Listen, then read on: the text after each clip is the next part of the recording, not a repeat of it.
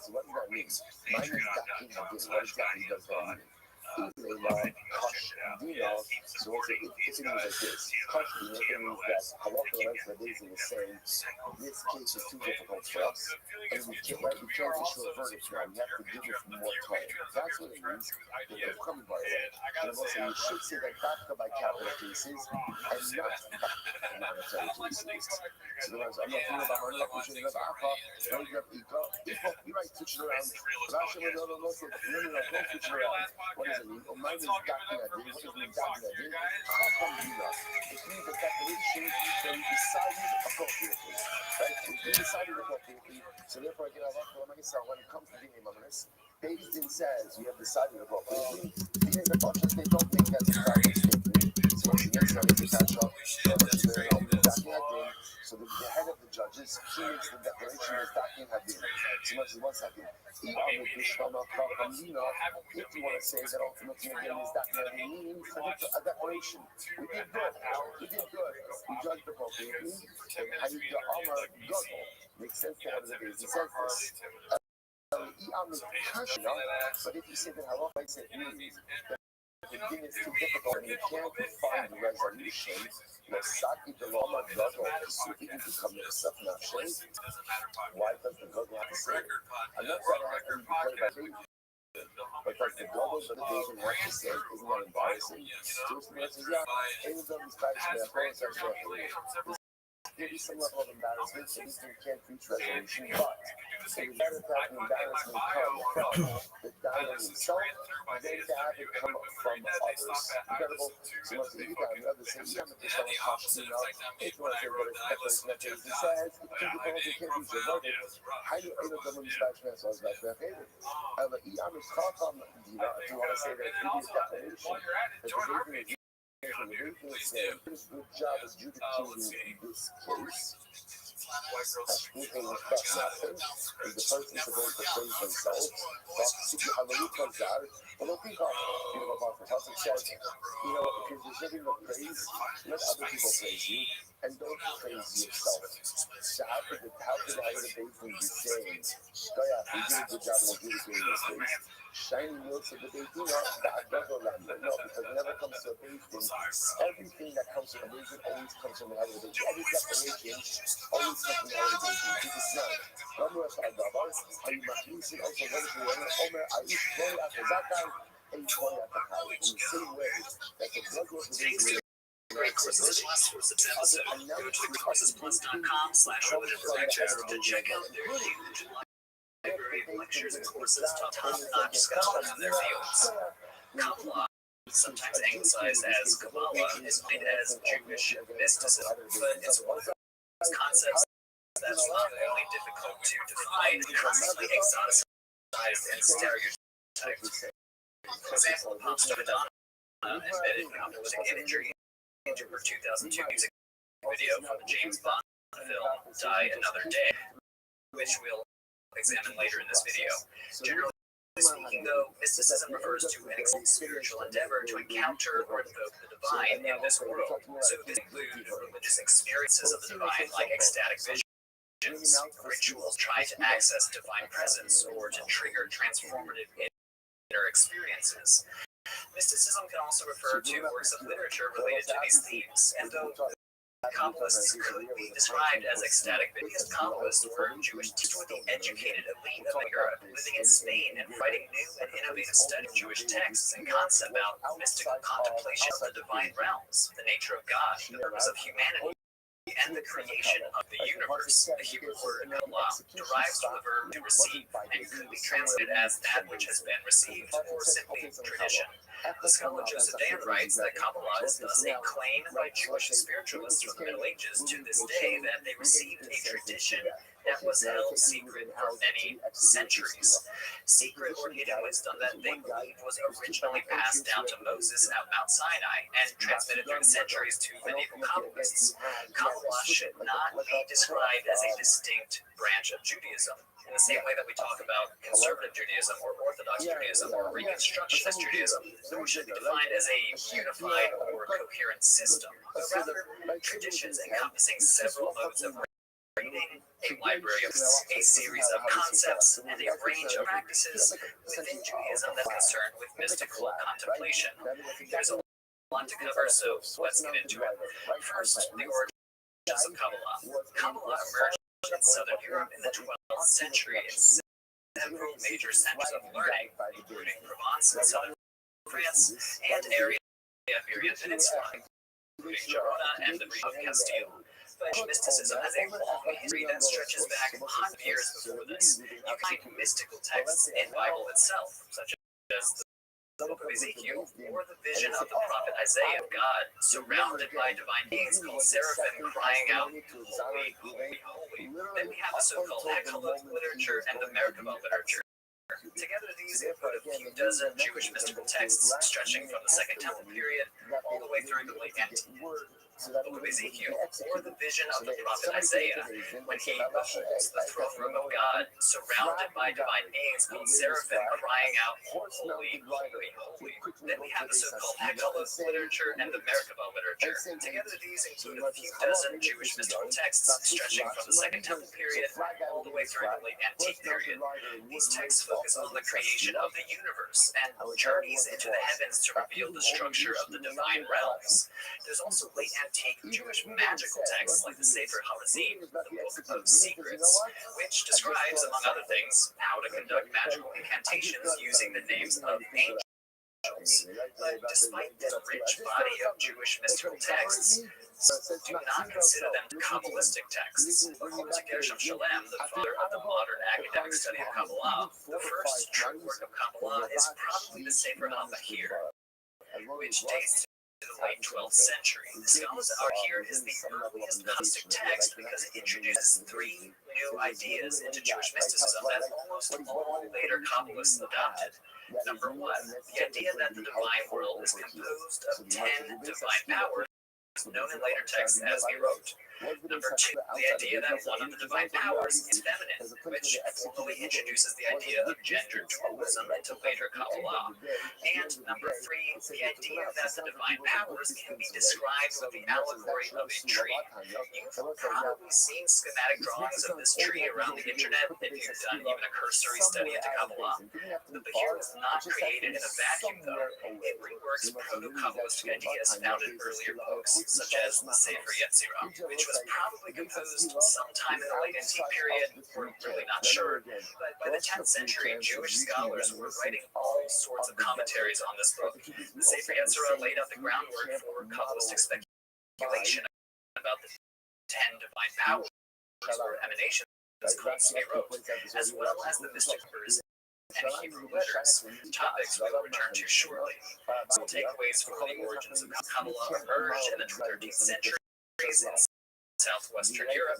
Following the appearance of the Bahir, several circles of Kabbalistic teachers and mystics emerged around Isaac the Blind in Provence, Maimonides in Girona, and Abraham Abulafia in the region of Castile, who was known for experiential ecstatic calm. Each and every one of these men deserved their own examinations, but in general, all of them were participating in a scholarly endeavor, writing commentaries on the Torah, essays on rabbinic law, sharing prayer techniques and sermons. In other words, they were writing the same sort of genres that Jewish writers were making for centuries. It's not like there was an official division between Kabbalistic texts on one hand and non-Kabbalistic texts on the other hand. The scholar of Kabbalah, Dr. Joseph Dan, argues that these three components that I mentioned earlier are generally identifying a work as being part of Kabbalah.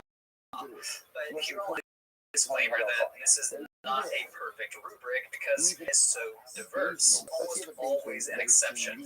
But let's turn to some of the most prominent ideas.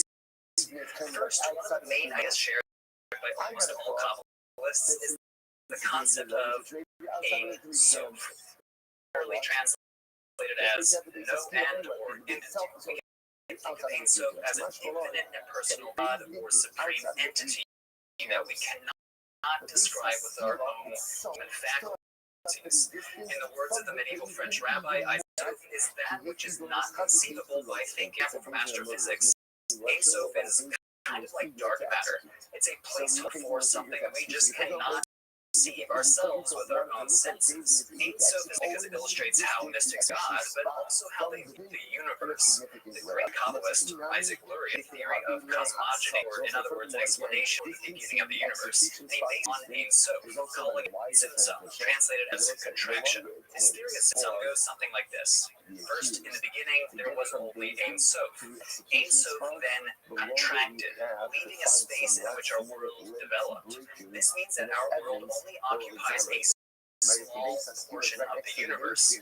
Between Ein Sof and our world, though, there are things called Sefirot, which I mentioned in the earlier discussion about the book here. Now, it's impossible to define Sefirot because Kabbalists throughout time have held many different ideas about them, but some think of them as layers of existence, 10 divine powers or emanations of Ein Sof that are ordered in a hierarchy that together represent the power of the Godhead. Like I said earlier, you've probably seen depictions of the 10 Sefirot, since they're often portrayed as a tree or corresponding to different parts of the human body. Some scholars would say that the concept of Sefirot is the clearest of a Kabbalistic worldview. If a text mentions the Sefirot, it's a prediction that it relies on Kabbalistic mission, though again, there are always exceptions. We can think of the Sefirot as divine intermediaries between us and the ultimate unknown Godhead. The one up is the closest to Ein Sof, and the one at the bottom, called the Shekhinah, is the one that we typically interact with, the divine power closest to the material created world. Interestingly, the Sefirot are gendered. Kabbalists conceive of the Shekhinah as feminine and often describe God's bride. Each of the Sefirot is male or female, but most have both male and female parts, and he be male in relation to one and female in relation to the other. This gendering of the Godhead gives us a look into another important part of Kabbalah, sexuality. The best example of this comes in the most important book in all of Kabbalah, the Zohar, or the Book of Radiance. One scholar of Kabbalah calls the Zohar the highest expression of Jewish literary imagination in the Middle Ages. It's considered by many the core text of Kabbalah, and although I call it a book, the Zohar really should be described as a body of literature. The Stanford University Press translation and commentary of the Zohar required 12 volumes to publish it. So, yeah, it's not a book in the strictest sense of the word. The Zohar emerged in the 13th century from Castile, one of the major centers of Kabbalah. Most critical scholars today agree that it was composed by a rabbi named Moses de Leon. De Leon wrote it in a distinct dialect of Aramaic, mixed with Hebrew, and he framed the text as being written in the 2nd century by its main character, Shimon Bar Yochai, a real oracle sage living in the 6th century. Many Orthodox Jews today maintain that it was written by Shimon Bar Yochai himself. The Zohar is primarily a common Torah, but it reads somewhat like a mystical novel. In the book, Shimon Bar Yochai and his disciples around the Galilee, meeting different characters, learning and sharing mystical teaching. The Zohar develops many of the major themes of Kabbalah, including the gender of the Sefirot and the ultimate mission. The connection between Sefirot becomes erotic. Some are givers, some are receptors, and the mystic's ultimate mission is to initiate an erotic marriage between God and the Shekhinah. The search for mystical knowledge becomes sexualized in the Zohar. In one romantic based on the intensely erotic Song of Songs, a man passes by the house of a female who is a metaphor for the Torah. The man waits time and time for the woman to reveal herself to him. The text says, hence Torah is revealed and conceivably goes to its lover to love with him. This is an analogy for how some Jewish mystics view Kabbalistic practice. The Kabbalist peels back layers upon layers of understanding until the most hidden and therefore most holy knowledge of the scripture reveals itself. One way to describe this layered approach to the Torah is through an acronym called ORDES, which means orchard. In this acronym, each Hebrew letter stands for a different level of meaning. We won't get into what each letter stands for, but the last letter, Samek, stands for Sod, which means secret. Sod refers to the ultimate esoteric knowledge that every Kabbalist seeks. Kabbalists try to reach Sod through the text, literally. The 22 Hebrew letters, biblical passages, and Hebrew names of God are central to Kabbalah. For Kabbalists, Hebrew is a divine language, and the Torah is a living divine document. The school of the Kabbalist Abraham Abulafia believed that each letter has mystical meaning. Writing or chanting letters in specific ways brings them to life or can help you achieve communion with the divine. Abulafia, when you begin to recite the letter Aleph, as Aleph points to unity, do not lengthen its recitation except according to the measure of one breath, and chant the Aleph and every letter you recite with terror, awe, and fear, coupled with the gladness of the soul in its comprehension, which is great. From this quotation, you can see how meditation on the letters was experiential. It was a technique involving breathing and head movements, and meditating not just on the meaning of the letters,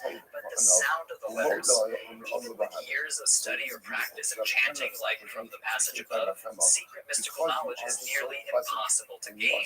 The prophet Ezekiel is held up as an example. In the first chapter of the book of Ezekiel, often called the Merkabah vision, we see a strange description of creatures and chariots that later Kabbalists viewed as evidence that Ezekiel actually attained. But testimonials like this are relatively unknown in Kabbalah. In many Kabbalistic circles, prohibited describing visions for that revealing secret knowledge could be catastrophic to the wider world. Thus, many so much different from us. Had you been a little bit more caustic and difficult and perhaps not as agreeable, it would have been worth being able to share with you about. So a really beautiful and profound idea that sometimes, when we are present in our interactions with other people, it brings out the side of them as well. When people react positively to kindness versus and we all know this, right? When you have an interaction with someone who's like combative and contrarian, which some people are just like you know what, I just want to whatever level of interaction I have to have, I'll have, and I want to get out. I absolutely zero interest in interacting. When someone is kind, someone is compassionate, sweet, and someone is just emotionally giving in their interest, there's a desire to want to engage, and that brings out even more from the person. It's a very beautiful Gemara. Echad Omer. Gemara goes like that. Ad Kamat. What's this woman again? Mishnah highlighted the idea that Allah myself. This could be often their timing up to 2 days. 2 days. So the shaila is how far into the month can go ahead and for people to be off in their mind. It says tomorrow. Until you get to the middle of the month, or what we call the majority of the month.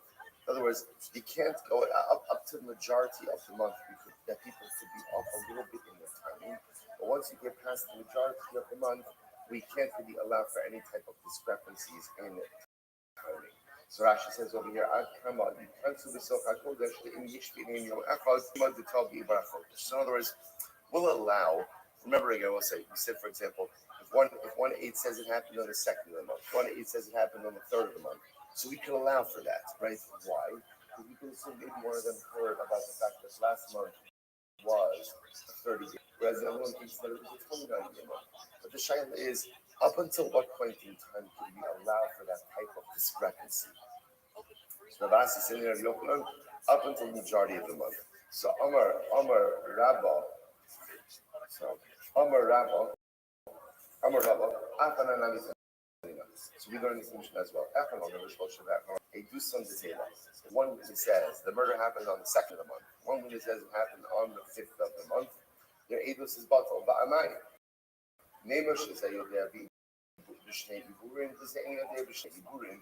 So why does like this? There is a way to explain the discrepancy between the 3rd and the 5th, right? How can you explain it? Witness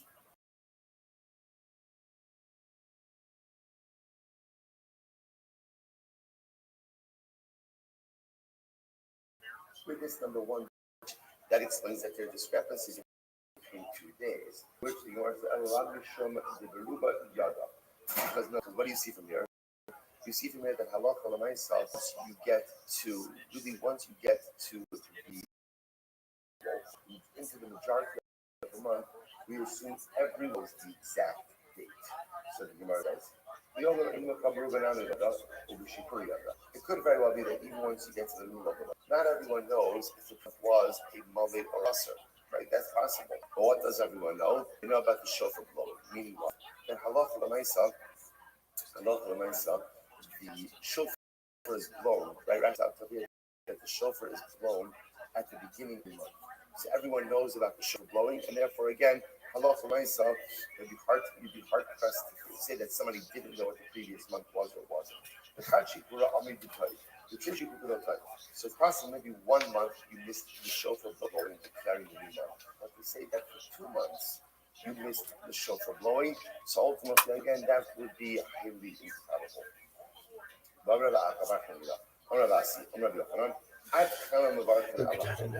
So as I say now, interestingly enough, because we're talking about the new month, go ahead and transition a little bit here to a really great discussion. Up until what point in time can one recite Kiddush HaChodesh? When can you, up until what point each month can you bench new moon? Until the deficiency of the moon is completed. So the Gemara says, okay, how much is that?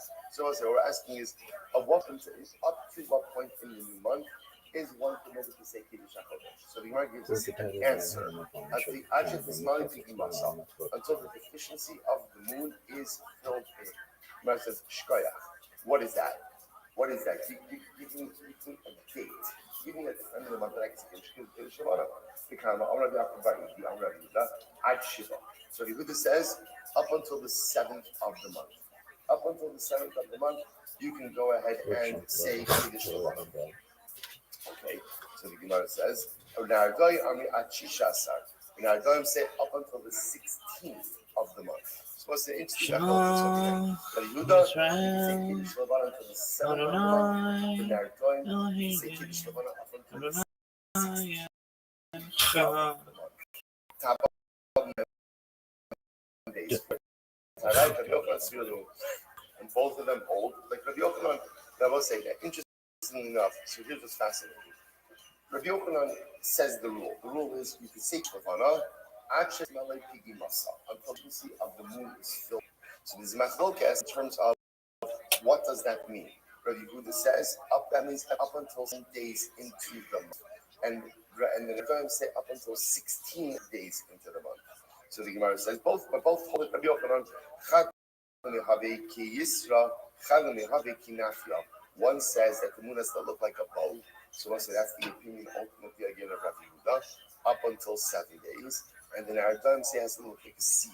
Now a sieve means it's fully circular.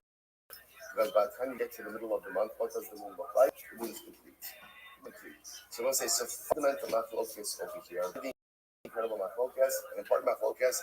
Up until one say Kiddush Shavana, Rabbi Yehuda 7th of the month, because at that point again the deficiency of the month as the moon has been filled in, that the moon no longer looks fully incomplete. Looks like a bow. And I no, up until the deficiency is complete, in the middle of the month when the moon is completely full. So let's go back there. So the Gemara says, Amarle Rav Achim Dichlina. The Varech Hatova Native. So maybe the bracha that you make over the moon should be activated. So this is actually quite cool. Take a look at Rashi. The 3 lines down in Rashi from the top. The Varech Hatova Native.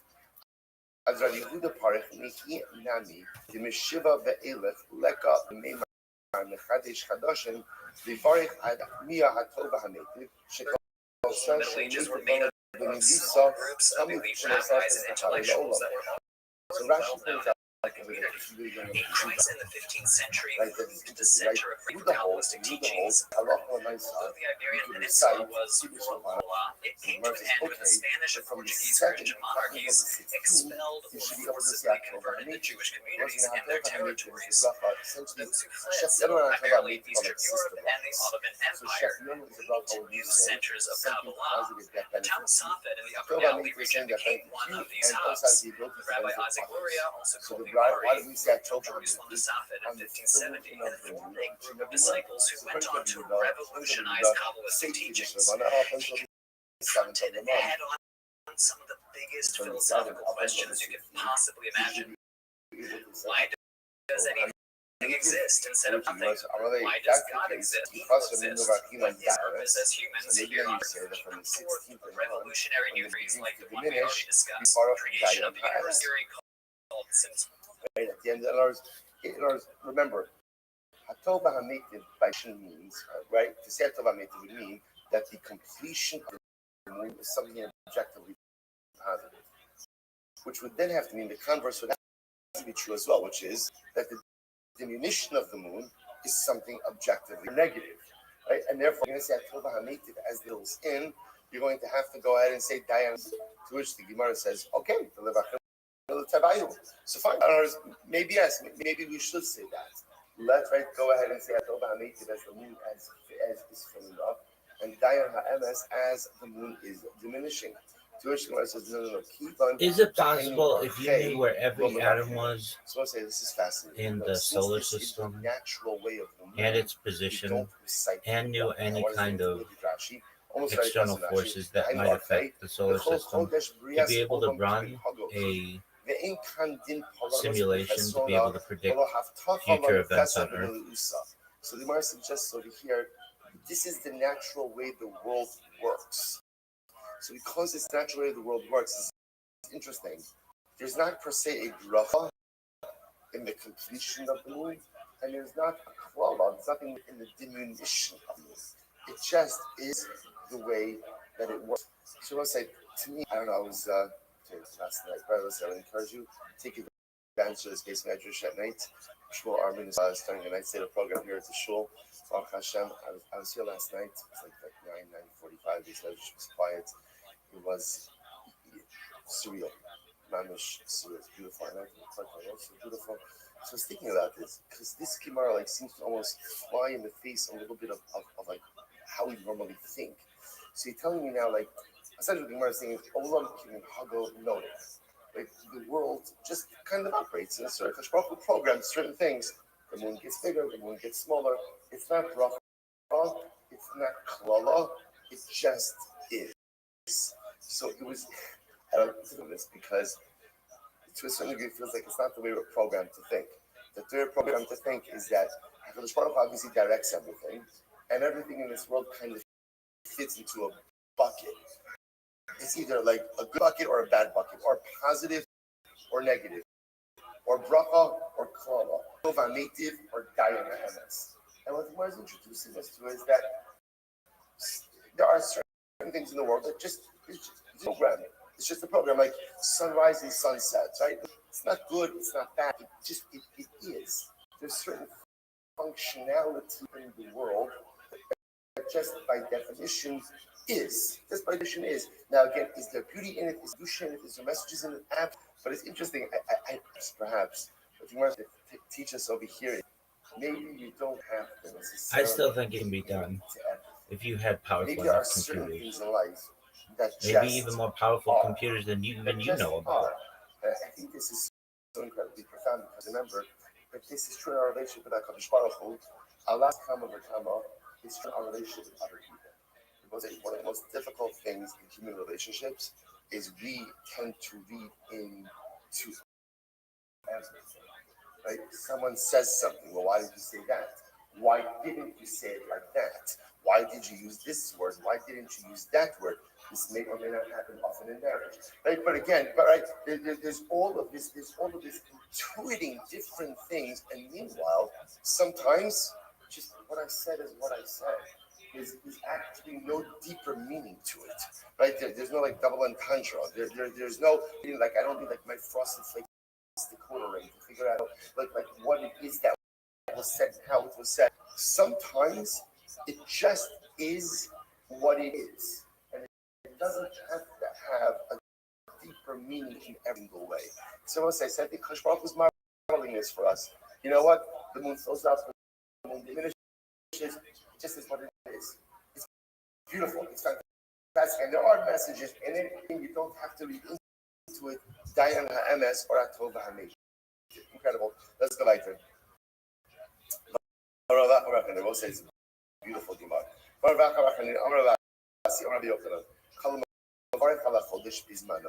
Whoever goes ahead and recites this is Kiddush Whoever recites Kiddush Levana at the right time, it's as if he's receiving the Shekhinah. So I'll say this is such a beautiful Gemara.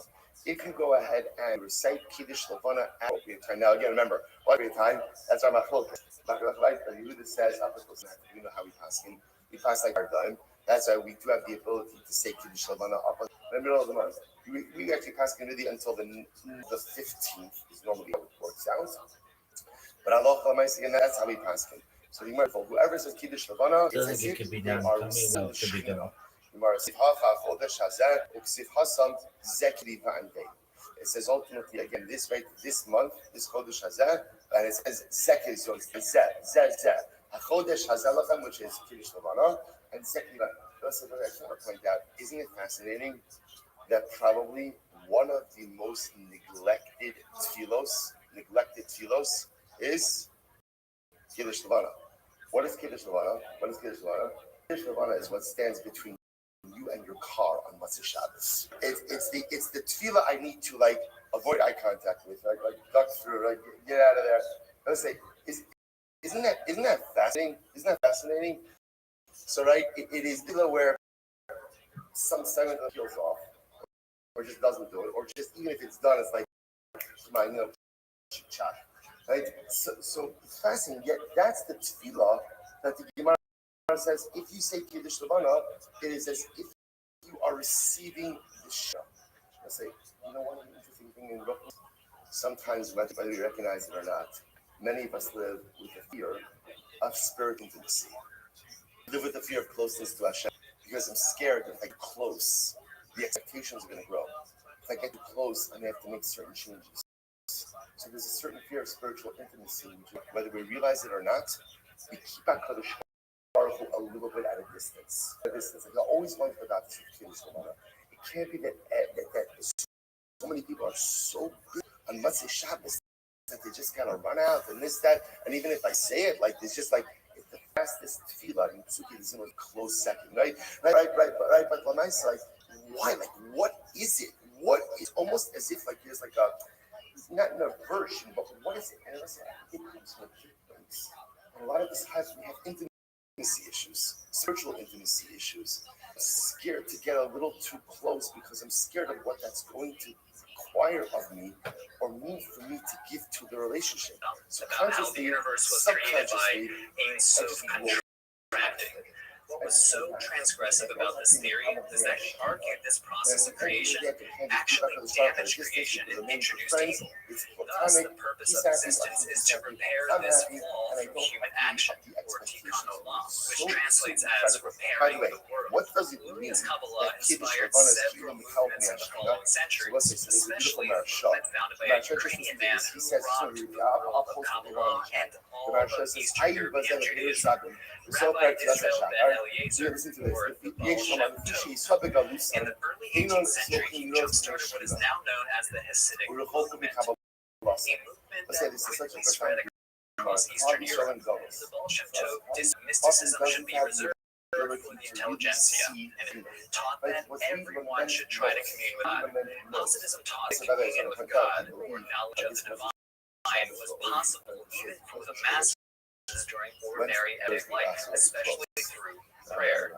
Another core that is a base to traditional Kabbalah is the notion of divine transcendence, which teaches that God is wholly outside our universe. Hasidism, by contrast, professes that God has an immanent quality, meaning that God is present in our world and that we can climb towards communion through our everyday life through everyday actions. Hasidism is still thriving today and exemplifies modern Jewish mysticism and practice. Now, I should be clear, Hasidism is not synonymous with Kabbalah. It does include mystical practices and beliefs, but it's not. In fact, if you read the Holocaust testimonial, by Elie Wiesel, you can clearly distinction. In the book, Elie describes how he grew up in a Romanian Hasidic community, but throughout the book, he mentions that Kabbalah is a supplement to usual religious study of the Torah and the Talmud. To knowledge generally categorized as a category of great Jews, authors Jews, Orthodox Jews, but the Jews are not synonymous. Okay. Now we covered all of that background. What's the deal with Madonna? Because In it's a human metaphor terms, for I'm going to call Pop Kabbalah. It's worth mentioning that Shakira's would not even call this Kabbalah in the first place. Throughout the 20th century, Kabbalah hit the mainstream in pop culture. One big neo-Kabbalistic movement is the Kabbalah Center in the United States, whose members included celebrities like Madonna, Britney Spears, Ariana Grande, and Ashton Kutcher. Started by Berg and his wife Karen Berg in 1984, who sought to popularize and spread Kabbalistic teachings even outside of Judaism. Madonna became one of their most famous, and that's why we get her James Bond music video. During the video, she is being tortured in a North Korean bunker of some sort, which is featured in the film itself. She is depicted rapping at her own villain, and at the end of the Hebrew letters, Lamed Aleph Vav are burned onto the electric chair where they were just Madonna. These letters are from one of the 72 names of God, according to Jewish tradition. They became especially popular among medieval Kabbalists and are mentioned in the here used in Kabbalistic magical practice, though her performance, in part because most within the Orthodox Jewish community viewed a non-Jewish woman as sacrilegious, or at least viewed unfavorably. Elements of modern Jewish mysticism have also come out in the past century and a half. The neo-Hasidic movement and other revival movements have sought to reimagine mystical doctrine for a modern era.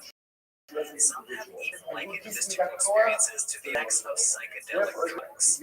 The Jewish scholar Peter View Hasidism throughout are the the entire month, of his right? psychedelic Only one experiences in one of his books. As one who tried psychedelics after some years of studying the Kabbalistic and Hasidic masters, I found that the drug-induced experiences confirmed a great deal of what I found in their writings.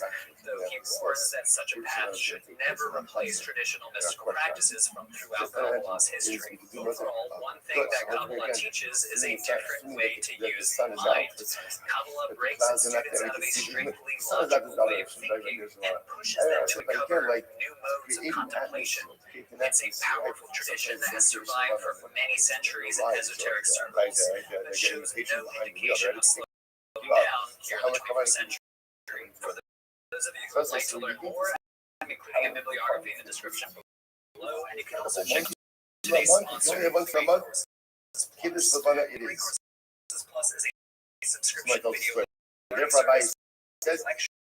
have to say it's standing up. There's no one book called Kabbalah. What book is Has a very impressive lineup. Themselves to show Episode-long series on Jewish intellectual history. One is taught by the Ivy League historian Dr. David Ruderman. The Greek Schools also has a general Judaism scholar Isaiah Gottlieb, as well as the series taught by the archaeologist Joe. Personally, her books were assigned in my graduate PhD, so I can say that these series draw on peer-reviewed scholarship. All of them are taught by top-tier scholars in their respective disciplines. Tests, you can watch as many different lectures as you want, time, anywhere. Plus is offered for the Jewish breakfast viewers a free trial/breakfast for your access to their huge library of video lectures. Then click on the link in the description to start your free trial today. Thanks everyone. The problem over here is this only makes note of Mechadesh Chadash Mavosh Chodesh. This bracha doesn't really make note of the moon itself. So the same is the bracha is okay. Makes reference of Rosh Chodesh, which is for women, but it doesn't really make reference to the dynamic of the moon, which is what we're trying to highlight over here. Hello, Kedav Yuda Marav. This is such a beautiful. Damra Yehuda, Zamra Yehuda. Let's say we're going to now go through the bracha of Kiddush Levana. As Chatani Maskir, okay, say Kiddush Levana for many years. I've never said the bracha in a way like the Gemara highlights it in the Sumo, so you just take the text. Like I said, usually for whatever reason, and Must Shabbos we're in a rush. What we're in a rush for or rush to is not immediately clear. But we're always in a rush. Look what the Gemara says. So here's the bracha. Now obviously it's Baruch Atah Shalom Kinu Melech Olam. Asher b'mamaro barash shechaki. Through his word, through your words, created the heavens. Uberuach piv kol tzival. Kol tzival. Ultimately, again, through the breath of his mouth, all those. So what did you learn about Kabbalah today? Well, I learned that it sucks, but I already knew that. Why does it suck? It's just like I already have so much shit to do that it's like it's just a lot. Right? So anybody, I read Kabbalah, like I guess you can say which means Jewish mysticism to receive. Like, and they are so happy to perform the for work the of their Litnikoff. creator. Anyway, so I just want to point out over here again, what's so beautiful is the what does Fred Belitnik have to do with Kabbalah? What does he have to do with Kabbalah? Anyway, anti-Belitnikovian. You know what's incredible when you look up the heavens?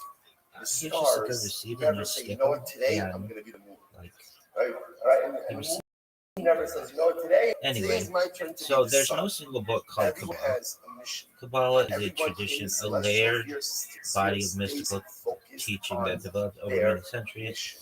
What counts as Kabbalah depends a bit on the school and the period, but there is a fairly clear core canon. I'll lay out by historical layer. You've got foundational proto-Kabbalistic texts. These are pre-Zohar. And again, yesterday we learned this is day 3. Zohar is kind of like can't hustle. That's all I'm gonna say. Can't hustle.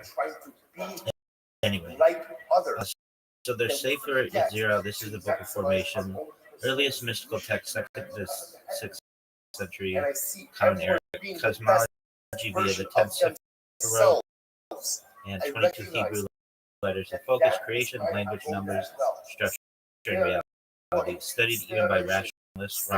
Rambam wrote the commentary, and again, we're Rambam homers, cheerleaders of Romney. He's one of the people since to me. Then there's Halachaut, Merkava literature, like to renew Ateres Siferes La'amuse Batan. Haikolot Labadi, Haikolot Zutari, and I want you to know so includes things like Ma'ase, mystical ascent to divine palaces, angelology, divine names, visions, but not always counted as Kabbalah proper.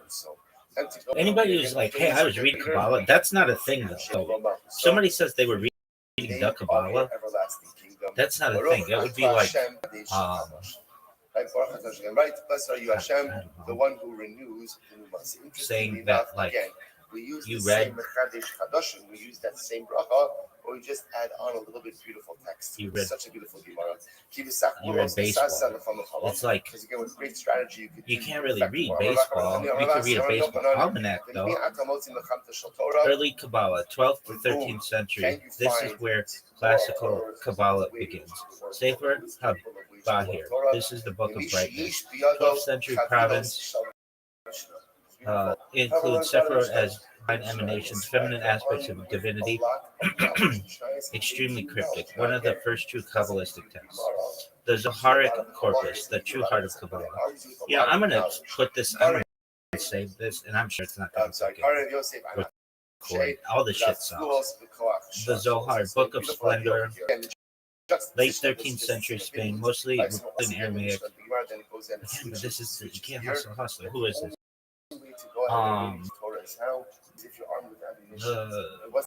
The ammunition to engage in Moses. Mishnah, at least again, because that general knowledge, go ahead and be successful. Yeah.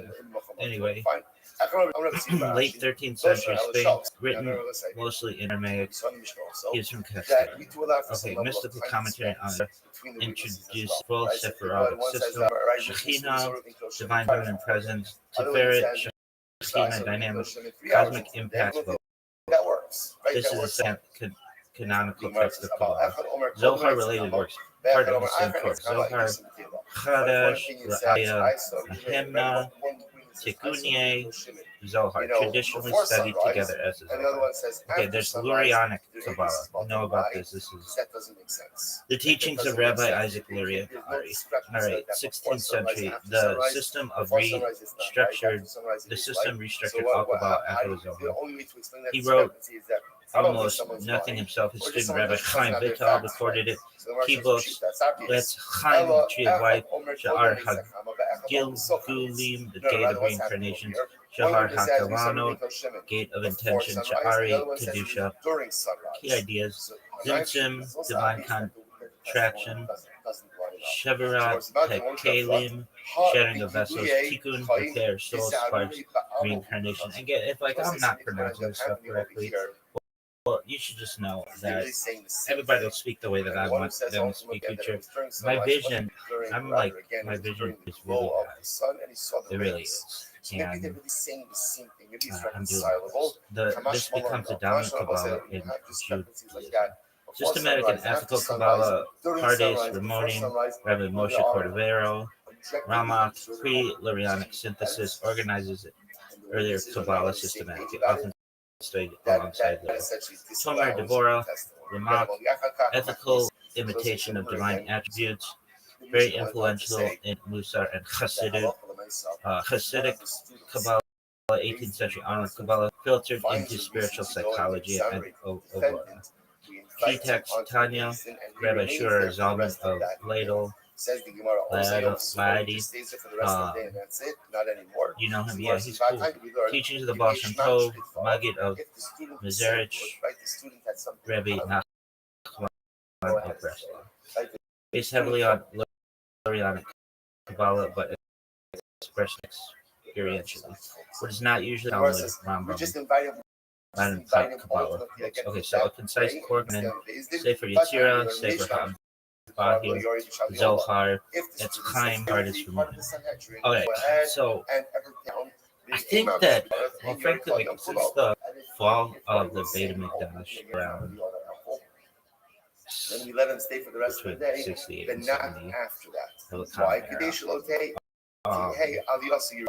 we've been, as Jews, yearning for the reconstruction of the Beit HaMikdash. I have the whole plan for that. I don't know if anybody wants to listen to it. I'm not going to go into that right now. But it's a good plan. I think it's hilarious, and it works beautifully. And no one gets hurt, and it's great. If you don't want to go with that plan, that's fine. But once somebody starts getting hurt, I'm going to say, I told you so. And I'm going to say, I told you so with a fucking megaphone, dog. Anyway, and then we've been yearning for Mashiach every fucking day. I'm like, where is this asshole? He's supposed to bring us into a new age, a new epoch. Tupac. Anyway, it wasn't Tupac. So all this stuff is cool, but I think it's related to physics, and maybe some people don't think so. And I was never a very good physics student. What does this mean? But I've become better as I've gotten older, and I never gave. And all right, so there's something called Laplace's demon. This is in physics. So there's this thing called the Heisenberg uncertainty principle, which I something with which I'll go every single moment of every single life. And you can't know the and the velocity simultaneously of an atom, essentially. And this bothers me. And so I try to think, because it's just, why not? And it's like, well, it has to do with quantum entanglement and stuff like that. And it's like, dog, why not? Anyway, so that's mainstream physics. So there are some there are some fringe physicists that are open to other ideas. I'm always open to think outside the box, especially when we need a challenge. So in classical Newtonian physics, if we knew the exact position and velocity of every particle in the solar system, the exact laws of motion, and all external forces acting on the system, then the future impacts could be fully determined. What am I trying to say? And how does this relate to Kabbalah? Well, all these guys are trying to figure out, like, what happened in the past, whatever. in the future and why not? how it all started, how the universe started and stuff. And I feel like if we could run at least the solar system and create it as a closed system, and we knew any external forces that may affect it, then we would be able to run a simulation and be able to, and that's super cool to me. But under mainstream physics, that's not possible due to the Heisenberg uncertainty principle, and this is very bothersome to me. It's like the thing that I don't like most about physics. It sucks. I do my best to understand anti-gravity and antimatter, dark matter and dark energy to the best of my knowledge. I still am a mere child in my understanding of these things. It's not even, not even. I'm just like I have knowledge of a drop of it in comparison, a drop of water. But nevertheless, I try. And that's what's important in life. You know what? Is trying. Showing up is 9/10 of the challenge, when and it comes to you at least try. financial You're we say making an effort.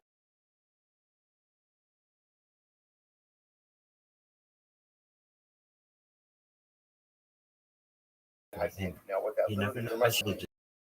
mine is dakim exactly does that mean? Lema kosh dina. So if it means like this, kosh dina, if it means that the basin is saying this case is too difficult, right? We can't issue a verdict now. We have to give it more time. That's what it means.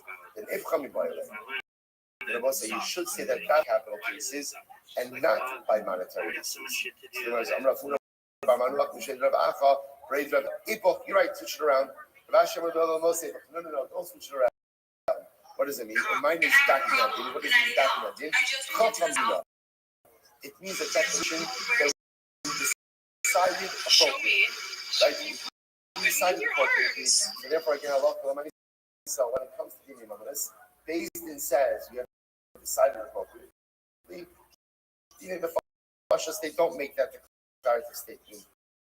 So when it's a kasha,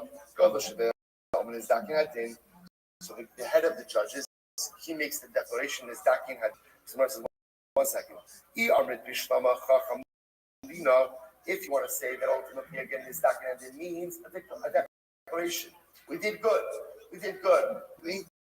Then Hayud the Amar God makes sense. The head of the basin says this. But you say that halacha says means that the din is too difficult and we can't find resolution. Why does the gadol have to say it? Enough that it has to be declared by the. But does the basin have to say it? Isn't that interesting? To which the Gemara says, yeah. There's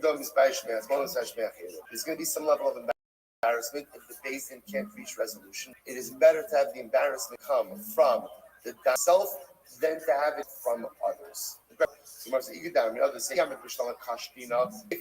it's a declaration that basin is too difficult, we can't reach a verdict. If you want to say declaration that the basin is making, the basin is saying, did a good job adjudicating this case. Is a person supposed to praise themselves? Beautiful pasuk. Pasuk says, you know what? If you're deserving of praise, let other people praise you, and don't praise yourself. So how could the head of the day be saying, "Shkoyach, good job in adjudicating this case"? Shining mills of the Beit Dina, no, because whenever it comes to a Beit Din, everything that comes from the Beit always comes from the head of the Beit Din. Any operations always come from the head of the Beit Din.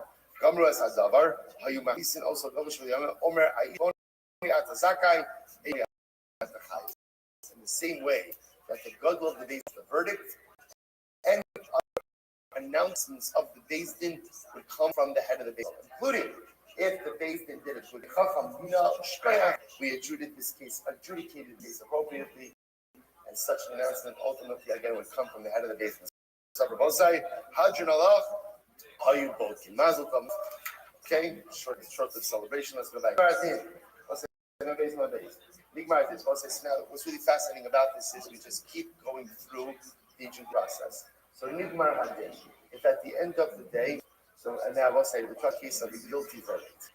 So we bring him out for skila. For skila.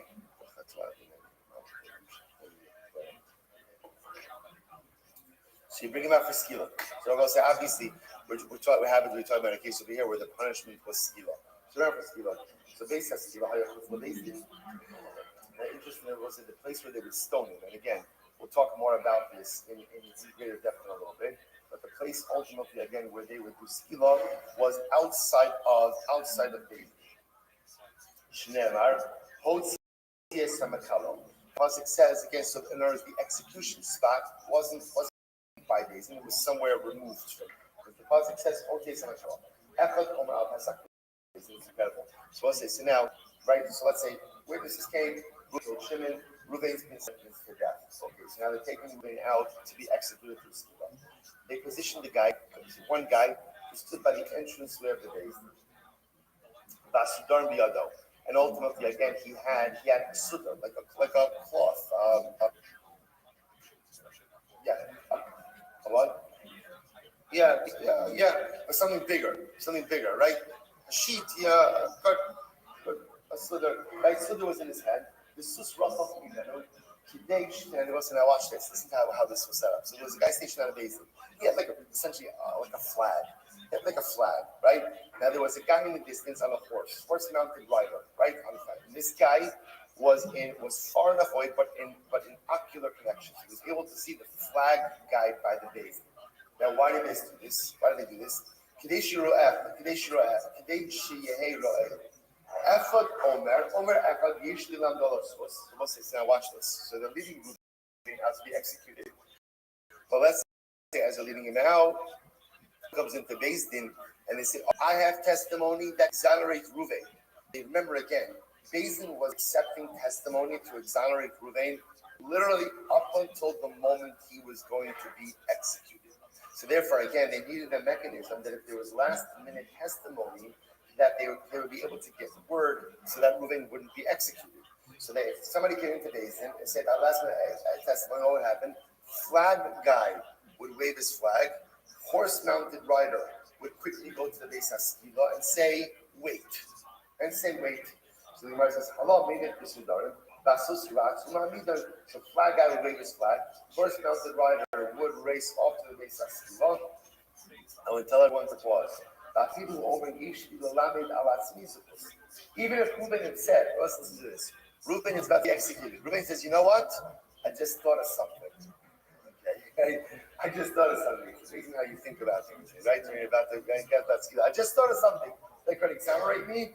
The Gemara says, so we listen to him. We'll bring him back to Beis Din. Even 4 or 5 times. As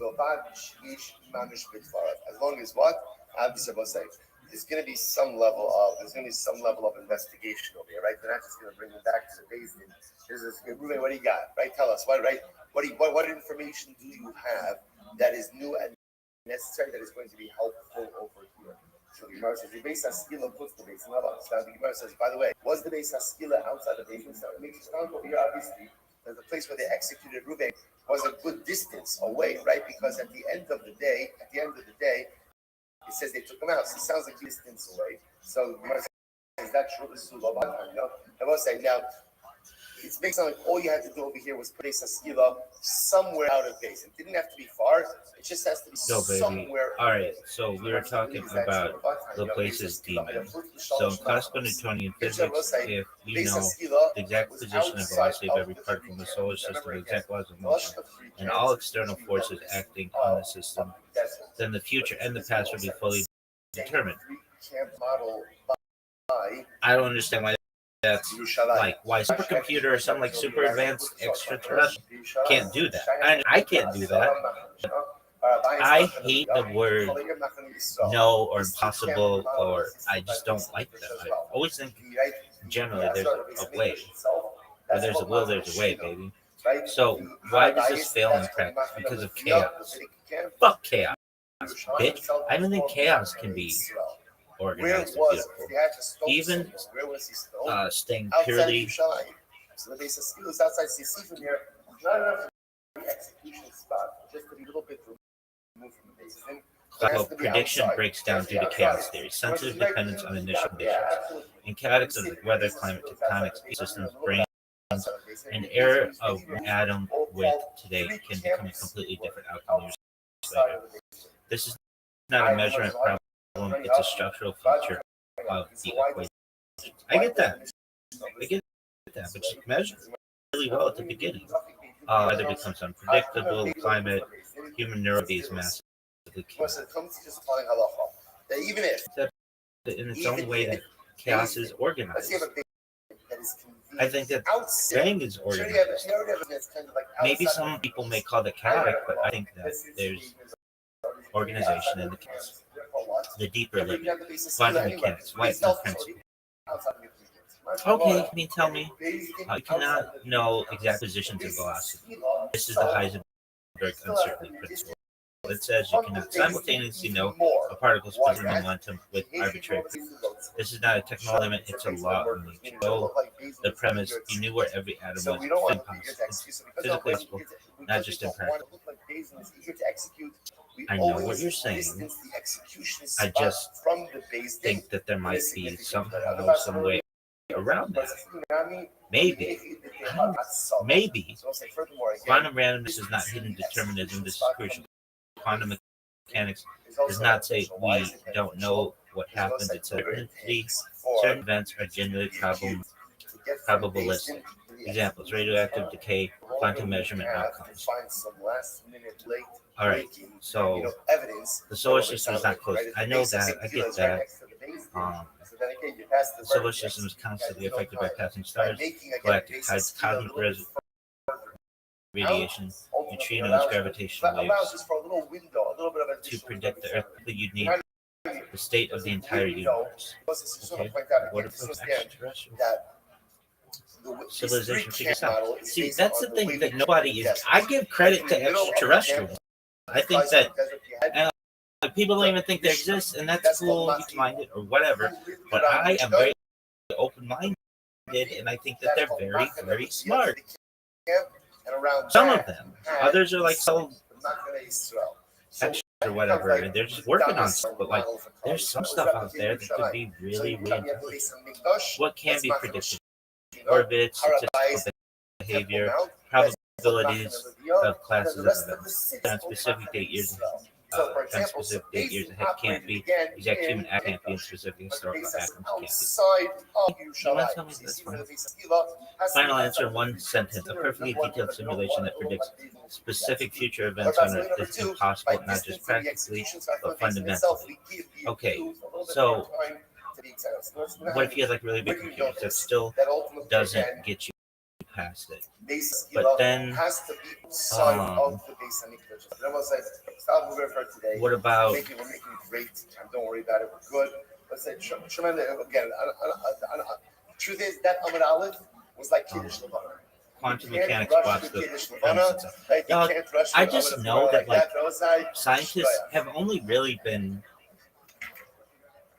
like had accurate ways of determining everything for like a century. Like give them 50 millennia, and I bet our shit's a lot better. And I just,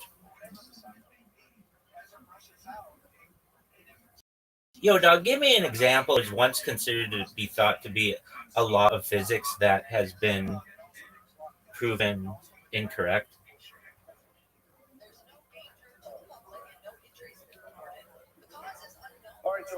Good morning. Look, I'm just telling you, when I was a kid, they used to say that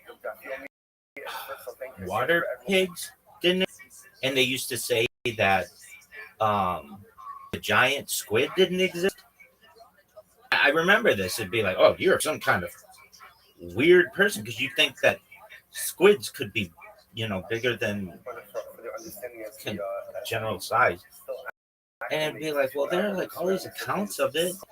Well, those people are stupid. And then this team in Japan in like the early 2000s got this on video of a live one, and these things used to wash up on shore to show this actually happened. But when I was a kid, that kind of stuff was seen as pseudoscience, and that's what they call it. And I don't like those terms, pseudoscience. science and quackery and misinformation. And I don't like that. And I feel like every an opportunity there, opportunity able to give their arguments, and we shouldn't say, well, because my degree says this, or because the the consensus is, dog, the consensus was wrong on a lot of shit for centuries. So here's the big one: the luminiferous ether. What people thought: light is a wave, and all waves need a medium. Therefore, space must be filled with an invisible substance called an ether. Taken completely seriously by Maxwell, Kelvin, almost every physicist in the 1800s textbooks assumed it existed. What killed it? The Michelson-Morley experiment in 1887, Einstein's special relativity. So, fuck you, dog. Fuck your shit.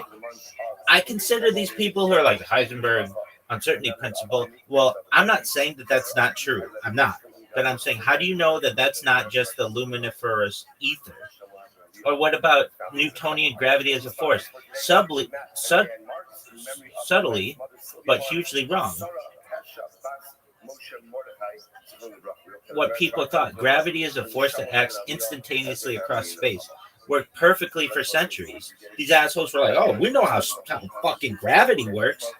And then what replaced it? Einstein's general relativity. Gravity is equals curvature of space-time. So like all this shit that was like fucking dead solid for centuries gets proven incorrect at points. Phlogiston theory, energy before energy. What people thought: burning objects released a substance called phlogiston. Explain combustion, explain rust, explain weight loss and burning. What killed it? Lavoisier showed combustion is oxidation, oxygen. All right, so there's a lot of shit. So there's a bunch of things that people the Earth being the center of the universe, the geocentric the geocentric system was replaced by the heliocentric system. This is like Galileo, like was rebuked for this by a bunch of assholes. So I'm saying this asshole still exists. So how does this connect to Kabbalah? I hear something in the back. Yeah, right. How does this connect to Kabbalah? Well, I mean, there's the principle that really knows anything, and all of it stems, everything stems from that, in my opinion, and that's the Aristotelian, which is very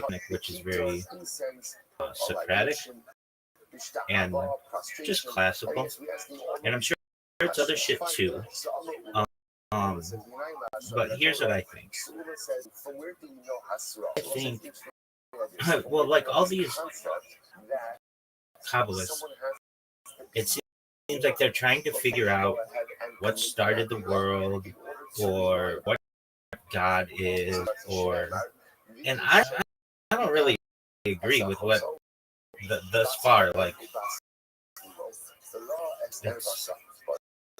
some of it in can contradict like mainstream central Judaism. Like there are some slight contradictions. Like, I mean, here's just a simple one: God is one. That's like the big thing in Judaism.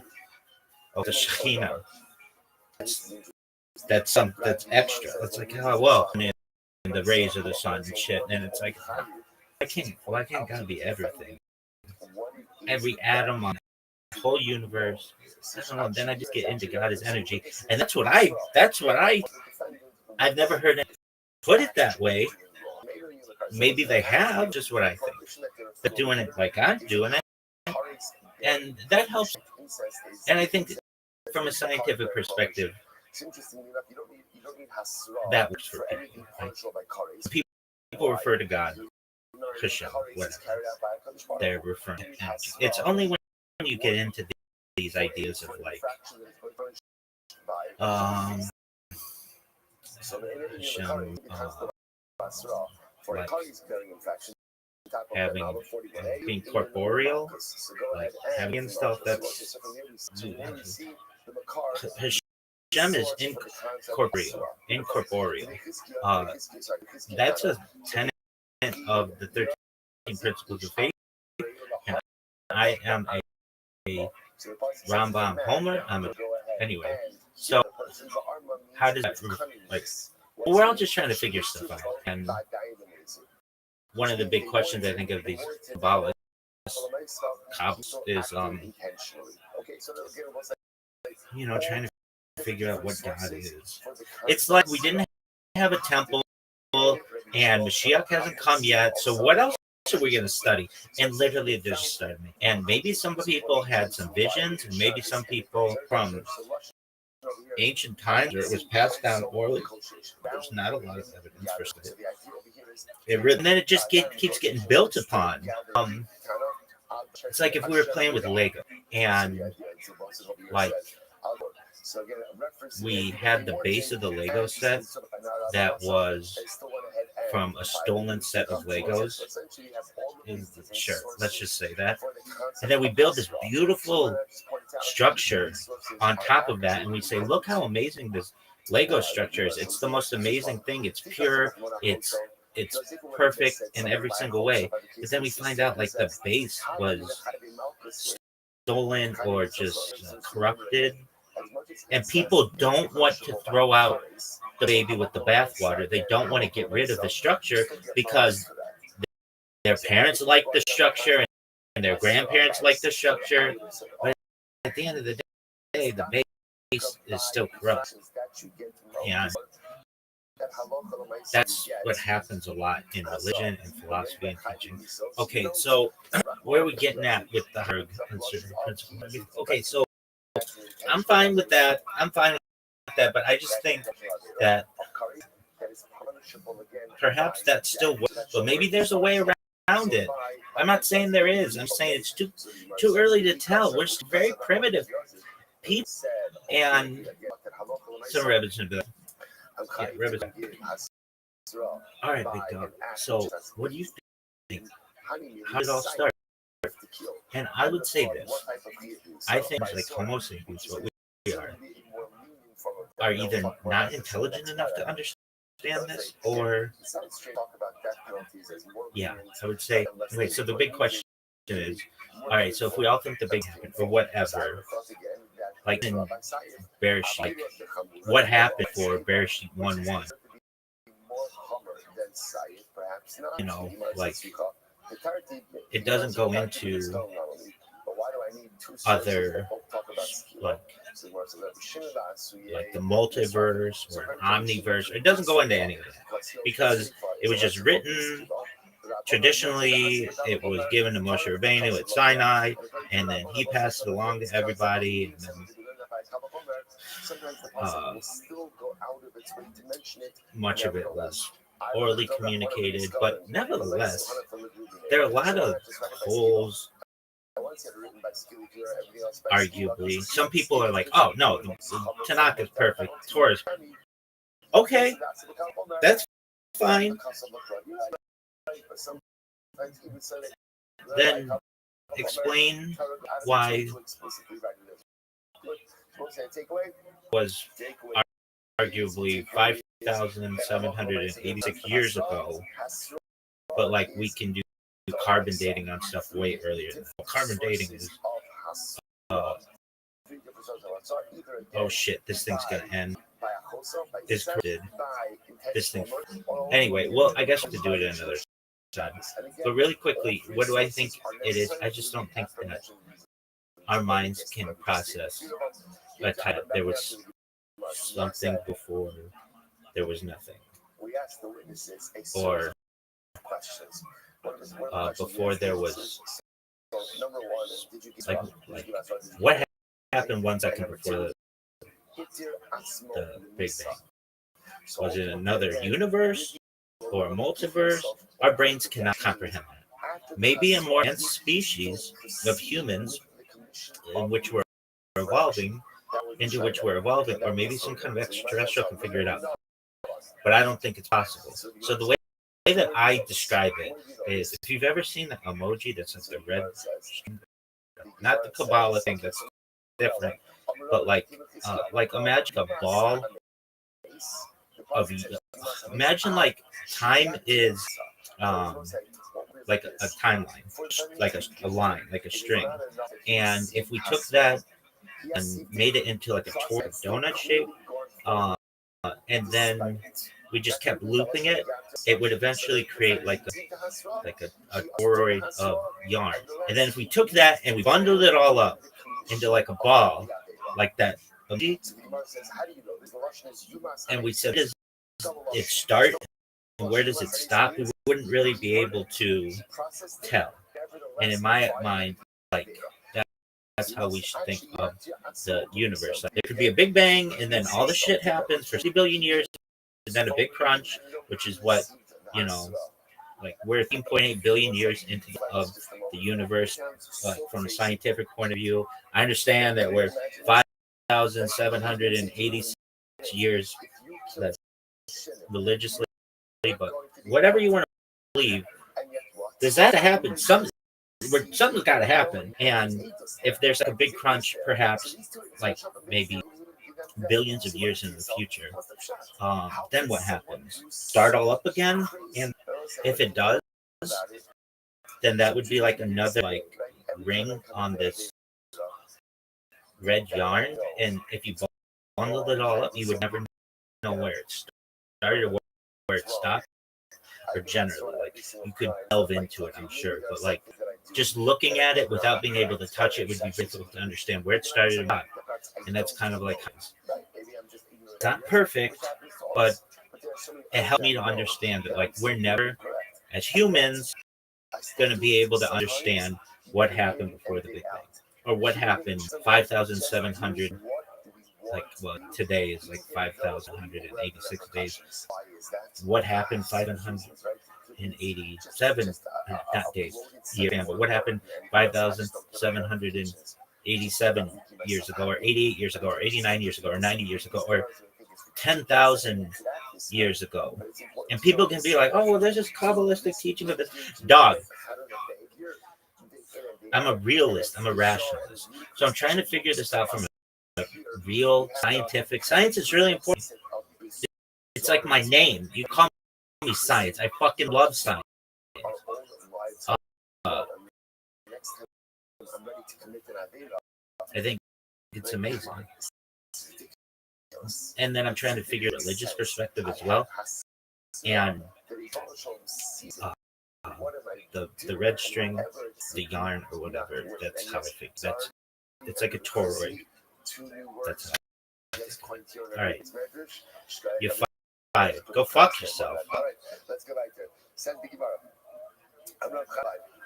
Oh, that didn't fucking record? This is the worst. Is a case of a Nara who is betrothed, right? Erusin, but has not yet had Nisuin. Now, if that girl commits adultery, this is the worst. I fucking hate this shit. As is the man with whom she had relations. This is bullshit.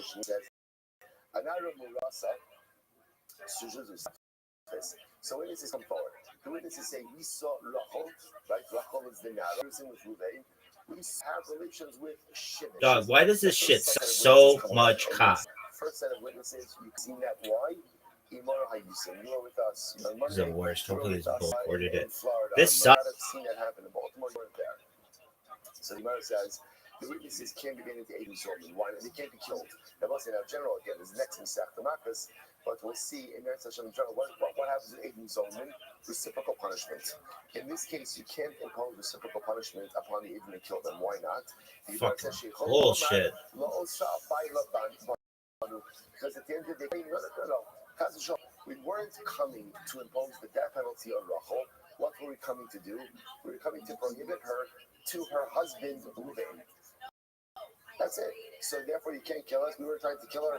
So the Gemara says, "I beha isruba." What was it? They warned her. That's the that's why this here. We said it has the hasra. What's hasra? What was it? What would be the hasra that they would be giving Rachel? Rachel have relations with Shimon. You know why? You know why? Slowly detail over here. He's like that's called adultery, and adultery is partial by death. Hasra. Usually, the law asrube. No, they didn't give hasra. The law asruba. Hechim mitala. 1 second. If they didn't give a hasra, how could they execute it at all? To tomorrow, say, "Isha chadira." I'll leave the Rabbi Yosef with this. Interesting. What are we talking about over here? A very wise woman, and she might be young, but she's very wise. And in Christ, Rabbi Yosef, we go. Very able tzarech hasra. Cover tam chacham doesn't need hasra. This is what we've seen Rabbi Yosef before. Rabbi Yosef that hasra is only there for people who don't know. But who do know, don't need hasra. So therefore, perhaps we will begin with Rachel, who is an Isha Chavela. She's a well-learned woman, and therefore she knows that adultery is asr. So because she knows that it's asr, therefore what? Therefore, halakha l'maisa, no hasra is necessary. So the Gemara says, "L'fishlo nitna hasra el lahafchin ben shogeg u'nezir." Hasra is only there to distinguish between someone who's intentional and unintentional. And if Rachel is a wise woman, she does not need the hasra. 1 second. If witnesses, this is fascinating. If witnesses can't be put to death, right? So if there's no hazama by the witnesses, they can't put to death. Therefore, what? They have no ability to put her to death either. So the Gemara says, because why?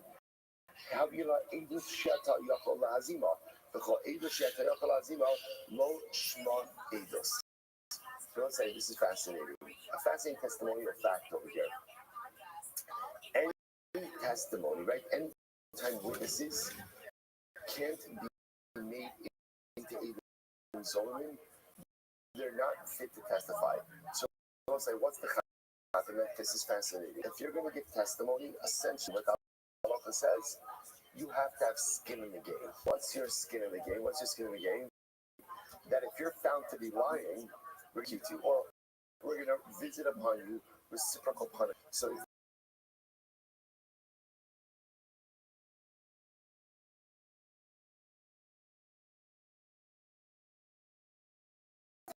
you can't receive reciprocal.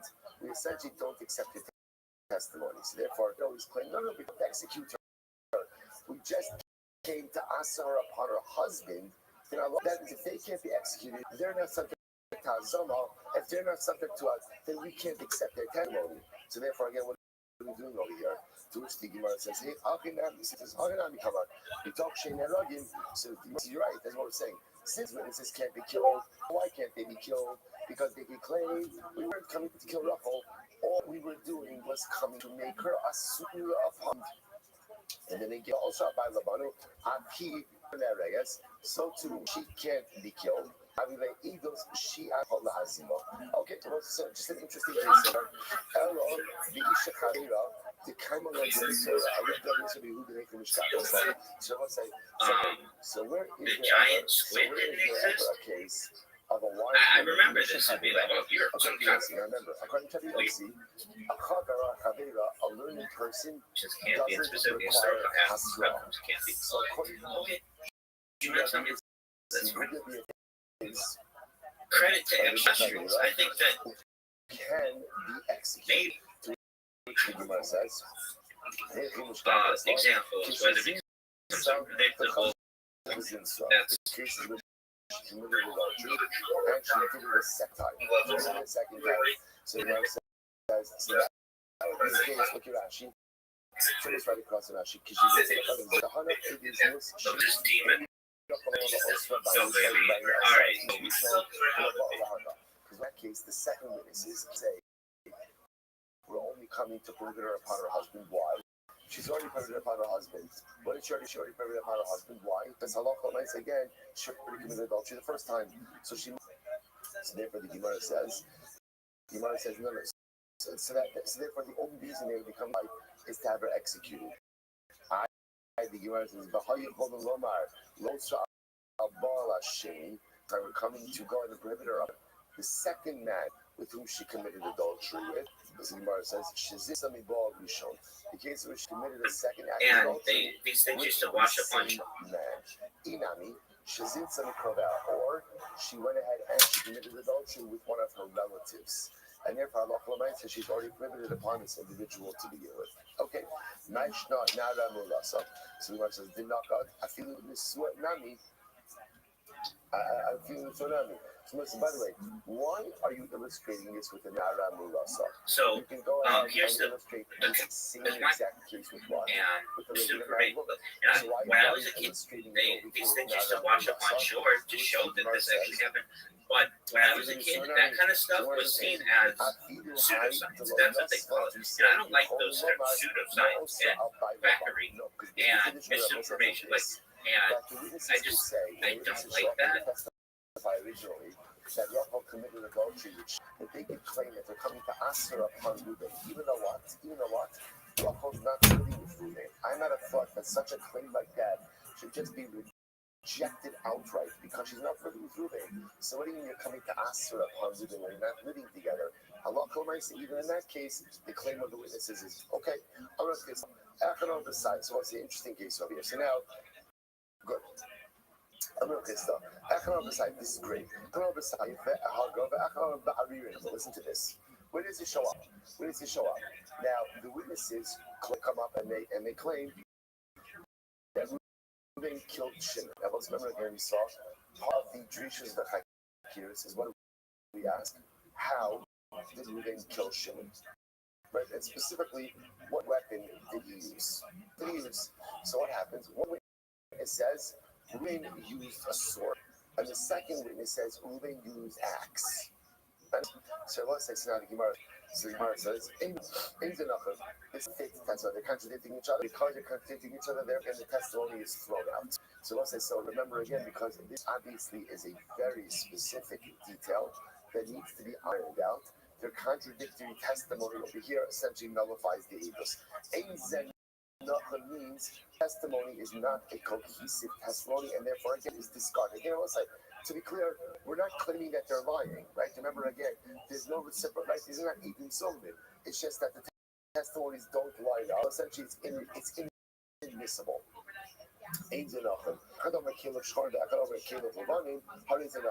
But again, let's say, if one of the witnesses says, Reuben, the murderer, the accused murderer, Reuben was wearing a white shirt, and the other one was saying Reuben was wearing a black shirt. So then, in that case, their testimony is fine. We don't care about that. We'll say why. Now, this is very important. Why? Because the truth is, what the color of Reuben's clothing is really inconsequential to the act, right? What instrument he used to kill Shimon, that's very consequential. So in other words, the idea over here is we don't need them to line up. In other words, we need the information to line up, but we don't need every piece of information to line up. Incredible. So basically, what I say, Kasha, Nachon, Shihi Nachon. So the pasuk says Nachon. The last of the pasuk by Edith. The Ashton Hakar the Shal Tete Fini Enes Nachon Hadam. So what does Nachon mean? So Nachon means over here that again, when you're giving testimony, the testimony has to line up. So what does that mean? She know. Since it says Reuben killed Shimon with a sword, axe. One says that Reuben was wearing white clothing. One says Reuben was wearing black clothing. Ultimately, the testimony doesn't line up. So watch this. We just contradict what we just said before. According to this Bryson now, if they contradict each other with the color of clothing that Reuben the killer was wearing, the testimony is discarded. So which one is it? Is clothing important or is clothing unimportant? So what's the halacha? This is incredible. No. The Surah Shachan Kubo. No. When the Bryson says that there's Macholzak clothing, what's the case? The case is where they're coming along and they're saying Reuben strangled Shimon. And what's the Machol guess? One witness says he strangled him with a white shirt. The other thing he says he strangled him with a black shirt. Now, we'll say that is material information. Because in this case now, it's not just that they didn't clothe the murder weapon. And when it comes to the murder weapon, there has to be explicit clarity amongst the witnesses what was used. So the Gemara says as follows: Hainu Saibari. Okay, well, if that's the case, then again, it's the same thing as saying one said a sword and one said an axe. So everybody tells you in different ways. So Tashma, listen to this. So it's like Echad Omer Sandal of Shcholim, the Echad Omer Sandal of Levanim. Listen to this. One says that the murderer was wearing white shoes, and one says the murderer was wearing black shoes. Okay, interesting style sense also. So the mice say again. So the mice one says wearing white shoes, wearing black shoes. So the Gemara says, "What's the halacha? Ein zeh." So the testimony doesn't line up. So let's get on both sides. So we cut it here. As we just said before, halacha l'maisa, that the clothing of her doesn't matter. But yet here we see that he's in the clothing of the murderer absolutely matter. So what's going on over here? So the Gemara says, no, what's the case? The case is where Reuben kicked Shimon and killed Shimon by kicking him. If that's the case, the shoes are the murder weapon. If the shoes are the murder weapon, I local nice and explicitly to what it is. Tashma. My story again is from the Mishnah. So one time Ben Zakkai was examining witnesses, and he asked them, they claimed that Reuben killed Shimon underneath the fig tree. And remember again, what did Ben Zakkai say? Ben Zakkai says, okay, tell me a little bit about the fig tree. Tell me about it. Right? What were the stems? Were the stems thin? Were they thick? Tell me about them. So the Gemara says, so what does that seem to indicate? It seems to indicate that even other details that are not about the murder itself are still important. The witnesses still have to those boxes when testifying about what's going on over here. You know, to which the Gemara says, no.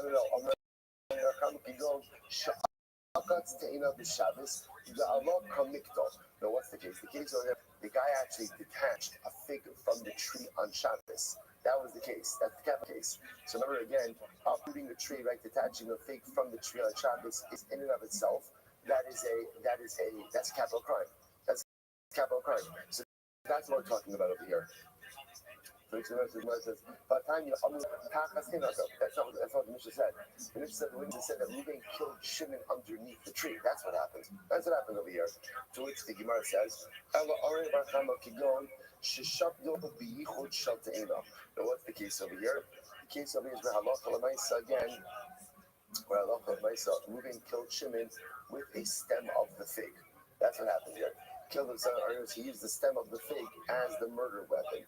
Through Surah says, Tashma, Amralahem, Te'ina Zu, Ksad Dakin, Ksad Dasin, Te'inam Shchoros, Te'inam Levanot. That's not what it says. It says, Ben Zakkai asked them, tell me, were the stems, were they thin or were they thick? Were the figs themselves, were they white or were they dark? Amrav Yosef, Mi Ben Zakkai Losiv Inish, Shiny Ben Zakkai, Dibidikos, Kichat Kiros Mashulei. Don't bring a riot from Ben Zakkai. Why? Because on one side, Ben Zakkai, he was marked both with Bedikos and Chakiros, right?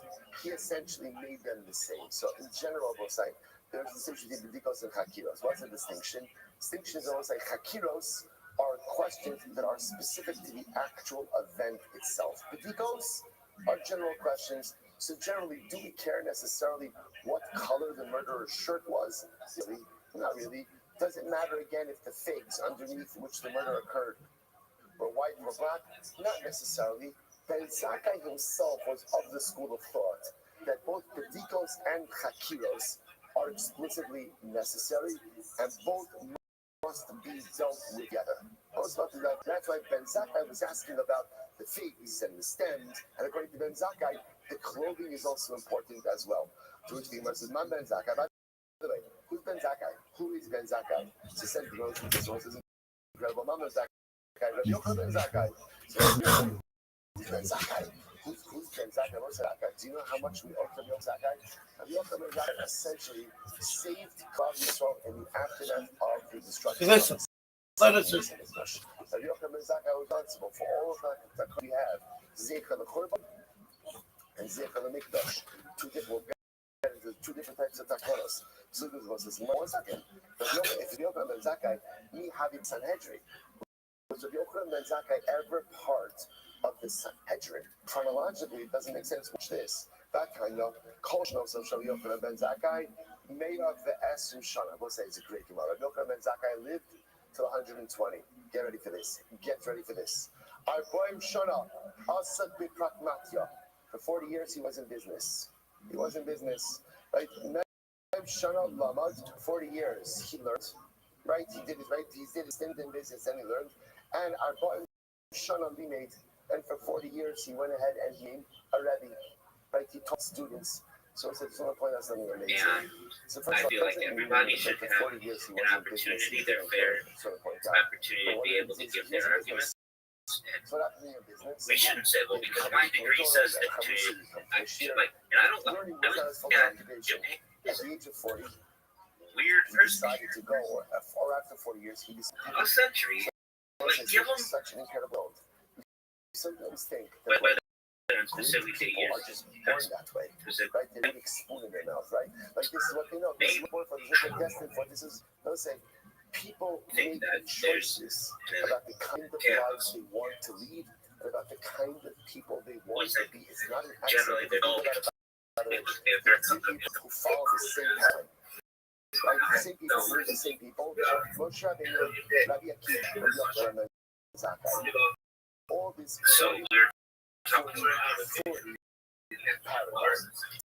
40 paradigm. Now again, that's what the Mepharshim say. It's a genius. Alright, so we're talking about the places demon. So in classical Newtonian physics, they have used exact position and velocity of a particle in the solar system, the exact laws of motion, and all external forces acting on the system. Then the future and the past will be fully determined. I don't understand why that's computer or some extraterrestrial. Can't do that. I understand I can't do that, but not that we're no or possible. I just don't like that. I always think generally there's a way, but there's a little bit of faith maybe. So why does this fail in practice? Because of chaos. Fuck chaos. I know chaos can be organized and beautiful. Fairly. Each of these men just continued down their path. And can you imagine what the world would be Classical created chaos theory, sensitive to initial conditions. Chaotic system like weather, climate, tonics, ecosystem, brains. An error of one width today can be completely different outcome years later. This is not a measurement problem, it's a structural feature. I get that, but it's measured really well at the beginning. Examples, weather becomes unpredictable, long-term climate, human neural activity is massively because my life has been a certain way up until this I kind of think that in its own way that chaos is organized. I think that the Big Bang is organized. Maybe some people may call it chaotic, but I think that there's an chaos, a deeper limit, quantum mechanics and principle. Okay, I mean, tell me, I cannot know exactly what Heisenberg's principle. It says you cannot simultaneously know a particle's position in an arbitrary. This is not a technological limit, it's a law. So, the premise, if you knew where every atom was physically possible, not just a practice. There are excavations now in the old city. I know what you're saying. I just think that there might be somehow some way around that. Maybe. Quantum randomness is not hidden determinism. This is crucial. Quantum mechanics does not say we don't know what happens. It says certain events are genuinely probabilistic. Examples, radiation, quantum measurement outcomes. Alright, so the solar system is not close. I know that, I get that. Solar system is constantly affected by passing stars, galactic tides, cosmic resonance, neutrinos, gravitational waves, perfectly unique, the state of the universe. Okay, what if like some civilization figured this out? See, that's the thing that nobody is. I give credit to extraterrestrials. I think that, and like people don't even think they exist, and that's cool, close-minded, whatever. But I am very open-minded, and I think that they're smart. Some of them, others are like single-cell extraterrestrials or whatever, and they're just working on stuff. But like, there's some stuff out there that could be really, really intelligent. What can be predicted? Orbits, statistical behavior, probabilities of classes of events. Exact weather and specific date years. Specific date years ahead can't be. Human actions can't be. And specific historical outcomes can't be. Okay, you read something that's fine. Final answer: one sentence. A perfectly detailed simulation that predicts specific future events are impossible, but fundamentally. Okay, so what if you like really big confused that still doesn't shoot past it? But then, was not sitting on the Sanhedrin what about? So that's the case. The Ben Zakkai over here in Mishnah that's asking about fig trees can't be revealed from Ben Zakkai. Quantum mechanics. I just know that like scientists have only really been. I don't get that much, but like had ways of determining it's just fascinating because a lot of times what we're missing when we're learning is anything everything for like a century. Like, give them 50 millennia, and I bet our shit's better. And I just. A member of a Sanhedrin which adjudicated a capital. Yo, dog, give me an envelope of what was once considered to be thought to be a law of physics that has been. And there was no court case being incorrect 40 years earlier. So the Pashtas, he was never involved sitting judge on a capital. Sigmar says. I'm just telling you, when I was a kid, they used to say that water tanks didn't exist, and they used to say that the giant squid didn't exist. I remember this. It'd be like, well, you're some kind of person. You think that squids could be, bigger than general size. And it'd be like, well, there are like all these accounts of it. Well, those people are stupid. And then this team in Japan in like the early 2000s got this on video of a live one, and they used to wash up on shore to show that this actually happened. But when I was a kid, that kind of stuff was seen as pseudoscience. That's what they said. And I don't like those pseudoscience and quackery and misinformation. I don't like that. And I thought he should have an opportunity. They're fair. I meant water tardigrade. Just again. Like, I'm hard on myself, but I don't know what a water pig is. I meant a water bear. Tardigrades, when I was a kid, I've seen the pseudoscience and go fuck those people now. To be able to give their answer. And say, well, because my degree said this, or because the consensus is that this was wrong on a lot of shit for centuries. So here's the big one: the luminiferous ether. What people thought light is a wave of heat medium, therefore space must be filled with an invisible substance called ether. Taken completely seriously by Maxwell, folks assumed it existed. What killed it? Michael Michelson for the experiment in 1887, Einstein's special relativity. So, fuck you, dog. Shit. I consider these people who are like Heisenberg uncertainty principle. Well, I'm not saying that that's not true. I'm not. How do you know that that's not just the luminiferous ether? Or what about Newtonian gravity as a force? Subtly, but hugely wrong. What people thought gravity is a force that acts instantaneously across space worked perfectly for centuries. These assholes were like, oh, we know how fucking gravity works. You know what replaced it? Einstein's general relativity, gravity equals curvature of space-time. So, like, all this shit that was, like, fucking dead solid for centuries gets proven incorrect points. Phlogiston theory, energy before energy, what people thought burning objects released a substance called phlogiston. Explain combustion, explain rust, explain weight loss and burning. What killed it? Lavoisier showed combustion is oxidation. Oxygen exists. Alright, so there's a lot of shit. There's a bunch of things that people thought. If one of the witnesses says, you know what, I don't know. So I say, what's the halacha? One of the witnesses says, I don't know. Earth It's fine. being the center of the universe, the geocentric or if two witnesses don't know, or one witness say that one was replaced by the heliocentric. This is like or if two say I don't know. So I'm not sure. Galileo, like, was huge for this by a bunch of assholes. So I'm saying that those assholes still exist. So how does this connect to Kabbalah? Here's the thing. Yeah, right. How does this well, even if people say, you know, I mean, there's the principle that nobody really knows anything. All of it stems, everything stems from that, in my opinion. Very Aristotelian. So what's interesting over here? Let's say you have a group of three witnesses.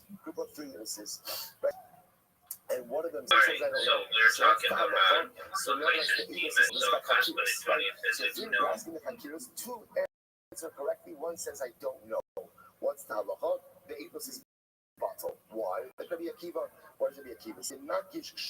I love him, but he's very into devices and things like that. And I know this about him. Like, if you talk to him, he's totally taking, but then he's checking because this club might be blowing. He's trying to figure out which club is blowing up, which Israeli supermodel turned into. I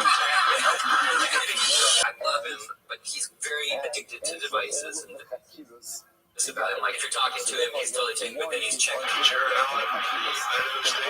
Allen, Joshua Burns, Jared Allen, old school. This is still good. Even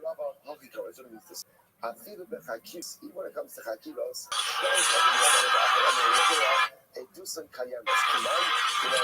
Rabbi Mar switches gears. Mar says, no. When you have a group of three witnesses, we'll say, as long as two out of the three can get the Hakiros together, is correct, then the eighth is good even if the third one messes up. That's halakha. If the third one messes up, halakha might say the eighth is still good.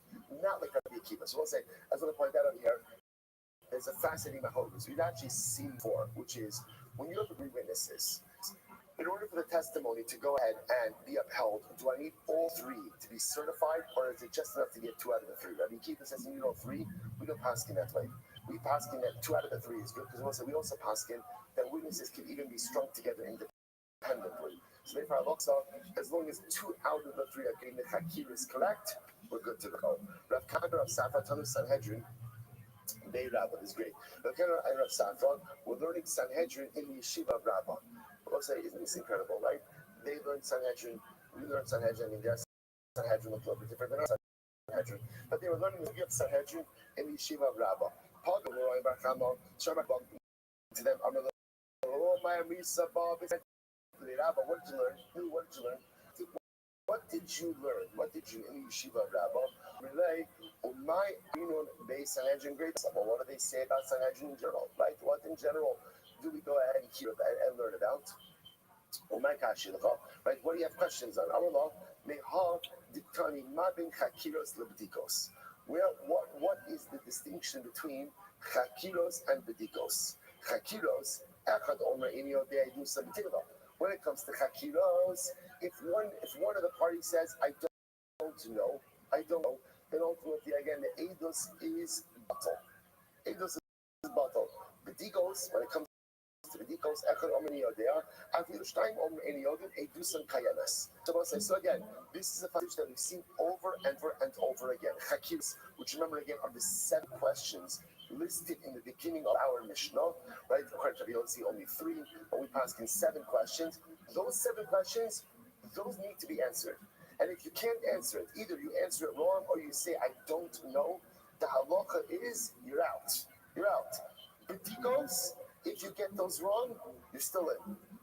What's a good example of bedika question? For example, bedika question, right? Kosher, right? Stems of the fig tree. Color of the figs. They're important. Now, again, they are important. And remember, Bayesian could use discretion with those. They're important, but they're not necessarily part of the core details of what it is that occurred. So therefore, again, one or both the witnesses get Chakiras wrong, you're out. One or more witnesses get Badikos wrong, you're in.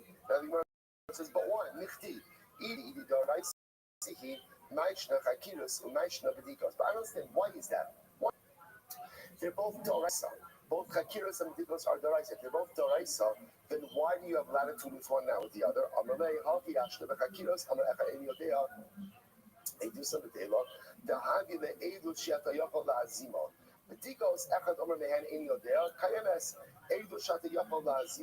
So we'll say it's a very simple distinction. By Hakirot, all of those questions are what are necessary in order to make the Eidim susceptible to Azama. Right? Remember, I will say the cloud level is witnesses who cannot be made into Eidim Solomon, they have no skin in the game. Therefore, their testimony is not accepted. Anything that for any of the Hakira questions, if they get those wrong, those lead them susceptible to being made into Eidim Solomon. Particular questions, if you get them wrong, it doesn't lead to Hasama. So because Hakiras are the questions that make them subject to reciprocal punishment to Hasama, therefore they're indispensable reality. But the other ones ultimately again are not necessarily indispensable reality. That's why you get them wrong. For who Amalu,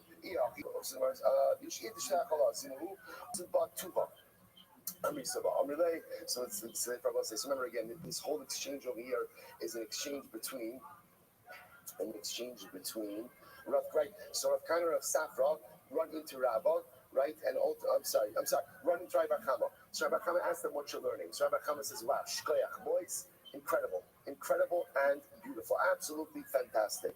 So the Gemara says as follows: Amar Lahu, Ihaki Amisuba Tuba. So Rabbi Chama said, incredible, you learned a lot. Amisuba, they said back to him, Nitivusa Demar Aminon, Nitivusa Demar Aminon Betuva, Minizirusa Demar Lo Aminon Ba Balochada. So this is actually quite beautiful. Rav Kamer of Safra say back to Rami Bar Chama, it's only because you're so gracious they were able to share with you more Torah. Had you been a little bit sharper, ultimately we would not have been able to give you back so much Torah. Also, what they were saying was, we're able to share with you because of your pleasing countenance. Had you not been as nice, it would have been more difficult to share with you. We're gonna pick up that last piece tomorrow. Just wanted to finish up the sugya. Rabbi said we end off with Bedikos and Chakiros. Again, that last piece of the conversation between Rami Bar Chama and Rav Kana Rav Safra will pick up with that because there's a tremendous and beautiful, magnificent Musar skill in that. Though I know I ran through it. We'll pick up with that tomorrow. What a way to start thinking about say shkoyach. We'll say.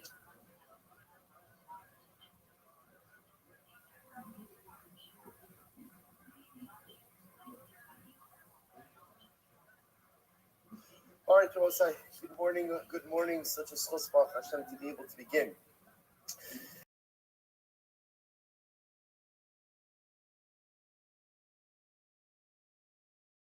Another week of Daf, our new surrounding are going in.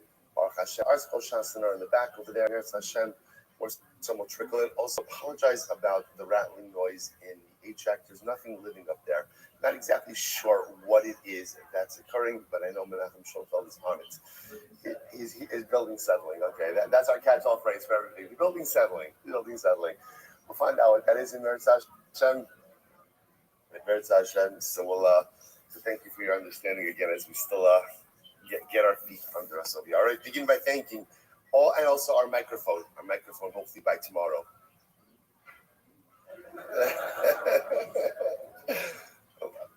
Sorry? We have. Okay. Emeres Hashem.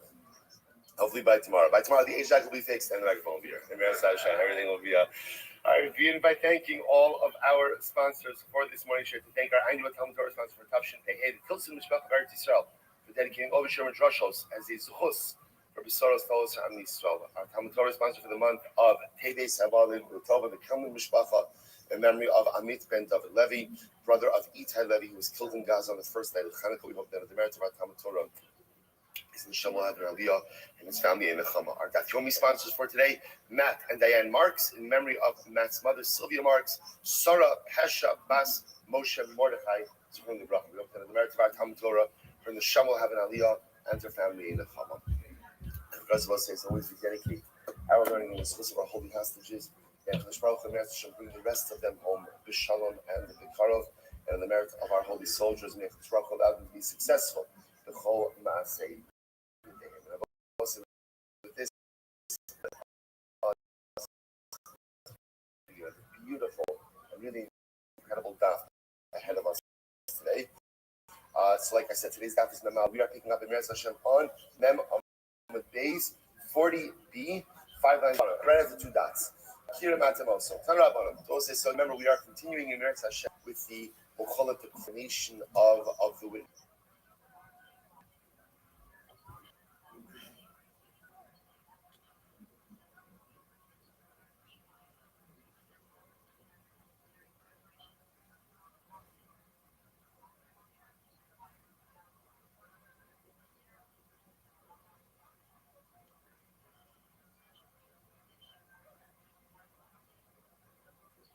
So we're talking about Laplace's demon. Some classical Newtonian physics, you know the exact position and velocity of every part. But hugely wrong. What people thought, gravity is a force that acts instantaneously across space, worked perfectly for centuries. These assholes were like, oh, we know how fucking gravity works.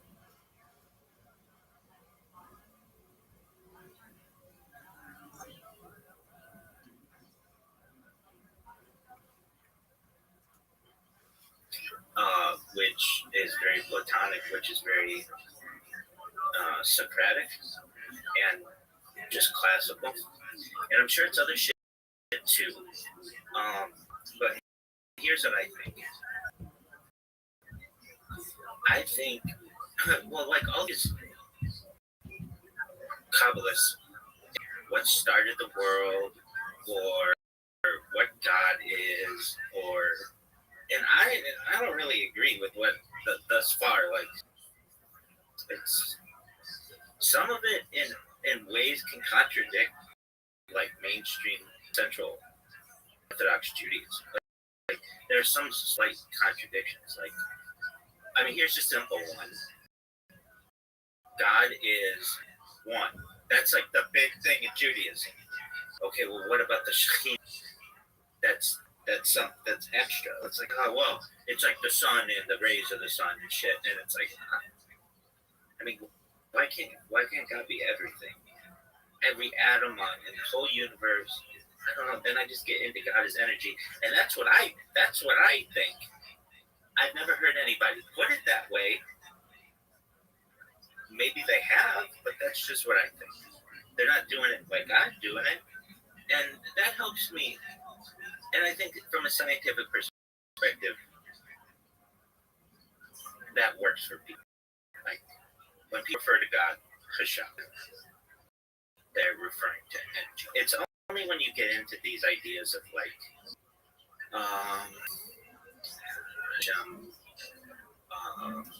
like having being corporeal, like having a body and stuff. That's Hashem is incorporeal. That's a tenet of the 13 principles of faith, and I am a Rambam Homer. I'm a cheerleader. Anyway, so how does that, like, well, we're all just hear stuff out. And one of the big questions I think of these Kabbalists, what God is. It's like, dog, we didn't have a temple, and Mashiach hasn't come yet. So what else are we going to study? And literally just started making some shit up. And maybe some people had some visions, and maybe some people like channeled some stuff from ancient times, or it was passed down orally, even though there's not a lot of evidence for some of it. There really isn't. And then it just keeps getting built. It's like we're playing with Legos. and like uh, we had the base of the Lego set that was from a stolen set of sure, let's just say that. And then we build this beautiful structure on top of that, and we say, look how amazing this amazing thing. It's pure, it's perfect in every single way. But then we find out like the base was stolen or just corrupted. And people don't want to throw out the baby with the bathwater. They don't want to get rid of the structure because their parents like the structure, their parents like the structure. But at the end of the day, the base is still corrupt. And that happens a lot in religion and community teaching. Okay, so Heisenberg principle. Okay, so I'm fine with that. But I just think that perhaps that still works, but maybe there's a way around it. I'm not saying there is, saying it's too early to tell.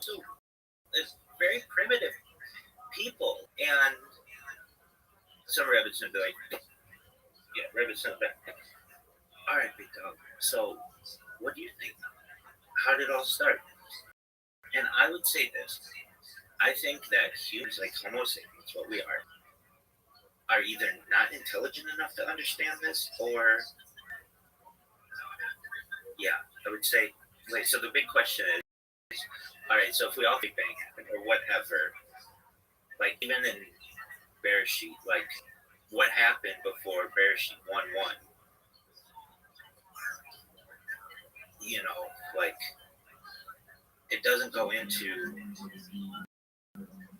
other, like the multiverse or an omniverse. It doesn't go into any of that because it was just written traditionally. It was given to Moshe Rabbeinu at Sinai, and then he passed it along to everybody. Much of it was educated, but nevertheless, there are a lot of holes.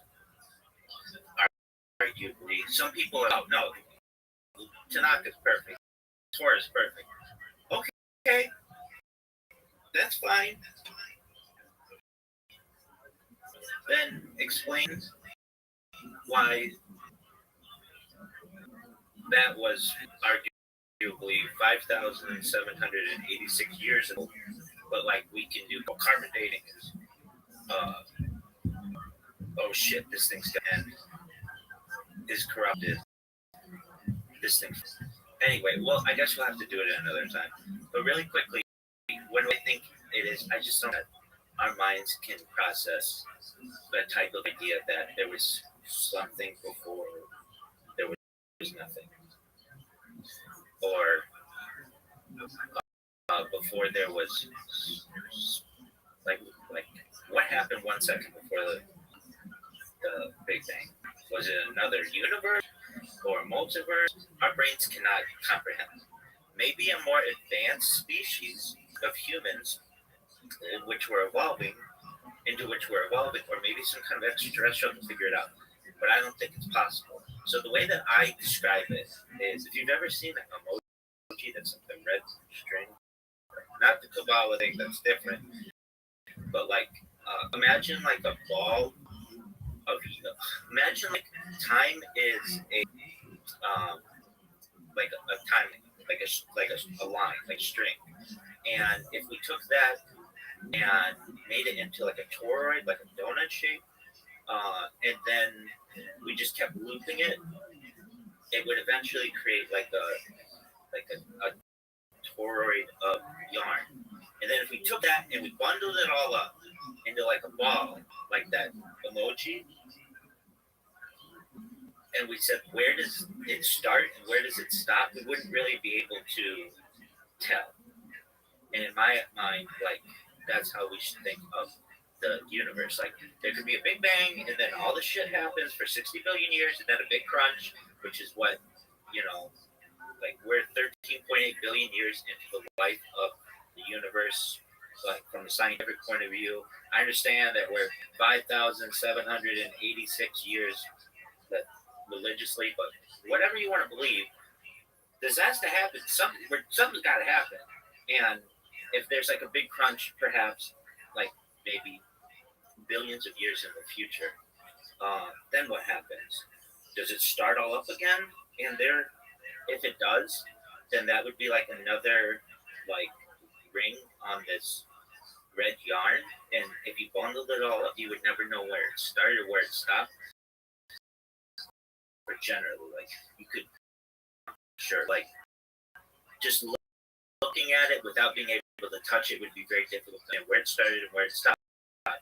And that's kind of like how history is.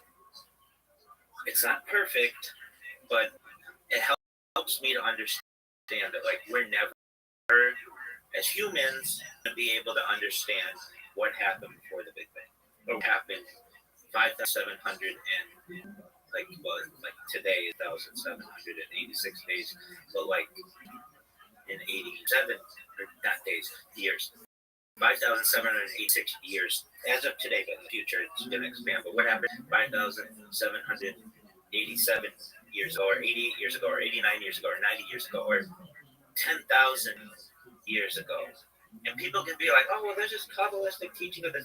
Dog. I'm a realist. I'm a rationalist. So I'm trying to figure this out from a real scientific. Science is really important. It's like my name. You could call me science. I fucking love science. I think it's amazing. And then I'm trying to figure this out from a religious perspective as well. And the red string, the yarn, or whatever, that's how I figure. It's like a Torah. That's how I think. All right, you're fired. Go fuck yourself. And record. This is the worst.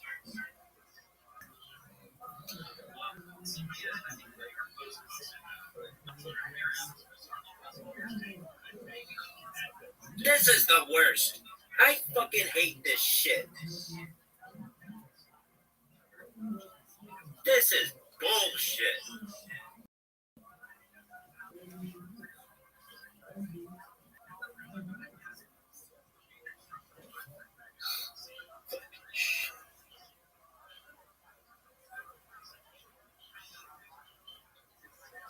Dog, why does this shit suck so much cock?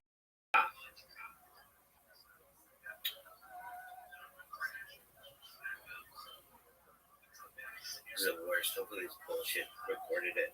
This sucks.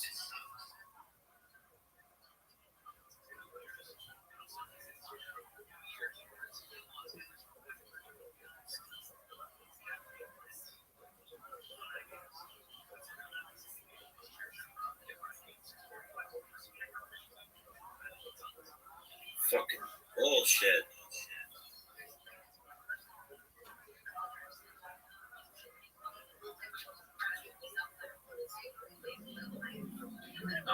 Which is great.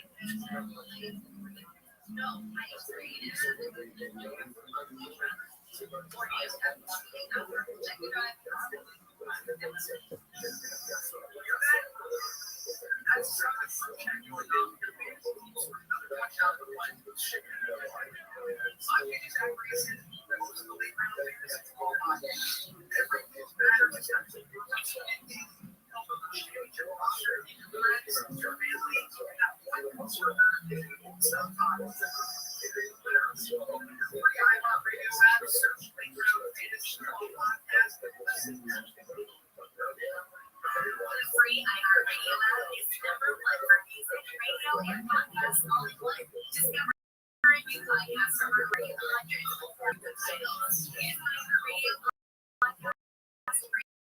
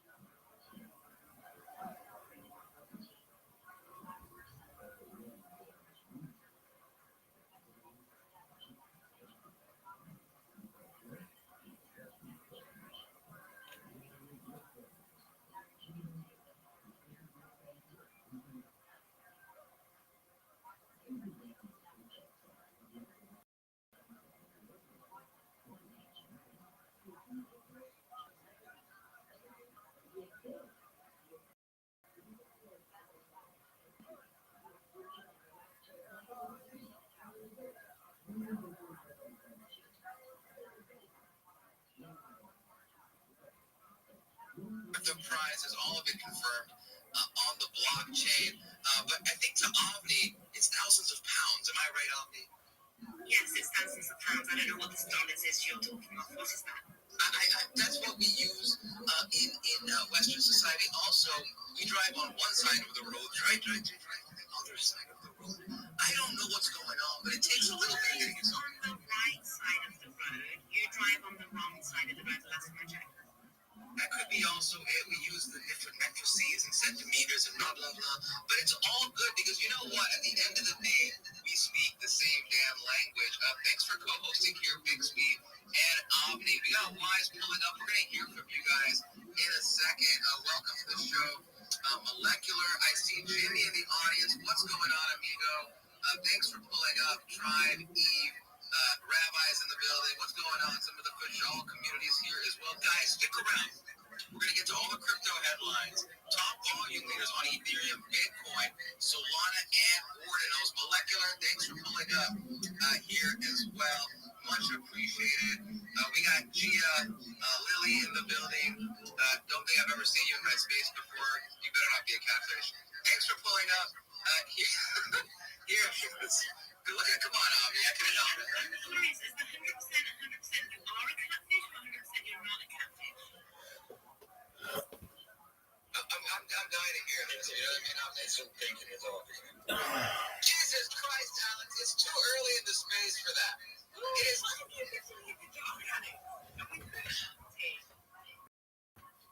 I confirm or deny some allegations. What me and Tom do in private is what me and Tom do in private. You know what? Yeah, the UK is much more accepting of me. Please stop doing things with Alex in the dark. It's all right, you know, whatever, man. It's all gravy. And you know what? The market has been brutal. All right, the last couple of weeks it's been brutal. So we gotta do what we gotta do to get by. All right, we see Bitcoin down. Solana's been down from all-time highs. Ethereum's down. Ethereum NFTs in particular have been hit pretty hard. Ordinals are down. Right? So if you gotta get a little homoerotic now and again to get you through, that's what you gotta do, man. Patina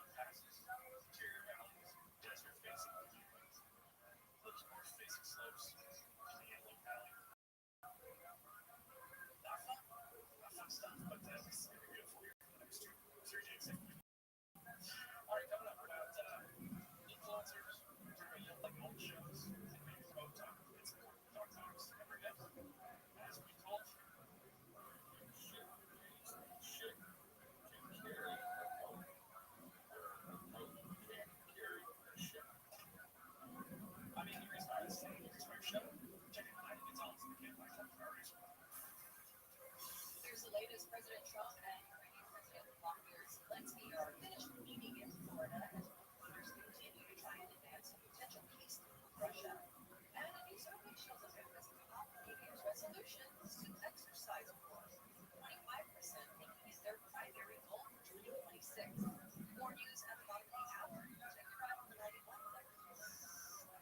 that? That's the sound of the group chat going off in your fantasy team with another touchdown for the Vikings. I'm Peter Zachariason, host of the Late Round Fantasy Football Podcast. Every week matters this time. So tune in daily to help build a championship roster and your friends, family, and that one coworker who won't stop talking. Literally, open your free iHeartRadio app, search Late Round Fantasy Football Podcast, and listen now. The free iHeartRadio app is number one for music, radio, and podcasts all in one. Discover a new podcast from our library of over 350,000 titles. Here's an iHeartRadio podcast preview.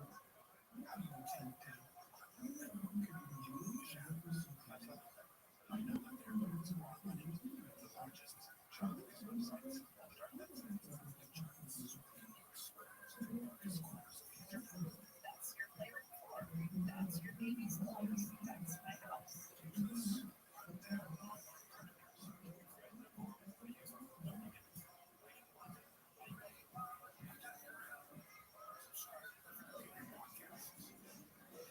Follow this podcast for free on the iHeartRadio app. Number one for music, radio, and podcasts all in one. Number one podcast. Open the free iHeart app and explore podcasts like this.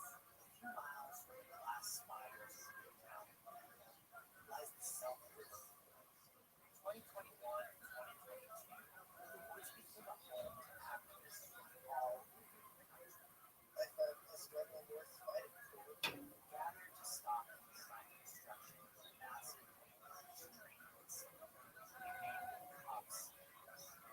There, in the forest, it was a different the forest, occupation, and things like that present a vision of a society where we can have what we need and support each other without being at each other's throats or being subservient to each other.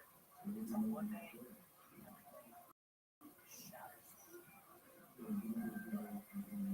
Approximately 9 o'clock this morning, on the second of the clock, individual with that morning, shot George W. But I heard it was a full blood. It was just like multiple shots, just like blasting off. I'm wondering if some media contender for TV is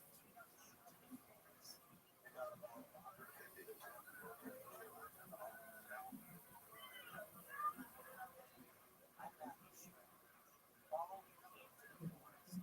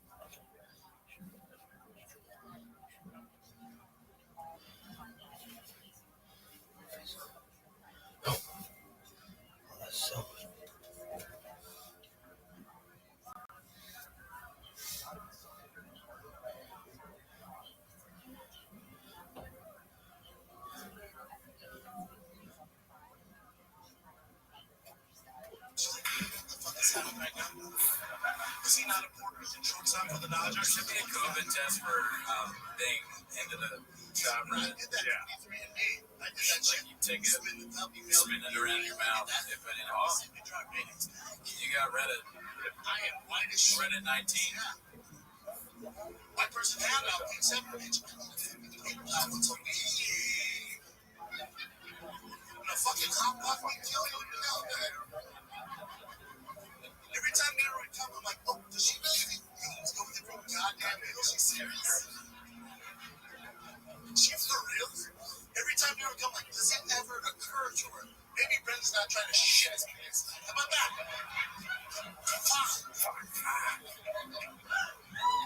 Every time dinner would come, asshole would go like this. We're dying down here, Bobby. It's so spicy. He's hilarious. Nice. I mean, every time it's crazy. How good it is. There have been fingers since I hung out with the Mexican man. Think with dude, give me cheese. Dude, give me hell, man. Hard look you around. You ever tail off the carbs? That's game plan. Okay, one more water. To be built like armadillos.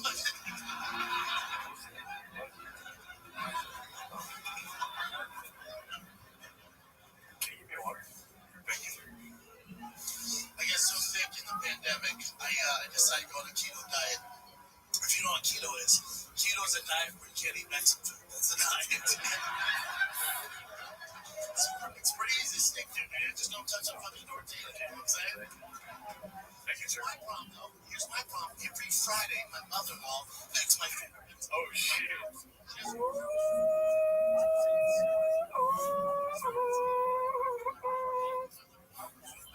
It's my favorite. Listen, do me a favor, though. I don't want to be tempted. I don't want the house. Do me a favor. Tell your mom I'm on keto. Can you do that, Cheese? Cooney has 3 eyes. She doesn't, though. But she doesn't. I'll clean all this up tomorrow. You keep saying that. She clearly fucking doesn't.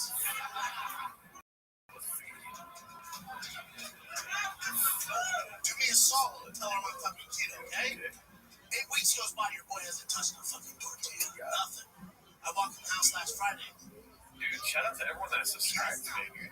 My favorite food. You know how like Theo Von came around? I was convinced Red Bar would do a show tonight.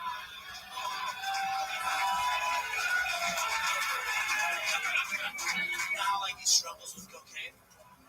Like if there was cocaine on the table right now, he'd fucking screw it right here. You feel me? It's crazy that when I go, I'm just gonna put this right back on. I will fucking take it to the. Fuck. Yeah, we gotta start. Yeah, start the clock over. Yeah. Mama, what are you doing? I know you know. I'm on keto. I know you know. I'm on keto. She goes,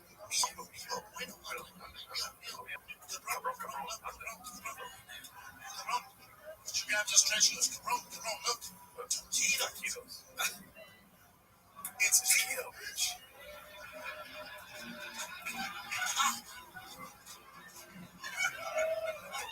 I gotta say, the point jersey, great touch. Thanks, man. Nobody's really commented. I remember maybe Van Lee asked me how I got it. Yeah. I got on it. What? eBay, dude. eBay. It was a good price, but maybe I wear to a Dodger game. We'll see. I'm the only person in my house that knows speak Spanish. I'm not even gonna lie, dude. Like, after hour 4, it's kind of like a spiritual experience, and we're just like going. I know. You know what I mean? Right? It's kind of like, it doesn't even feel real. It's a mantra, dude. And people keep asking me how many times have we seen the 66. You know what it feels like to my 5-year-old son roll up on his bike and Oh, man. 66 times. Yeah. as a father, you know what that feels like? I don't have a clue what he's talking about. I don't have a clue. All right, Shabbat. Yeah. Curtis Bot.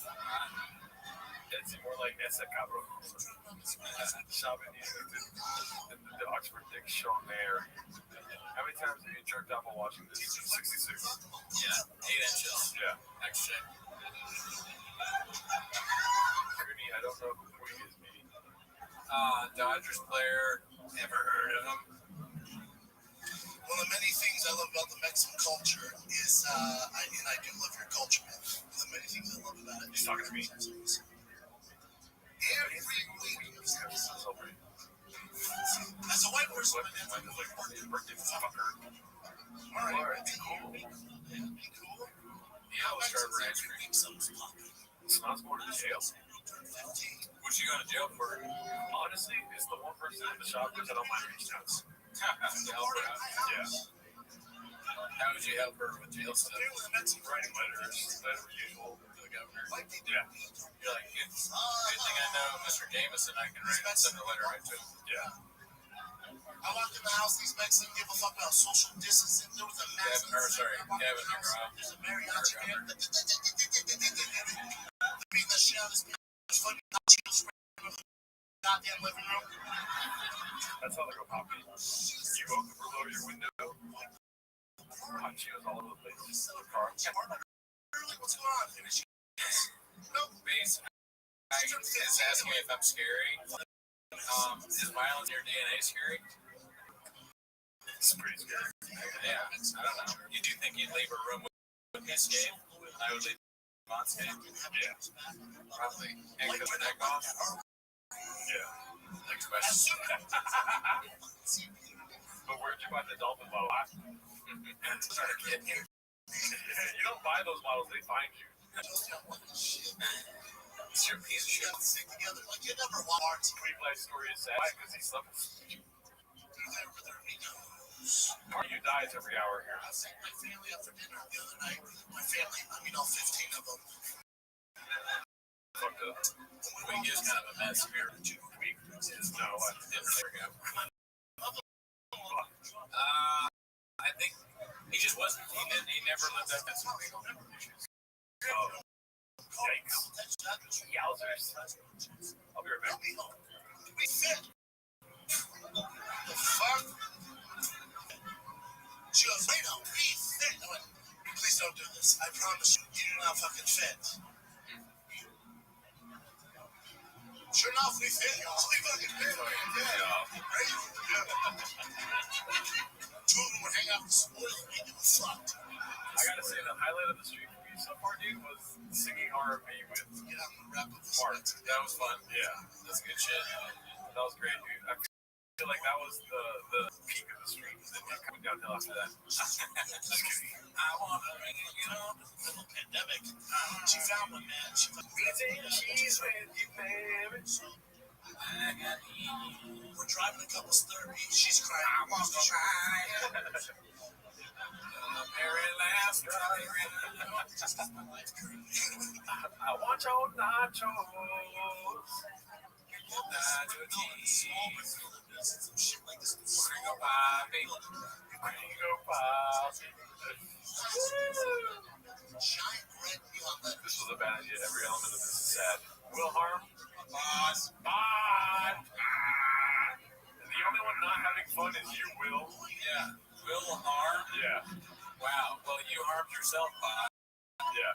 This is definitely 24 gold hours. So, Yeah, it's like golden hour times 24. exactly. We're looking for Dr. Robin. Yeah, I think it was towards the end of hour 1 or into hour 2 where we sang with BGL. If you watch Gringo Bobby this many times, you don't even need to take House. The new house. Yeah. Testosterone. It's always weird. It's even weird in the middle of it. So we go to your house. My grandma's Yes, you will. the old. Parents played safe. Conscious. But you just go over and fuck's Mexican cookie? What are you talking about? It's like a chocolate chip sauce all over it. What are you talking about? Okay. Whenever the transcript comes out, you'll be able to find that R&B part for sure. They clip every time we say bot. That would be great, but it's a lot of clicking. Oh, you know, do that? A bot. Oh, there you go. That's how you know bot. Yep. All that stuff, the doorbell, all the ring security stuff, all good. I'll see that Oh night. my god, sorry. Yeah. 3 a.m. Goddamn done. Woke up As again. soon as I figure out how to pull the plug and it all, I'm gonna turn that on the air fryer pretty soon. My head inside. I didn't know about this ring app. And download the app. We'll make a sausage salad another day. I don't want sausage salad, you psycho. The webs are lovely, dark, and deep, but I have truck walks to creep and sinks to piss in before I sleep. Bottoms. I can't really imagine food after this. Yeah. Like dinner, that just seems like a strange concept after watching the Gringo Pop 75 times. Like, sit down and eat dinner. Yeah. Every night. How drunk do you think the people laughing are? Very drunk. Yeah. More drunk than drunk. Drunk and a little very supportive. Yeah. 2 doors down, Jerry goes, "Hey man, this mountain lion is like goddamn dogs." Don't underestimate the hog. Look at the black compilation of tonight. Gross is made for stream. Oh, I've yawned already. Nick bot. Might as well just buy a subscription to Patreon, dude, because I know, that gets you a month. That mountain I'm yawning. I'm yawning. We film at I 8. keep saw from the window. We can't sleep at night. Somebody needs to do something. This is not good. This is not good. This is not good. Then David right next door to me, David goes, "Yeah, David. stole my Amazon package." Kendrick. The Amazon package was taken by a line? Yeah. Nah. Facts. That gives me the idea. I'm like, ooh, I know how to introduce myself. Dude, Christian Hell, you've been here the whole time. We talked about Brian Callen the whole time, dude. Yeah. Easy work. This is really 24 hours straight Netflix. Yeah, dude, look at the timestamp. It already says 23 hours. Yeah. Shotgun. Bot. In a way, we're 8 hours. Yeah. Don't ask. Someone has been watching this since the last recording. I walked out with an AR-15. 1 times 1 equals 2, dude. Laser thing on top of it. Everybody knows that. I walked out with a Zero Dark 30 Navy SEAL night vision helmet. What? I was like, dude, 19 grand for all this? Hell yeah, bro. Hell yeah. It's a steal, bro. I keep having to remind myself that we've already watched it. I know. It does feel weird. That cat's fucked, bro. I'll keep it posted. I'll let you I'm so sorry if we're not funny anymore. killer deal. I don't give a shit. Bots. Fuck you, bots. So I get home. Listen, I never owned a gun. This is I fucking got crazy. a gun. I got my fucking Yeah. shit on. I'm like, this shit is fucking dope, dude. In my head, I'm like, right, this I'm envision this, right? That cat shows up at 3 a.m. every night, right? So I'll be sleeping. It's 3 a.m. It's late. I'll be sleeping right here. Wow. I'm gonna pop out of bed, right? I'm gonna fucking, yeah. And then I always have my I gotta text Bobby and ask for a raise. there. Really cool. Tom Brady was talking, so I fucking Yeah, be cool. I slide my elbows on, right? I have my AR-15 like this. I have my Zero Dark 30 night vision like this. Zero Dark 30 vision like this. So I'm like, I don't know why I threw that in, but be cool. So I'm fucking she's so famous on me, right? What guitar do I have? That's 12 strings of Sunland, my 6 string is a Yamaha. Yeah. And then also a Epiphone. And they're all Kivitech. Wait a minute, you guys still going? Real deal? Hell, where have you been this whole time, dude? Boom. Get my ring camera and go, World Star! He's so happy to be done. Yeah. He's like, I did the whole thing. You know, viral to me. Let this fuck. You can't wait, man. Yeah. So next night, right? I'm pacing back and forth. My girl's like, go to bed. I'm all, shut up, bitch. I'm fucking here. Oh, shut up, bitch. Thank you, Craig City. Bye. Again, I got my UGG boots on. I got my AR-15. I got my Zero Dark 30 night vision on, right? Sorry about that. Still got the big dick. Sorry. I'm fucking You know, I think we can get away with ending early if Cowbell just talks us out. I feel like Cowbell's not going to be the best, but No, this would be the worst guy I've ever seen. Like, 3 a.m. can you film Cowboy sleeping? okay, how about this? Dude, you know how loud Cowbell is, dude? It's a little loud.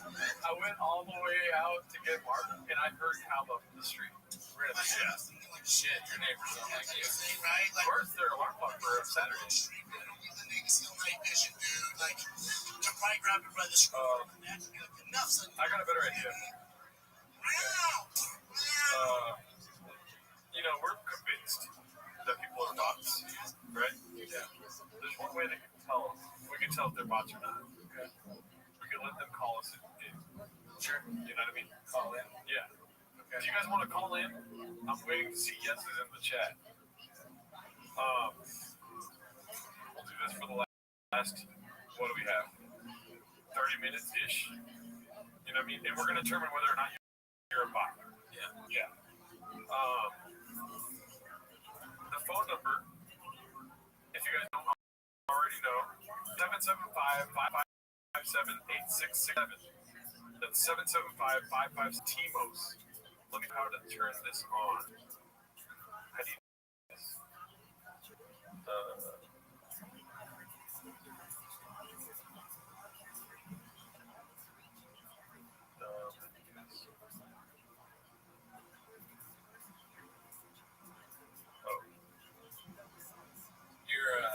Yeah, you guys. Brian, you want to call in? Give me 1 second. 775-557-8767. Okay, so somebody just called. Oh, let's give him a call.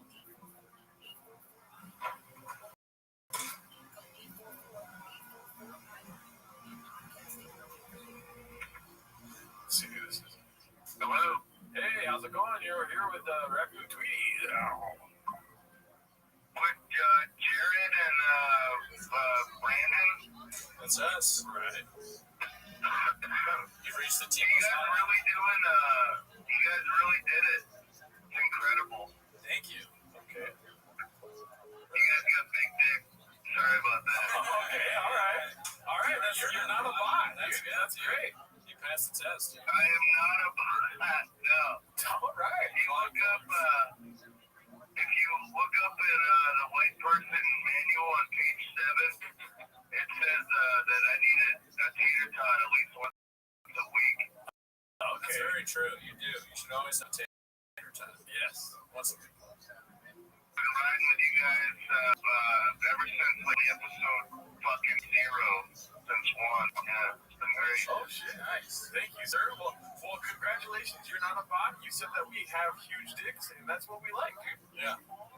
I'm so glad you guys do those songs. I wish you guys did it weekly, but okay, bot. All right, you're a fucking bot later, dude. Jesus Christ, dude. It's weird how they fool you like that. They sound like they're human beings, but then they become a robot so fast. Let's see. We got another one coming in. Hey, how's it going, dude? Bot. Literally a bot. You saw that? That was literally a bot. Yeah. Let's see here. Okay, we got a call. Let's see who this one is. Let's see. Last one was calling from jail or something. Did you hear that? hello. Hey. What's up, Dallas? What's up? Chuck Flip. All right. It's finally nice talking to a person. Yeah. Yeah, it's nice to get off the fryers for a bit, man. It's been a long day. Got a broken leg. So, been enjoying you guys all day. Nice. What's it called? Do you have a smoke break at all? Yeah, I got a smoke break right now. Nice. Good. That's great. Sorry my phone is going nuts because people want to call in, but go ahead and tell us about our show and how much you love it. Well, it's really good because it's a great avenue for all of us homeless cats to, stay on top of the entire Bopiverse and all that entails because it's a never-ending saga which provides much entertainment. Right. Okay, good. Not a bot. Not a bot. That's great. Great. I'm a real boy. You're a real boy, dude. All right. Since I was going to ask, the last guy was a bot. They did bring up songs. Do you have a favorite song? Favorite song? Yeah, honestly, like the Kenny Louie intro. Oh, nice. Yes, that's dude. the right answer, dude. Yeah, Raccoon. Yeah, it's a good one, man. It's a banger. I find myself just kind of like, I'll actually be like watching TV and I'll hear the Louie song, but I start hearing the Cutie lyrics. So. Hell yeah, dude. Raccoon Tweety, never heard of it. You watch that show too, then? Yeah, of course. Yeah, I missed the episode where you explained your Martha's Vineyard trip, so. Oh, you gotta real watch it. sorry, Cutie. No, you can watch it, dude. It's Yeah. Fucking, I talk all about how I'm now working with Alan Dershowitz. Hey, you guys actually work for Bobby Lee? Because I have a Bobby Lee story. Yeah, we would love to hear the story, and yes, we do work for him. Okay, so he might not like this story. Okay, well, we don't actually work for him. Yeah. Okay, alright. So, I forget who the guys he was with, but like 10, I'm from Tahoe. I'm like, it was probably like 10 years ago, but they did some show. It was a 3-man show called the Marijuana Log. It was like a play on the vagina monologue. Oh, yeah, I vaguely remember that, yeah. Absolute dog. It was absolute dog shit. And anyways, after the show, Bobby and those other two comedians, and I was with my buddy, back home with my buddy's house, because we had a house right next to the casino. And when we were like leaving the garage, Bobby was like so like fucking on trying to be a funny guy. Like I stopped and I told him, I was like, you know, the show's over. And it was really awkward. And like me and my friends, I don't know, we still kind of talk about that to this day because I don't know if anybody ever said that to him before. It's kind of like no one's ever told Joe he's not funny. Oh, yeah. It's crazy. I can't relate because it's so easy for me to turn it off. In fact, turning it on is the problem. Yeah. I can stop right now, honestly. I think that's honestly like one of the biggest problems like with the whole Roganverse and this era of comedians is that I find that they're comedians and more just performers. Yeah. That really is kind of the root of why. Yeah, I think I agree with it. That makes sense. Great show, boys. Thank you, bro. And yeah, you are not a bot. Yep. Good work not being a bot, a robot, as long as you can. Yeah, don't fall for the robot's tricks. My mom fell for that shit. Yeah, she's a bot now. Yeah. Rosa needs a weekly spot. She needs a handler, B. Yeah. We need the Timo's political corner with Rosa. Oh my god. You got some hot takes there. Yeah, I didn't say oh my god to you. I said oh my god to this voicemail. Jesus Christ. Well, thank you so much, brother. Thanks for calling in. You truck flip. Have a good one. All right, later, boys. Later on. I saw that Balloon Fart left a message. I do want to reach out to Balloon Fart. Okay. He's got this guy left a terrible message. Oh, wow. Yeah. Let me see what this is. Let's see. I need you. Oh my god. Balloon Fart. Who the fuck is that guy? Where's Balloon Fart at? Balloon Fart, call back. No, I don't know what he is. Oh, fuck. Don't call back. I know Man Lehman was trying to call. He said he left a message. Oh, here we go. Let's call Man Lehman. Okay. Balloon Fart, put your number in the chip or the area code in the chat.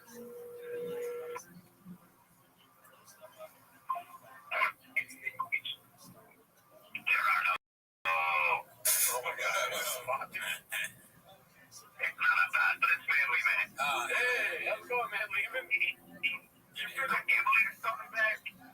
Let's just be honest, okay? You've been accused many times today of being a bot. I know you're Dean. Listen, I watch every video to the end. That's all I'll say. That sounds like a bot. No. Okay, no. Watch every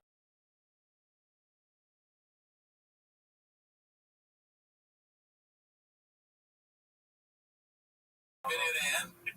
I'm definitely in the chat, smash the like button, join the Facebook. Yes, Exactly. yes. Well done.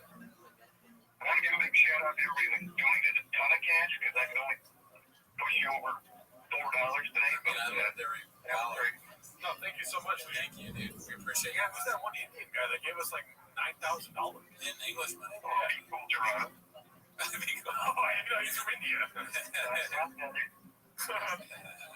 Well, I still want you guys to watch Adam right there with Tony in front of him, but at least I know that Adam Ray's Maybe we Oh, put it yeah. on Patreon. Yeah, maybe this week we'll do some more Kill Tony on Patreon. Yeah. that would be fine. You know, it's not easy to suit up and show up, you know what I mean? Show up. But yeah, it's hard to like get into the hazmat suit and watch all this trash content. Yeah, we have to do that before every Patreon. So Yeah. You guys know it takes 6 months to make a Patreon episode, so yeah, It's hard. yeah, you get it. nope, bring songs, and I appreciate you guys doing that. Bring back the songs. All right, well, all right, see you later. Bye. What the hell? No, we will bring it. Yeah, we will. Sorry. It's just fun to do that. It's this is Trucks Like Think I'm Not a Bot. Okay, who the fuck is this guy? Whose daddy's number is block muscle? There you go. Hey there, Gerard. What's up, guys? Drunk Elbow. It's from the Patreon. Never heard of it. Hey there, Gerdo. Hey there, Gerdo. Oh, here we go. Balloon Fart now. I want to hear Balloon Fart's voice. Do you think it sounds like an asshole squeaking?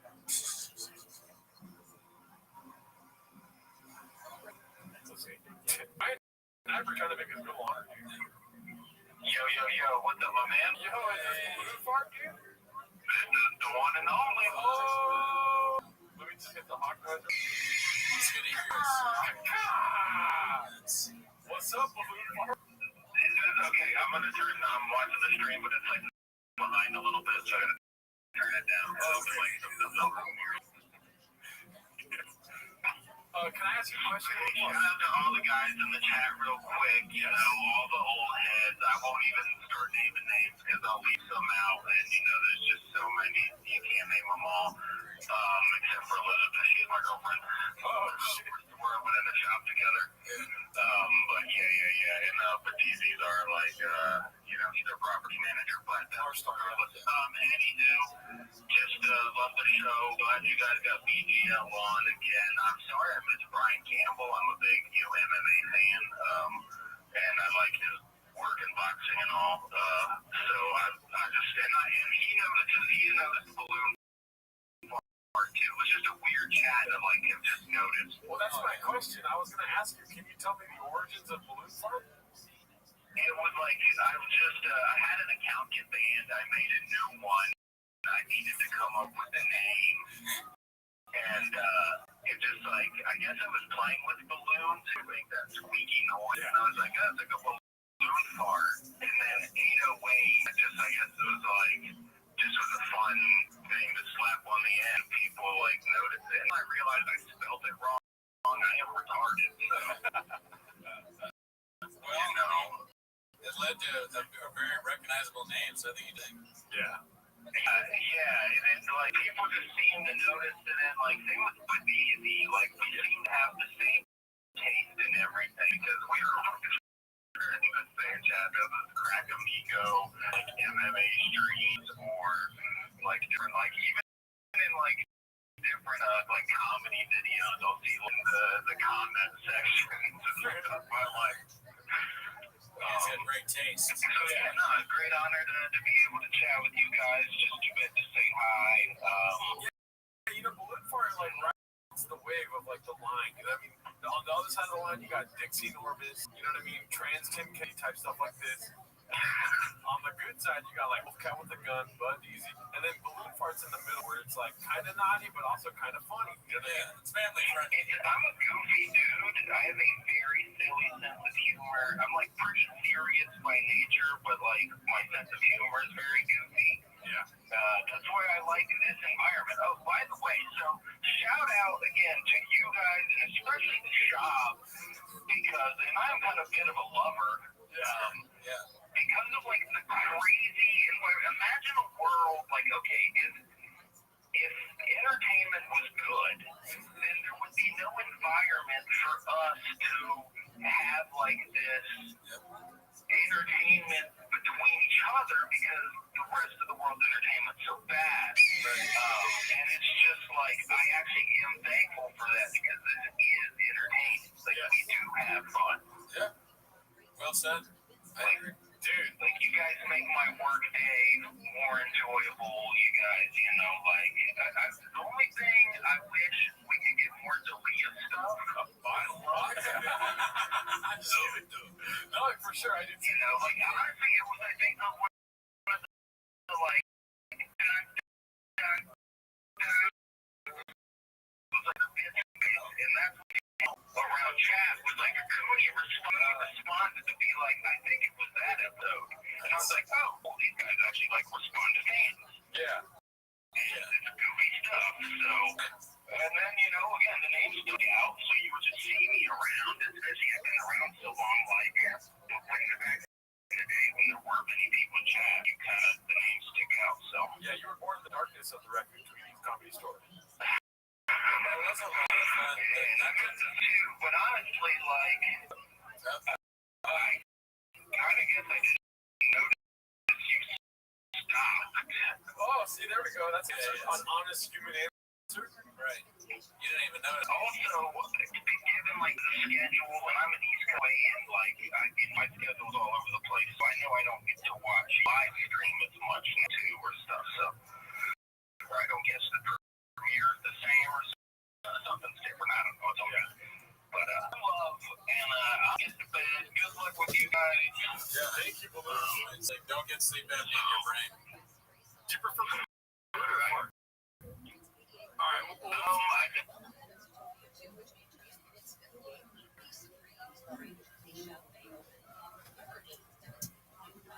Is right. In other words, making sure the drishas of the chakiris. So we say, do you recognize the traitor? Do you recognize the defendant? So Nachri Harag, did he kill an Anju? He saw Jew. He's facing both. Did you Masra? Kibar Alov Azra. Did he accept the Asra upon himself? Hittir Atzmo Misa. It was an interesting Hittir Atzmo Misa means literally, did he permit him to death? Which is another way of saying, did after he heard the Asra, after he heard the warning, in other words, did he still proceed anyway? Right? And again, did he essentially, when you have to give him Asra, did he go ahead and violate immediately afterwards? If somebody worshipped idolatry, right? So the witness is coming forward to say that Reuben worshipped idolatry. We ask the witnesses, what type of idolatry did he worship? Did he worship Ba'ar? Did he worship Marcellus? How did he worship? Is it Buach, the offer of carbon, the heater, incense, the nisra, of libation, the shtachah, prostration? We ask him all of these questions. Fine. So Amr Ulam Torah. So Ulam says, so where do we know Hasra? So what's interesting idea? So where do you know this concept that someone has war before they go ahead and commit Navira, for it to be viable? So we might say Shnema, Yish Asher Yikar Asafo. So Bas Aviv Bas the law is Basaf. What's the man? They go ahead and have it with his sister, the daughter of his father, the daughter of his mother, and he see her arrogance. What does see have to do with it? There's something about see, the issue of actual relations. So we do kind of most of them. That the Gemara says when we follow that halach one is outside only until the witnesses point out to the defendant what it is that he's doing wrong. So Shashir is witnesses as well. Therefore, point out to the defendant that he's doing wrong. So you know, he's mainly so that's what happens over here. The prohibition referring to over here is a Kares prohibition, right? The prohibition. Interestingly enough, you don't need Hasra for anything to control by Kares. Why? Because when Kares is carried out by the Bible. You don't need Hasra, you don't need a woman for a fraction of by a criminal case. So the Indian encouraged that I don't need to constant Asra. So I encourage them in fact, she's talking about another 40 to lay it in the market. So go ahead and give it over to Marcus. So that's what you see, interpretation. So you really see in the card the source for the concept of Asra. Beautiful. So the Yosef Ish Harei in the Harga of the Harma. So the Pasuk says it's a man where we intentionally go ahead and kill another person. The Harma means this cunningness. What does this mean? She is to both by Daimon. Which means they warned him, and Halacha L'Maisa, he actually intentioned. Okay, so again, it was all just different sources for the concept of Hasira. Today, Rabbi Shmuel, on Museum of some Koshishism, so it says they found him gathering in the Sarkar Koshish. This is one of the Jews who violated Shabbos in the desert. The history about the dying in the Koshish. The notion over here is Mosul also the Koshish. They found gathering. So the idea over here is they warned him, this is about Sa'adan, he was still gathering the words. Today, Rabbi Tana, Al-Davar Shatula. Yeah, so over here says, I'll escape. So again, let's consider that they warned him, and so that Murasa still went ahead and fired him. We see our closest sources for the concept of Hasra. So we want to point out each of these sources really important.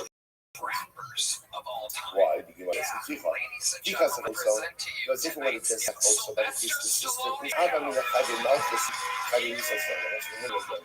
And notice this is punishable by colors. So a lot of the nice side, but a lot of the nice side, still get all this stuff.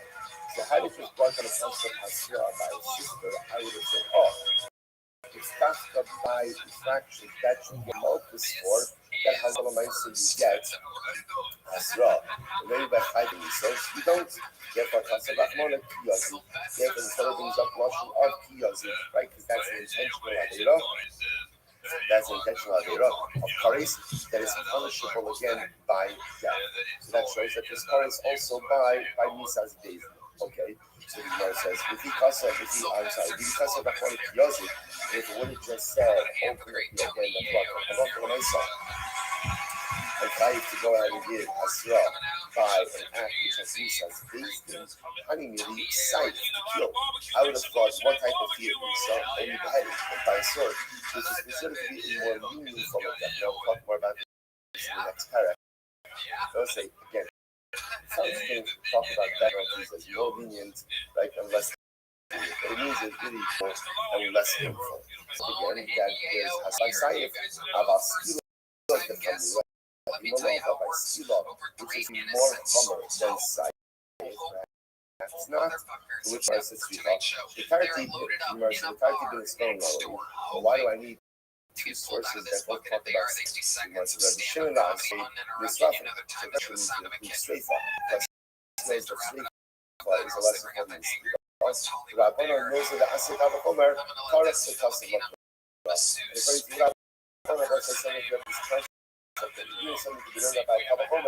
sometimes it will still go out of the Christmas, nevertheless. I want to be stolen. The lace is kind of illuminated by Skila, by Skila, Skila is specifically the most common form of death penalty. And I mean, most of that's the Kalakomer, talks about something right. Sometimes you say that you want to buy Kalakomer, Torah goes out of its way to explicitly write yours out. But what's going to take away? Takeaway is that a lot of the Maisa goes concept Hasra. Hasra is the Olaisa. Three different sources of Hasra, either again by Isas, by intentional murder, or ultimately again the Koshish violation of Shabbos. Again, all three sources are necessary to the affirmation. Beautiful. Into asking these sources, and that's nothing to us. One says, we ask the witnesses a series of questions. What is the question we ask the witnesses? So, number one, but usually give us that warning. And number two, if there are smoke release. So ultimately, again, did the individual literally give himself over to death, which means after the Hasra, did he still proceed with the commission of the infraction? That was the Shiloh, or that was the statement. So you might say something, you know that. So you might say, you know this. What do you mean this? To get the American experience, I went out shooting the other day. The Gemara says, okay, so now, Dumas Hanes, the Pasuk says, Dumas Hanes, Ad Sheyatir Atzmo Lemisa. There's one thing, we're seeing over here like this. The guy hands me a gun, but they didn't notice that the gun. They took like 3 steps yes, back. they have received it, processed, and still clearly gone for it despite it. what it means that Like, this is America, so we are going to let him shoot. But also, he the understood, special boy and is definitely going to nevertheless shoot one of us. of Yaakov. Luckily, I had The my Gemara says, handicap how do you pass, know this? so I The just Lashon shot is everything. Yumas Hames. This is double Lashon. It's double Lashon. Yumas Hames means he heard it, So there's a processed serial killer in Austin, he Texas, nevertheless that has been violated killing the a bunch of Yaakov. people and Gemara leading says, people. Yat Ya'atzmo, when he again, It was he me. permits himself to that, which means he moves forward even though he And was I tried to turn Hasra. myself in and tell them it was me. I'm not, And they was were like, like, no, you're not. Stop playing. It sounds so crazy. Like, can you imagine Bunch this? of ableist Like, assholes. even say to women, if you kill Shimon, People always you're going to underestimate be me. put to death. I could totally drown a dude in a And lake. Ruben I proceeds almost with drown knowing every time I go that into a there's lake. Aegis there. Like, there's Aegis there. So these two Aegis are going to show up and base there. She wonders to herself, what's the difference? How could someone do something so crazy? I was like, if you think about it, so the truth is we do the same thing each and every day, right? Every time I come into an Avera, deep down I know it's wrong. Not even so deep down. I know that it's wrong. I can ask for every single time. So like, okay, maybe there are some things that I do that I know that are bad. Or it's like, maybe there might be some things I don't know that are incorrect, right? Maybe I'm just being in certain areas. If that happens to all of us, but there are so many other things that I know that I'm still doing that are incorrect. And yet, I still do it. Sometimes day in and day out. Human nature is that sometimes we just do what we want to do, even though we are aware of the repercussions. Why is that? Why the different because reasons, you right? don't know Could if be they're going to just applaud or not. And then they a applaud bloated over the self, rest of what you just right? said A was, bloated ego to say what I want, just more important than anything else. I just don't care about the just hit it again. ramifications. I need a Just moment care to about type a making myself response. Oh sleep. shit. And it's interesting to see you guys are The House of Good Time episode is brought to you by so often we do things very pattern of days, Is You. day in and day out. And as bizarre and ludicrous as it looks to us here, we have to kind of bring that same mindset of bizarrety and ludicrosity, into our own lives as well. And next time I'm ready to make an idea, I have a surah that emotion sees it. What am I doing? And whatever it is, simply not worth it. And yes, bizarrety and ludicrosity, 2 new words just come through on a new base medrash. Everyone just put the time stamp on that. All right, let's go back to it. Says the Gemara. I'm Rav Chanan. I'm also second my life. I'm Rav Chanan. Oh,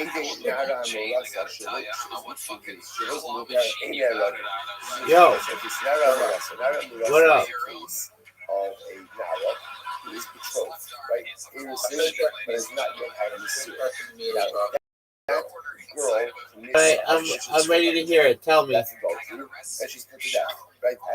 As is the man. I'm ready to hear it. Tell me. Now, this is a famous revelation. Another one, Oh, that's that time travel, baby. the witnesses say we saw Sir. We used to have relations with Shimon. Now, let's see, let's say second say first set of witnesses do not have seen that. Why? Perhaps. Are you ready to lose? Monday. Are you ready to lose? In Florida. Now that I've seen that happen, It's crazy going on. so the Gemara says, For anybody else, I would tell them the fucking general show. again, his next was after Makras. But for you, See, and that's just- I'll beat your ass Reciprocal like it's going on. Yeah, baby. Why not? The Gemara says, on the road, I saw 5 left on chains. There's a nice chart. The word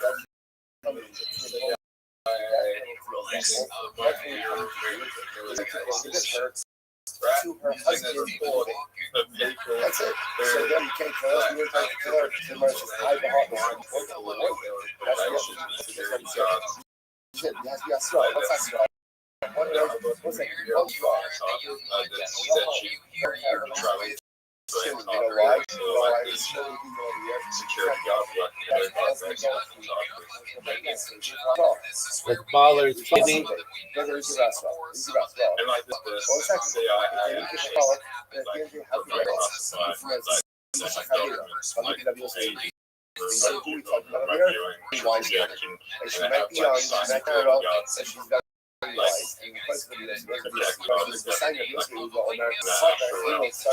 I am aware of this.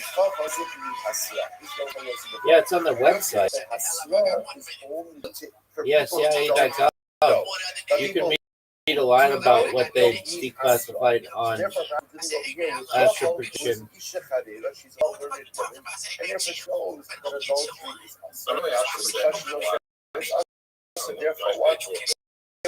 When I saw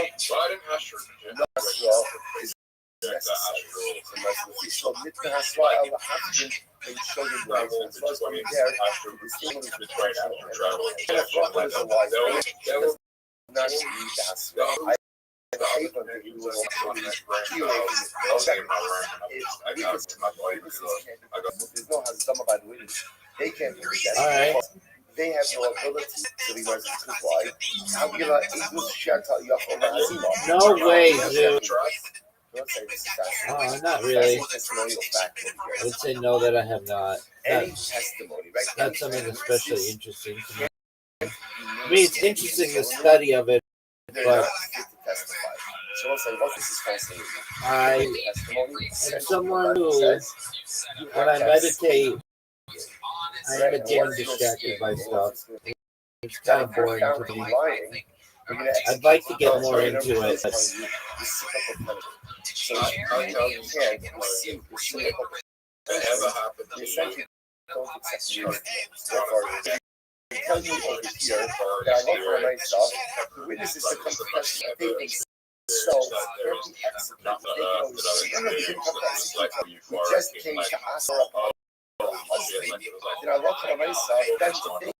can't be executed. Somehow, if they're not subject to us, then we can't accept it. Sound baller. Therefore, again, what do we do here? First, the Gemara says, hey, how can that be? The Gemara says, how can that become up? We talk Shane and Rugin, so the Gemara says, you're right. Since these witnesses can't be killed, now why can't they be killed? I don't know if they can claim, they weren't coming to the ruffle. All what they were doing was coming to make her asura on her husband. And then they give her asura. She told the woman on the outside by the money. tell me, baby.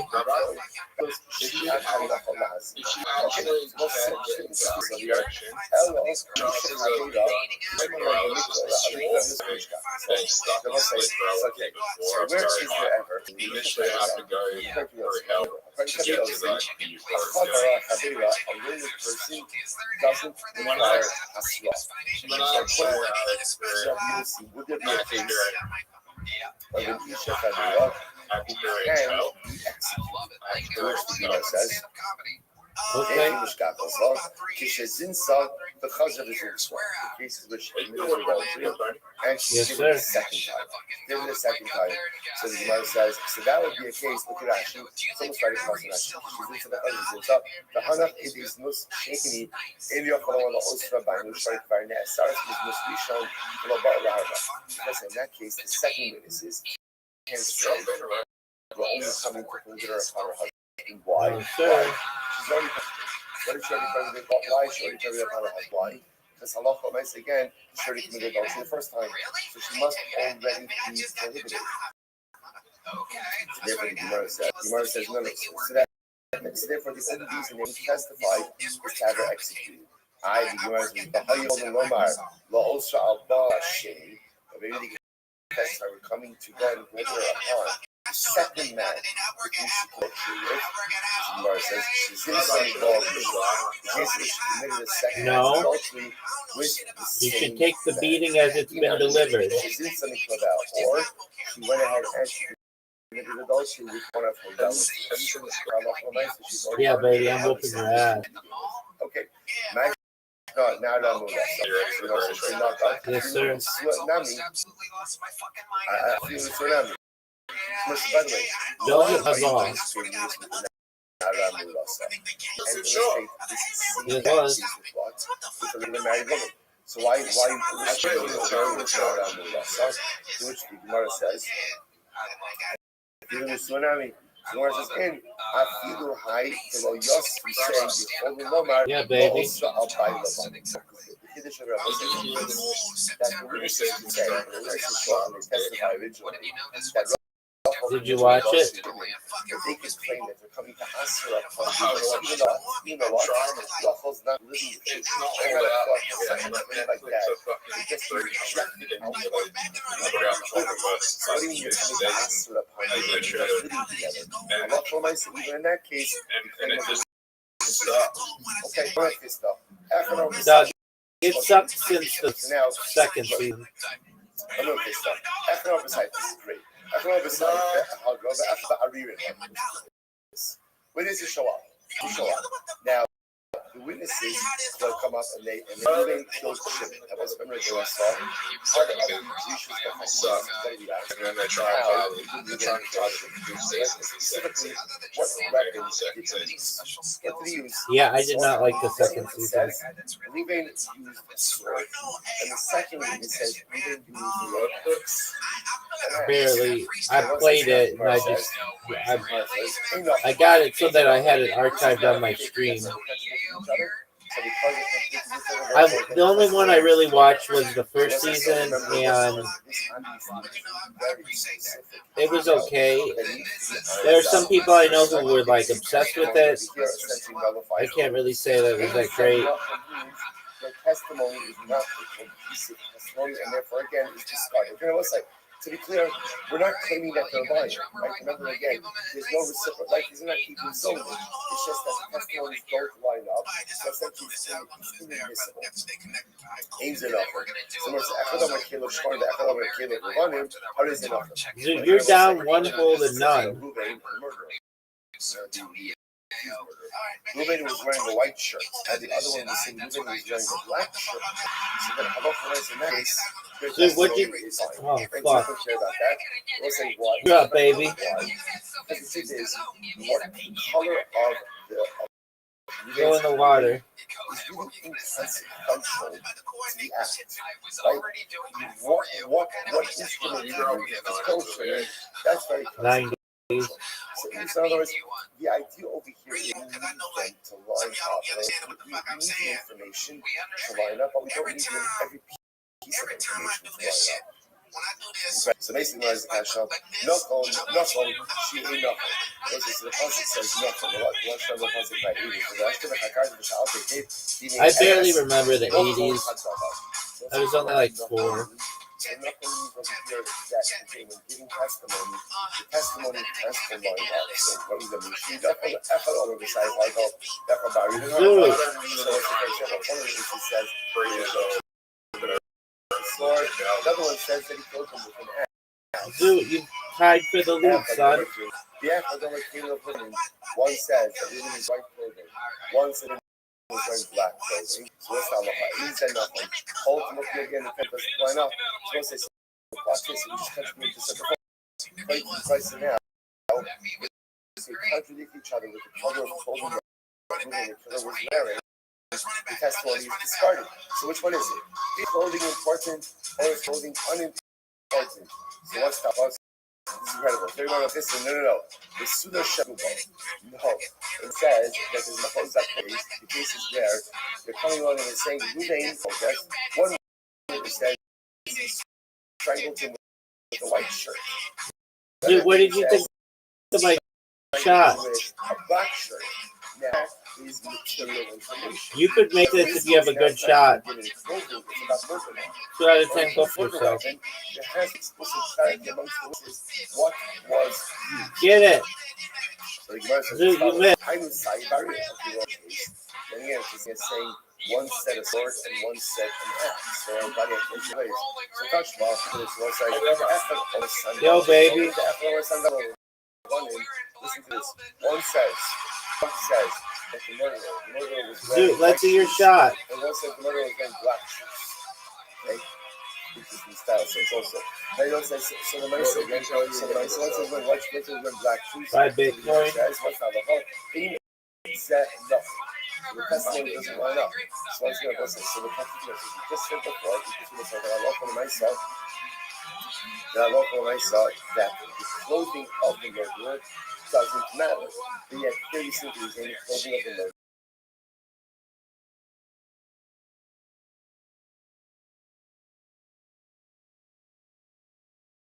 Absolutely does where Ruvain kicked Shimon and killed by kicking him. What a shot, Zoo. What a shot I just had on you. Shot I just had on you.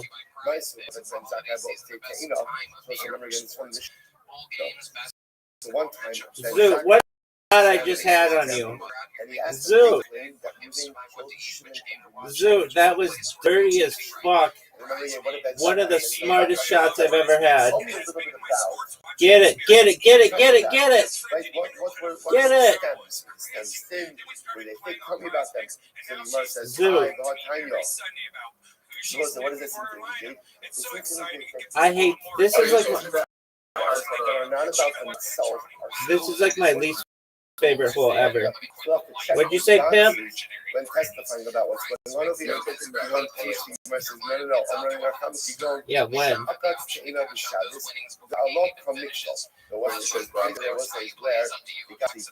Yeah, I mean, either one of them. That was the case. If you bought either one of them at the right time, you could be a very wealthy individual. That is a capital crime. That's capital crime. So that's what I'm talking about. By the time you go, that's not it was 1,000x, but I think it was that much.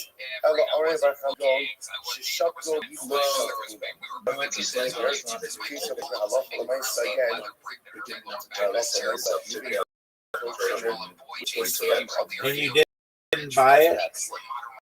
Use the stem of the thing as the murder weapon.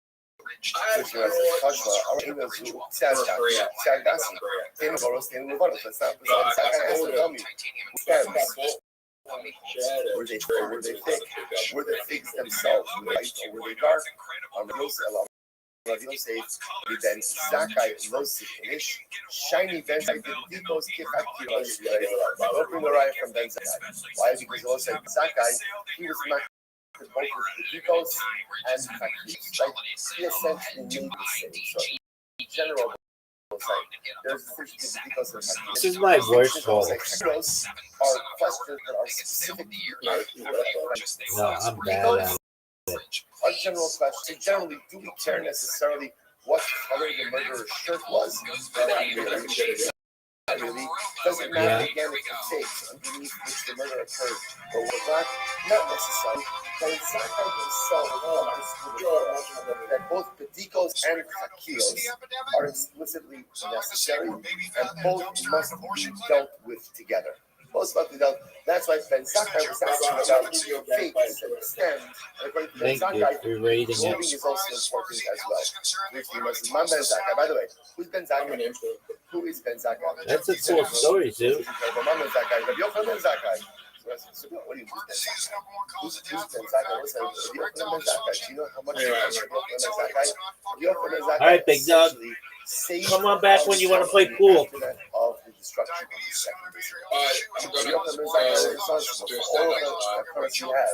Are you excited?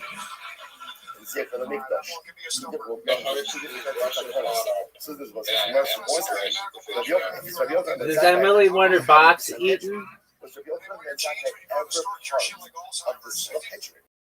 Does Emily want her box eaten?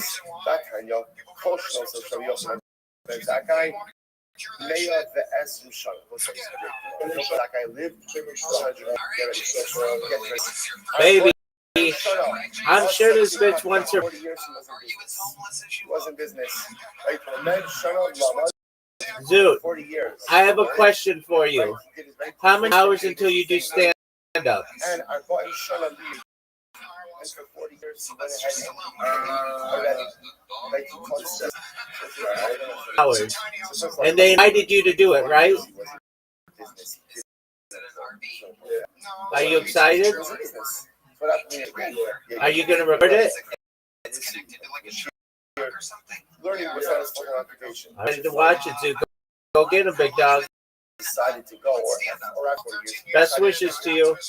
Come back when you let me know how it went. People are just right. They're just born with a mood extreme enough, right? This is what they know. This is what they're born with. They're destined for. This is people make choices about the kind that they want to lead, about the kind of people they want to be. It's not an accident. If you think about it, by the way, there are three people who follow the same paradigm, right? Same people. Who are the same people?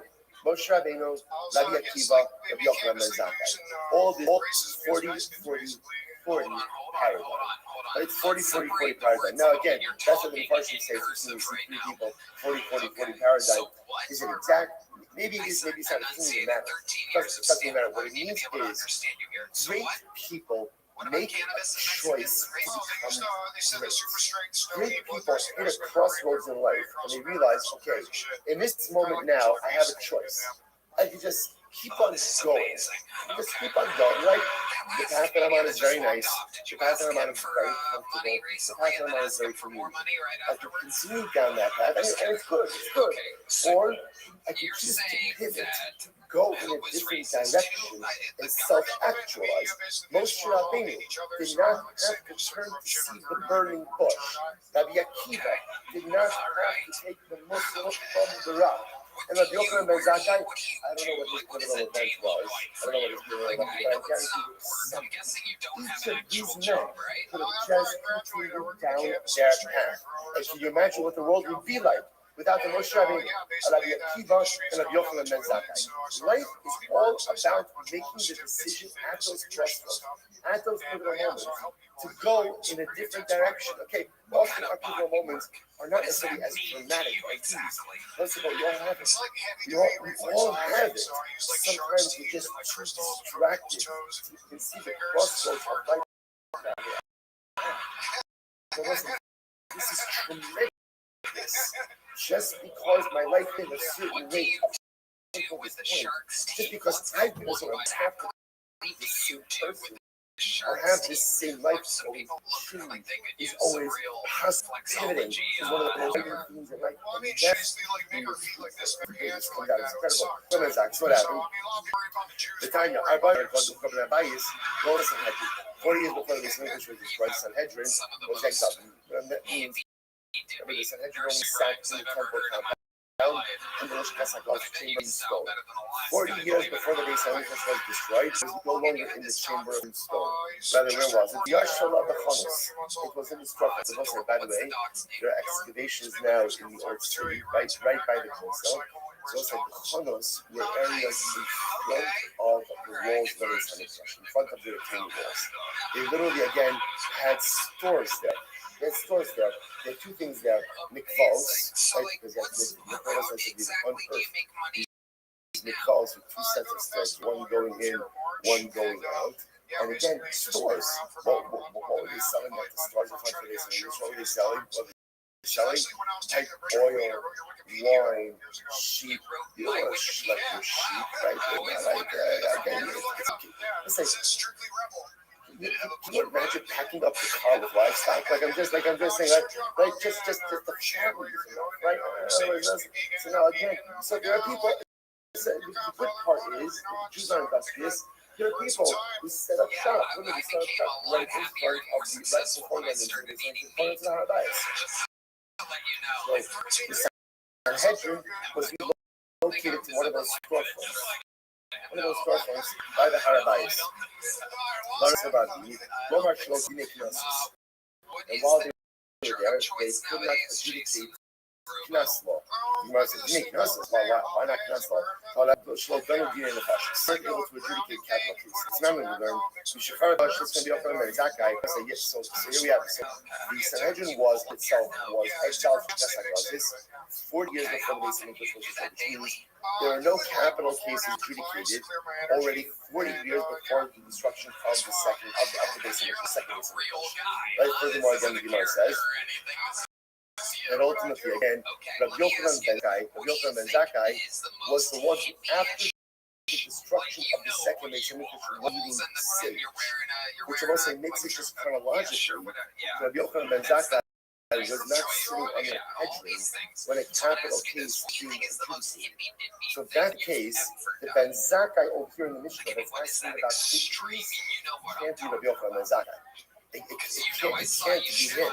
To which the Gemara says, it's always exciting. I was kind of excited. But honestly, listen, just like when the Gemara gives you history, it's just fascinating because a lot of times what we're missing in the Gemara is anything with historical context. When is everybody living? What's happening over here? So here, this is a major piece of Jewish history, right? Because Rabbi Yochanan ben Zakkai, the Gemara says, could not have been a member of a Sanhedrin which adjudicated the capital case. Because Rabbi Yochanan ben Zakkai is the reigning sage when the Beis Hamikdash was destroyed. And there was no capital case being adjudicated for at least 40 years. So the Pashtus, he was never involved, at least as a city judge on a capital case. So the Gemara says, Ella, Ben Zakkai the Allah. It must have been another guy named Ben Zakkai, not Rabbi Yochanan ben Zakkai. This was Haran, so it seems to be clear. He saw that Rabbi Yochanan ben Zakkai, Rabbi Yochanan ben Zakkai. So let's say, it can't be him. So because if it was him, how could he be Rabbi Yochanan ben Zakkai? Ben Zakkai. How can you do that? How can you do that? This is the Gadol Hadar. How can you possibly go ahead and just call him Ben Zakkai? It doesn't make any sense.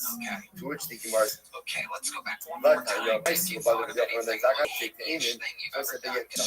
And the Vice says it was Rabbi Yochanan ben Zakkai taking this up the stems of the fig tree. So it sounds like it is him. But how could it be him? Ella, tell me how you don't sleep with me, Rabbi. Oh, let's say that this. Rabbi Yochanan ben Zakkai was never a sitting judge on a Sanhedrin that was adjudicating the case. Where was he? He was in one of the roads. He was a Talmud. He was a student. He was in one of the roads. And right up the Sanhedrin. Which Gemara says, "But Amr Mills from the Scotland timing." So what happened? So they were adjudicating a case, and the Yochanan ben Zakkai, remember him, what's that? The Yochanan ben Zakkai took input from the students sitting in the roads of the Sanhedrin. The Yochanan ben Zakkai was a student who piped up and he said, "Hey, Hebra, what about asking the witnesses about the stems of the fig tree?" You can remember, in general, whatever is made to exonerate, they always want to do that. If they could go ahead and find the defendant guilty, innocent, by asking this is about the size of the stems of the fig tree. And ultimately, again, exonerating him, they're going to do that. And they like to show his establishing his name. Remember, says, Charlie the Charlie ben Zakkai, Ashim the Torah, the Charlie of Yochanan ben Zakkai, Ashim the Hashtaah. So now understand when he said this, he was a Talmud. He was Talmud. I remember what was his name, how was he known? Ben Zakkai. So now it gets therefore when he reports it based on when he was spoken at the time that he said it. That was Ben Zakkai. Obviously, now we just know. Now we know him as Ben Zakkai. Incredible. So my son, remember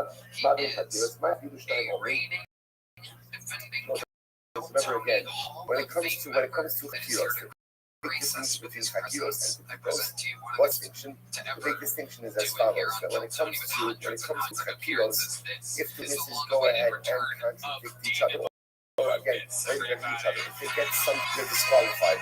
By the Dikos, if one, they're fine. So the verse says, Marathi is trying. What do you mean even if two get the Dikos from two? The Amar Achaz bring they are. Tell me, Dave, this is interesting. If I go to the Dikos, right? If one of the witnesses says, you know what? I don't know. So we'll say, what? One of the witnesses says, I don't know. It's fine. I will say, there's no difference. If one witness says, I don't know what, or if two witnesses say they don't know. Once one witness says, I don't know, but you don't have, is a unit of testimony. So once that happens, or if two say, I don't know, I'm not sure that Alicia Clay, don't become the Hakiros, when it comes to Hakiros, and let's remember again, Hakiros are the question that absolutely indispensable. In order to have a proper testimony, the Hakiros time only Yadani, the Echad Omer Ilmor. What's up? Again, when it comes to Hakiros, even if two people say no, and one says no, they do something wrong. Ultimately, again, the Aegis bottle. Aegis bottle. Kiman, Kadir Kiva, the Nakish Moshe says, let's say you have a group of 3 witnesses. Group of 3 witnesses. Right, and what happens? And one of them says, I don't know. One of them says, I don't know. So what's the halacha? So nevertheless, this is still bottle. It's like Hakiros. You have 3 witnesses, you ask me the Hakiros, 2 answer correctly, 1 says, I don't know. What's the halacha? The Aegis is bottle. Why? Because the Akiva say, the non Moshe Mishnayim. That the Akiva says, a testimonial unit is a testimonial unit. And 3 is the same as 2. So once you present as a group, definition, your group. As if in order for the group to be effective, what has to happen? They have to be able to go ahead and answer all of the factors together. So therefore, again, if you're unable to answer the factors, then Allah again, it disqualifies you. On the level of high decent things, but we learned elsewhere that the Aegis is still good. On the level of even when it comes to Hakiros, Shnayim only have out of the Apple over here, they do some Hayanos. None, you know, that message is when you have the group of 3 witnesses, as long as the 2 out of the 3 get the Hakiros, together, if it was correct, then the Aegis is good even if the 3rd one messes up. That's how the 3rd one messes up, Allah promises the Aegis is still good. Not like every people. I'm going to point out over there, there's a fascinating method. We've actually seen this before, which is, when you look at people 3 witnesses, in order for the testimony to go ahead and be upheld, do I need all 3 to be certified, or is it just enough for the 2 out of the 3? If people say you know 3, you don't pass me that. You pass me that 2 out of the 3 is good. You also that witnesses to be come together independently. If I walk the way as long as 2 out of the 3 are getting the criteria correct, we're good for it. The final of Safa comes in. They are good. The final of Safa, we're learning Sanhedrin in the Safa. What's that easy to say, right? They learn Sanhedrin, we learn Sanhedrin, we learn Sanhedrin, okay, we're learning the Sugar Sanhedrin in the Yeshiva of Rabba. How the Lord, Rahama, Shama Chambam, then I'm going to allow Lisa. What did she do?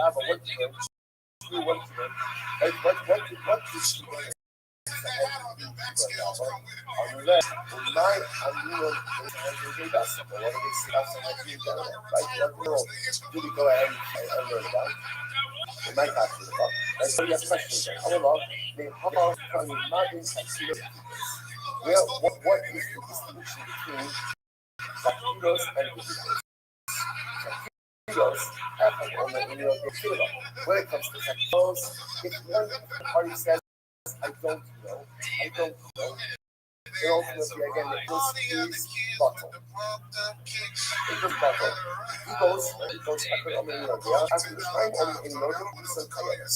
So so again, this is a fundamental feature that we've seen over and over again. Zakiros, which remember again, 7 questions listed in the beginning of our Mishnah, right? Those are only 3, but we passed through 7 questions. Those 7 questions, those need to be answered. And if you can't answer it, either you answer it wrong or you say, I don't know, the halacha is right. Well, the deacons, if you get those wrong, still it. What's an example of a different question? For example, question, let's call it right? Stems of the fish, color of the fish. They're important. Now again, the other important, remember, they simply express because they're important, but they're not necessarily part of the important details of what it is that it goes. So therefore, again, one or both witnesses get Hakiros wrong, you're out. One or more witnesses get Hakiros wrong, you're in. That's where it's for one. I understand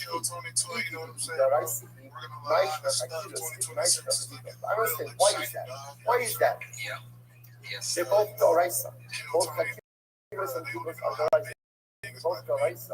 Then why do you have latitude for the Amalei of the after the first one of the Sempitola, saan ginaibo siya yapolazio. Dikos at emanahan in Yodea, Kayanas, able siya to yapolazio. So it's a very simple distinction. At kilos, it will say, all of the Russians, those questions are necessary in order to make the region susceptible to our summer. Remember, I will say, witnesses cannot be made into a Zolomon. They have no skin in the game.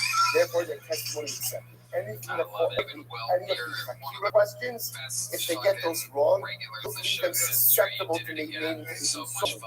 Get them wrong, it doesn't like to be a summer.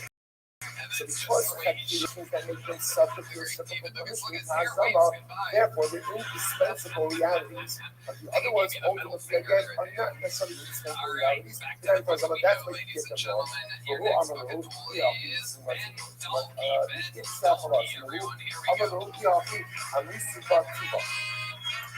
Are you ready? So it's remember again, this whole exchange over here is an exchange. I have a bad handshake, so I did some research. Rough, right? So a counter of Safra, running to Rabba, right? And I'm sorry, running to Rabakama. Rabakama has the book to read. Rabakama is wow.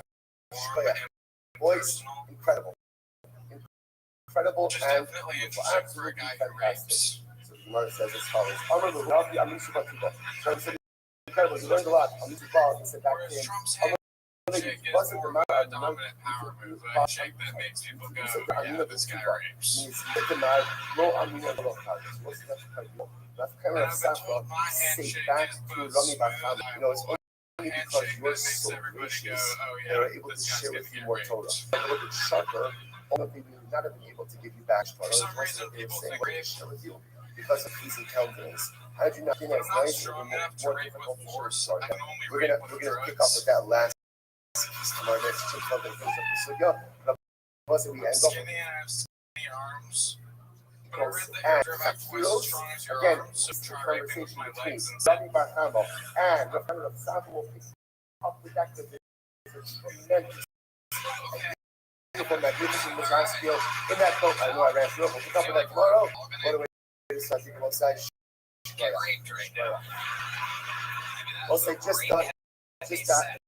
just a house, not housekeeping, but just first of all, say just for the cover that just cover where stuff on middle chairs, open those up because we need everybody over here. Just covering the back, just don't get room by the tables. Just make the request. Please not sit in the Ezras Nation. Leave that as a women's section. Again, even the friends that move forward, take the table seat to go. Shkaya, everyone. not good. Perfect. What do you do for a living? How do you make money? Nothing right now. How do you? I have a bit of money from like How much Apple Store will hire? How much money do you have saved up? I'm always intrigued by how people survive. like 30,000. 30,000. Okay, good. And you were in the military? No, it's from my grandparents. You inherited money from your dead grandparents. Yeah. Okay, got it. So you got 30 grand situation like by yourself? Yeah. Oh wow, one bedroom? Yeah. Okay, very good. That's amazing. So how do you spend most of your time, Ben, when you're not doing stand-up at night? What else? You seem like the kind of guy that likes to take a pair of binoculars, go to the playground. What do you do, Ben? Play a lot of games. Yeah. What kind of games? Restream. I've never played anything that you've played, without a doubt. But I guess the answer is, what is it? Death what? And that's a video game? Okay. What is that just online? No, it's online, the TV channel. No, it's a very low game that you're playing. Yeah. I'm not done with it yet. So, senior video game correspondent, the do nothing over here. So Ben, what do you think is the most thing about your entire life for 20 years old? There must be some fact about you, something that happened to you. But or a family drama story or something interesting about you? I did recently start getting pussy. Oh my God, there you go. Getting pussy, ladies and gentlemen. And what? So what is this transition like for you? You're getting pussy. Did they Tony, do you see a smile? That's it. Do you see a say again, pussy? Smile again. So you're transitioning. You're getting a pussy, is what you're saying. Is that right? That's what everyone thinks. Right. Exactly. Okay. So how did you start getting pussy, Ben? Take us, you can get pussy. This is proof that anybody can get pussy. Take us through that. Honestly, it was completely an accident. Yeah. Unlike the rapings that you're used to, which are very purposeful rapings. So let's talk about the accidental pussy. Yeah, no, I started banging an open micer. So how does that happen? Take us through it. So you perform, she comes up to you and goes, I think you're really funny. I hope you think. She said that she wanted to bully me. And then I was like, that doesn't sound fun. And I felt gay for not letting her bully me. Okay, and then what happened? What happened? Let her bully me. Right. What does that mean? Her bullying you? What does that say about you? What is bullying to her? She said I looked like a school shooter. Well, I thought that, but like, there must be layers to it, right? Was there more? Well, I mean, there's something to that. And then what? You took her back to your place? Yeah. And then what happened? Like, botched having sex. Let's talk about it. How did you botch having sex? Here we go. We're in their bed one step at a time. Just every time you say something, just pretend like I go, and then what happened after that, and then it's going to be a good interview. For this, just know that means, and then what happened? Okay, go ahead. I'm pretty sure I have erectile dysfunction. So,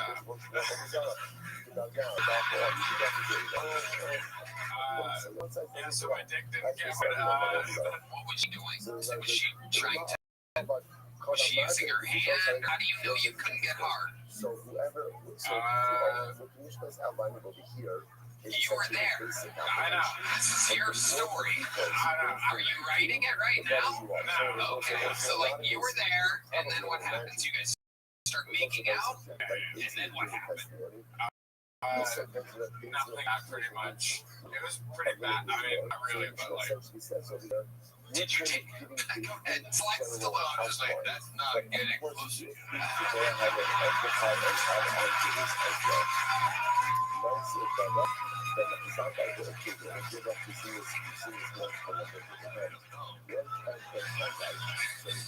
She literally just bullied you and then left afterwards. I get it. The woman's vagina is a scary place, you know. Every 3 or 4 weeks they get that pyramid. This is normal. I get it. Sometimes girls get that dysfunction too. The great Sylvester Stallone. Plugging KyleDunnigan.com on this appearance. Must be a fan of Kyle Dunnigan's. We've seen this before. Elon Musk plugged Kyle Dunnigan. Bill Maher, the great Bill Maher, plugged Kyle Dunnigan. A lot of these big stars come on here and their careers are so good that they plug Kyle Dunnigan. How cool is that? So on a sold out tour right now all around the country. Okay, so did you try to hook up with this girl again after this one experience? Oh, yeah. Oh, yeah. So,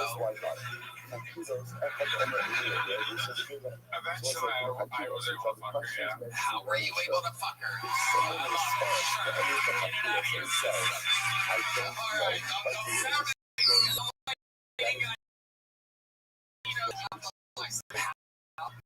Find it within yourself. What did you do to make it work? The self-talk. Like, what were you saying to yourself? Positive affirmation. Like what? You are enough. There you go. You got there. Was there anything else you were telling yourself? You are enough. It's not just lying. Only some of us So amazing. So let's face it. So the first time you get hard, right? And you're with her. Was this the second time you guys hung out? I would say so. Yeah, I guess. Yes. Okay. Yeah. So you get hard, and then what happens?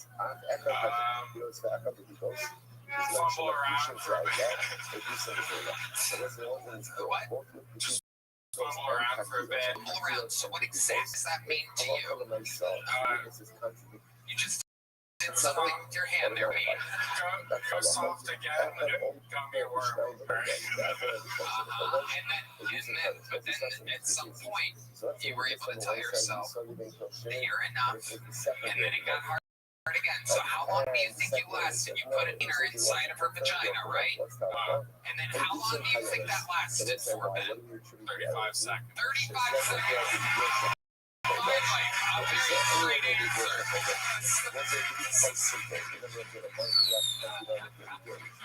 And then, so at 35 seconds, you feel it starting to happen, and you pull out.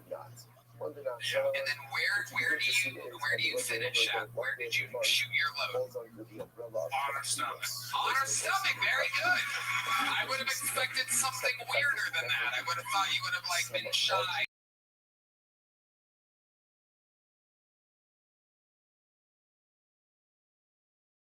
And shot it on the floor. Did she like it? Did she make any noises or what were the type of noises was she making in this 35 seconds? Can you do an impression? Go ahead, give us a spotlight here, Kino.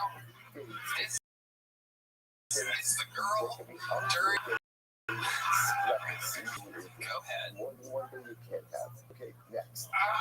Alright, no one bring the lights back up. Lights still on. You think that's how it went down? Yeah. Pretty fun. Alright, were you attracted to her? Was that the problem? Yeah, probably. Yeah. You like her? Yeah. She's pretty. Yeah. Alright. Then have you been doing this regularly since then? Or was it just that one time? How often? Once a week? Every day? What are we talking here? Alright. Very good. And you're excited about it. Yeah. And you've gotten better than 35 seconds since then. Wow. Yeah, that's not bad for 22, man. You're doing that bad. Alright, the whole set was rapey and weird, so you're getting a little joke out. There you go. Sign up again, and we'll see what you talk about. Been doing it 2.5 years. You gotta have something other than rape jokes. There he goes, Ben, ladies and gentlemen. Alright. Okay, this looks like a fun name. Let's see what this is all about. Make some noise for Nino, everybody. Nino is next here on Toto. Mothers, what the fuck is up?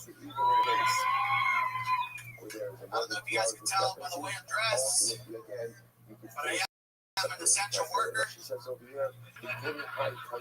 cool, don't clap, fucking assholes. But yeah, I deliver groceries for a living. Tell me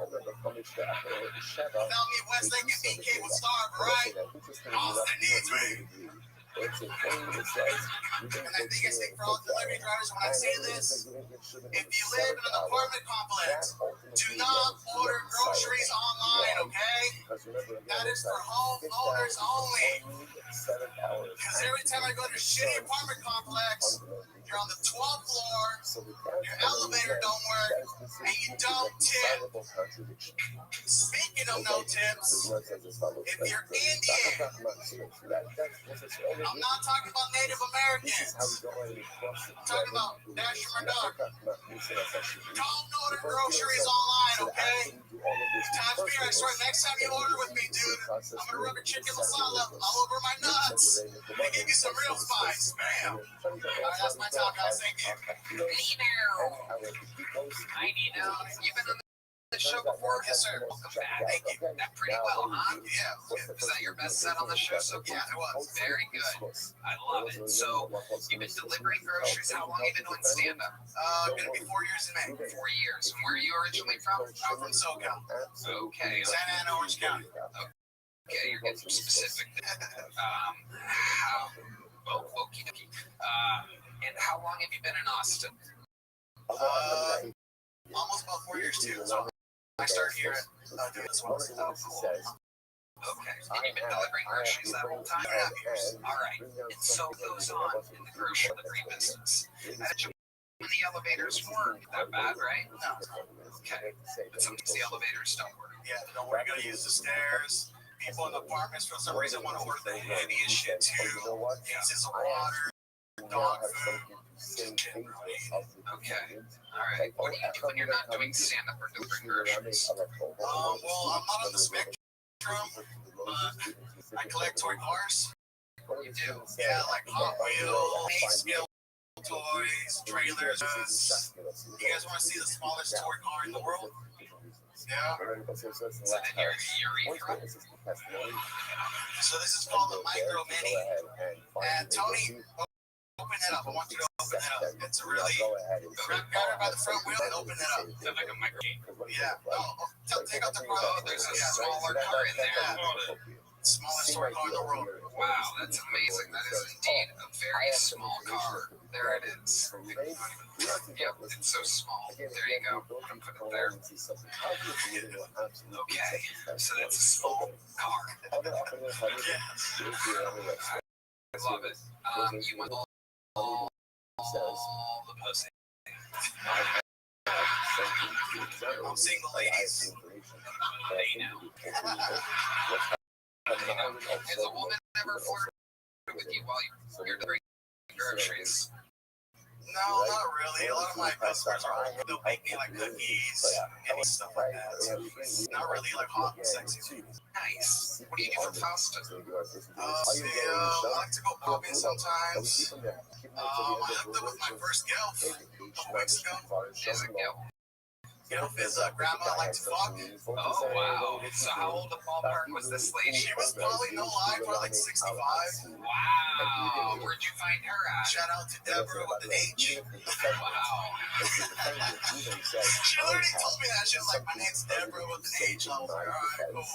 Hell yeah. So where'd you meet this whole bag of I met her at the airport bar here in Austin. Yeah. Wow. So I was on my way for one of my friend's weddings in California. And before my flight, I was like, oh, I'll have a drink. So I was at the bar. I saw she was sitting by herself. She had a fat ass. So I was like, oh, shit. Alright, cool. So I made my way next to her. We started talking. Next thing you know, we got her information. She was like, yeah, we come back. I was like, alright, cool. I hit her up. I went to some, I think she was staying in Pflugerville, I want to say. That's where they live. That's where that big ass 65. So she took me to like this local brewery. Did you see him there?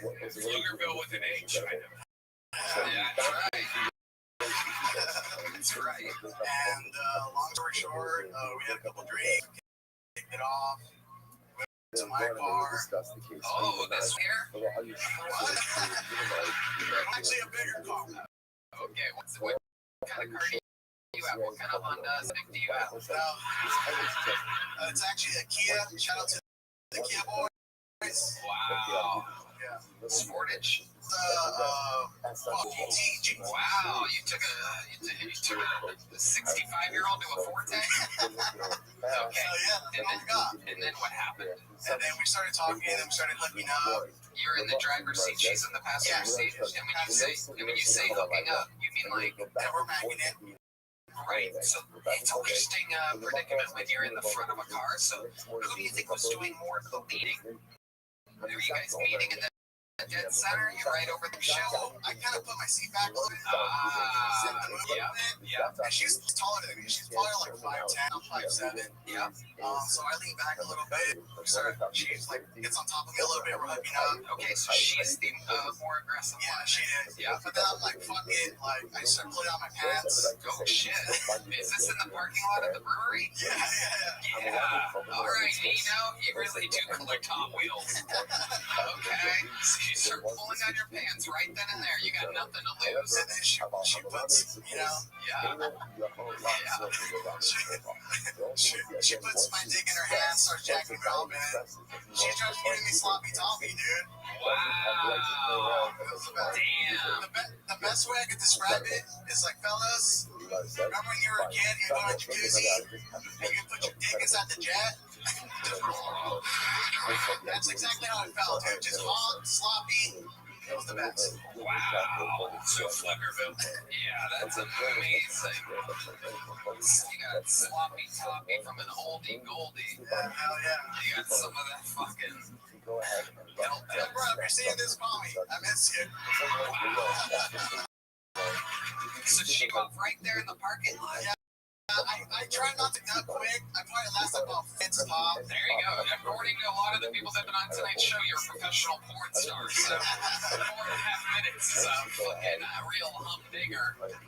That's incredible, dude. That's fucking amazing. So then what happened? After she finishes you off, do you just drop her off? Oh, so she wanted to make out with me, but I got kind of grossed out. Like, no. You're damn right. And I was kind of like, oh, no, bitch. Back up. Right. But I took me out there, fucking. Went for seconds. Went for seconds. Crazy motherfucker. I would like you to find What is this? Oh, shit. Wow, yeah, dude. Yeah. You look good. It's one of Deborah's favorite actors. Did you fuck Deborah too, dude? Oh, shit. D-Man is famous homophobe on this show. After you made out with a girl after coming in her mouth, he's gone. Because I can't take this no more. Hell yeah. All right, Nino. Well, you did okay. You talked about your actual job. It was pretty decent, so you're getting a big jump. Congratulations, Nino. There you go. All right. Oh, you want the car back? Wow, what a cheap fuck you are. Can I keep this one? Okay, cool. I mean, what the hell's the point? The car holder card. What am I gonna do with that? I'm gonna throw it in the crowd after the show. That's all. Okay, ladies and gentlemen, like I said, this is an action-packed show we have here tonight, and we have another one of the greatest regulars in the show's history ready right now. He is the newest regular on the show. He is known as the Dark Storm of Atlanta. Ladies and gentlemen, make some noise for the great and powerful Dedrick Flynn, everybody.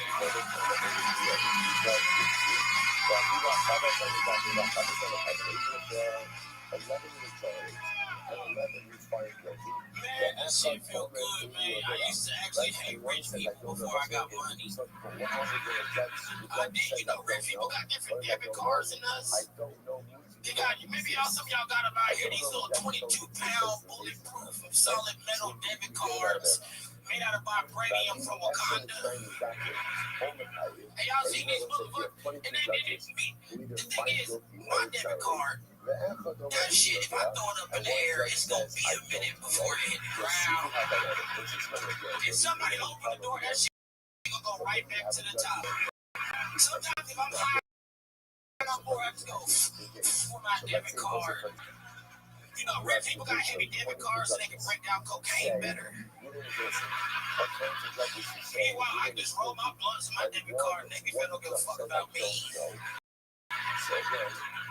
But it's cool though, man. I got famous success. I get to talk to people that like have done it. So when I get to talk to them, first day I got regular, I was like, yo, what should I look out for? And Tony was like, stay out the comments on Reddit.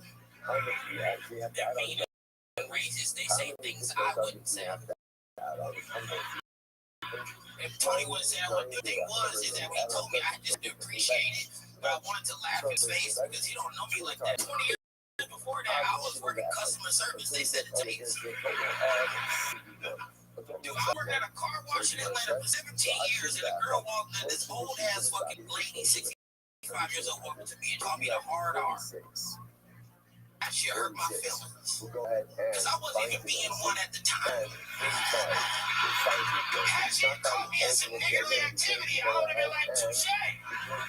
We weren't shooting dice, selling crack, rapping. When you walked up, I was just a GM at a goddamn car wash. But basically, the situation happened where a bitch, she came to my car wash 10 years before. And then when she showed up, the prices were higher 10 years later. Like they do everywhere else in the fucking world, right? Because today's price is not yours, but not to this racist ass bitch. She ran up to me saying, you niggers are always raising prices. And I was like, actually, man, we devalue the neighborhood.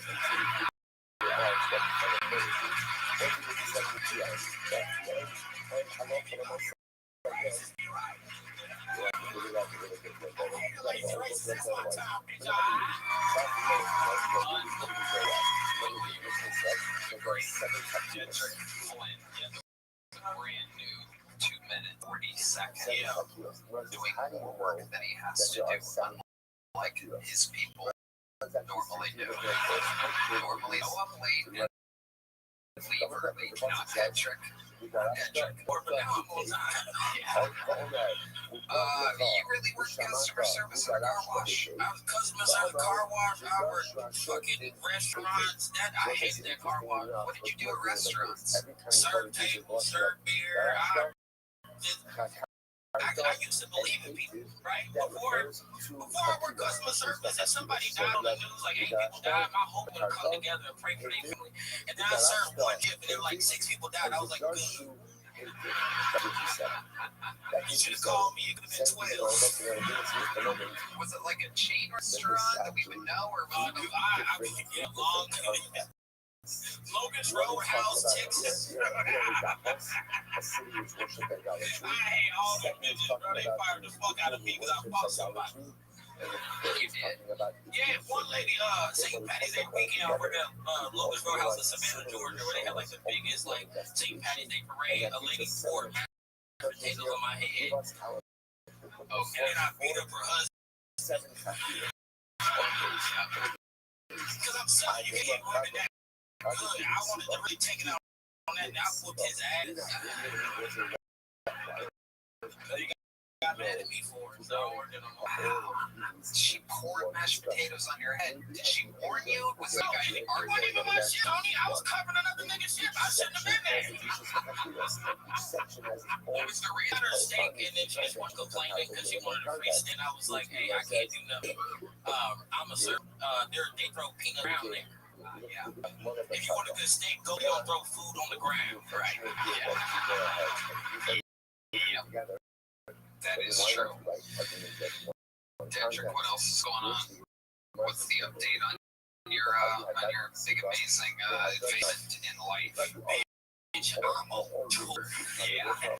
I'm going down the way I'm moving up here. They hit me up for the like, they be like, hey, can you come headline here? But the message before they was like, hey, I'm new in town. If I can get a guest spot, that'd be cool. Red not responding. Right. Now they want me to headline because they supposed to. Slice Stallone. What the fuck? I'm too high for you.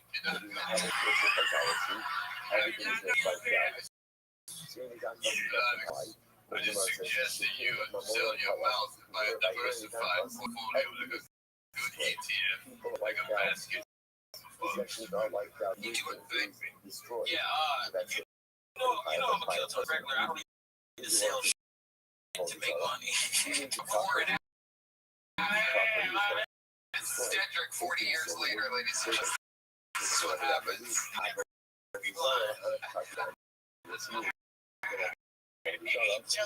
Does anyone diabetes? Yeah, my dad. You're going to be blind. But it's cool. Blind guys can be like rock stars and shit. That's a whole thing. Ray Charles, Stevie Wonder, D-Madness. D-Madness rocking the Heisenberg hat tonight. He don't know what that shit. He's never seen it, man. He's seen a lot of stuff. It's the same shit. Yeah, he has. D-Madness, what's your favorite? You ever listen to a Sylvester Stallone movie?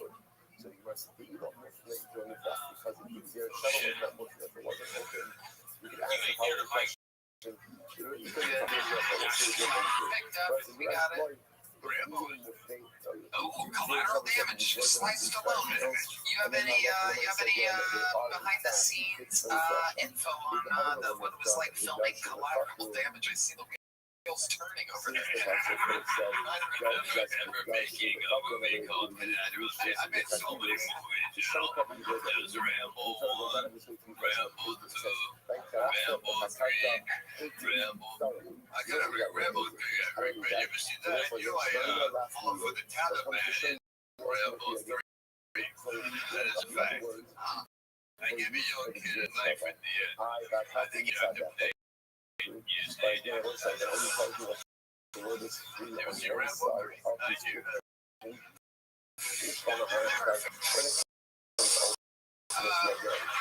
Dead Trigger, unbelievable set. I mean, you are just a bit freaking nature. We love you. Great entrance win, ladies and gentlemen. Rabbit Butt here tonight. Back to the bucket we go. I thought that was adorable that he said, I got the gold-plated debit credit card. I've never seen like a debit card. Wait till you find about credit cards. We are with the kids. Like we are going to watch her grow up in front of our very eyes. Some people got debit cards, some people have heavy debit cards. Like he has no idea what it even is. He almost fainted when Sylvester Stallone's defined portfolio. We're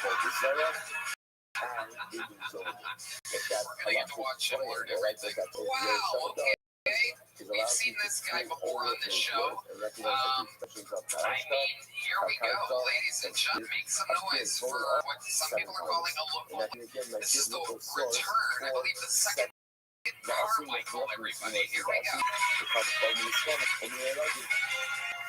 And also, ultimately, subject to Pentecost could be learned out from the Caponera. Again, also in the stuff of the discovered, and also again, those subject could be learned from the Caponera. The guy strikes out 9 times out of 10. I don't know who the 10th girl is, but tell her to throw the ball. But according to the Shimon said that Srinka is more common. What is there to say? I was at the bakery, they're like, big fresh daily. Yeah. Which wants to review the sense. Me too. I wish I had a burrito restaurant because burritos roll. Free delivery if you live downhill. If we're dashing every single time you have to Our only competitors, a can of soup. And I have a car. It's not push to start, but it is push to keep going. Come on, guys, push.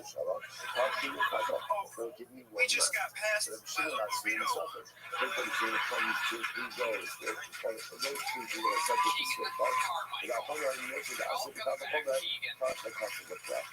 The last time you were on the show, all we talked about the entire time was how you reminded us of Mitch Hedberg. And after a lot of, I talked to people, and, around about the guy that looks and sounds, livers like Mitch Hedberg. That you're genuinely very funny guy that just happens to love Mitch Hedberg. It's pretty interesting. Tony, what the fuck happened, man? That's you right there. What do you mean? What do you,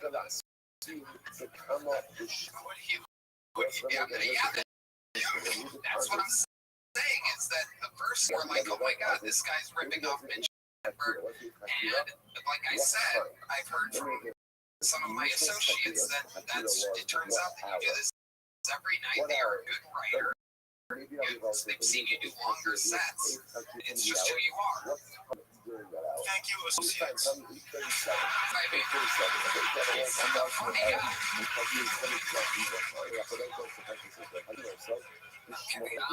So tell us more about your life. What exactly do you do with what's a day in the life of Keegan Carmichael?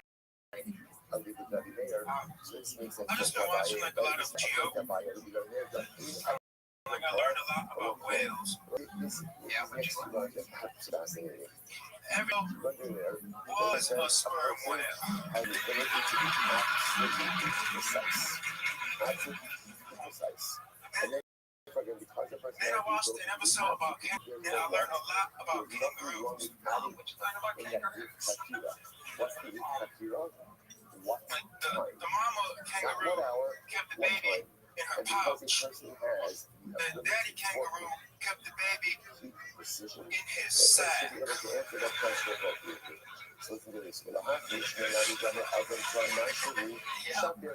Listen, That and it should checks be out. even if the offer the person is exactly What else, Keegan? How do you they make can still money, get it in the Keegan? ballpark. That's what the world really wants to Maybe know. somebody goes swimming at 8:40. I deliver It's 9 o'clock. Okay, that's fine.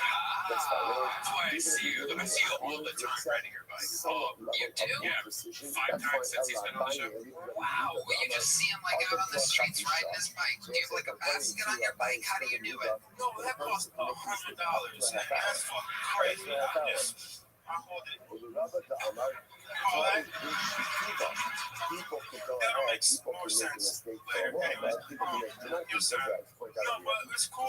I delivered to Coach Sarkeesian this week. Oh, nice. Hell yeah. The head coach of the team. Long did he order? Mary's Cafe. Okay. Yeah. What did he get? It's Okay.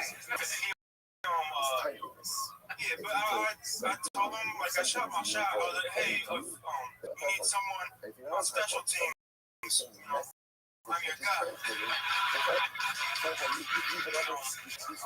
He was like, no. Whether it's for, You sure that? Why would he invite you to play quarterback? But if you're not on time, it means that it's not. They got a lot of NIL on you, Tony. It is not There's enough to go around. Do you know how to throw a football? Effort to sharpen time. It's putting into myself because Very good question. You don't seem that mobile. You kind of sway along. You see it. It's called pocket presence. Goodness gracious, you know I never would have guessed this. Wow. Well, serious note, that really did happen, and I will go to UT. So, it's a different school. I don't think he took me seriously. Okay, Keegan, what else is going on in life? Anything else interesting? All over the place. I'm a cast iron pan. You know about this. I think we talked about this last time. How's it been going with the cast iron pan? I just wanted to mention, like, last time I said I was a father to a pan, and it was like, missed opportunity to name him Peter. But no, my pan's name is Glenn Fry, because he performs when the heat is on. This is not important enough for me to do it. Now, again, you may be saying other things are more important than this. And that's how I'm going to relate to this. Just You are there's a lack of two of a kind. but a person's doing is Here's a big joke, buddy. I like your style. Keep signing up. There he goes. He has a little athletic prowess. He does know about pocket presence. Catch that joke with greenies with an underhand left-handed catch. One of the hardest ways to catch a joke, folks. A little fun fact for you. All right, back to the book we go. You guys still having fun out there? All right. Next, ladies and gentlemen, your next fucking bull goes by the name of Sean Cantwell, everybody. Cantwell, make some noise for Sean, everybody. All right, here we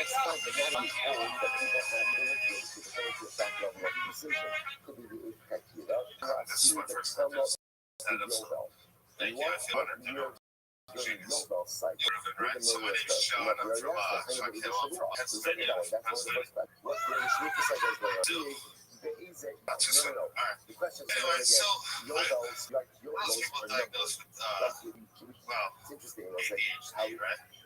it's It's like all open part here of the over same here. kind of motif, right? All right. If you think about it, if you Right, about right, you're laughing, right? we Yeah, count that's why I never hours, had kids. right? We Of course, count I never had hours, kids. I we didn't put a count, helmet on my well, kids. actually, we count They're on a bike. minutes, right? Like, saying doing it, Right, right? So, God has his reputation, right? What's the molar? this is my first time ever doing stand-up. And I'm like a ferret. I did take this kind of a ferret. We count, I press the right? We lens, count right? minutes, we Right, count right. hours, Come on, you got we it. You count got it. days, Spit on you. we Like, count holy weeks, shit, this we dude's count spit on it. months, So, we count years. I had a We tunnel count minute years plan. in the Shemitah cycle. No, I didn't. We count No, Shemitah cycles in Yovel, and we count What's wrong with you? those Reason as for well. this. We count every single time. There's another interesting thing is the same What just lesson that happened? keeps repeating over and over and over What again. the fuck did you just do? Time is the greatest resource, and the time Sean, management. welcome. Hello, how are you? I'm good. Is stand-up something that you've ever That's why wanted to do? that's Friday. How long have you wanted to do it? About 3 weeks. About 3 weeks. It became a passion of yours. It's your first time ever attempting. Yes. What made you want to do on this show in front of this many people? Because he's got something to say. You gotta say this in front of us. Are we going to get down to the walking? Okay. You find it right. I mean, that's very Oh, nice. I'm touching it. I'm sorry. Sean, I don't know if it's right. oil questions. Let's just slow it down. One breath at a time. How old are you? How about you that level? What do you? Manage the hours. Entrepreneur, and then I left that in. What kind of entrepreneurial stuff have you done? Personalistic success. Investment So advisor. maybe again, What have you invested? I'm not allowed. I'm not allowed license. You're not allowed to talk about it. Not in Texas. Not in Texas. Okay, so your investments are all in PA, and you're not allowed to talk about it here. They could be considered as a solicitor. Okay, so what's the take from this? Philadelphia, right?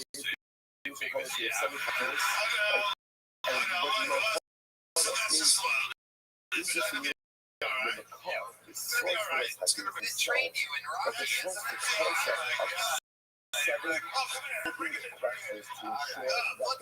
Give us a fun fact about your life. Fun fact, I trained their first professional boxer in the United States of America. You really did? I helped train, yes, when I was corner. You were the corner person? No, I was corner person. Right. Are you on something right now? I can't talk about that either. Tell people that put the mic in the mic. If you can't talk about things, then other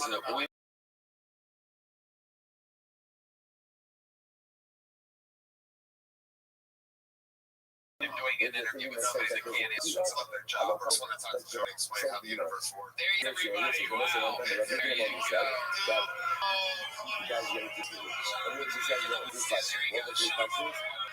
you go. Still sign up again. Sean Campbell. What the hell was that? That's him. All right. Okay. You know what? Let's cleanse the room with a little something special.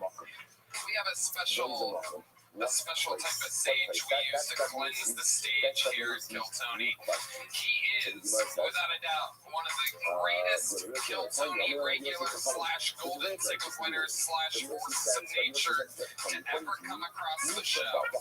Every time he does, it's absolutely insane. You're very much the audience.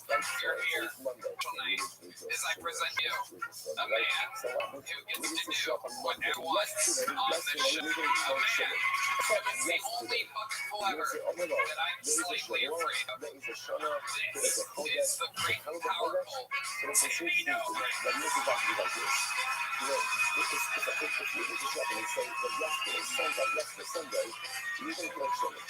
You're going to start asking all of these questions, right? So it's fucking this 2-year-old. Right? Which year? Relax. I was I one. just told you yesterday.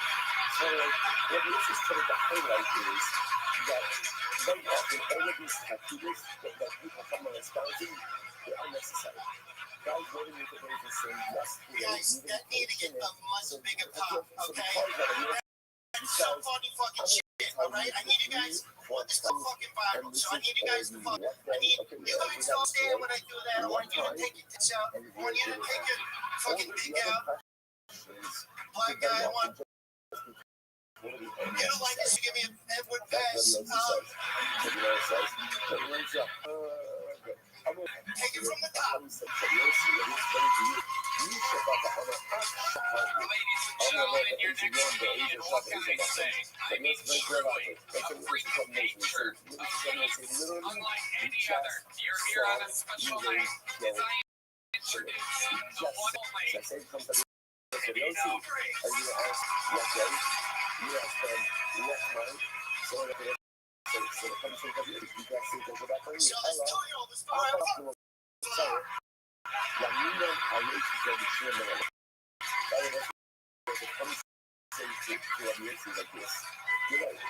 Sometimes questions are unnecessary, but we will ask them anyways. We want to uphold the need to show this information. And of course, we're talking about every other. What's the name again? It's not as a side that try to confuse the witnesses in cases. Sometimes in this world, your great Savannah presence unlike any other. Someone that is simply unlike anybody else. A man who has more power than any fucking wolf in the history of the show. You're here on a special night as I present to you the old golden goose that stepping over it.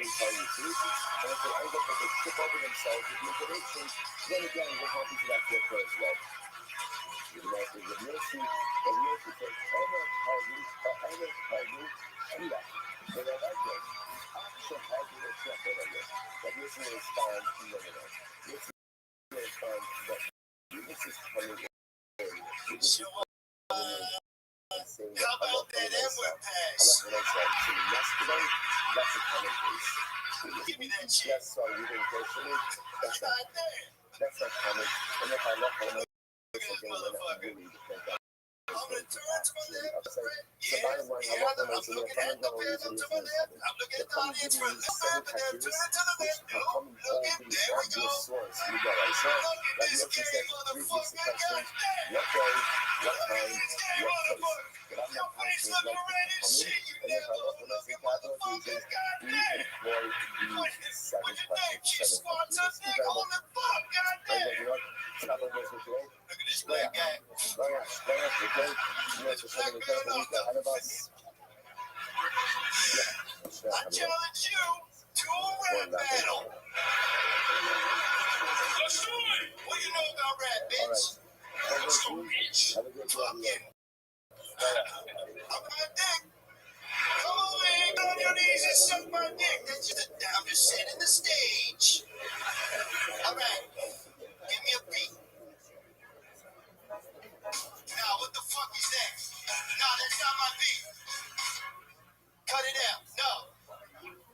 Every time I do this move, I need you to hit the beat the right way. God damn. All right? Every time I do this move, just this move right here, I need you to do the beat good. Hit me. All right, give me 5 words. Give me 5 words right now. I'm going to use them in this beat. Say 5 words. Okay. Horse. All right, well, say good morning, good morning, Let's still spark Hashem to be able to begin another week. Oh, that's so nice. We better begin by thanking all of our sponsors. Our commissary sponsors for Caption K 8785.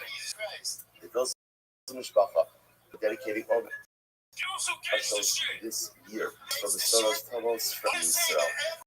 Our commissary sponsors for the month of K-Days over the Tillman family in memory of Miss Ben David Levy's and the death of brother Peter Levy was killed fighting Gaza on the first night of Hanukkah. We hope that we might find him and have Maria with his family in the common. Of course, we send people to the other girls to the return of 4 of our hostages.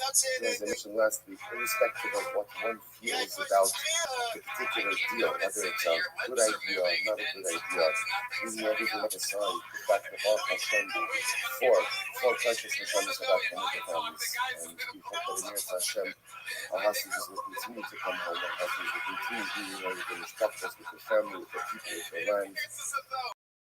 she's looking there, so see all them for holy soldiers should be successful. All my say again, and indeed should be a lifetime of the source of those shines. Let's with that, so let us begin. So we are picking up the new character in your time on that night. Great dot yesterday, incredible dot yesterday. So let's pick up the new character. How you both do Oson with Trevor Hakilos. Remember, again, what we spoken about the supporting past a little bit about the features of Hakilos, the idea of the questions that we ask to the agent when they come to go out and give testimony.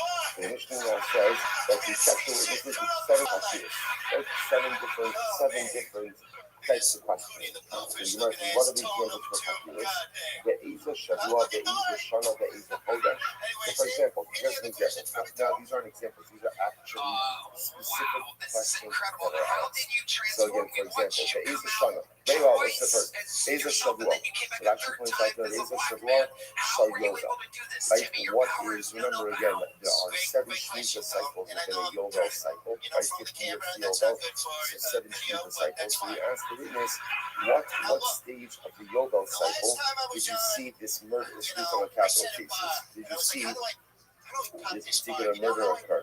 So the Eiza Shavua, the Eiza Shana, what year? The Eiza Chodesh, what month? The Kama Chodesh, what day of the month was it? The Eiza Yom, what day of the week? The Eiza Shah, what time? The Eiza Makom, what place? So we'll say some very specific questions. Remember again, back to capital cases, so we need to be able to ascertain ask these things what the witnesses are telling the people. The Yosef says, the Eiza Yom, the Eiza Shah, the Eiza Makom. And the Yosef says, you know, there's 3 questions. Question one, what time did it occur? Question number 3, where did it occur? This is after the witness given their information about everything else. Once they've given their solution, then again, let's say principal witnesses. Essentially, what day, what time, what Makir, this is Makir also. Sorry, Makir and then we ask the witnesses our questions. Makir and Akshan, did you know the defending space symbols? Did you give them us warning? How old they are, for example, let's say we didn't keep the Zara. So as me about the Zara, you can go ahead and worship. The Kama Abad, how much do we worship? Oh, sorry, Ubama Abad, how did he worship? Most of their presentation worship about the Zara. You can bow down, you can kiss, you can bow, or you can defecate, right? Or one size doesn't fit all. Right? There's something for everyone about the Zara. So whoever, so the Mishnah is outlining over here, essentially the basic application. But the people facing you, the better you are. So a lot of this probably already know. It's also very subjective, right? Basing it here is basing it probably feels the need to control a little bit more. So the Mishnah essentially says over here, we're giving things general, but you need to go ahead and amplify and add on to this. Nice or brother, Santa go to the seen one time when Azai, so witnesses testified or reading, so shimon underneath the big tree. So then Azai says, what did the stems of the figs look like? So depending on the season, ultimately we also see things about it. And so also, this is all part of the same motif as well, that Allah for myself, we have to go ahead and try to do whatever we can in order to accelerate. That's always our goal. We always try to accelerate. So these such specific questions like what do the stems of the figs look like would be potentially helpful in the examination of the defendant. Not if so remember again, these questions that we outlined over here are what are called captivos. Now we can also what's the difference between captivos and captivos. First why about captivos, effort only anyway, the idea is something that shall say for the captivos, which are the questions mentioned in our Mishnah. If someone responds to any of the captivos and he says, I don't know, right? So when you say I don't know, that is grounds for automatic disqualification, which makes sense, right? If you can't identify which month, what day during the month, which day, what time, where these are very specific questions. You can't answer them. That's the one is automatically disqualified. So you might as well skip. Like this, I can already know that is good. The defaults, I thought on the area there. To the sign on your email, you say IMS before the defaults. For example, well, we need an example of the defaults. Let's say you ask and it says, what color shirt is he wearing? Category. So if I do end of the day, answer that, even if one of them both can't answer it, disqualify this. Okay? So the Gemara says, after Hakiros the Akabudi goes, so my teacher says that it is on the table. There was the one thing is clear, both with the Dikos and Hakiros, so Hakiros and the Dikos, if Allah from the Maisa, the witnesses contradict each other, automatically disqualified. That's the halacha. After Omer describing the Kodesh, the Achor refers to the Kodesh, they use the Kodesh. There's essentially two cases. So let's say witness number one says, we saw you going to kill Shimon, and it was the second day of the month. Right? And the second witness says, the second witness says it was the third day of the month. What's the halacha? A do some Kayanis. They will say, why? What do you attribute the error to? Shazay Yodeh Be'ibur Shakodesh. In Yodeh Be'ibur Kodesh. So let's say it could be quite simple. Remember, one got 29 or 30 days. It could be that one guy knew that it was a May, a complete month of 30 days, and one did not. One did not. So to begin to see is, and so remember, again, what day of the month falls under the umbrella of Hakiros. Those are severe questions. But we accept the fact definitely to be margin of error. Zalman goes to Zalman of Hamisha, it is in the but the witness number one says, we didn't go to on the third of the month, and the witness number two says, no, there's no on the 15th, then the Eidos is bucked. After Omer is once again, that's a dates, there can be up to a 1 day discrepancy between the agents. More than 1 day you can't have. Okay, next, for time discrepancy. After the say shows, the after shows to do some kind of sin. Let's Ruben said, right, let's set the accusation. Witness number one says, we saw the thing that Shimon and Akamash. Shimon says we saw it, sorry, second witness says we saw it at 10 o'clock. So what's the problem? They do some Kayanis. Ultimately, again, it is good. After over the Shalosh, after over the Hamisha, they do some. Again, it's something that should be really the same like this. Witness number one says, I saw you going to kill Shimon in the third hour into the day. Witness number two says, I saw Shimon kill Shimon in the fourth hour into the day. That's fine. That works. But let's say, essentially, we allow for is up to a 2-hour discrepancy in time. That we accept. More than 2 hours, we cannot. So just understand, remember, when the patient asks the witnesses what time you see this, they're actually not asking for that, but they're asking the general hour of the day. So therefore, again, if there's up to a 2-hour discrepancy, we would do testimony to combine. More than a 2-hour discrepancy, testimony cannot combine. But Ruby says, Ruby says, no, I don't feel nice even in the case where there is a more than 2-hour discrepancy. Ultimately, again, we can still accept the testimony. Now she says over here, it's pretty high, tight issue. People make mistakes. Even more than 2 hours, people make mistakes. But here's the situation. After Omer becomes the Omer Sheva, they do so the Teva.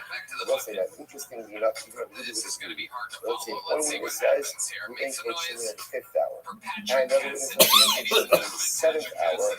That ultimately, again, is irreconcilable. Why? Because remember, again, I will say, 5th hour is before noon, 7th hour is after noon, and the sun is in two fundamentally different positions. So with that, already again, that is considered to be an irreconcilable contradiction.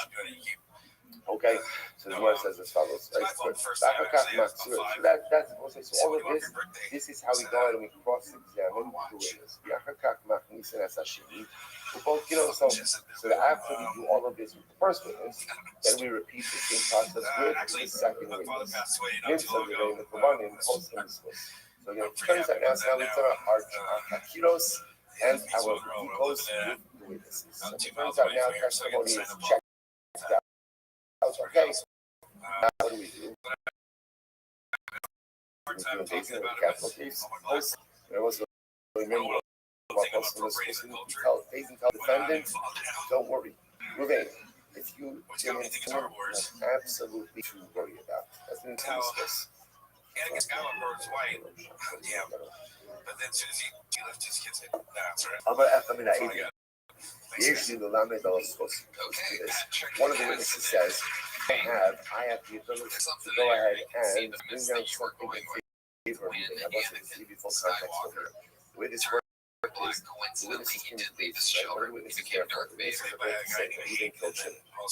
After the witnesses give testimony, one of the witnesses turns around, he said, oh, you know what? I now have something to say in favor of the defense.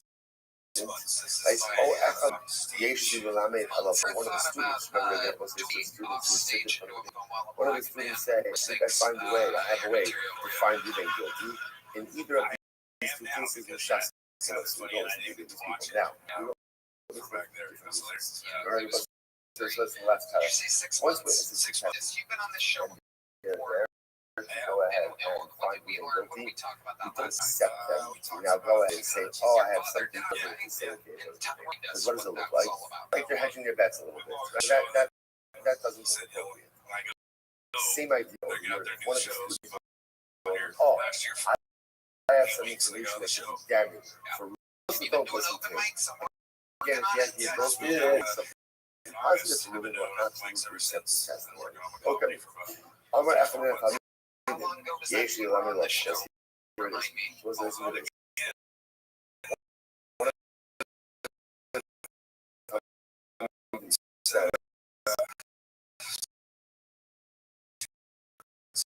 I have something to exonerate, right? I assume that I think could be helpful to you. Let's talk about Marin also. Moshe also. So we invite him to sit on these, right? So one of the students, I have something good that could be helpful to the witnesses. Shut up, right? Yeah, we bring him ultimately again to seat him on the basis. So how are you going? Calling him, and we keeping it until the end of deliberation of the Yesh Mamish Bar Shalom. If it turns out that the guy had full to say, then we listen to him. Who Omer Yesh Nidolan Al Hats. And even if, by the way, even if the defendant, Ruben says, I have something positive to say in my defense. So he must issue show me alone. We listen to Ruben. You absolutely listen to him. Hold your but again, what he's saying is really close. The matzah will say, basically, finds him in his sin. What happens? Done. Case closed. We're done. They love. We'll say now, what happens if Jason can't find ground to examine? What do we do under those circumstances? Even also in the heart. It's really universal. For we never issue a guilty plea on the day of. Right? We'll always go ahead and wait to give a guilty plea until the day after. Until the next morning. So what do we do then between this incredible? So we start into those we basically break up kind of they would break up and they would go and they would discuss these and not so how you should not to what I will say is kind of what it is that they are certain of COVID roaches which they approach concentration so they can already pass but they do diminish their consumption they won't one. The lot Timur says, the no sin, and they would go back and forth with higher names. Back and forth with higher names. The Makras and Shkuna above the basin. The next morning they would wake up early to the basin.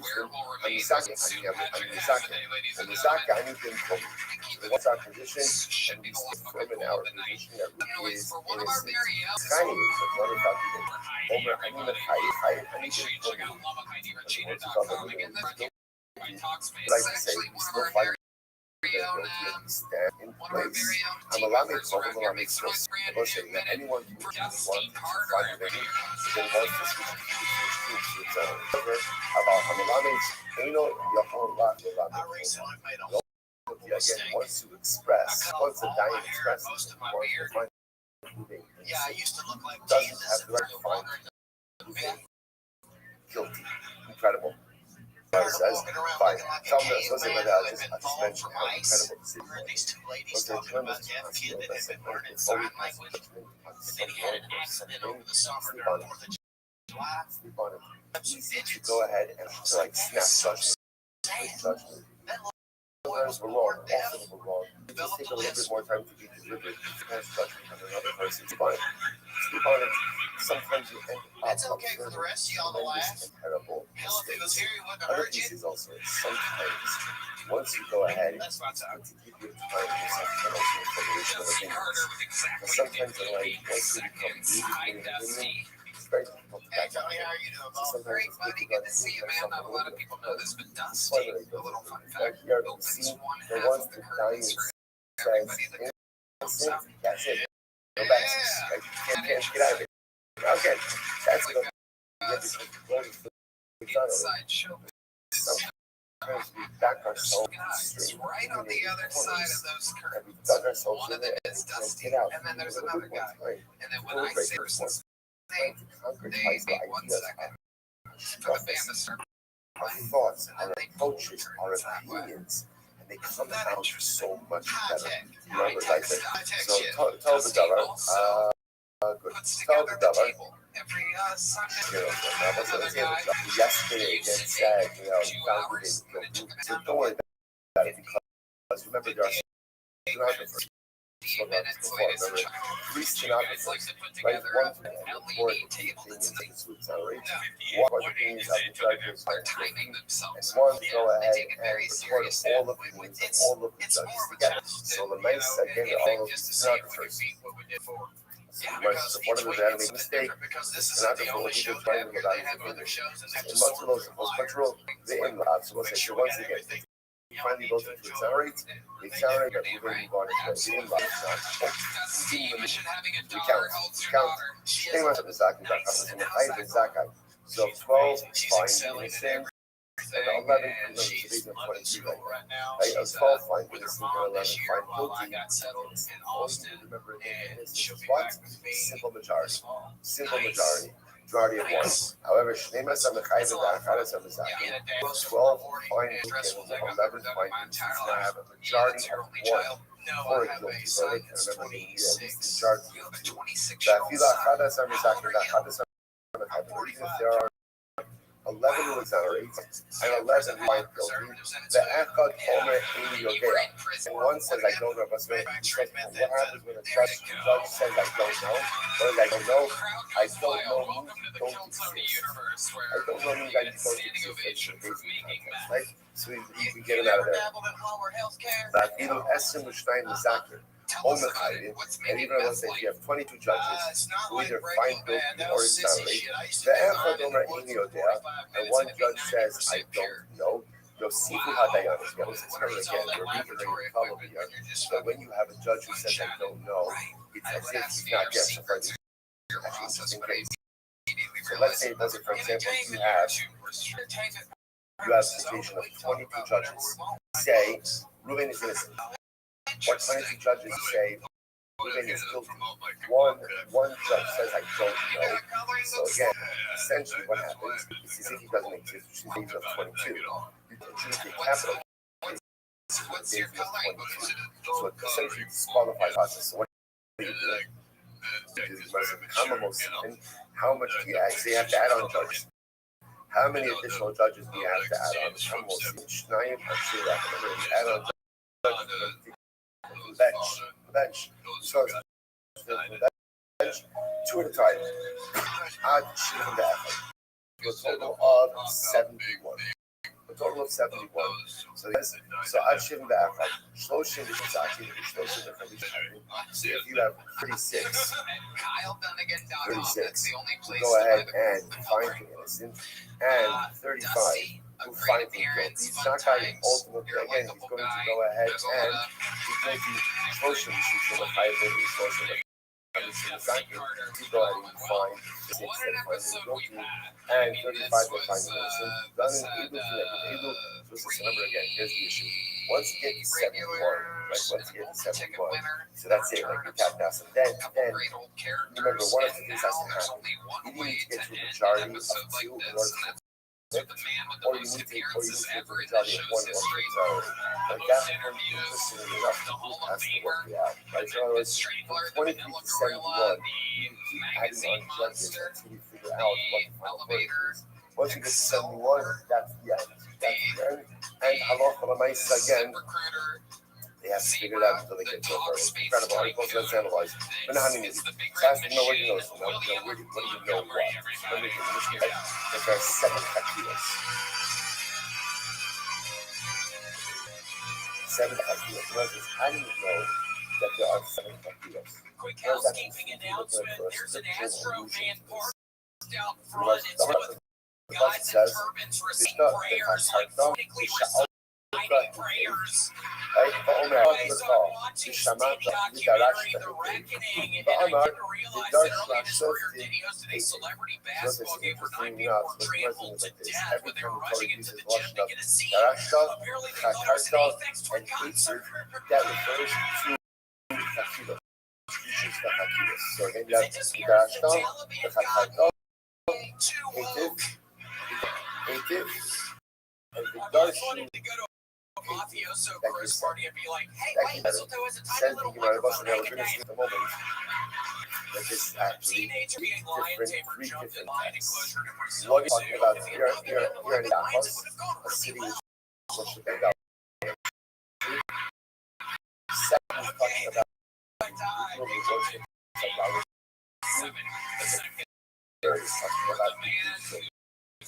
they both put them all together and you all utilize similar solo. And that gives us 7 expressions. Give us our biblical source for 7 kilos on the page. Diego, I gotta say, man, one of your butt up there is super high, and the girl's been asleep this whole time. This fucking ass with the short doesn't get mad when he wakes up. Please, when he wakes up. That is possible. Yeah, section has its own number of non-traditional corresponding to the transaction I love it. William, you're back from the row machine. You've been doing your puzzles. You've been making puzzles. Yes, I've almost finished with one that's filled with cakes. I ended up taking a break last week. I was in the mood. I got out of the mood with the puzzles, but now I'm back at it. then why not write down What kind of cakes? No. Oh my god, they all had blue icing, which makes it super fucking difficult. Some of them also have red icing, some of them also have little icing. There's just all kinds of them have blue icing. Which makes it really hard. It's a really hard puzzle. Thousands. It's like blue and purple, blue, yellow. There's no specific types of cake. There's no like one is strawberries, one of them has red on the inside, one of them has white on the inside. You know, that dumbass, is that what you wanted? You fucking idiot. What you want me to go? It was a strawberry cake, you fucking idiot. Everything is wiped out. You were mad at that fucking idiot. What did he want me to fucking yell? Everything is destroyed. People are wiped out. Sections are wiped out. I'm trying to have fun. I don't know. What's funny? I don't know how. Oh my god, how depressing is that? It's really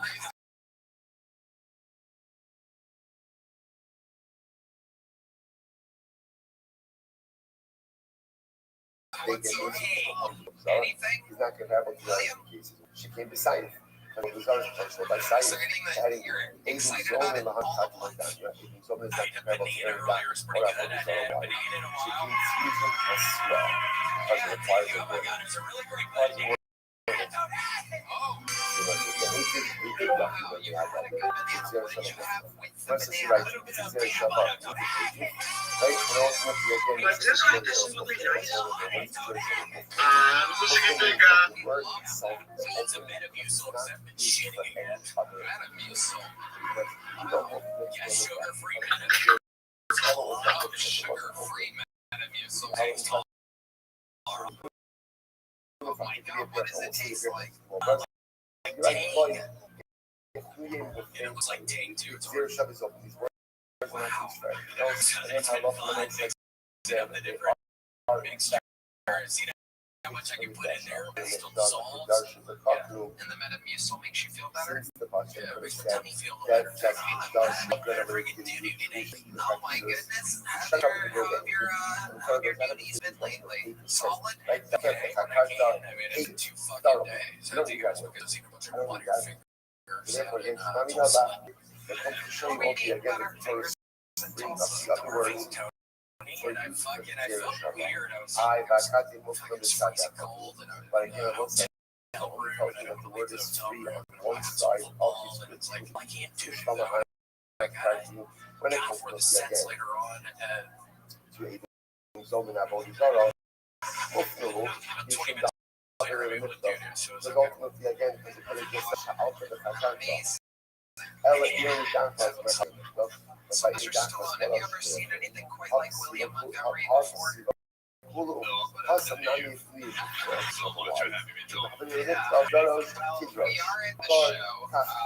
have any favorite a songs? double expression utilizing the same word. Or Concord Kafka, first white line. Johnny Kratiki Bure, it goes out of his way, changes the verbiage and uses the word hate. Shmamina Lafnuye. The extra word is there to free up the rest of the phrase to be able to make the Xera Shabbat. Okay, therefore, I will say, essentially, I have this three-way Xera Shabbat between Yeridachos, Avodah Zarah, and what that halachic triangle, right? What that triangle Shabbat does is allows me to pull all of those words and recognize that the expressions of Ashta, Chakarta, and Hativ appear a total of 7 times. And that gives me again like 7 Chakiros. So, Ba'asu Nechnakim, Ba'asu Nechnakim, the Kalachar Miniskalin, Mineragim, and also ultimately again those subject to Chanika learned out from the Kalachar from those subject to Mineragim, Ba'asu Nisrafin, the Kalachar Miniskalin,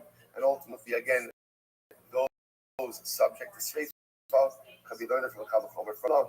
Which the Gemara says, Hani Chavraban, Skila Chamura. One would say that Skila is more Chamur. Sense. Rabbi Shimon Damar Sreifa Chamura.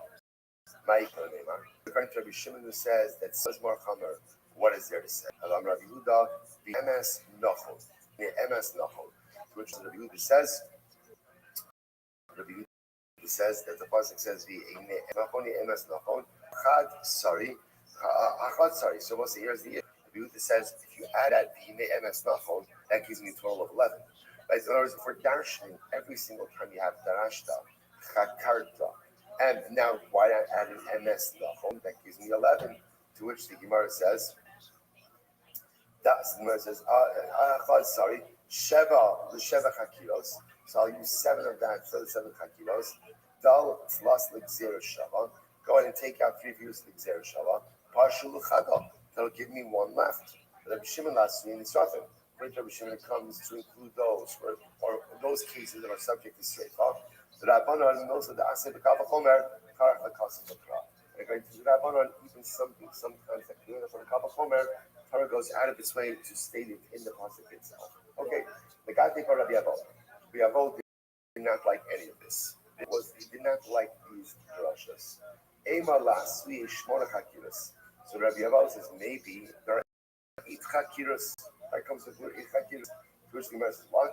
Shmona Chakiras Mika. Wow. We'll put that one which is 7 Chakiras. We're getting 8 Chakiras from. Allah. Why not? Why be an 8th Chakira? Why be the 8th Chakira? Va'ika la'asuyeh bekama b'shah. So let's remember again, it's interesting. Rabbi Yehuda posits,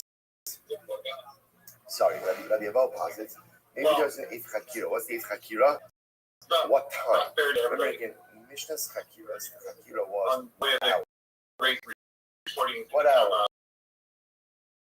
Maybe there's an eighth hakir, the eighth hour. What time during that? Give me a time. Tell me. So you put in your like digital service. You have a margin of error. But maybe the eighth hakir exactly what time. Fair enough. But I said supports this as well. How you both, so Bishmona hakiros. Is actually a Bryce that says this. The Bryce says there were 7 hakiros. Actually 8 hakiros altogether. Which was 20 for La Abaye. I'll give you that mayor. This makes sense according to Abaye, right? This makes sense according to Abaye. The mayor, the other Torah, the local. I mean, I'm sure that everyone in this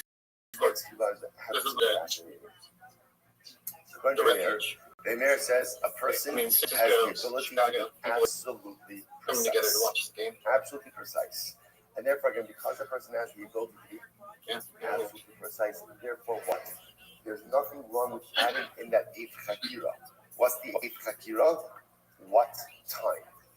Not what hour, what time. And because a person has the ability for complete precision, therefore it should be able to answer that question appropriately. So listen to this. And the truth is, even if you hold that a person isn't exactly precise, okay, they can still get it in the ballpark. So in other words, if one witness says, we saw Ruvain kill Shimon at 8:40, another one says, I was 9 o'clock. Okay, that's fine. That's fine. Like we're willing to accept some level of precision. That's fine. Allah, but according to successful that they're like automatically qualified to do anything, right? It's not the same as like people can go ahead, people can make mistakes for a long time, like make dramatic. You're in this position on merit. It's a technocratic society. Fascinating to see by people how people you earn it through some sort of like abstract measure of success. People like treat wealth, like Elon Musk, one of the things reputed tools, the code brothers. I think one of the most important ethos a person could possess is kindness. If you take something meaningful and important to you, that's not important. It's understand the message that you're. So it's not important. It was just money over the whatever excuse anything in the world. If you're not happening, whether it's for when you're supposed to be home, whatever it is. And it's true. There's never a shortage of excuses. What's the society called where but if you're not everyone's forced to read the manual before using it? Whatever it is not important enough. You're forced to read the manual before using the vehicle. Or we just live in a society where it's a vehicle into ourselves for us. The things that us, we're all on time. We're always on time, right? The things that like how much are we even going to read? I'm on time. Like how much are the new people even going to read? People treat time differently. Yeah, do you think they'll be even reading anymore? You have like the mayor, and the mayor says the person has the ability to be exact, right? And then again, you see other opinions that say, maybe he's a little bit late here and there.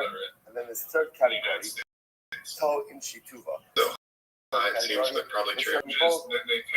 Just can't get it together. Just can't get it together, right?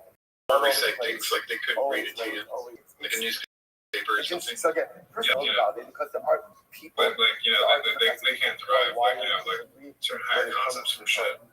There used to be this thing called critical thinking, where some one side reason why they can't be would be presented than the other, and people would discuss the two important for us sides. to do a self-check for ourselves. We have all the most wonderful reasons in We the used to world. have shows like At the Crossfire end of back the day, there. if you're not on time for something, Crossfire's the good. message you're broadcasting about So, thing, whether you man. intend to broadcast or don't intend to broadcast it, this is not important enough for me to be here. And you may be saying other things are more important than this, and that's what I'm going to be.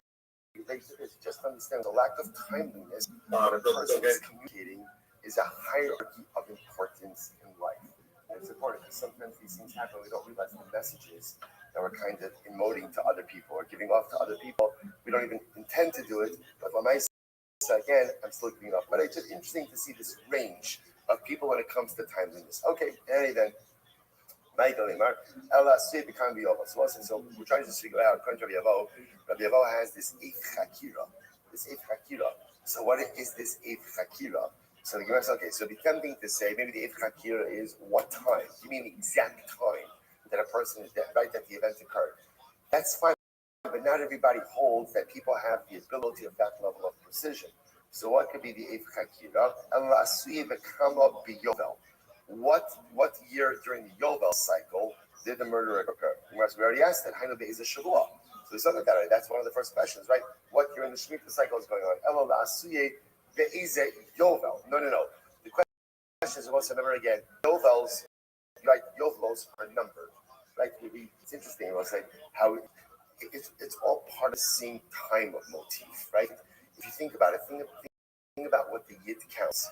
We count hours. If we count hours, we count minutes. Like the Gabi has a true appreciation for this, right? What's the molot? I don't know, whatever, right? Whatever, 4 minutes and 2 chalakim, after this. So we count minutes, we count hours, we count days, we count months, we count years. We count years in a Shemitah cycle. We count cycles in a Yovel, and we count Yovos as well. We count every single unit of time. Because Rabbi said, what's interesting is this same lesson that keeps it over and over and again.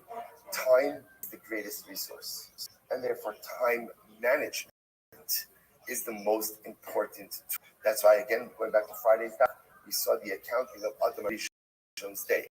Every hour was accounted for. Granted, not great, but every single hour was accounted for. The key to success in life is absolute, complete time management. Again, are we going to get down to the chalakim? Maybe if I knew what a chilek was, I'd be able to manage a little bit better, right?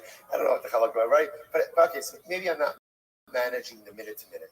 That's probably Halabayish gets that, but at least to manage the hours of life, not to let the hours slip through our fingers into oblivion, is the key to personal success. So maybe again, maybe the eighth chakira is what number Yovel are we up to? Hey, what number Yovel are we up to? Vidach, Kivan Dama Beisa Shavua, lo by the Yovel. The other thing says no. We don't need to know the number. As long as the witnesses know what number year in the Shemitah cycle it is, that's more than enough. So therefore, interestingly enough, so what's the takeaway from this? Here's the takeaway. Takeaway is the Mishnah told us we have 7 chakiros, right? And what the Gemara taught us is, interestingly enough, the makar, the source for those chakiros themselves, but the source for the concept of 7 probing questions to ensure that the witnesses really saw what they saw, or at least were present to be able to see what they saw. That concept of 7 chakiros comes from the Torah. Where does it come? From the conglomeration of Yachas, individual words of Torah, and Eden Solomon. Out of those 3 contexts, we have Darashta Chakarta Hativ, Darashta Hativ, Darshu Hativ. There's an opinion that says that there's an 8th chakira. Halacha Maisa, we reject that opinion. We go with the 7 chakiras as espoused in our Mishnah that have their biblical source. Incredible. Let's go back there. Says the Gemara. Rabbi Yossi, and I remember Rabbi Yossi came along and said that you guys are getting too complicated. Rabbi Yossi says there are only 3 questions. What are the 3 questions? Eze Yom, what day did Reuven kill Shimon? Eze Shah, what time did Reuven kill Shimon? And remember, I say whenever you see Shah never means 8:45. What does Shah mean? 8th hour of the day, 9th hour of the day, something like that. And Be'ez a makom. Be'ez a place. What place? That's Rabbi Yossi's 3 questions. So the Gemara says, Rabbi Yossi Omer Tanya, Amar Rabbi Yossi Chachamim. The Devreichem, listen to this. So Rabbi Yossi said to them, according to you, Misha Bava Amar Emesh Har. Listen to this. Let's say witnesses show up, right? And witnesses say yesterday, right? So let's say Monday. So Reuven shouldn't kill Shimon on Shabbos, he should wait till Sunday, right? So what happens? Witnesses show up on Monday, and they say, yesterday, Reuven killed Shimon. And he says, yesterday. Are we going to say, Omerlo, Be'ez Shavua, Be'ez Chodesh, Bekama B'Chodesh? So let's say, here's what's interesting. Rabbi Yossi's logic is like this. If witnesses show up and they say that yesterday, Sunday, Reuven killed Shimon, you're going to start asking now the witnesses all of these questions, right? But which year of the Shemitah year was it, right? Which year, which month, what day of the month? He just told you yesterday. So in other words, what Rabbi Yossi is trying to highlight is that very often all of these chakiros that you are espousing, they're unnecessary. Guys rolling into days and saying yesterday Reuven killed Shimon, so the Chakir calls that Rabbi Yossi says, I'm going to tell you the core questions, and this is all you need. What day? Okay, you answered that yesterday. What time? And where did it happen? All of the other questions could very often just be totally unknown. That is. So the Gemara says, so Amar Dvarecha. So the Chacham said back to Rabbi Yossi, according to you, Misha Bava Amar Achshav Amar Lo Be'edom Be'ez Shav Be'ez Amar. So Rabbi Yossi, according to your logic, say witness Shav Be'ez, and they say literally, we saw Ruth kill Shimon. We saw it. So I say to Rabbi Yossi, are you going to ask them what day? You're going to ask them what time? So the words will say, so the Chacham says, we can ask the question back on you. Afal Gabdul Tzareh, Raminon Aleik Shimon Ben Elazar. That was what the Chacham say to Rabbi Yossi like this. You're right. It could be that some questions are unnecessary, but we will ask them anyway. For what purpose? We want to impose the need to share this information in accordance with Rabbi Eliezer. What's her name again? Rabbi Eliezer was the one who said that we try to confuse the witness in capital cases in order to contradict themselves and ultimately in order to get their testimony not to stick. In other words, remember, our goal is we want to exonerate. That's our goal. So therefore, again, the Chacham essentially say we fully recognize that there are times when all of these questions may be unnecessary, but we ask them anyway. We ask them anyway, effort, first of all, to ensure that the witness is really telling the truth, and it ends up that they trip over themselves with the information. And again, we're happy for that to occur. It says Rabbi Yossi says, Emesh Hargu, Shchiach, Berav Edjos. Achshav Hargu Lo Shchiach Berav Edjos. Rabbi Yossi will respond, no. Yossi will respond that witnesses coming in and saying that Halacha L'Maisa, Reuven killed Shimon yesterday, that's a common case. Witnesses saying Reuven killed Shimon, not common. That's not common. And therefore, Halacha L'Maisa getting not worried that is going to actually occur. All right, then we'll say, Halacha L'Maisa, we have this fundamental the Chacham giving these 7 chakiras, which the Chacham hold really have source in Daraisa. Rabbi Yossi says 3 questions: what day, time, what place. Asking like the Chachamim, and therefore Halacha L'Maisa in capital cases, we employ these 7 questions, 7 chakiras. Incredible. You know, stop over for today.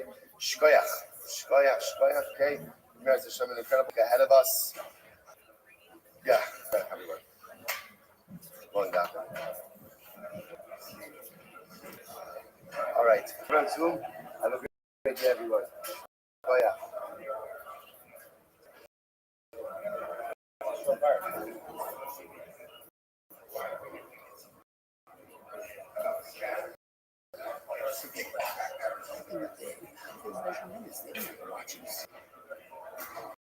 So I would have 7 minutes, 5 minutes. No, I think when it is a shot, it's more like middle of the hour, end of the hour. People still do that. They definitely measure hours, that's for sure. Because we want to be exact. Yeah, there was still.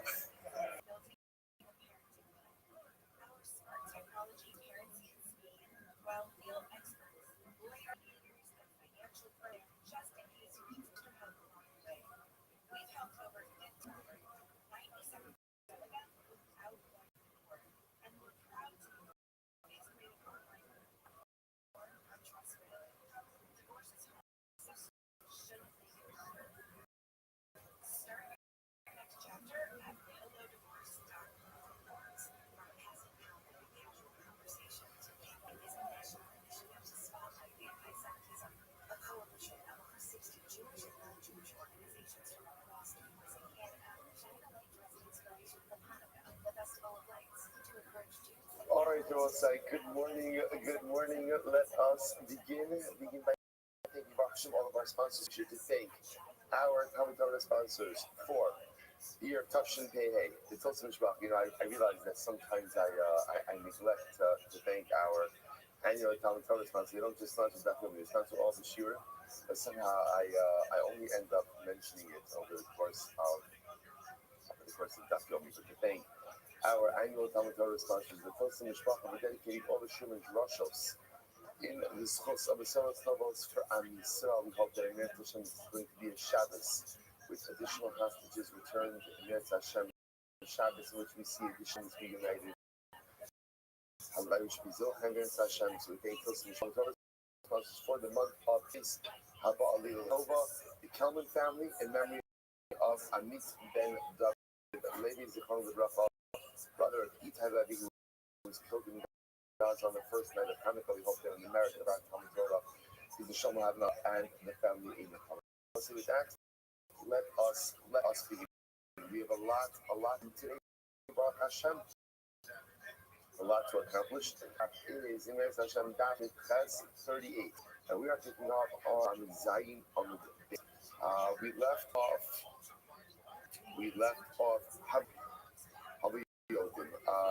Right? Excellent. So in the wide line, it's on the bottom. White lines on the bottom. 3 lines in.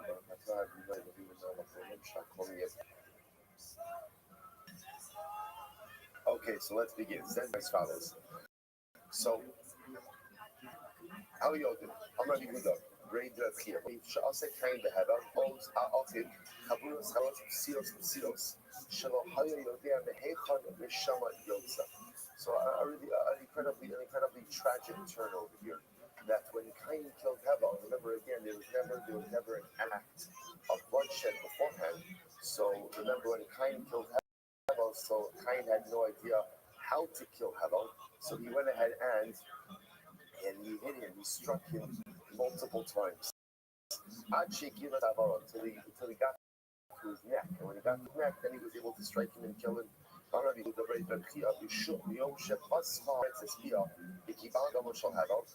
day opened up and swallowed up the blood of Hevel, the earth never opened its mouth again.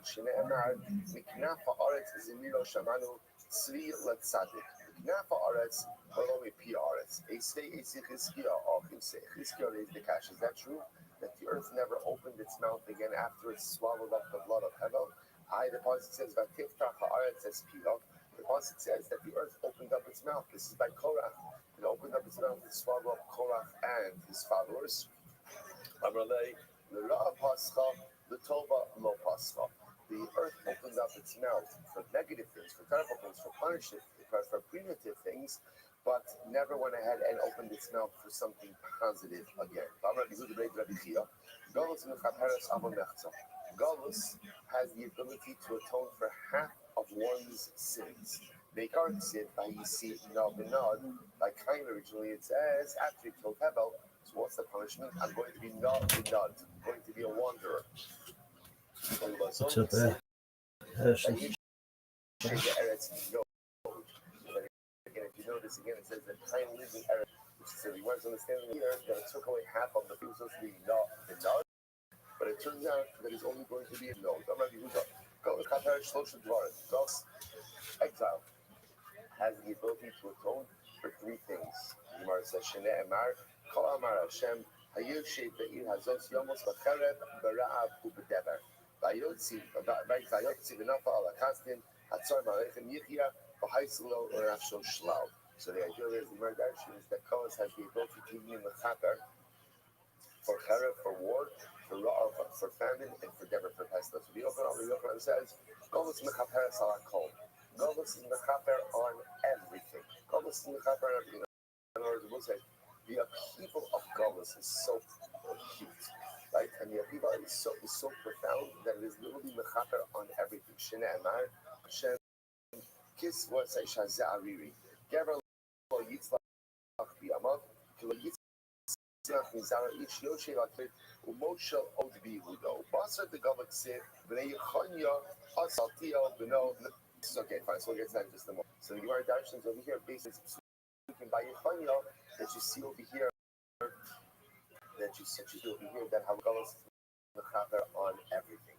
And let's just point out how profound and how important this is for us. You know, there's something positive in everything we experience in life, and even in Golos, which is so sad and so overwhelming and so profound, yet we find the chama in the fact that Golos Kata, that right that even that here in this 2-year diaspora, the most good news is that very Golos which has the ability to atone for all of our averos, national as well as individual. Incredible. So the Gemara says, why does it talk about the son of Yechon being Asir? Why is his name Asir? His mother became pregnant with him while she was incarcerated. So Asir's parents, Yechonia and his wife, were incarcerated together. His mother became pregnant during incarceration.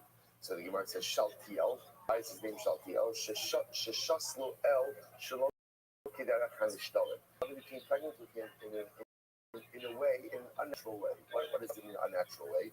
So the Gemara says, Gemiri, because we have a tradition,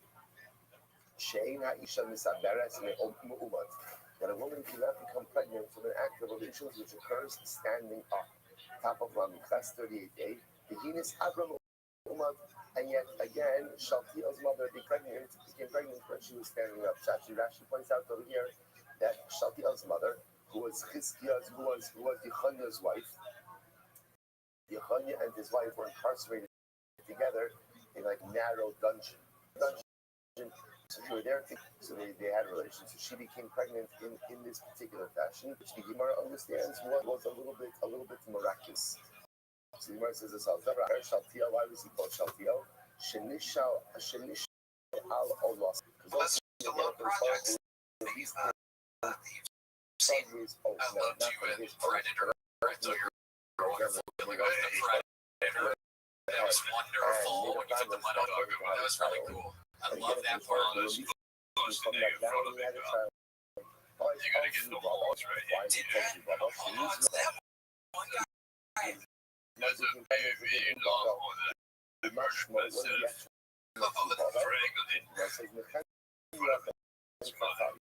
Sylvester, did that one guy actually shave in the group? I think you were wrong. That's very disrespectful. Thinking about shorts and you read like a fucking idiot. Doesn't have to interact with your fucking ass this entire night. Who's that little cigarette? Or was that a Virginia Slim? Fucking pussy. What are you fucking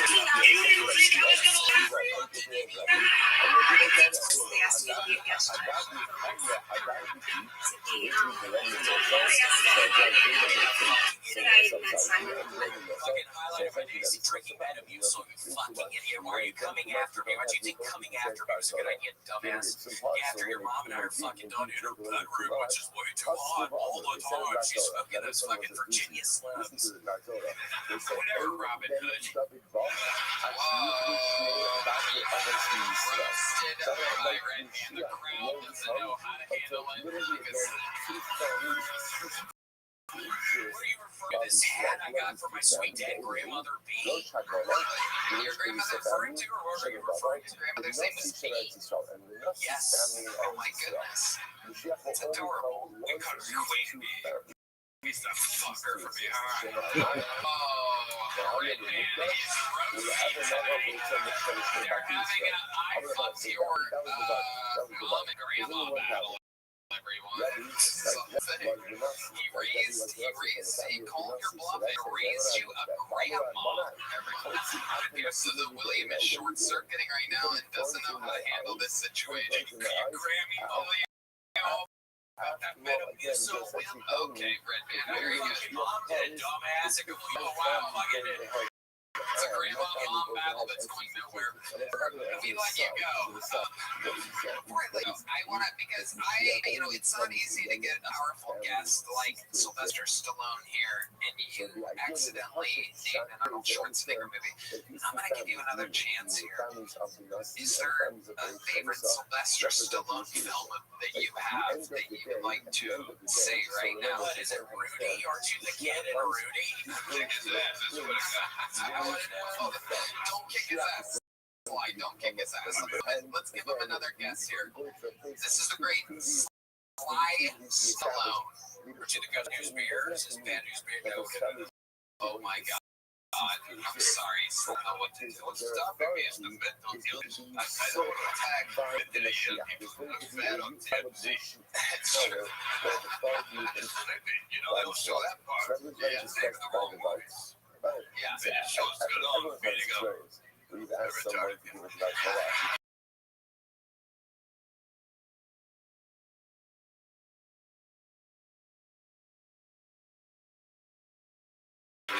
And that's why solo movie. Don't leave your room too much. Don't leave your house much. You watch a lot of television and movies. This should be very easy for you. What is one of your favorite slides still on? Rock 3. Yeah, really, that's my favorite one. That's your great rock guy. A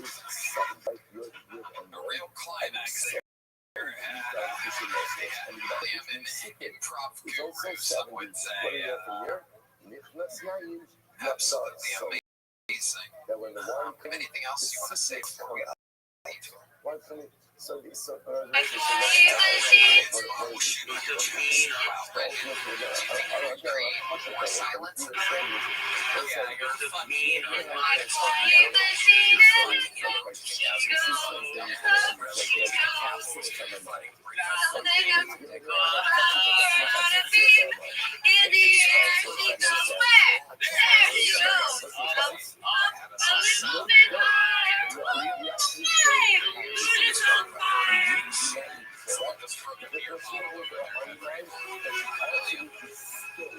Anything else you want to say before we get out of here?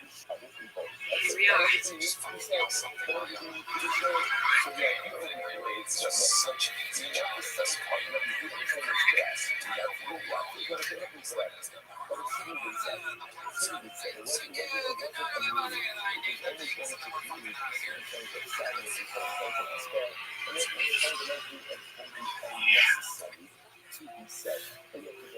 So vast and endless.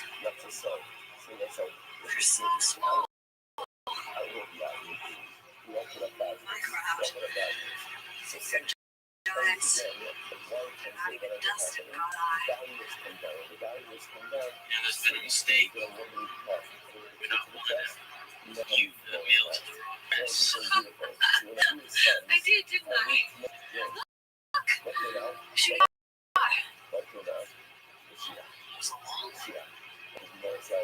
Bob used to tell me, every time you saw one, it was a soul going to heaven.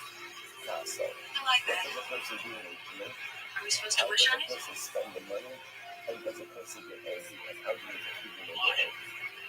What you wish for? So there's something really beautiful over here that when these boys, these young men, drank a little too much, what comes out? A discussion about Mashiach. Granted, a little bit of a long discussion about Mashiach, considering it spoke about the cessation of certain prophets. But again, that's what came out in the blood deep, right? When a little bit of wine came in, the fire and the want for Mashiach, for Gula, came out again. So out of that person, when you drink a little bit, what comes out? What comes out? All kinds of silliness and foolishness. And they drink this good Torah, singing, business. I love everyone. Whatever it is, the inner me really comes out with a little bit of yayin or of yayin. I'm a good stuff. I'm not okay, but I'm a sister, Dara Smiley. What's the meaning of the process? Mother does the process from Daniel. By each word Hashem al-Hara, by the E'alinu, Tzaddik Hashem al-Hara. So ultimately, I guess, literally translated, Hashem is He brought it upon us because Hashem is a Tzaddik. I said in the Gemara, Mishum Tzaddik Hashem, by each word Hashem al-Hara, by the E'alinu, because Hashem is a Tzaddik, He said, you brought it upon us. So it says, yeah. So outside of the Bible in Israel, she gives double seed. This is incredible. The Bible did a chapter with us, and that is each thing of the double of 60. Remember, again, about like, so you just to start, you understand? Beginning and Megillah said, when Megillah introduces those two Mordechai, what did it say? Where did Mordechai come? Right? So again, Yechanya again is first place on Mikdash and the first place on Mikdash together with Tzidkiyahu. That's why again, remember, Megillat Esther happens in between the first and the second base on Mikdash.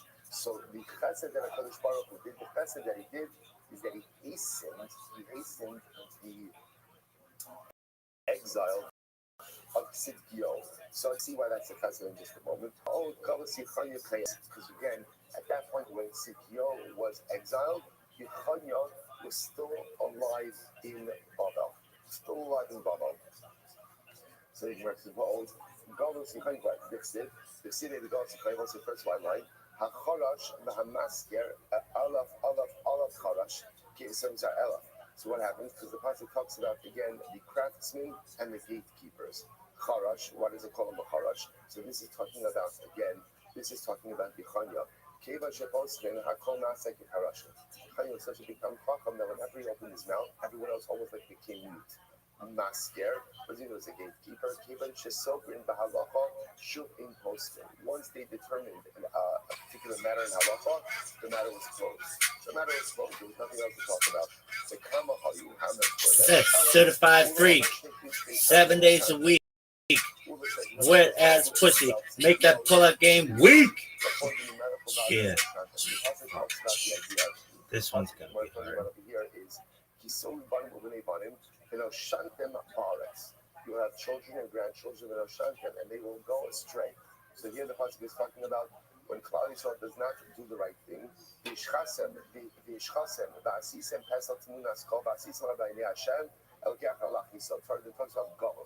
So the problem with this will say, so then again, this gets into like like items. Yeah, that song sucks, girl. Sing my song. I said certified freak. 7 days a week. Wet ass pussy. Make that pull-out game weak. Yeah. Yeah, you fucking with some wet ass pussy. Bring a bucket in a mop for some wet ass pussy. Give me everything you got for this wet ass pussy.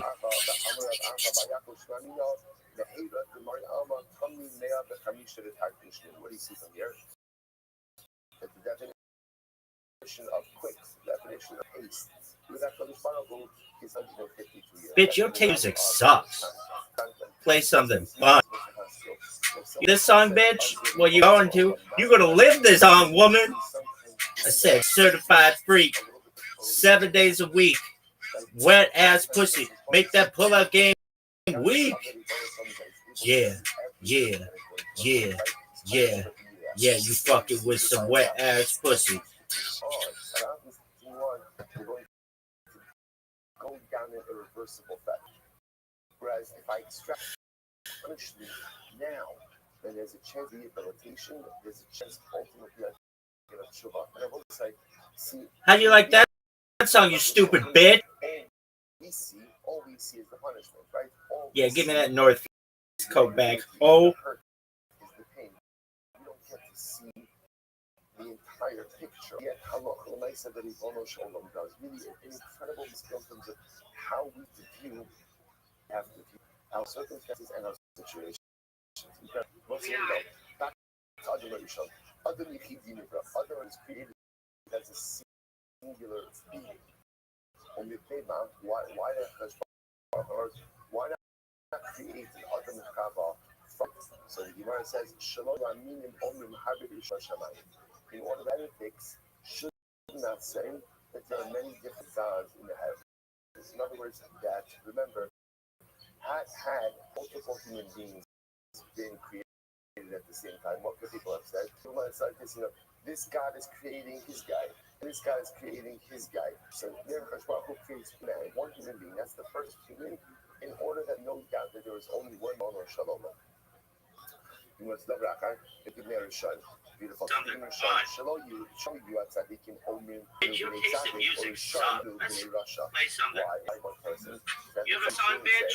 What you go to? You gonna live this song, woman. I said certified freak. 7 days a week. Wet ass pussy. Make that pull-out game weak. Rashi says over there, Hamid ben Tzaddik, he's very pressing those short lines and back like Rashi. Hamid ben Tzaddik, Nidra, but the Hamid Tzaddikim, the ain't other tzichem Yisrachik min Aveira. Did you taste the music? So a person say, we're the sons of tzaddikim, so we're inherently righteous. There's no need for us to take additional precautionary measures in life because, hey, we are already the children of tzaddikim. And again, what were the children of Hashem? Say, Anu b'nei Rasha, ve'ein anu zukukim b'tshuva u'litzaddik kilo yoyo. So it says incredible. So, and the children of the Rasha will say, for us, there's no point in trying to do tshuva since we are the children of a Rasha. There is no way for us to rehabilitate ourselves. We'll say, we're kind of created two human beings to start out. So one guy would say, we're the descendants of the tzaddik, we're the descendants of the Rasha. The descendants of the tzaddik would say, we're Bitch, your sense of music sucks. We're not doing anything. We're fine. The children of the Rasha would say, bitch, your taste in music sucks. Let's play something fun, girl.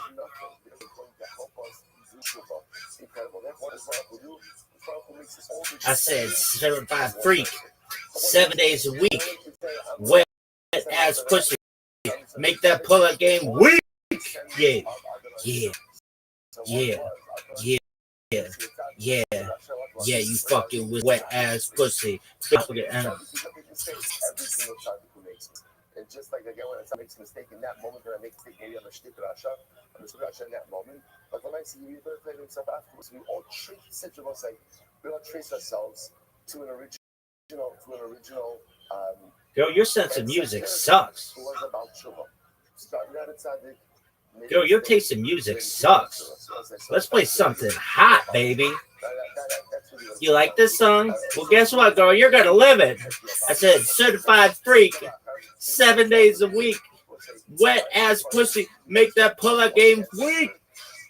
Yeah, yeah, yeah, yeah, yeah. You fucking with some wet ass pussy. Bring a bucket and a mop for this wet ass pussy. Give me everything you got for this wet ass pussy. Beat it up, Rabbi, in charge. And what is happening?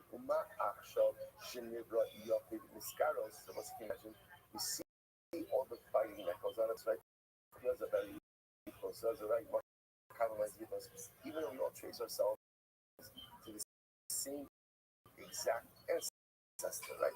We all go back to the same person, and yet there's still so much focus about because Alachas Kama Kama.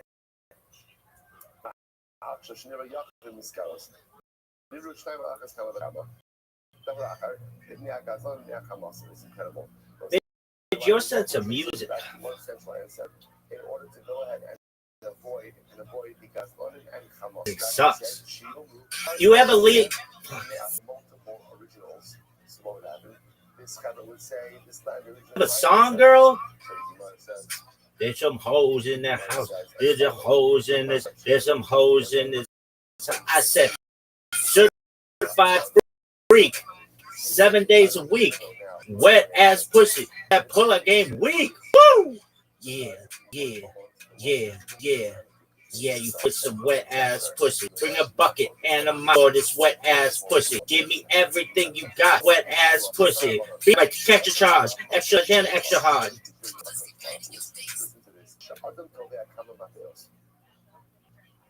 So listen to this. A person could mint a number of different coins. And what happens? What's incredible is the Kulam Domen Zelazet. Right? A person could mint a whole bunch of coins. And amazingly enough, every single coin could come out the same. I don't want to say every single penny looks the same.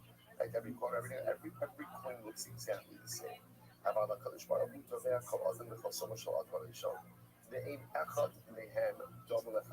This is incredible.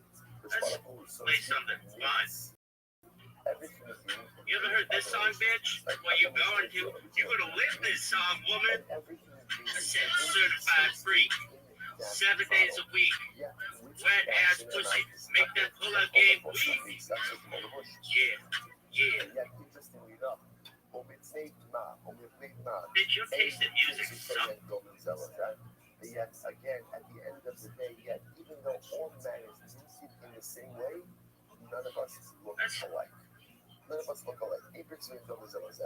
Why? This is incredible. This is incredible. What would happen if everybody looked alike? What would happen? Just like, so therefore, if everybody looked alike, and so like Ruben saw Shimon's wife. He's like, oh, I'd like Nartar. Like Ruben saw Shimon's house. He said, I'd like that. Well, the Ruben looked just like Shimon. Then what's gonna happen? Ruben can assume Shimon's identity. Ruben can say, hey, it's mine. It's mine. How can you disprove it? Right? I thought that's the owner, but everybody looked like each other. It's a very difficult situation. You know, which Bitch, your taste in music sucks. Let's something hot. There are three ways in which every person is different from the other. How? We call. Yo, what up? That is interesting, right? Voice is different. So person. Yo, how you living?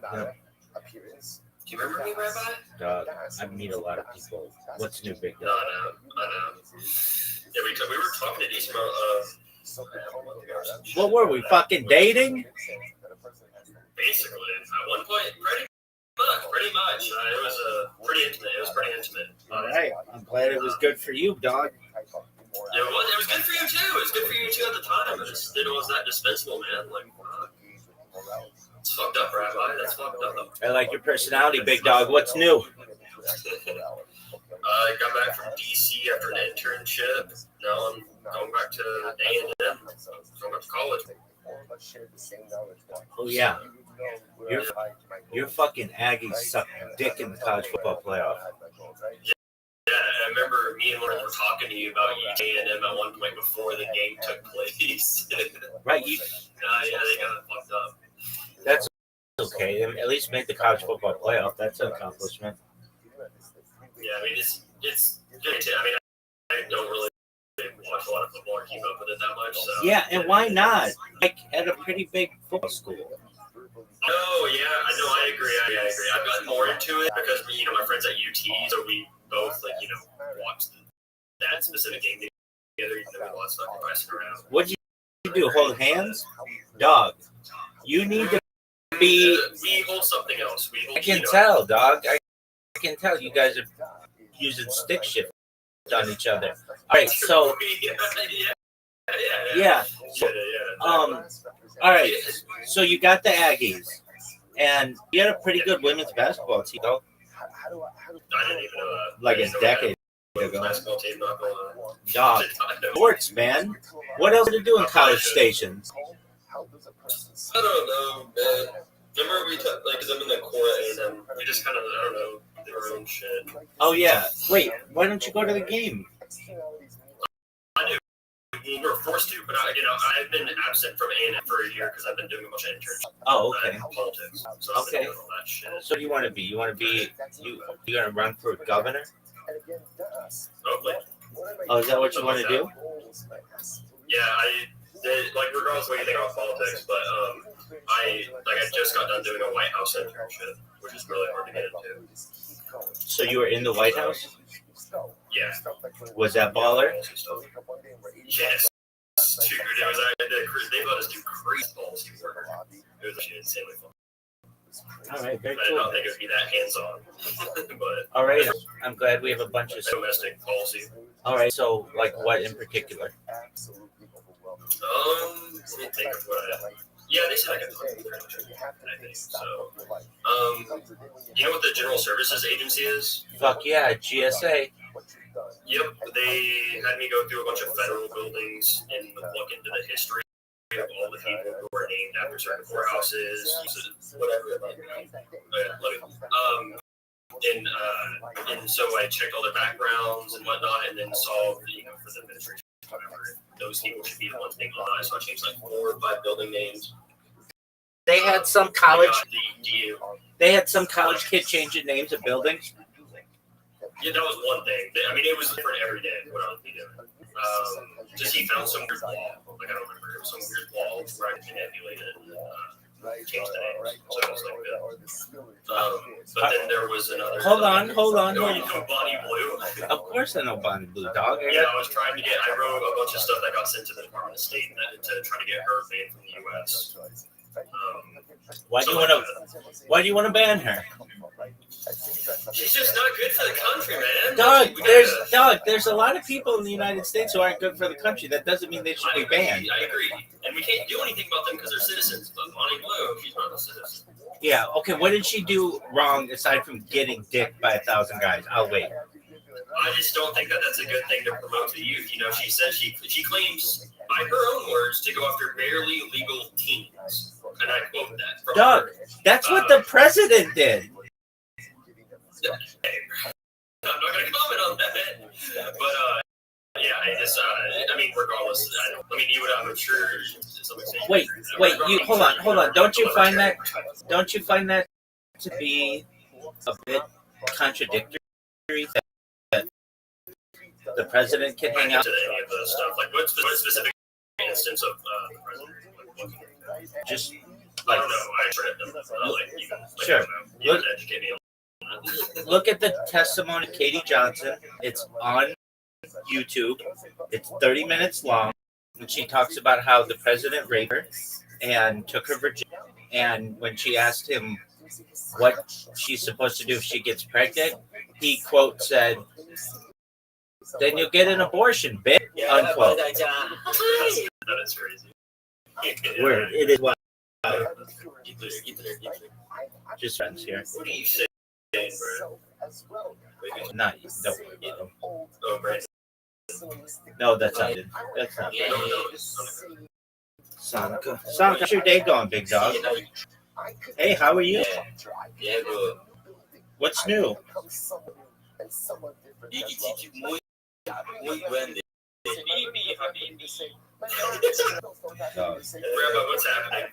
I get this shit all the time. This is just part of my life. Yo, what'd you say, big dog? I'm your fun? I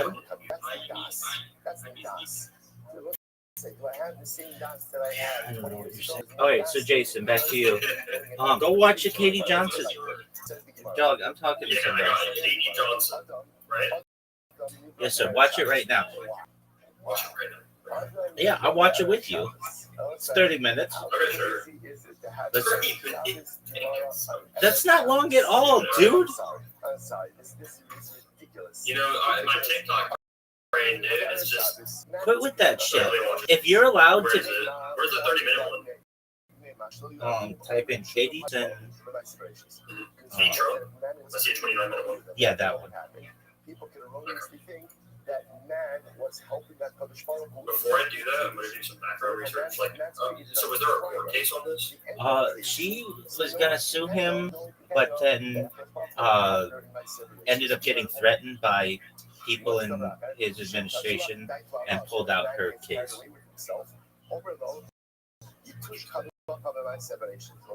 This is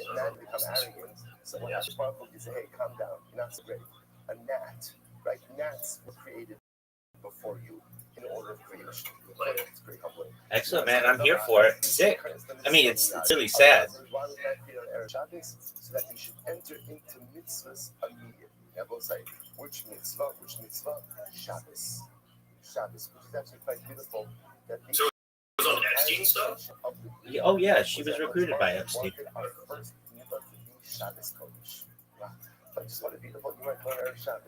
She was recruited as a model. I want to beat you, and again, kind of get your bearings a little bit, and then after you get your bearings, we're going right into Shabbos together.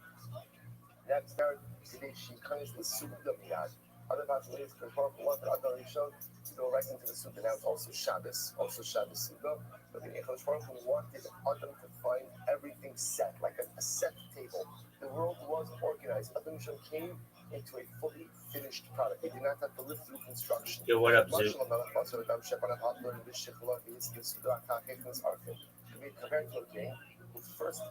Zoot, my friend here, he is the Bonnie Blue he's watched her documentary.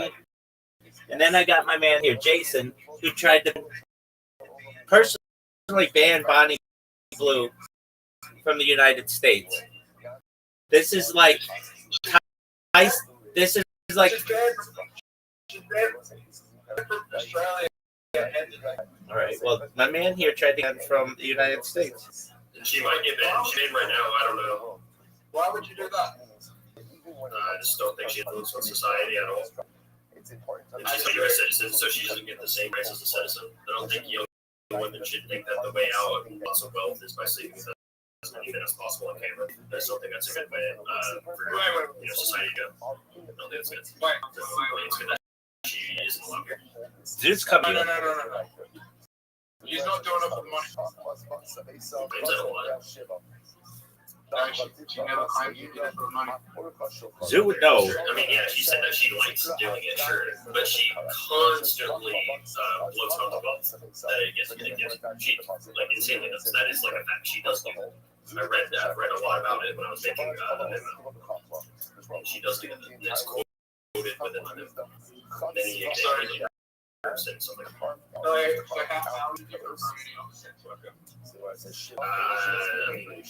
don't think. I think it should all be. Not, I mean, it's all not good. I'm not like that's kind of a new argument. That's different. I mean, well, there is a good difference. Is she's not a U.S. citizen, so you can actually. And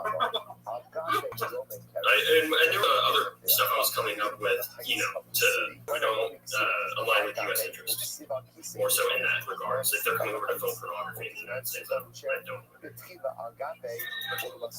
So it doesn't really matter if somebody's doing the same type of swing, if they're less. It doesn't. I mean, it doesn't really matter.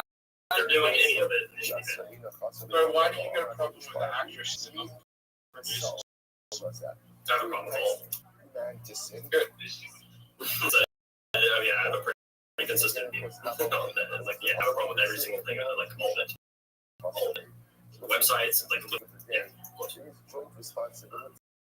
but she's one of the main media targets that is the youth, and I think that is a very big. And a whole philosophical argument of like promoting promiscuous activities usually results in higher divorce rates. And a marriage, obviously, between two people, I think that isn't good for a child to be raised in with two parents. And with being promiscuous, the higher divorce rates, I think the consistent. I don't know the statistics.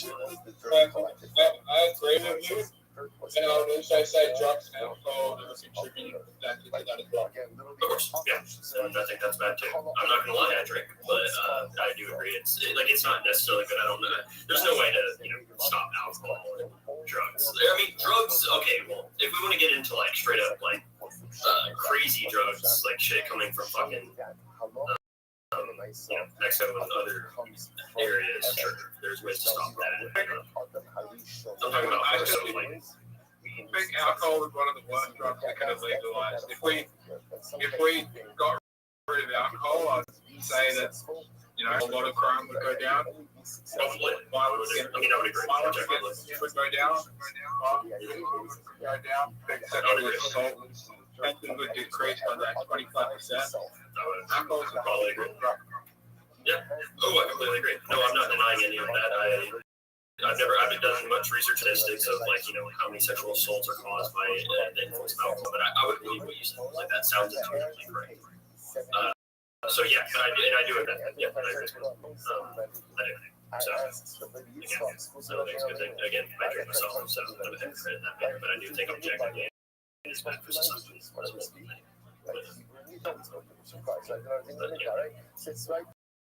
do you think about all that, Rabbi?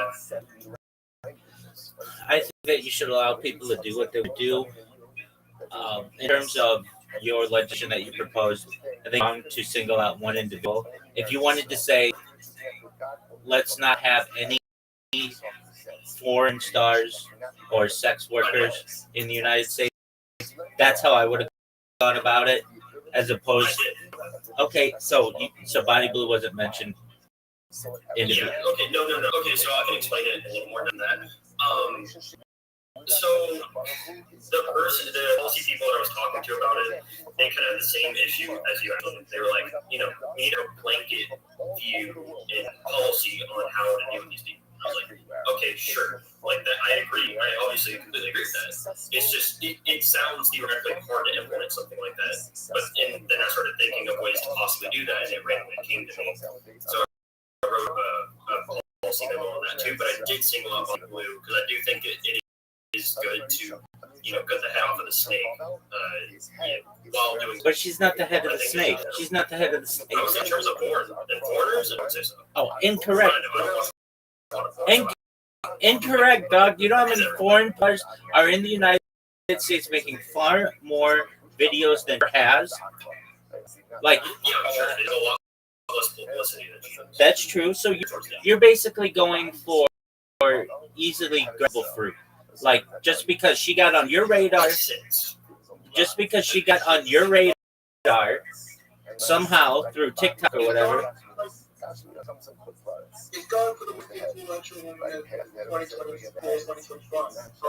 In Zoot's life, no doubt. I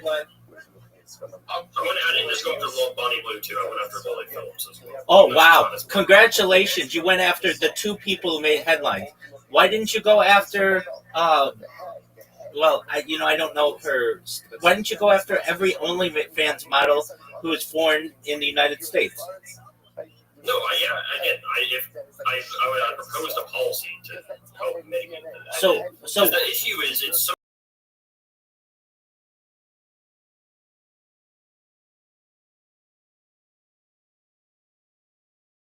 hard to come over to the U.S. from Britain or any of the nations that we're really good. So they can just say, yeah, I'm not going to come to the nation bad. If there's nothing on the radar for the government to look at them, they just come here, do what they do, and get out. But what I was thinking is there should be files kept on all these foreigners coming here, and when they come here, do something bad like that. Then you can ban them because you won't know until it happens. It's really hard to just be like, all right, yeah, this person's come here. All right, bam. You don't know that until it's done. okay. Here's the thing that confusing that. Yeah. I know sex workers in Australia that can't get into the US because they're escorting.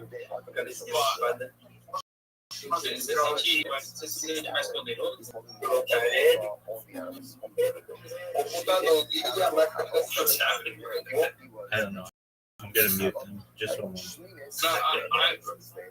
No, I know escorts in Australia that can't get into the US, but they'll let them guys in. Why? I don't know. I was creating a policy for something that I thought. I had personally thought that it wasn't a prerogative of the administration or anything. They were actually skeptical because Trump has a pretty libertarian view. From what I know. So it was kind of like my own thing that I was doing. Because he has a history. Yeah, I would, from what I've heard. I hadn't done any research on any of it just because I mean, wait, but let's talk about that for a second. So you've done a bunch of research on Bonnie Blue and Lily Phillips, but not the commander in chief. That would be the first thing that I would do. And I understand that you don't want to piss off the people who are giving you an opportunity, but you were literally in the White House. Why wouldn't you just start looking at the highest government? don't necessarily want to be again. I don't know what is true and not with any upset about it. Doug. There are. Okay, I read my life online. Okay, I'm an exception, but to Zoot and to you have as many pictures as Donald Trump has in some compromising positions with convicted offenders. Just bet you don't have on all of Facebook any public pictures as this person does. Obviously, this man was doing something that was perhaps highly illegal, giving you evidence to watch. I understand that we've been interrupted. I get that. I'm going to sit here for 29 minutes with you, and until you watch, then we're not on the same ground. Basically, I have more knowledge subject than you do. You just I would agree. Exactly. So if you watch it, then you're going to recognize that, wow, the guy who they elected is incredibly deep. What this one person says is true. But it's not just him. There are other people who have talked about. I mean, he's a convicted felon and rapist. Sexual assault. It's highly scheduled. Yeah, I need to look into all those things. Like, I don't know what is, again, true and what's not. I know it's said. I do know people say he was a convicted, all of these. I know, like, everything that you've been saying besides Katie Johnson. I don't know the specific thing, but I know the general grasp of used of doing. I just don't know if it is literally true. Because I would imagine, because of how hated Trump is, intuitively there are going to be people that come out against him if it is false. Like, of course, like that's intuitive that is. The football players have so many people ruined because they're falsely accused of doing something that is even be more expected with somebody like Trump, way more than any football player. But I agree, I should do research. I do. But it's one of those things with, taking a position, doing what I did, I can't really do anything about him having done that. He is the commander in chief in the position that he is. I applied and was offered a chance. I get that. I get that. But to me, you seem like a lackey. To me, you seem like a lackey. Basically, someone who towed the line for whatever the boss says when you don't have the open-mindedness to just look into all of this evidence. Look, I'm not saying Donald Trump has raped anybody. I'm saying this woman says that he raped her. So just watch it. That's all I have to say. No, I will. No, I absolutely will. I don't know what Trump might be, but again, there's nothing I can do about any of it. I got it into that, and I was able to make the thought was right. So that was what was like, I got to do it. And there's nothing I can do about anything that Trump might or might not do anything about them. But what I could do is get in there and propose policy that I do think is good. I could do that. And so I did. I did feel like arguably the most I could. Like that is what I could. Or I could set out of it and just act like nothing was even happening. But I did. I was able to do so.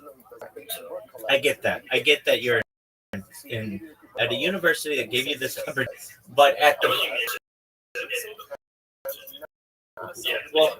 whoever gave you the opportunity, you didn't look into the president, and the fact that you didn't.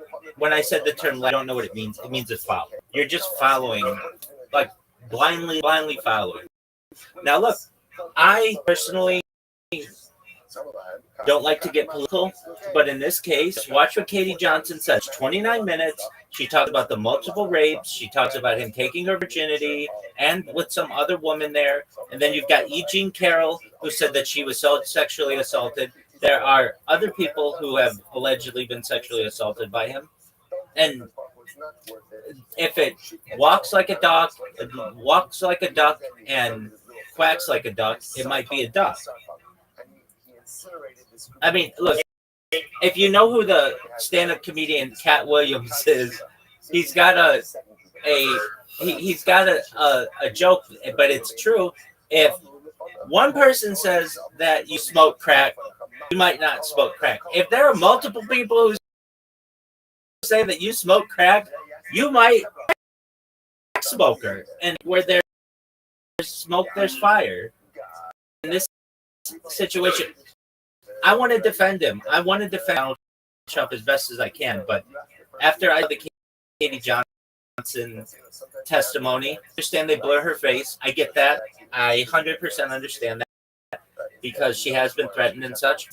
But once he allegedly did, see why would she put her? She's not political. She's not working for the Democratic Party. She really wants to stay anonymous, but she wanted people to know. Now she did this interview in 2016 or so, and the American people were able to make their decision not just in 2016, but again in 2020 and again in 2024.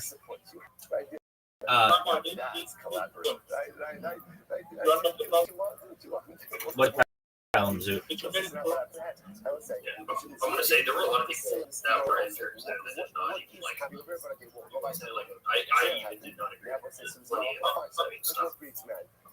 Not that has anything to do with the extreme stuff, like the accusations against him. That's a lot different than what I'm saying. But I'm just kind of like, a lot of people were kind of in the same boat of like, I'm gonna get in there again.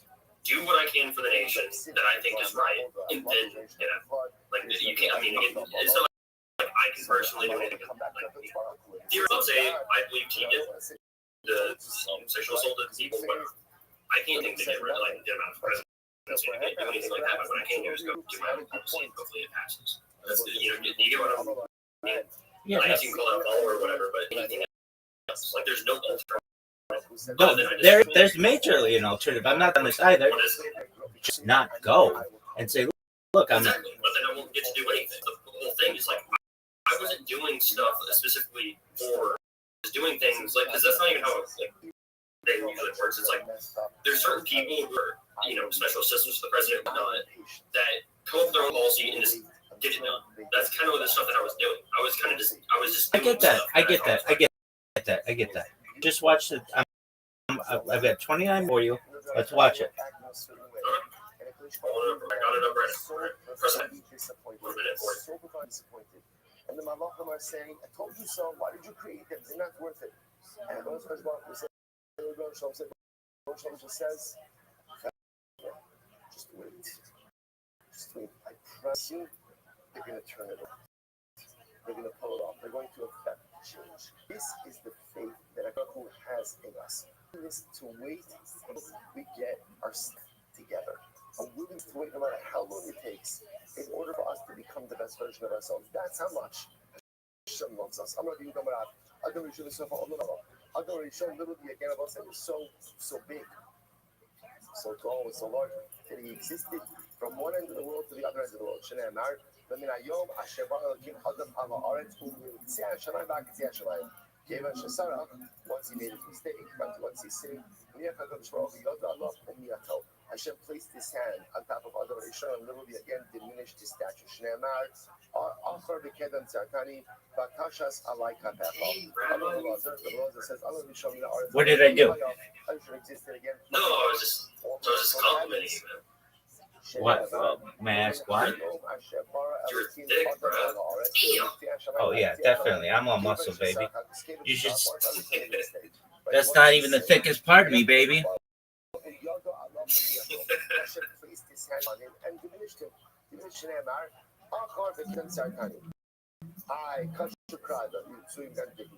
Each other. So the Gemara says, it's the same measurement. It's just ultimately, I guess, illustrating it in different ways. We'll just point out something absolutely beautiful. What is this idea that Adam Rishon again was literally again from one end of the world to the other end of the world? What is it representing? Potential. When Adam Rishon was created in this world, what was his potential? His potential was limitless. Literally again, he existed from the heaven to the earth, from one end of the world to the other end of the world. His potential was limitless, but then he sinned. And what happened when he sinned? He was diminished. The Lord said, what does sin do? Sin diminishes potential. Now, it's not forever, because I can only regain that potential, but that's it. Other ritual was beginning from heaven to earth, and then afterwards, after he committed the sin, his stature was diminished. Let's go back to a little bit. Other ritual spoke Aramaic, Shemar, Ma Yikru. El. Dainu Damer Shlagit, Shmait and Sid, Sefer told us, Lame, Sharaka, Darbazar, all the future generations. Why do you click your mouse so much when you're watching a video?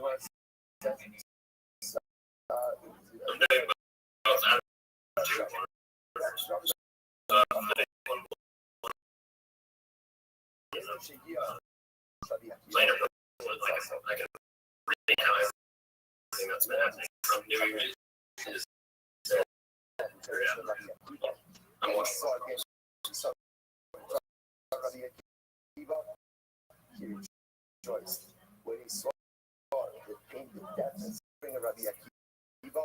He was saddened. Amar Beli Mayikure Echael. I was going to say it's fascinating that again, out of all the generations, all the suffering, what impacted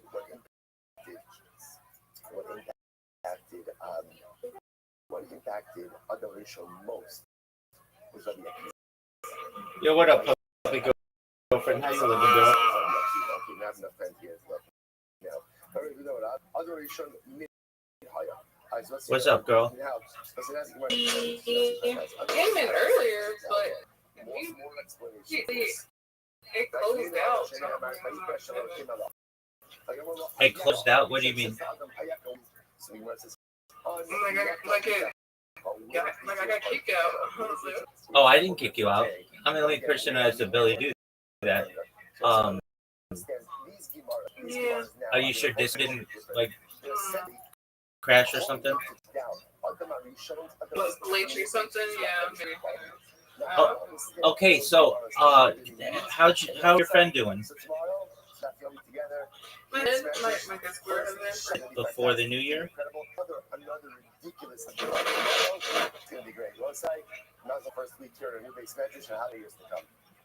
Is that your friend? No way, you got to meet. It's more than. You got to meet. That's wonderful. Oh, that's wonderful. Congratulations. Very happy for you. Oh, that's wonderful. Yeah, me too. Yeah, he's getting stuff set up. So. As well as you're doing, good on you, girl. I went to church for the first time. Okay, how was that?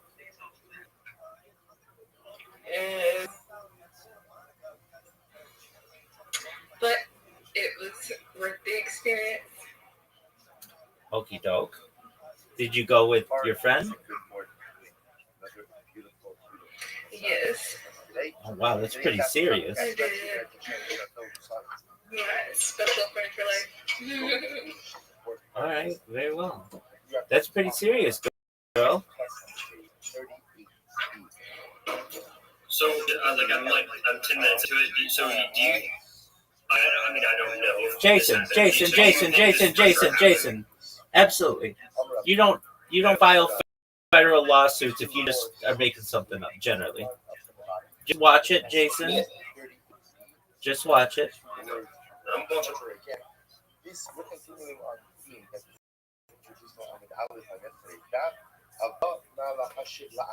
Are you saying bye? Bye, peace. Take care. Good on you, girl. She's dead, bro. With some type of work, understanding, or interpretation of the Torah. So a Jew has to know how to answer it.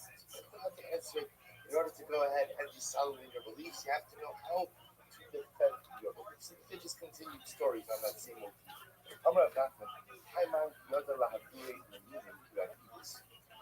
Anyone who knows how to answer heretics like Yovidis, the Hadar, then you should answer. Ve'ilo, lo the Hadar.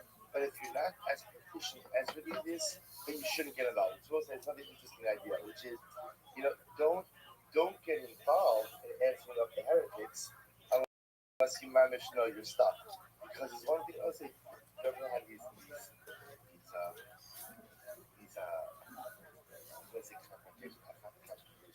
interactions with daughter missionaries. So the one thing you have to give them incredible credit for two things. Number one, they're passionate, and number two, they know their stuff. Now, it's wrong. It's meaning we believe it's wrong, but you have to be able to enter into a meaningful dialogue. If you're not engaged, then not to engage.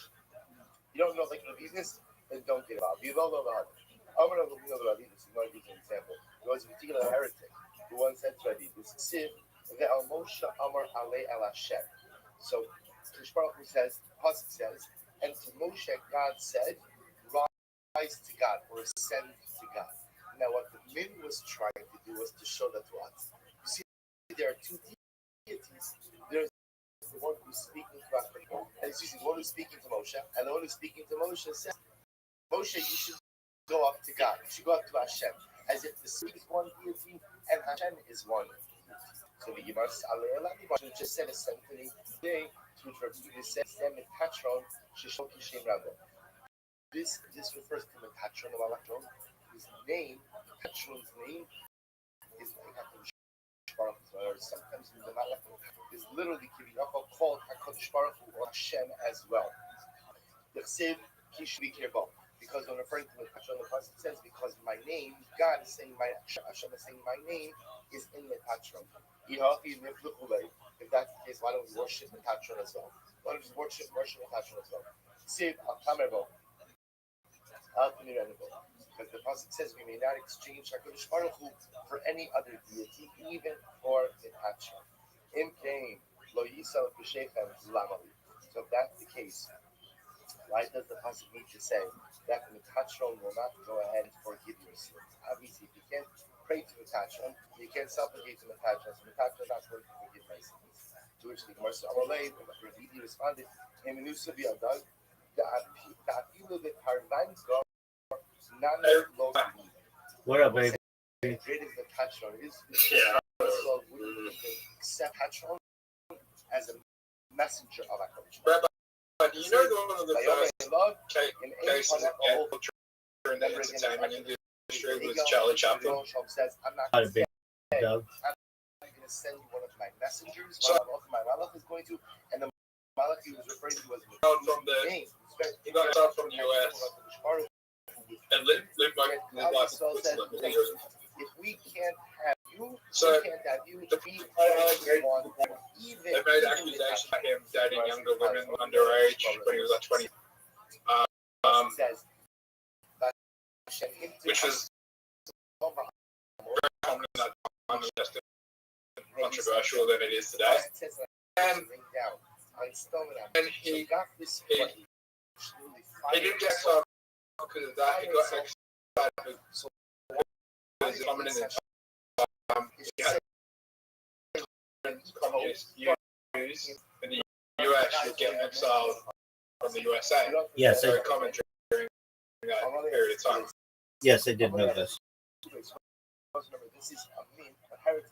One teaching that you should. Well, somebody who Kobe. So is a particular long. I'm seeing a lot of cancel culture coming right now. The same thing is anti-Israel. There was this guy. The same thing Overheard this exchange. with anti-Israel, where a lot of journalists are canceling celebrities, and it happened to Dave Chappelle. All right, well, I don't think canceled. Yes, he was cancelled for anti-trans views, but he still made a career. They labeled him as a trans, but he turned it around. Okay, so how is anti-trans anti-Israel? I'll wait. Listen to my voice. Why He did it by anti-trans. Anti-Israel in his last show. Listen to me, my words. He wouldn't have gotten. Hey, my man Jason. Watch the Katie Trump. I know we're just Katie Johnson. The problem with Katie Johnson, Rabbi, is the fact is, I don't know if it was her, but there was an alleged victim of Trump that killed herself, so there'll never be a prosecution. Okay, that's not her. So, Zook, get your facts straight before you just start throwing out words. No, I just want to talk about the half that I have already watched. No, Doug, you're wasting my time. I'm giving you my time. You watch these 29 minutes, and then we'll talk. He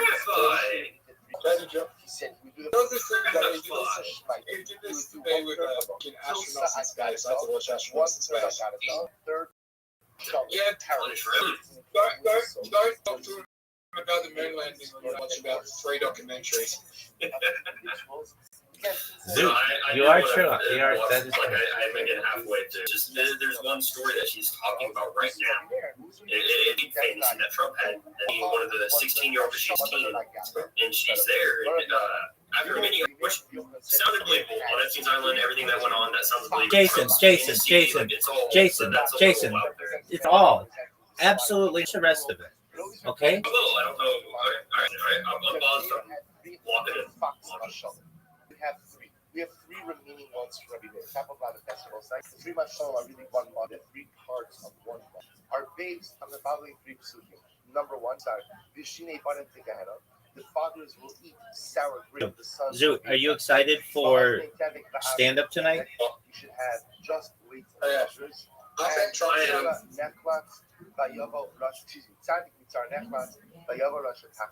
The tzaddik will be saved ultimately again from Tsar, and the Russia will take his place. What were you saying, Zoo? You think that what?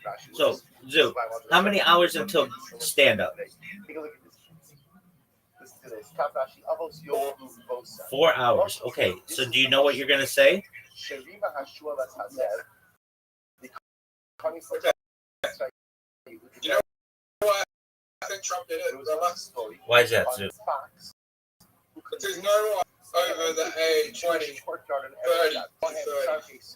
No one goes to 15, 16-year-old beauty pageants So Wolf, here's what as you a can do. over 30 plus year old man. Offer your No one goes to it unless you are a predator. That alone is enough. Well, Make and, me think he's guilty. and then there are the stories that so he not only went to them, he bought it. He bought the Miss Universe pageant and the Miss Teen USA whatever pageant, and then he would go behind backstage. And this is out there. This is public. I know this story. I do know this story. Okay, well, if you're not a pervert, These girls were aged 12 to 17. it is creepy. It's absolutely creepy. And he would just come in and surprise them when they were all ready. That's creepy. Have the beauty pageant people come out because I know. Absolutely. I'll name them for you right now. Okay. No. Let me break it up. A lot of them aren't going to come forward because a lot of them don't want to get killed. Ultimately, again, so what the first part of the mashal was that sometimes the children are impacted by the deeds or the misdeeds of the Epstein was probably an expert. Yeah, you know the girl. I do. You mentioned this earlier, and I do know the girl that you're talking about. I don't know her name, but the girl who killed herself after she came out saying didn't do it. Her name is Virginia. Her name is Virginia Guerfoyle. Her name is Virginia Guerfoyle. Virginia what? Foyle. Guerfoyle? Guifyre, something like that. A difficult name to spell. All right, got it. That was But I mean, I'm gonna go off. I'm just gonna make. Let me start right. All right. Do you have any all the instances that I can like look into that are huge mainstream? My man, it's called 29 minutes of Katie Johnson's testimony. That's all you fucking need. I'm on 1548 right now. All right, a lot of talking and not a lot of watching. If you have to, I understand. So if you have to, deafen yourself for 15 minutes, and then you come back. We'll tell you all about the teen pageants and all that other stuff. All right. How do I get back up? No. I do love you though. Love you too, Big Dog. The reason it didn't go after Virginia is because that was in the early 2000s and he had, at the time, he had beef staying over a property he bought in Palm Beach. Dog, That Trump wanted to buy. Virginia Guilfoyle was not a Trump girl. She was publicly a Prince. No, not well. Yeah, but a Prince, whatever his name is, girl. There are pictures of them together. Prince Andrew, yeah. Prince Andrew. Right. So, I mean, look, this is not the person who you want in your presidency. Now, I'm not saying that Kamala Harris is any better. They're both controlled agents of the same organizations.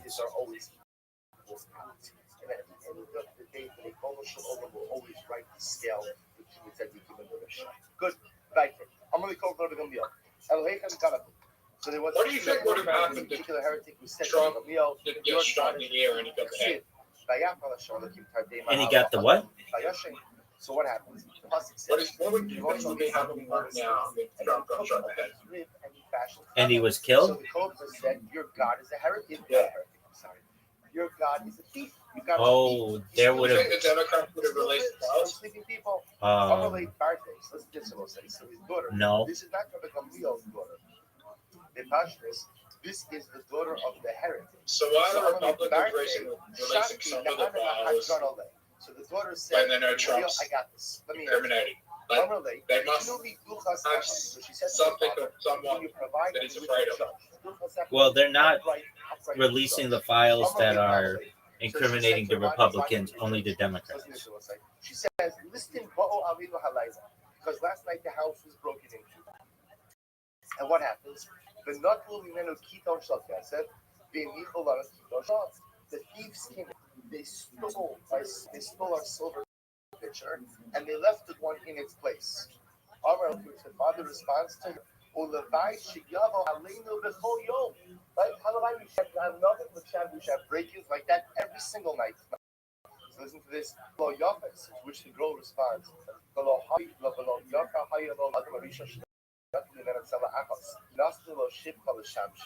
So the girl responds to her father, was it not good ultimately again? Was it not good for Adam Arishon to have a rib taken from him? Word choice over here is quite interesting.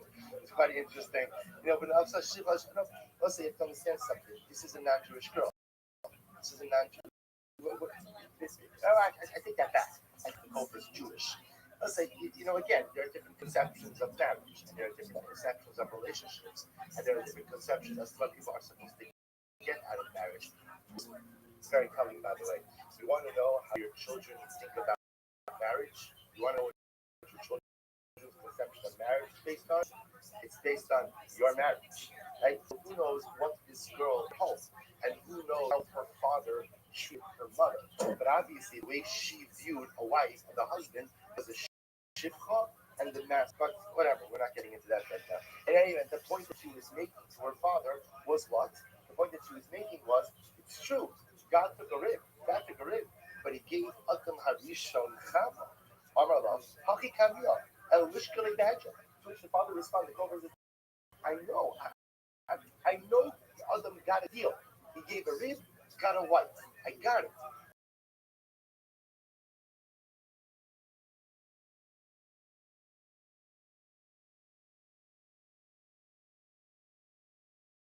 But why did it have to be done while Adam is awake? Listen to this. Amarle, which the girl responded, I used to be the business. So the girl said, can you bring me a raw slab of meat? A raw piece of meat. I used to they brought in the raw piece of meat. I picked up. So the way they used to roast meat is they would put the meat, they would cover the meat with like coals and ash, and they would roast it like that. So she took the piece of meat, she roasted it, and then after it was done, she gives it to her father. She says, eat here. He said, it's disgusting. We saw that meat when it was raw, and even though now that it's unappetizing to me. Va'adam harishanan. We have a shakris v'havamis. Which the Lord responds, had Adam Arishon been away while the rib was removed and the rib was fashioned to eat, it could be that Adam might have been repulsed by his wife. Ultimately, again, that Adam should only have feelings of attraction, feelings of connection towards God. Perform this process while Adam was asleep. Incredible. I really called Rabbi Gamliel. Yadana Elokai for my copies. It's actually a very moving Gemara. The particular couple verse. Says Rabbi Gamliel, I know exactly what your God is doing. The Hechel Yosef, where he is. Exactly what your God is doing, where he is. It's not the Islam. Rabbi Gamliel sighed. My height, which the Kohen said, why you signed? Amalei Ben Yeshli the Hayam, the Yeshli Gahadurim. Allah. Rabbi Gamliel says, I have a son who's overseas, and I have such Gahadurim, I have such yearning to see him. I haven't seen him in a long time, and I wish I had such yearning to see him. But the can you show me? Or can you tell me where he is? Show me where you know everything. Show me where he is. Amar, Mia Danahe, how should I know? The Kohen says, how should I know where he is? Amarle, the Ika the Aram Dano, Dika the Shanai, you're telling me you don't know where someone on this earth is. And yet you know that emotion is business is serious. But I'm really confident we're going to be up. See, what's it? This is very touched by this Gemara. This sort of the son overseas. He doesn't know where he is. Such an incredibly so. You know, you never know what a person has going on. Gamliel is battling all of these children, battling all of these heretics. And yet there's a piece of very personal pain that obviously is on the inside, that we even know that he had a son overseas. The Mamish, like in this, obviously he was trying to disprove the culture, but in this incredible moment of vulnerability, it's an incredible idea. Gemara like, I'm going to go to Gamliel. Sid, Mona, Miss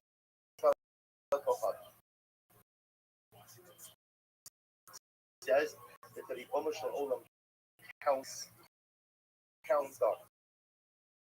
So the Gopher says, what's the big deal? I don't want to see them in the Gopher. I can also count the stars. The stars 1, 2, 3. You know, what's the big cut that God can count the stars? So the Gemara says, I see.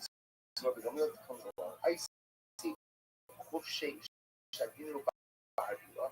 The Kamahadlu, the Gamliel filled up a basket filled with princes, and he started shaking it around. And he said, he said to the Kohen, count princes, Amar like with me. If you hold the basket still, I'll be able to count them. So the Gemara says, you know, the heavens are also constantly moving. So if you can't count the princes in the basket chances are you can't count the stars. You get the Hamri, talking Amalai, Maneli Kofi. So to which another version is that I could count all of this. Amalai, Emily, talking, Amalai, talking, Vishinaya Kamaha. So Gamliel said to the name, tell me, to the Gopher, tell me how many teeth and how many molars do you have? Shadat Yazdei. The Kamani. So the guy puts the Gopher puts his hands in his mouth. Literally begins counting off his teeth. So Amalei Ikadat, Dika Barakia, you don't know how many teeth you have, right? So you're telling me you know how many stars there are in this. I'm gonna go to the Gamliel. So there was another Gopher saying that whether all of this is like same movement or multiple, you know, how they fold it. You know, so maybe, you know, I don't know if it's multiple people. So the Gemara says, by the way, you understand like sometimes people silly, all these how silly all the I will say another thing. So I think what's you're asking about is that what don't you see one time? You never see what the Gamliel uses. It happens in a huge person may right has to deal with it. It could happen. And the most important is so when dealing with difficult people. All right, big dog. Can you hear me? Yeah. The thing I want you to do is just type into Wikipedia or just Google Donald Trump sexual misconduct allegations. This is so Talk about what we just posted. Yeah, absolutely. Just a moment though. Now, a page like this on you, there's one chick who's this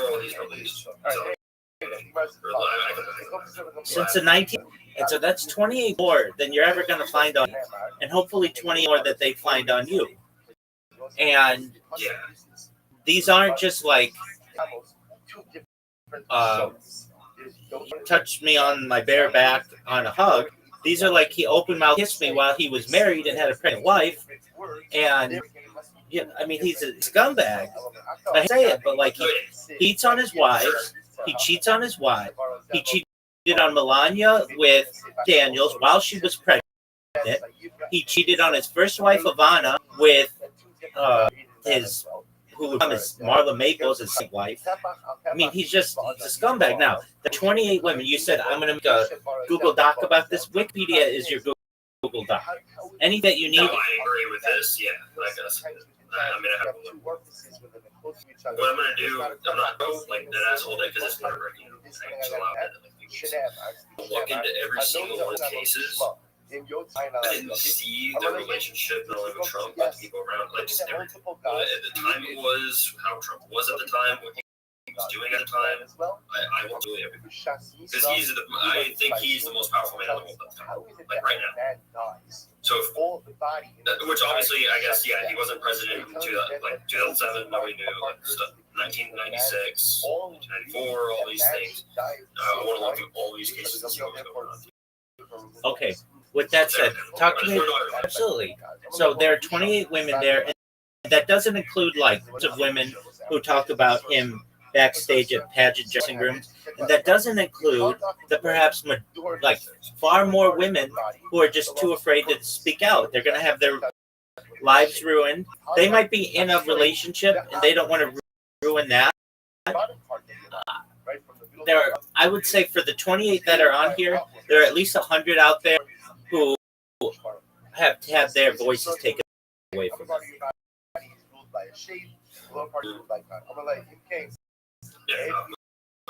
Now I'll say this. There's an exact same kind of page for Bill Clinton. So I'm saying one side's better than the other. Oh yeah, I know you're. No, I never. This was a political. There are just 28. Look, I could stand 3 women.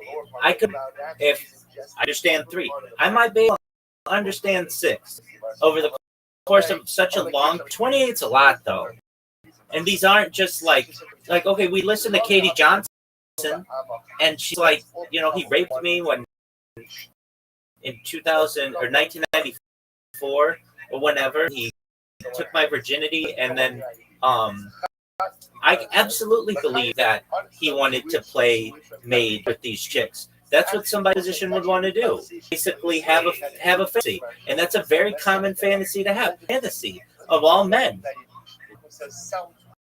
So that's not strange. I'm looking at every single article like that they use, because obviously Wikipedia says their sources. Absolutely. I'm looking at those again. I'm still going to look at this one. You're good.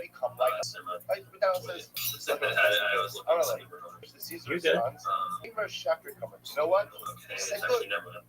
However, Mew call yeah, I mean, it's just. Anyone Let's keep looking at do what you do. I'm looking at the dates. These articles and when all these accusations started coming. That's what I'm looking. When did, I haven't seen one before 2016. I haven't seen a single. Well, there are. Hold on. His first wife in 1989 said that he raped her. And it was I'm not making any conclusions, just stating like a literal fact of reading it that is concerned. It was in their divorce proceedings, 1989. Ivana Trump and Donald Trump taken in 1990, which is before whenever your date was, during their divorce proceedings, that Donald had visited her plastic surgeon, for which he had expressed anger and ripped out hair from her scalp. So that's not just like sexually, but that's like violent. Donald said the allegation was obviously false. You can say this. That's on its face a lie. That's a bold-faced lie. That's fake news. You can do that a few times, but you know this is your ex-wife, the mother of in the book "Lost Many Lives of Donald Trump" by Harry Hunt III described the alleged attack as violent assault. Yada yada yada. The Trump's divorce was granted in December 1990 on the grounds of Donald's treatment of Ivana, including his affair with Marla Maples. And then wait, who's the person that's accusing him? His wife, I swear I'm gonna look into the ex, which wife? His first wife, mother of Donald Jr. and Eric and Ivanka. Their mother is the one who accused him of this. Yeah, and by the way, I just want to say this too. Like, I'm genuinely trying to figure out, like, earlier you said, you try to defend Trump and all these things. So I'm taking it so unbiased, by the way. Like, I'm not even taking it this biasedly. I'm not for or against Trump. I seriously just trying to figure it out. Like, I promise you.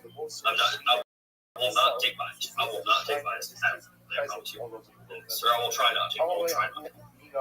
Unless I do it subconsciously. How are you going to I'm just looking. I'm just. How can you defend? How can you defend? How can anyone defend this type of?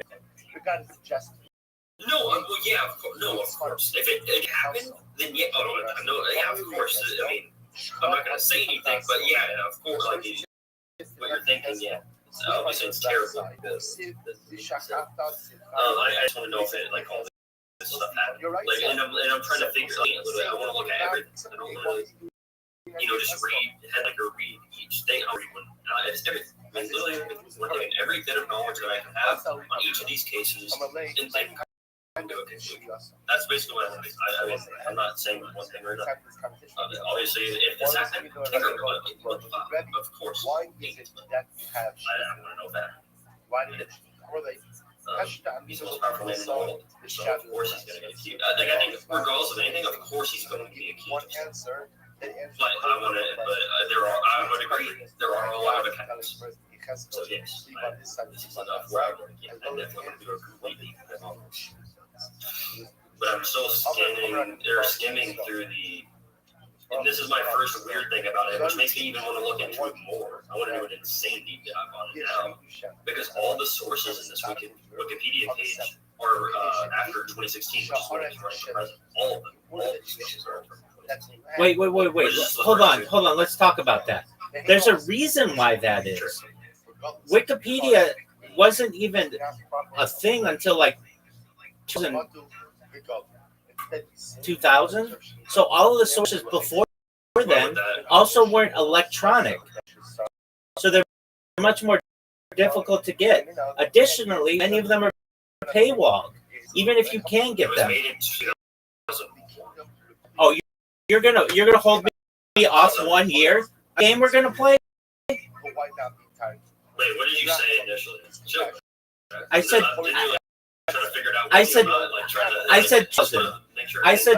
2000. I said 2000, and you said 2001. I thought you said okay. Never mind. All right. I thought you said something else, like way different.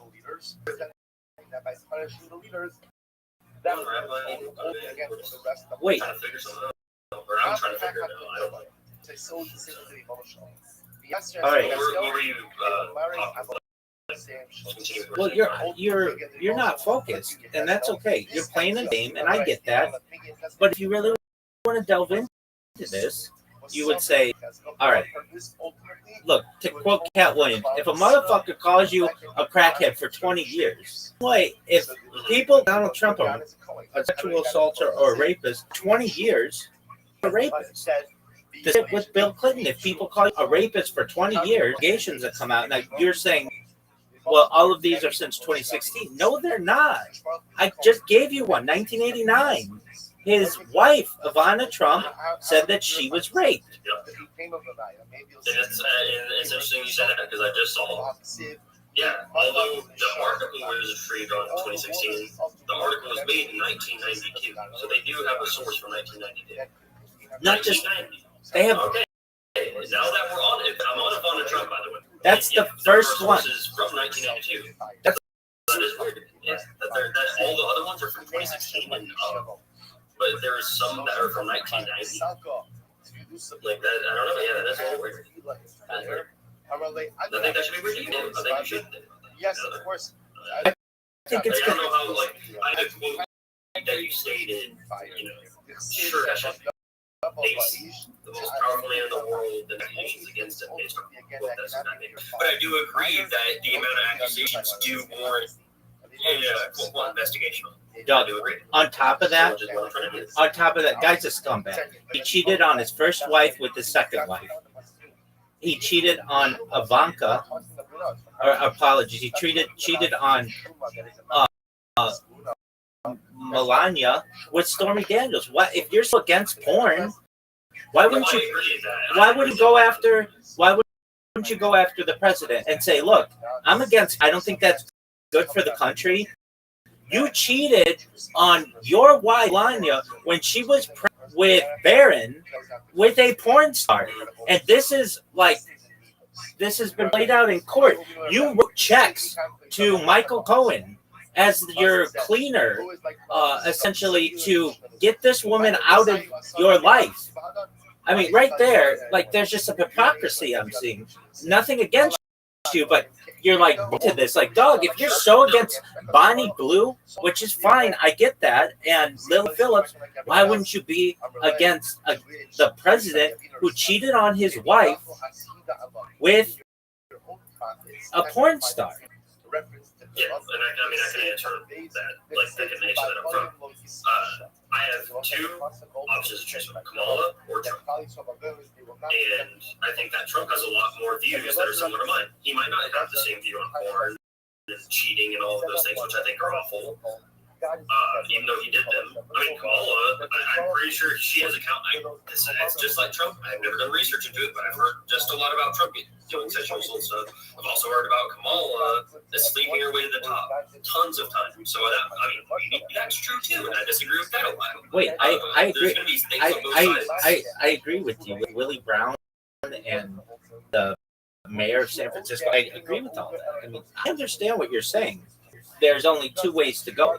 That's why, as a recommendation, I would stay out of politics, because there's a no-win situation. You won't be able to put your head on the pillow at night, feeling proud of what you've done, knowing that you're working for scumbags. I don't know. I want to run for something in the future, and the only way to do that is by just play the game, not. Yeah, you know what I mean by play the game. But I want to change that, and you might say that, well, that's like, you know, like that. It's improbable to do that because how many scumbags there are, or whatever the argument. I get one life. If there's anything I can do, that would be my goal, is to change it. Okay, that's cool. I get that. I'm not. That's just what I want to do. And if I have to sacrifice my life doing that, and if I don't do it, whatever. I'll at least die being like, all right, fuck it, I at least tried. I'm not hating on you for that. What I am saying, what I'm saying is, you have one group of people that holds up Bill Clinton, and he's a rapist, in my opinion, and whether that he hasn't faced criminal charges for it, I can name 5 women who he had at least inappropriate relationships with, cheated on his wife during that's a big thing to me. If you're gonna do this, divorce your wife and don't hurt someone else. Don't hurt your children. Like, if you're gonna be married, if you're gonna be serious about it, and these guys are scumbags, and then you just see, I mean, to quote George Carlin, it's a big club and you ain't in it. And basically, you have pictures of Donald Trump, who is feeling Biden's balls at some, like after Bill Clinton was president. Like, basically, they're and then that. Do I believe it? It's on camera. I know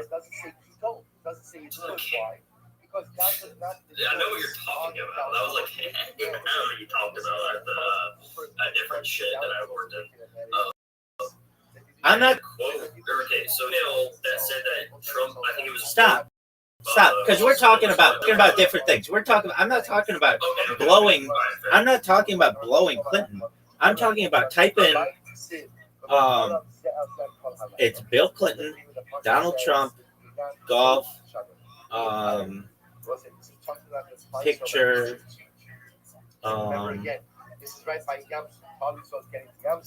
I'll just say testicles because I don't really know. Yeah, okay, there you go. So it shows up. There's a picture of Donald Trump grabbing his nuts.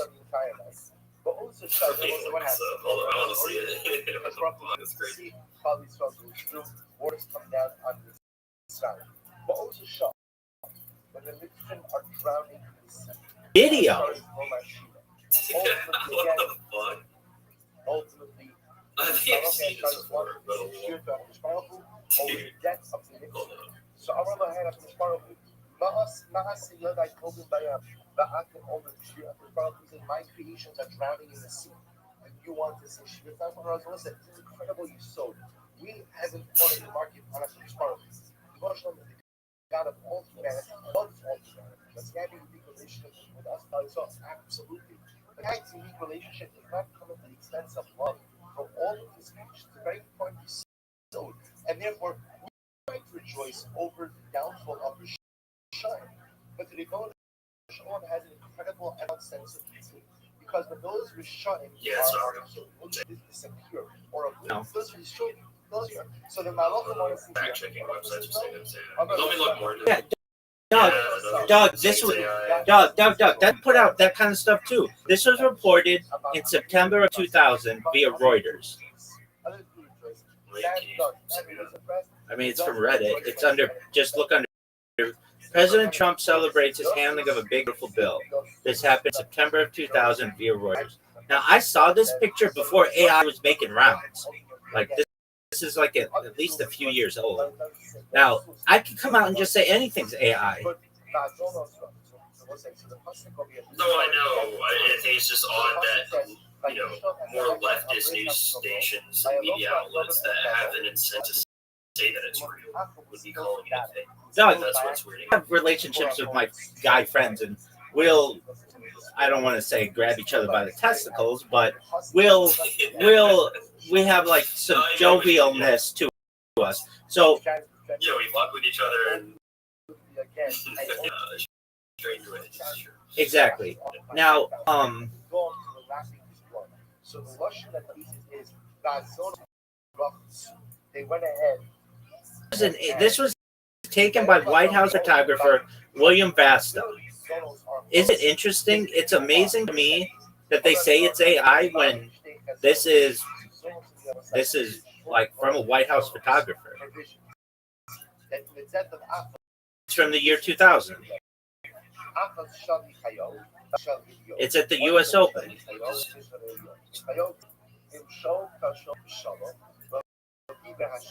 So the come back to battle. It's right because if you don't die in this battle, then God doesn't speak to you. So there should be a way like through literal like President Clinton's presidential library. Well, hold on, but it may have been after. No, he's still in president. That's what CNN says.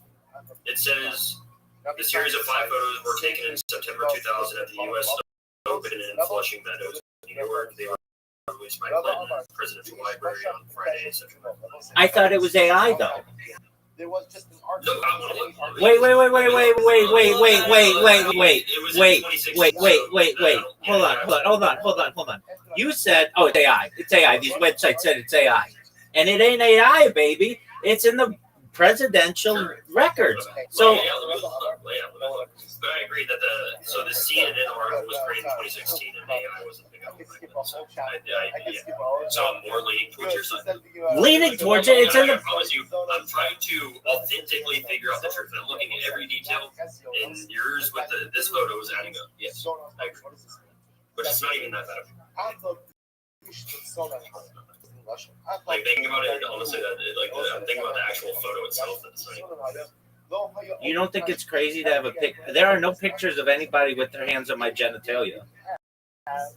And I'm not the sitting president of the United States. I'm trying to look at the photo. Like, I want to see it from Clinton's presidential library. Like, I agree. Like, I don't know. I don't know if I don't think it was AI. I don't know if they're going to have that in the presidential library because I think it was released in there. I think that's how they got it. It's an embarrassing. It's an embarrassing photo, but nevertheless, can we agree that this is a real photo? I think yes. As of right now, yeah. Okay, wait. 3 minutes ago, you said it's AI. I thought it was because I saw a website. Dude, all I can go off of is what I see, and I saw a website saying that are liberally incentivized to say that. So I thought it was AI. Then you mentioned something, and then I went a little deeper, and then I saw an article on CNN from 2016, which AI wasn't that big then, so I don't think. So it's not like again, it's not like I'm just putting anything. I'm literally going off of what I am literally seeing. That is all I'm going. Like I'm I don't want you to think I'm I promise you, I'm not for anybody. I don't think you. I don't think you are. I'm thinking that you are quick to judge. Sure, sure. And when I say something like, I mean, in a little sense, like Your quote to me. Your quote to me was. Your quote to me is. It's fake. Your quote to me, and I can go back on my stream. It was something along the lines of, "It's fake. It's AI." It says it's AI. And no, it's not. And then my thing to you was, I don't think so, because this has been around for like at least a few years. I think I said 2 or 3 years or something like that. And that's before AI was making the rounds like it currently is. Nevertheless, it's a picture. It's somewhat embarrassing. It shows that these two guys are really close, so to speak. What does that have to do with the 28 women who have cases or sexual allegations against the president? It really doesn't have anything to do with that. So let's go back to the women who had some of them had their lives ruined. And what I'm saying, they're both scumbags. Therefore, God has no, I know. Yeah, I know. Specifically with the sexual assault stuff, I want to deep dive in. That's all I'm saying. I understand. I understand. Wikipedia, you just read that Wikipedia article. It'll take you. I will. Well, I don't want to just read the Wikipedia because that even might be biased. So 5 or 10 sources on each case. We'll see what everybody's saying. Everything. I want to see their personal quote. Everything. I want to see everything. I want to see what Trump was doing and even where it's all. I don't know. I want to know the literal truth. No, this is So obviously you are not together. You're not pulling your weight. Why are we getting broke up? I can. All you need is that Wikipedia article. Pictures are in there. It's already been pretty much hashed out. Now, can you always believe Wikipedia? But that has this for you. What more do you need? No, well, okay. I know we're talking about. I'll be right back and I'll ask what I was about to say. You do what makes you happy. Who's not pulling their weight? Who's not doing what chances are? It's not my wife and it's not my kids and it's not this and it's not this. It's me. It's Mishra. What about Karam? I'm Rabbi Abba. Never about Baja. Baja, you're saying that you mash them about Babro. Your praise given to Baja. I'm Rabbi Babba. I'm Rabbi it doesn't say, right? It just says, that you fear God, but it doesn't say Ma'od. We have our life says that he's Yirei Hashem Ma'od. I'm Rabbi Yisrael. It made myself Obadjo in the news. Listen, why did Obadjo marry to get prophets? What did he do? See, at the marriage, what did he do to marry to get prophets? See, listen to this. So if may Shehechim Meya Nadim Amar. Listen, I understand. Under Achav and Izel, Achav has, if Achav was bad, his wife was 10 times worse. Izel made it her business to go ahead and kill out every single Navi Hashem. That was done. She killed out all the Navi. Obadjo hid 100 prophets. He hid 100 of them in a cave. Shneimar, Vayi Bahachnis Navi Hashem, Vayi Obadjo Meya Navi, Vayachdiin Chamish Ma'ar. So you know what happens? He goes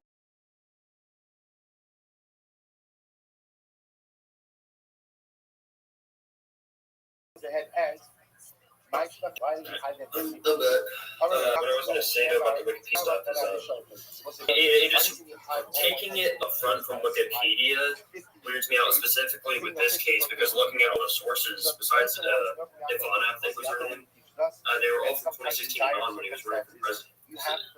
So it's just weird. That weirds me out enough to where I want to look further. That's what I'm saying. That's all I'm saying. How does the family live on? If you get that. That's enough to. What more do you want? I want sources from. If there's a court document of each one, like I mean, look at anything. It doesn't matter. Like what I want is just more information. That's it. more information. So, I want earlier sources, like I just want everything. Because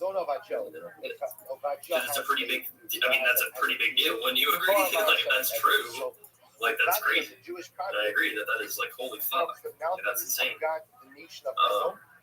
So I want every piece of information because of how big of a deal it is. I'm not going to conclude my opinion off of Wikipedia. But yeah, Bill Clinton photo, yeah, I agree, that was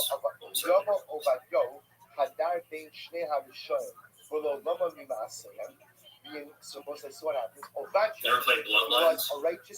I'm focused on this. All right, so here we go. Stacey Williams in 1993. She alleged Trump groped her in Trump Tower, introduced by Jeffrey Epstein. 1997. A former model accused Trump of sexual assault at the U.S. Open. 2006. Multiple pageant contestants claimed Trump entered the dressing rooms while they were changing. 2013. A Miss USA contestant said Trump repeatedly grabbed her buttocks. So yeah, I know what you're saying. Like, I'm looking at this first case, but she did that in 2024 when he was running. Like, that's the issue. It's just like all these people right when he's running. okay, what about? Why didn't Stacey Williams come out in 2016? Dog, Katie Johnson came out in 2016 before. No, Stacey Williams. I'm sorry, Katie Johnson, the woman you just saw a 20-minute video on. She came out in 2016. Yeah, well, no, my issue, that was just my issue, Stacey Williams. I like with Katie Johnson, that was, I don't know Stacey, or whatever her name was, Katie Johnson. Like the stories that she was saying, I get that, like the maid stuff is like a common thing, so all of that shit in front of everyone like that. Jason, at this point, I don't know what proof I could give you. Okay, there are 28 women who accused this man of sexual since the spotlight. That doesn't include all the women out there who just never went public because of any evidence or anything more for you. I've got a woman who is willing to risk her life, risk her reputation, to go on camera to speak about this. And that doesn't include the porn stars who he paid $200,000 in hush money for. I mean, but making any conclusions. Right. And that's where questionable. What you're like this bastion of morality that you're saying some woman named Bonnie Blue shouldn't be allowed in the United States because she made headlines because she had sex with a bunch of guys, but you're not holding the same standard to the president who paid women off porn stars while he was married and had an affair while his wife was pregnant. Do you recognize, like, to me, if you ask me what's worse, a woman who has the freedom to make her own choices, she can have sex with 1 million men, I don't care, so long as she's not causing any heartache to anyone, that's fine. Or someone who is lying to their she's pregnant, going with a porn star which you don't like, and then paying that porn star off. Yeah, so again, it's one of those situations where there's Kamala or Wait, I get that. Kamala, so I'm going too big. That's like, that's how that works. Right. It's not that I'm not holding someone to a standard, it's that there's no other person that is going to be present. There are other standards. You don't necessarily have to play the game. I'm not saying that I get what you did, but you could be a libertarian. You could run for the Green Party. You could perhaps be a socialist or communist. There are other options out there. No, I agree. None of that has to do with my point of, like, regardless, like, what I believe, and there were people with different political views when they were working there. It's because there were realistically only two options in presidential election, or like the election outcome of 2024. That was it. Or 2025. Yeah, that was the only. There are two outcomes. Who's the closest to your policy? And then Trump happened to be. He was close to them all. I get that. So I picked Trump. Which I'm not saying that I agree with everything that Trump does. Who's a scumbag? Who's a scumbag? Like, Look, at what point? There's no other option. I understand that. At what point would you admit, maybe you, but that Trump is a scumbag? Right, now the truth. And why does this have to spark the fury of Yeah, Come on, man. Come on. Look, you're. This is on live stream, man. It is. It is. It absolutely is.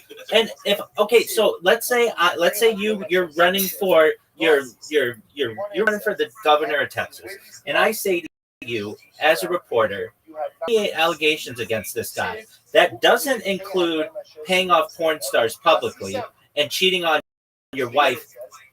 Multiple wives. Ivana he cheated on with Marla Maples, who he married. Then he made Marla Maples sign a non-disclosure agreement, so we don't even know what happened there, and she's still held under it. And then he has Melania, the first lady he cheated on while she was pregnant.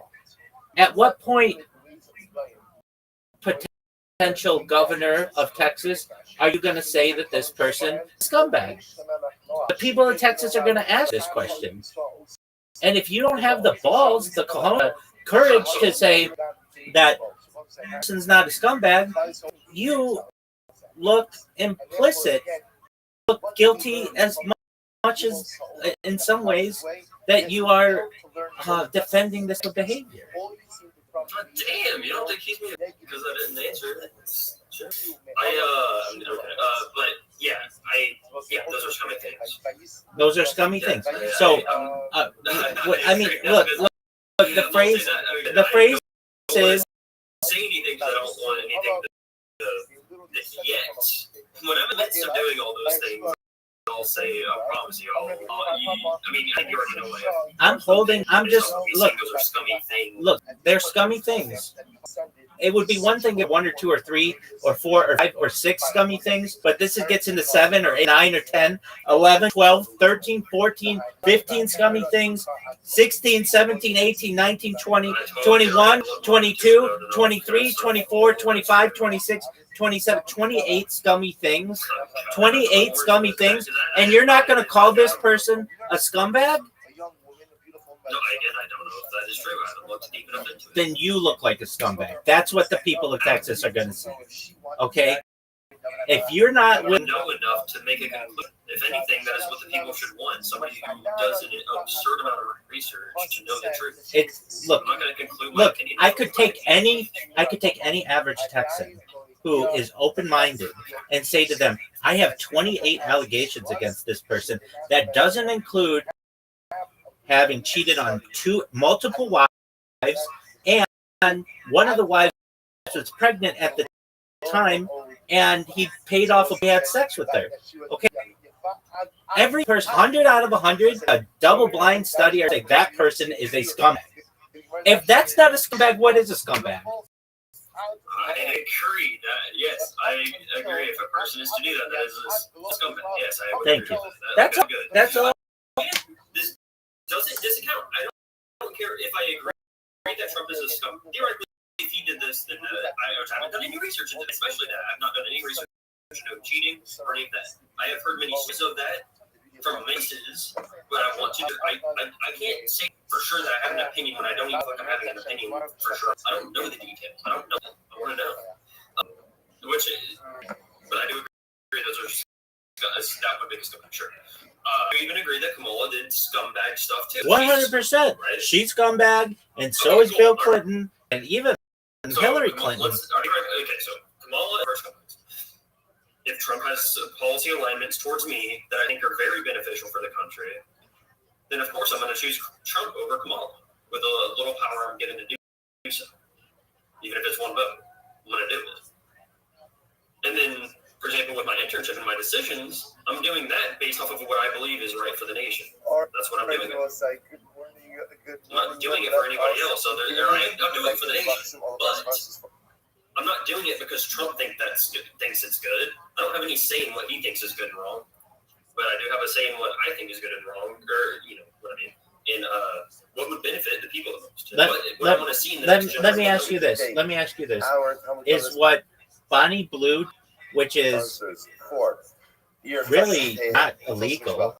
I realized that And No, it's not illegal. exactly, and she didn't cheat on anybody out their consent.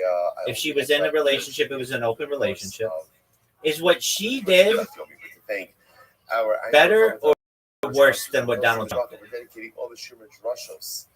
In So we're just talking talking about the cheating stuff. Yeah, I don't know. I don't know. I don't even. Why does that even matter?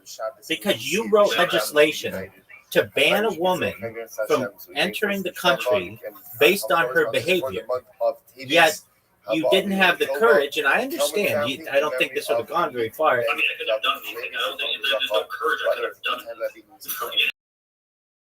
A little slips. I could have done it anyway. I make a policy that might contradict something that Trump has done in the past. Or I make a policy that I believe can truly help the nation. And if I just simply, add quote courage, I don't think this is courage, but it's wrong, Trump. You shouldn't do that. I just get fired. Nothing happens. Or I can make the policy, and then that's what I do. That's slimy, though. That's slimy. So of course That's slimy. There's nothing I can do otherwise. There's literally nothing, absolutely nothing I can do. Basically, if I had more power, then of course I could. I get that. Basically, what I'm saying to you is, a reasonable person, in my opinion, reasonable person would say what she's doing is illegal. She's something that tens of thousands of people are doing every single day in the United States. That isn't illegal. If anything, go after the industry. Don't go after this woman. I think that's what you were advised as well. Like, it needs to be legislation. It has to be. And you tried to do that, and it didn't work so well. So then legislation to go after this girl, which is cool. Exactly, and I understand. I don't agree with going after the girl. I do agree with perhaps if it's passion, then eventually to go after the industry. But at a certain point, Pretty big industry. So in your world, should all pornography be banned? Okay, should all alcohol? I understand. Should all alcohol? So do you look at pornography? I have. Okay, isn't that somewhat Sure. I mean, no. You just said, yeah, it's hypocritical, and it is, and I get that. And that's cool. Well, the issue is I should have never been able to look at it. I should have been tempted to do that. It's a gross and bad thing. I do think that. Okay, I mean, no one. If you want to have sexual pleasure, then go out and talk to a girl and then have sex. Hold on. Wait, absolutely. But wait. But you're saying, I'm gonna take the example that you gave. If you have sexual urges, go out and find a girl, and I get that. Okay, and you should be able to have relations with me. I do think people should wait till marriage. Okay, you think people should wait till marriage? Have you? Yep, I've never had sex, and I have many opportunities to do that, and I'm not just fucking. Okay, no, I understand. Okay, great. So you have a. Okay, be whatever you want to be. Okay, so let's say people want to have sexual relations outside of marriage. Should they be prosecuted? No. Okay. So then it should just be highly. I think it should societally be condemned like many other things have in the past without having to require some sort of prosecution. Okay. Disagrees with it. It's heavily pushed on society not to do that. Okay, should a husband and wife, if they're married, obviously, should they be able to videotape themselves having sex? So cute. I think it should be pretty. Again, you're asking me things that I think should just take. Wait, it's a pretty simple question. It's not complicated. You have a husband and wife. I agree. I'm not, but there might be some unthought of complication with certain aspects of course there might be that I'm not thinking about, which is why you get good teams. That's why there are teams for these things to think about all the different possibilities. You don't need a team. If it's up to you, I make you king of the castle. Okay? I say to you, There's only so many people to talk about all the possible outcomes of doing something like that. That's exactly right. Even if I were the dictator of the world, I would do that. I would love there to be like sort of a Senate thing. I want to talk to people. I'm getting. You might disagree with me on a lot of things, and I get to understand your side, and not making a rational decision. that's slimy behavior. You could make a decision. You could make a decision. Think about what your gut instinct. Incredible. So the Gemara Should adults be able to film themselves having sex instinctually? No, that does not sound really good. But I wouldn't persecute them. Okay. What's wrong with it? So, us here as parents, his wife, I think sex should be a lot more intimate than that. I don't think having a video. It's just something that it's just next. I don't think this thing that you've never experienced. So I think that you're sticking out the term here. in a way, in unnatural way. I mean, no, I'm saying like you've never even had sex, so you don't know what.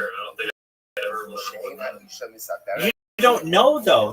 That's like me saying I have.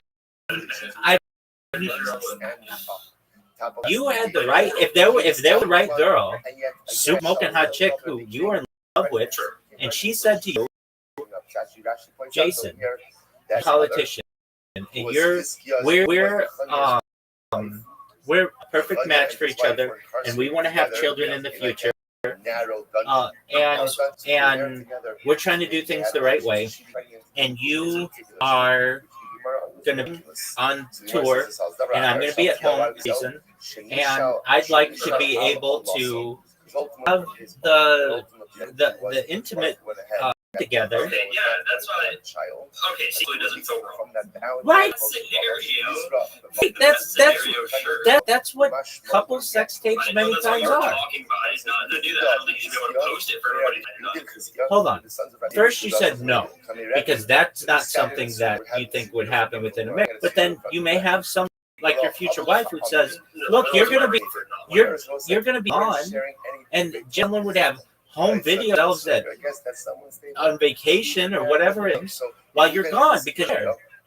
So I'd like to make a video. You say, what do you think? And intuitively, I think that's disgusting. It's kind of like if you have somebody with a weird kink, if that is, if that should be allowed or some weird. Of course, they're instinctively going to yes. Just like I don't like that. That doesn't sound good in any way. Videotaping myself doing anything. They said, provocative or intimate. So instinctually, I don't like that. Instinctually, I understand. People should be prosecuted. Wait. I'm not talking about prosecuting. Let's flip the scenario. Your wife is going to be gone for a few weeks, and she says to you, "Look, I know you look at porn. That's something that you've told me in the past, but I don't want you looking at other women. If you can control it, I want you looking at me. So let's get together. And when you fantasize, you can fantasize about me. Would you be okay with that?" That was the part. There's only one problem.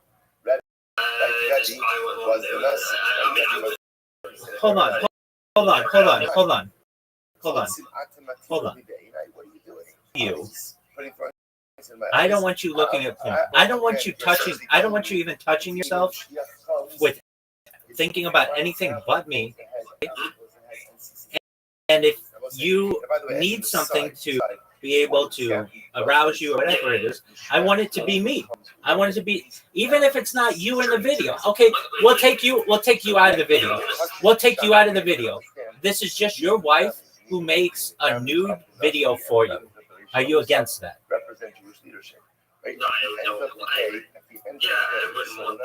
By the way, I do want to point out though with the porn stuff, like, no, I did say I have watched porn in the past, like almost every guy. I don't do it anymore. But you already have. So you're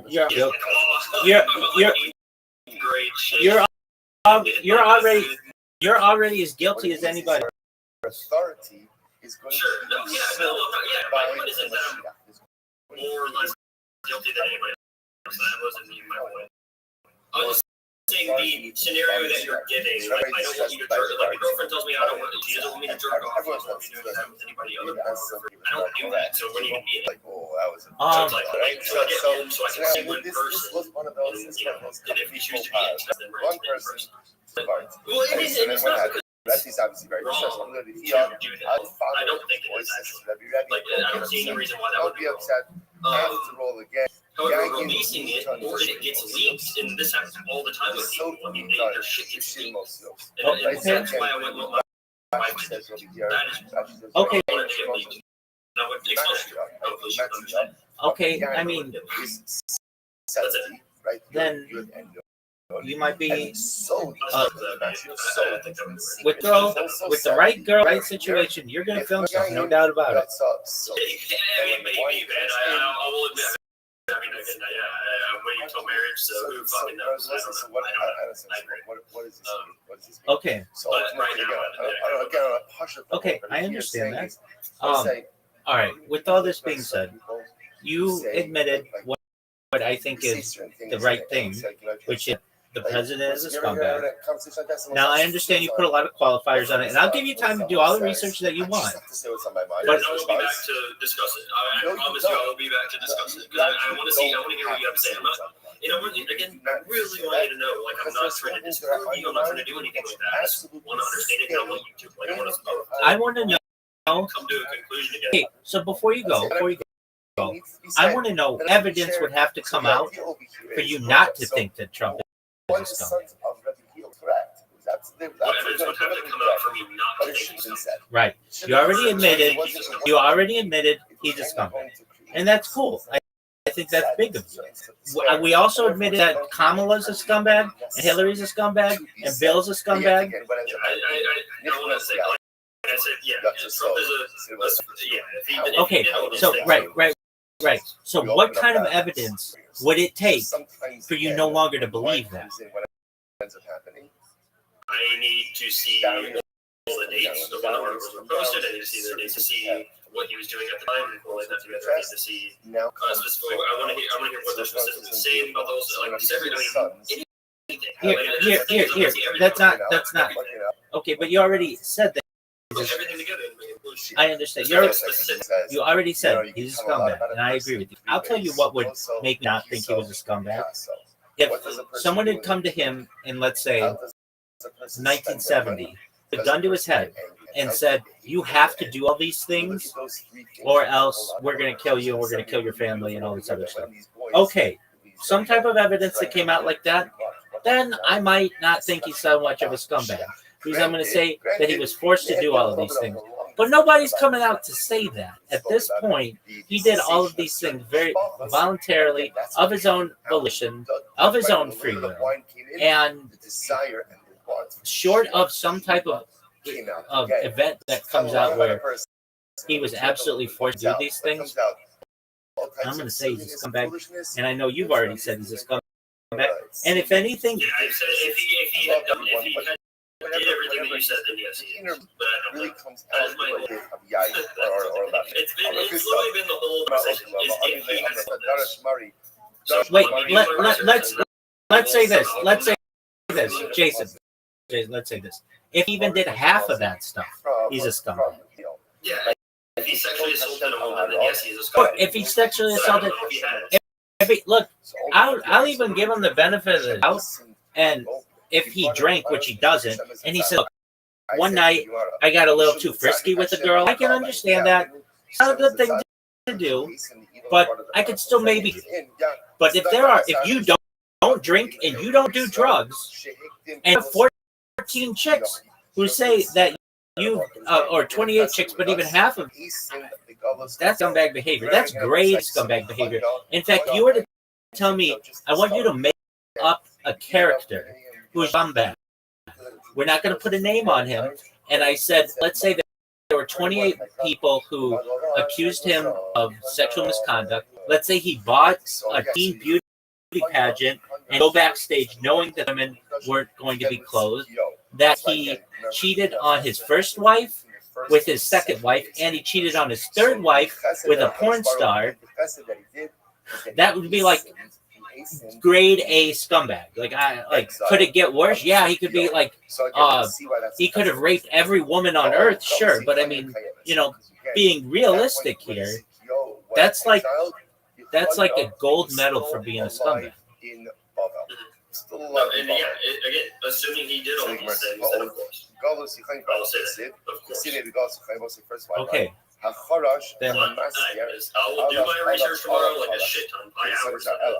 What happens? I'll come to a conclusion that he did it or not, or if there were a lot of fake allegations. And keep in mind that Wikipedia wasn't out until the early 21st century. Keep in mind as well, a lot of the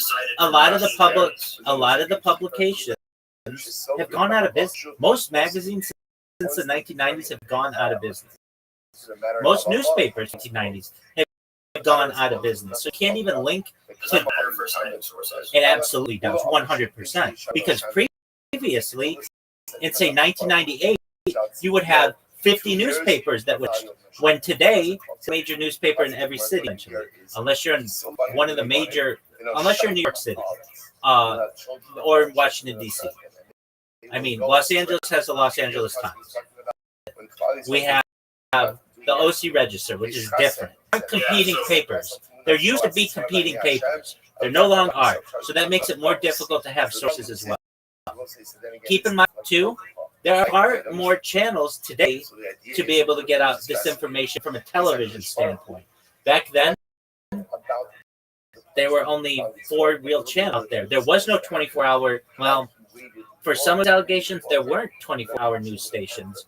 And then even later on, they weren't so interested in publishing these types of allegations. You have to understand, this is a billionaire, someone who has a lot of influence in society. And not only that, he was in the pocket of NBC, or probably better to say, NBC was in his pocket. So he had one of the major 4 networks for whom he had their #1 show with The Apprentice, and he also sponsored the Miss USA pageant. So they're not going to go after him. He's their ally. So when I'm saying, why am I saying all of this? That's why you're going to see a lack of some sources. But even still, people are writing it in books. Can I ask you a question about government? I know this is a weird change of subject, but I don't mean to do. I mean, I'm going to do this, just reading and go back to it. You said you're a socialist communist, right? Yeah, I'm more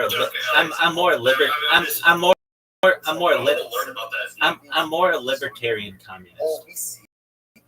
So what does that mean? How does communism work? I actually don't know much about it. Yeah, I mean, it's essentially the idea that no one has a right to own anything, whether it's a house, whether it's a car, that we should work in a communal sense. And I'm also an advocate for libertarianism. So what does that mean? It means individual rights. So I believe you should be able to say whatever you want. I believe you should be able to do anything you want, so long as you don't violate laws. That's what important. And then from a communist standpoint, what you have to understand is that in whether you have a capitalist system or a communist system, you have to look at the end game. And in a capitalist system, there isn't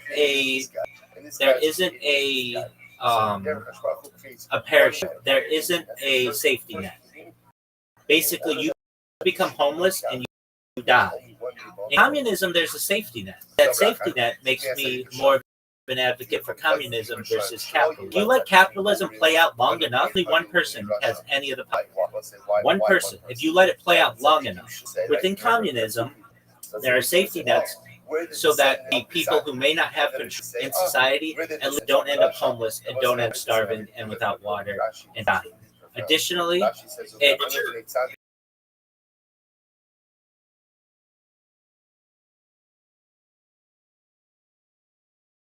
it provides for socialist types of ideals. We have free education in most places. We have the post office, which generally, I don't want to give post office, perhaps not the best, but there are low-income food, low-income healthcare programs. So even like, don't think the United States is a purely capitalist country, and don't think that China is a purely communist country.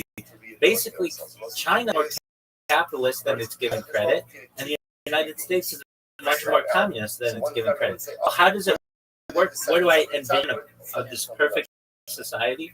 Well, I'm not a fool, and I know that what happens in communism happens in capitalism. People who are running society, and that's fine because it's really unavoidable if you let it play out long. If you let it play out long enough, so maybe everybody's equal. But after enough time, you'll have a small group of people who control the larger group of people. But once up, It's weird because sorry, I don't want to make this. I think you're one of the only people like every single time you make mistakes. I'm the only person that you're the only person that I met who has like a really similar ideology in terms of the exact same. that's how it works. That's absolutely how it works. That's the only thing that You can see this in Monopoly. If you play Monopoly long enough, one person ends up controlling the whole board. That's how it works. Sure, at the beginning, you have some kind of division of resources and properties, but eventually, one person controls the entire board. And in the same way, capitalist system ends up like that, a communist system ends up like that.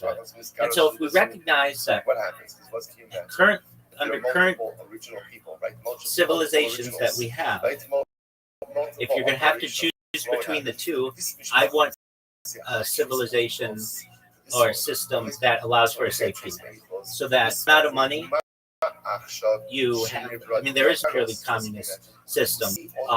What ends up happening, though, there are shortages on things because the people at the top don't allow the people at the bottom to be able to have what is considered to be the bare minimum, which is understandable. However, if you put some safeguards in there, perhaps then there will be opportunities to be able to share the resources. I was looking this up.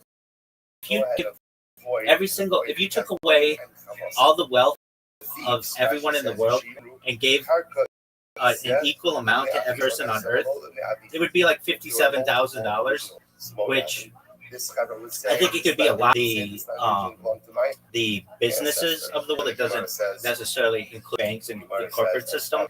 But if you were to just take Elon Musk and take up all his money and allocate it to everybody, and John D. Rockefeller and everybody else, you would get every person with about $57,000. And generally, people anywhere in the world would be able to live on that. Now, would they be able to live on it forever? Perhaps no. In a current system where we are, if I had to change anything in this regard, once you make, let's say, $1 million or perhaps $1 billion, then you should be taxed at 99%. 100%. That doesn't mean you can't continue to make money, but then whatever you make needs to go back into the community. You can still, you're come at that point. You don't need any more money. And then, I think that's natural for people. No, it is natural for humans. It is something that I would want to avoid because I do like it. Yeah, I mean, it's just natural. If you get a group of 100 5-year-olds, they're going to break themselves up, and eventually one of them, who's the kid who's the best soccer player, or the kid who's the loudest, is going to be seen as the leader. That's just how societies.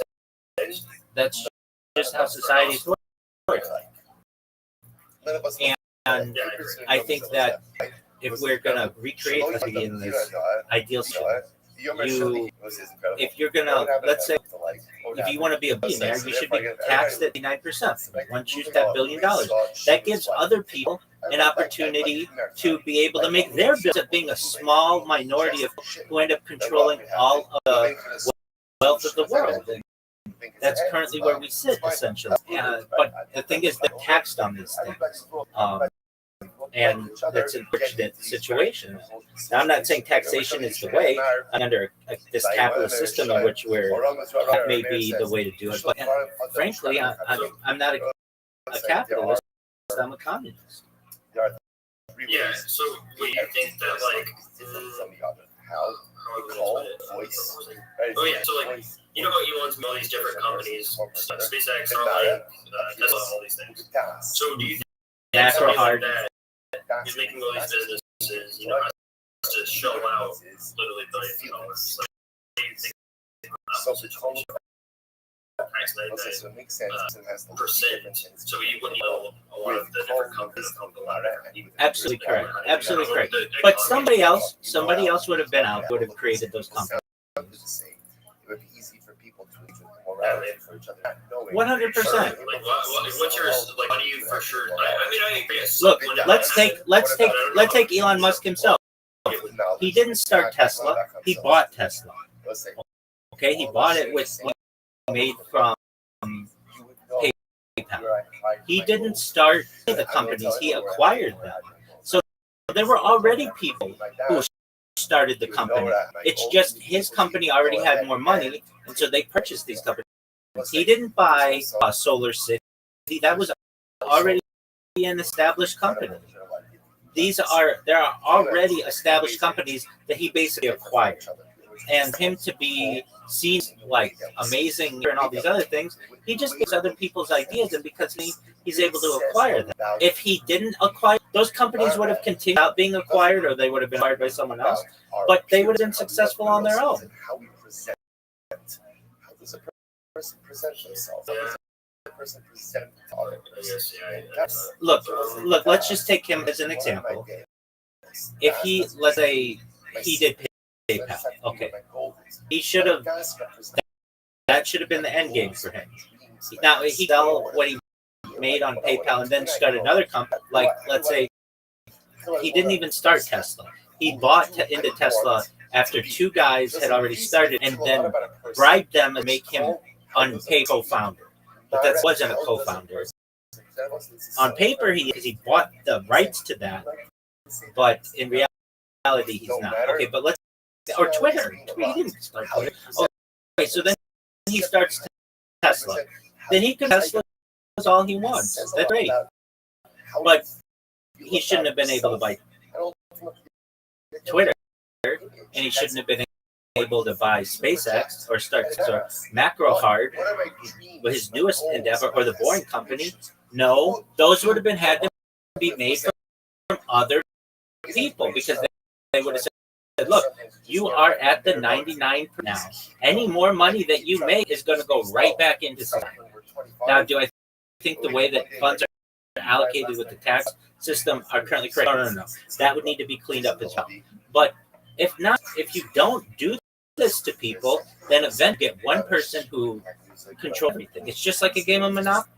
Just absolutely. You don't play Monopoly? Okay. Every single game that you've played all the way to the end, does it not end with one person having control of the board? Ever played a game of Monopoly where two people are headbutting the whole time, and neither one of them is able to gain advantage on either one? If you play it long enough, one person eventually gets the advantage on the other person. Am I wrong?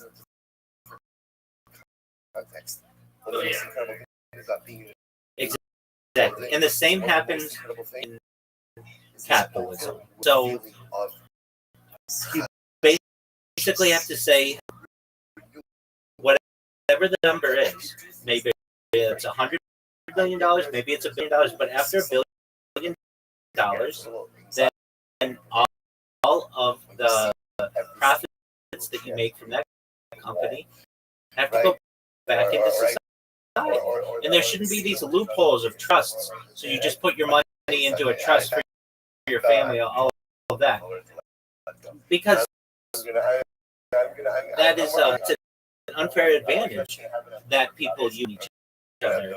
And then they make it so that you have to have incredible accounting firms and lawyers to be able to navigate that system. And if you don't navigate it properly, then you're going to go to jail. It's basically a trap for the little guy. That's not a fair system. I don't think anybody really who's being honest about it thinks that it's a fair system. It's the current system that we're utilizing. But in terms of, if you look at even in like 1940, the rate was 99%. And now it's like 30%, lower and lower and lower. Top earners of the world, 1% or 0%, and it already is that because they just take their money and put it into a trust. That's what Bill and Melinda Gates did. That's what Mark Zuckerberg and is starts with a P. Priscilla Chan did, and then Buffett did. He just gave like 99% of wealth to called the it's profit. That's what just one moment. That's what Rupert Murdoch has done. That's what foundations. That's what everybody does. And that's not necessarily fair. Those places aren't giving back to the people. They're basically doing everything they can to that this corporate hegemony is kept. And that's not fair to the little.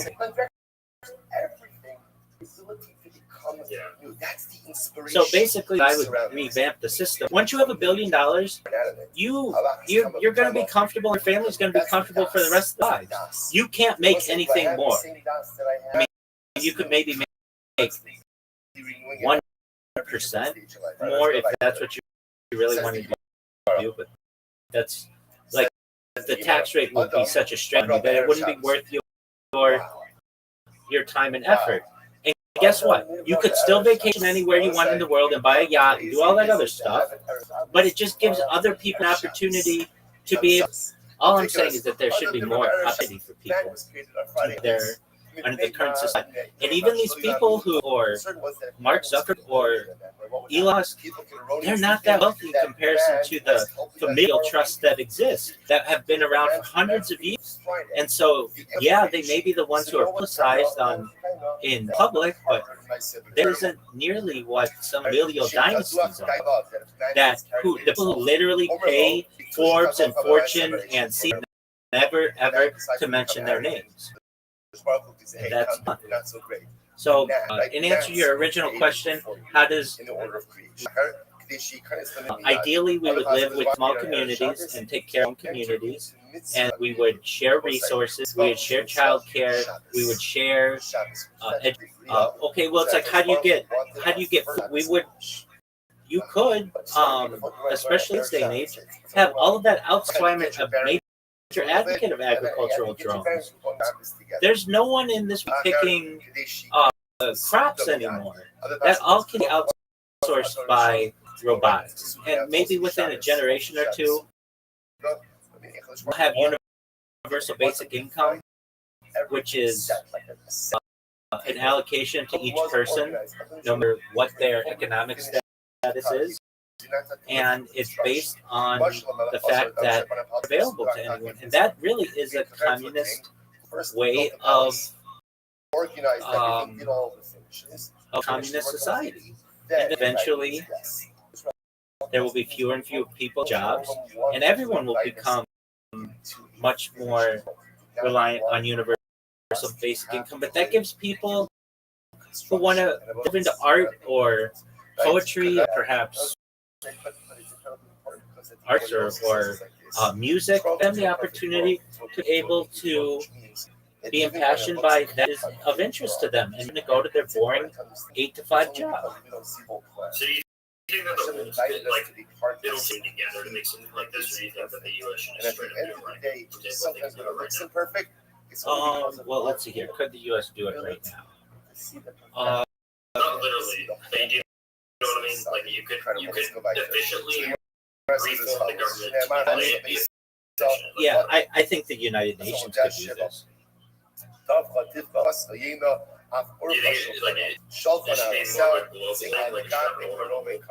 Ideally, yeah. Everyone Like when we were under like a single nation. I mean, we already in many ways are with the United Nations. Yeah. Created the entire world. But you do like be like the leader of that. Like theoretically, like The United Nations Secretary General, that's already established. The United Nations Secretary General. so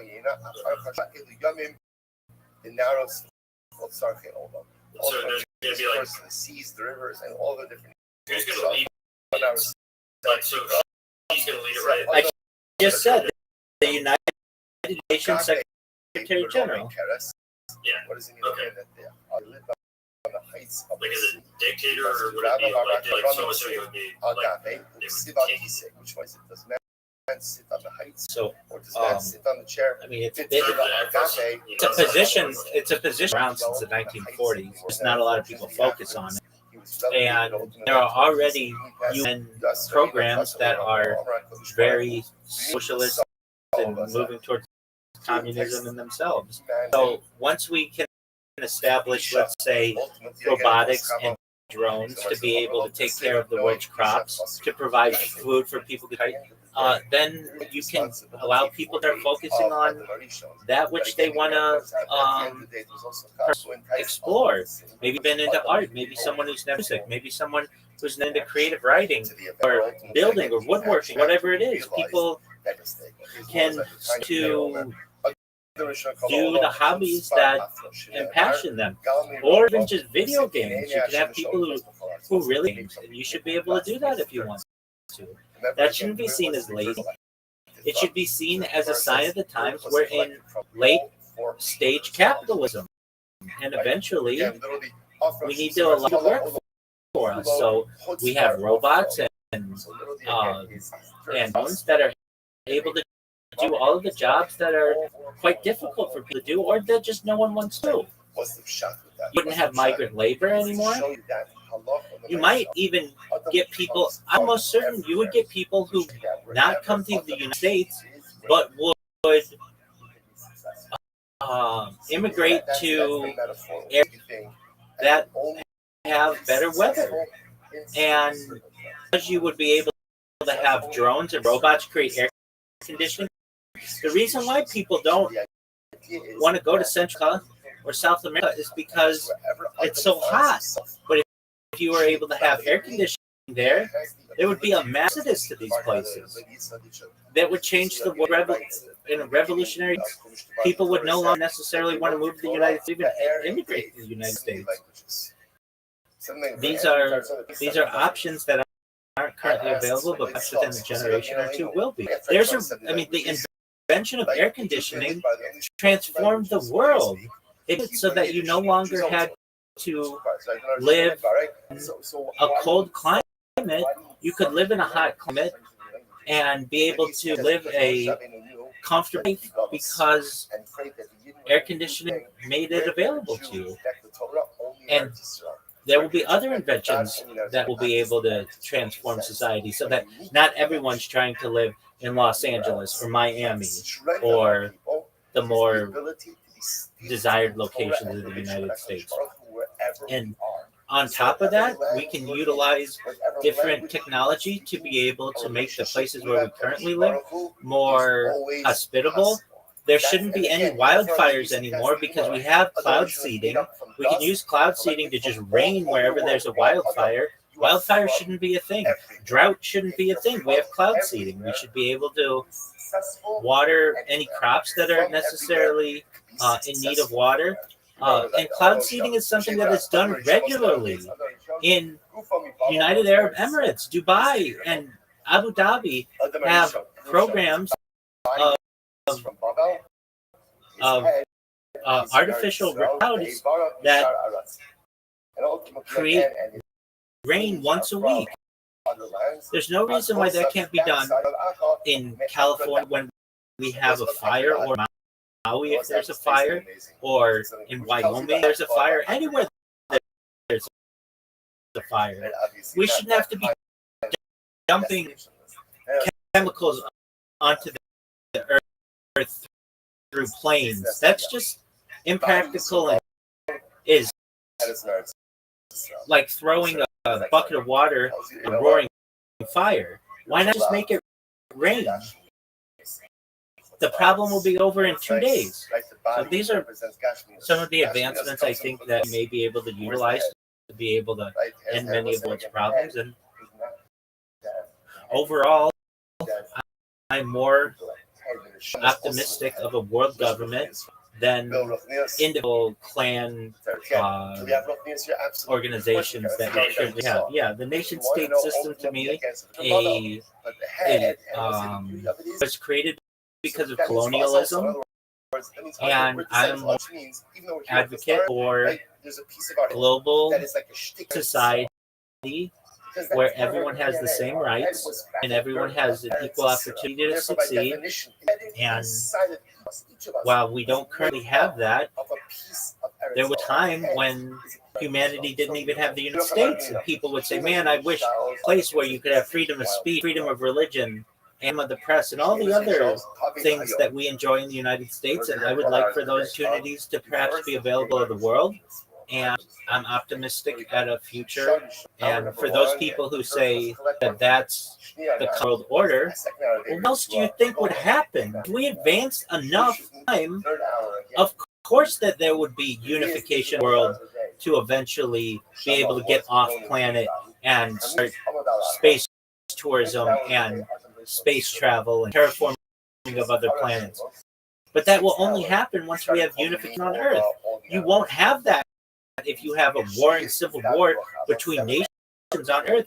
You're not going to have those types of advancements. So it's only a point where we can put our differences behind us and start focusing on that which unites us, when we perhaps have the opportunity to some of these other options. Welcome, Miss Aquarius. How are you? I'm just about to go to bed. Well, very well, Miss Aquarius, are you ready for me? Well, that's you could have. Is it too late? Are we still able to play? We can play real quick. Excellent. Okay, Jason. So, excellent. Look into those 28 ladies. No problem. So I'll be back probably tomorrow night. Okay. Well, I'll be here for you, Big Dog. Hey, Rabbi. Take care, Big Dog. I love you too. All right, Miss Aquarius. You, my friend, have an invitation. Puppy came in.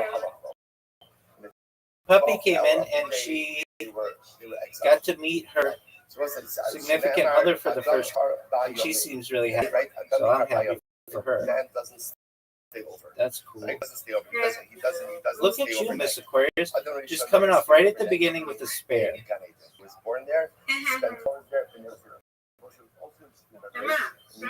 Whoa. Cain and Hevel were born in Gan Eden. Right? And Hevel lived in Gan Eden. Thank you, ma'am.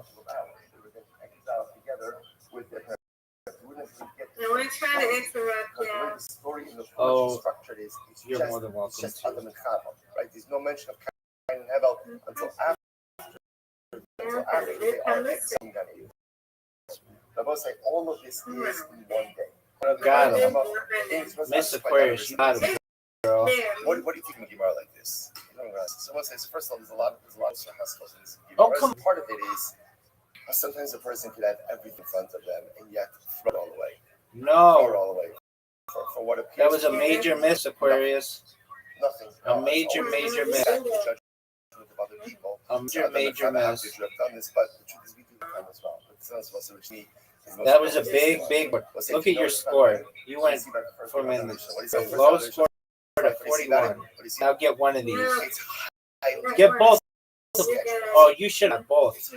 Hey, Miss Aquarius, I'm just I was saying that Brandon, that his team was out of it.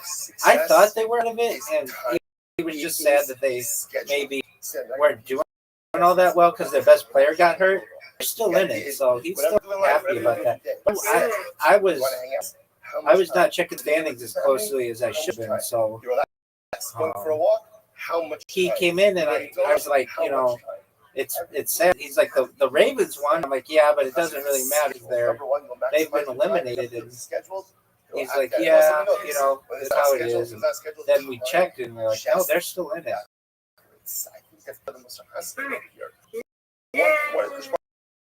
That was big time, Mr. Chris. That was a big one. Did that. Absolutely. I needed that one. Get it. I tried. I was like, I was in my office. I'm not sure exactly what happened. Oh, this could be big. It's frustrating. Chances are, if you can account for that was beautiful. That was beautiful. That took effort. Keep the successful time management is scheduling. Get it. Again, time management allows for. All right. You've got a big lead. Oh, it's over, Mr. Aquarius. You won. I can't get these. Wild animal cannot go ahead and adversely impact. Great job, Miss Aquarius. Great. You win. I win. That was a good one.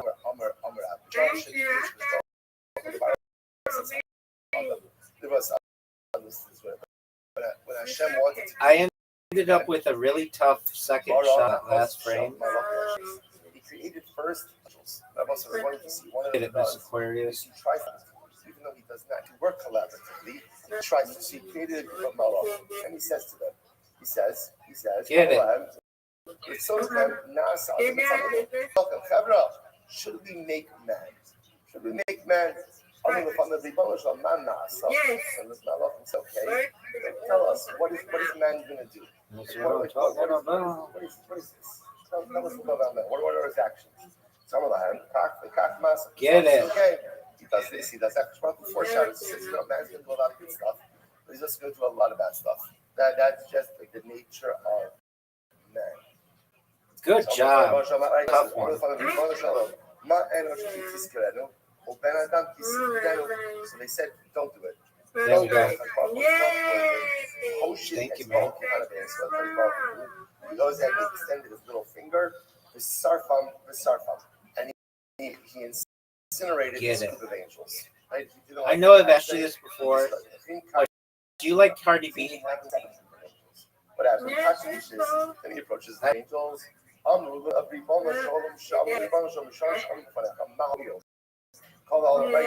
So what happens?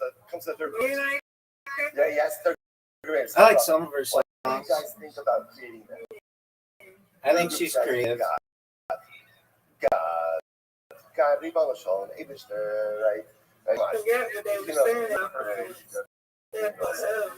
Sometimes you engage in collaborative work, but you're not actually just doing anyone else's doing. Right? Instead, you know what you want to do. You have to go through the optics of asking other people their opinion. So what happens? Do you like Mariah Carey? Same here. You didn't like it. You didn't like it. So listen to what they say. Maybe I missed. Do you have a favorite Mariah song? You know what? So you know what the third group says? You're the boss. You're the boss. Better idea. Do you mean All I Want for Christmas Is You or a different song? Same. Collaboration. Right. Okay. So it's not what I was saying.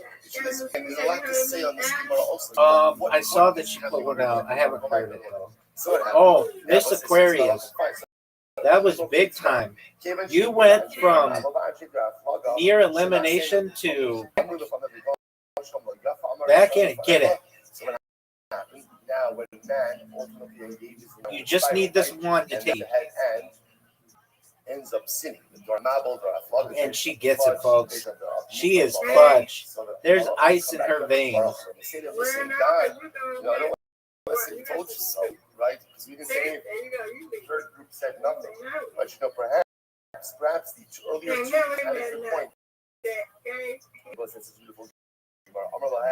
بعد ذكر عنه بعد سيماني أسفل. There's part of this. Until they old, I am sent. I'll take it.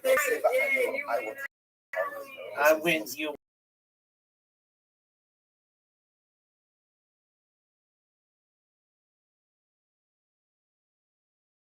Win. That's the best one. When you win, nice job. I believe. I am patient, and I wait until they get the Yeah, I do. I like her old stuff. I like fantasy. I love Always Be My Baby. That's like my favorite song, maybe. I like Emotion. I Honey. Yes. I'm sure there are a bunch of others that. Is it?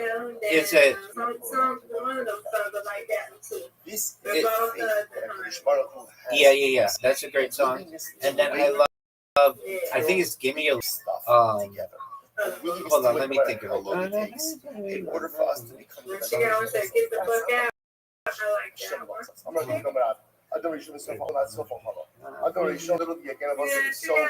big, so tall, so large. He existed from Heartbreaker. I really like Heartbreaker. Yeah. And then she's got oh, what was that song? Hero. If you remember that song, that was a big song. She's great.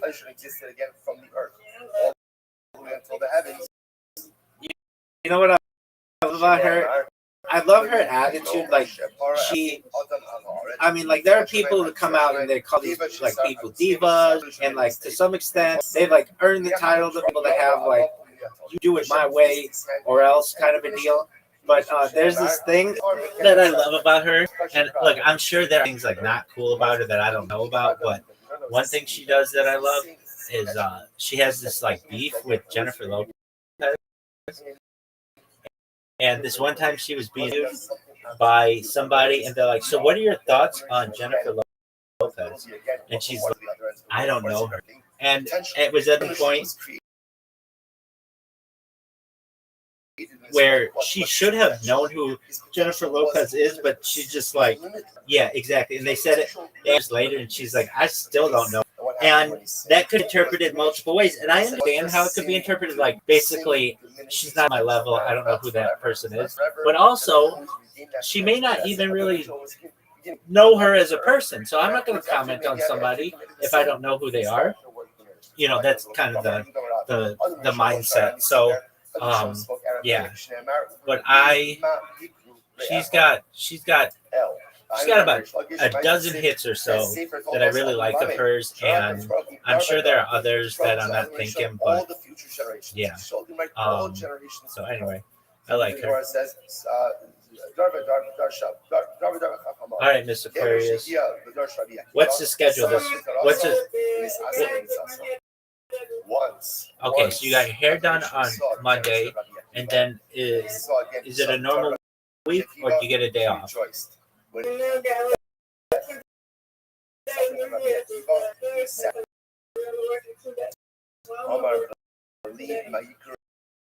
Okay, that's cool.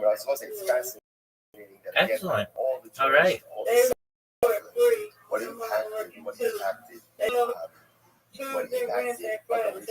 Yeah. Do you have plans for December 31st? All right, well. Okay, very cool. Very well, Mr. Aquarius. All righty. Well, you know I'm here for you if you need me. You take care. Where are you? So the Gemara says, on Sweet dreams, God willing. Absolutely, ma'am. We're gonna stop over here for Sweet today. dreams, God willing. Take care. Oh, wonderful. I love when you're here. They're essentially calling him to down. Excellent. Now, how to understand those Gemaras and what it really means? So tomorrow we'll learn that film together here in our base medrash. First shot doc, we're gonna do it together, Hashem. It's gonna be fantastic, it's gonna be incredible. Another ridiculous Haggadah Gemara tomorrow. It's gonna be great. We're beginning our first week here in our new base medrash, and we should be stuck for many years to come. It's gonna be here. It's gonna be here in Nashville. It's gonna be here in Meretz Hashem. All right, everyone's wonderful Shabbos. Happy Shabbos in Eretz Yisrael, in Baltimore, where I guess it's warmer than here. So, all right, and enjoy Shabbos.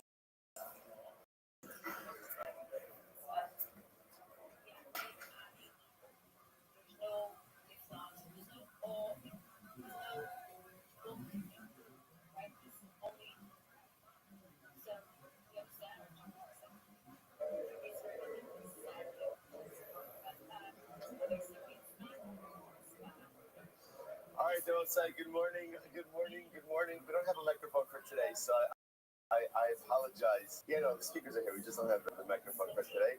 We will have the microphone for tomorrow. We'll say it is a tremendous Hashem to be here in our base Hamedrash.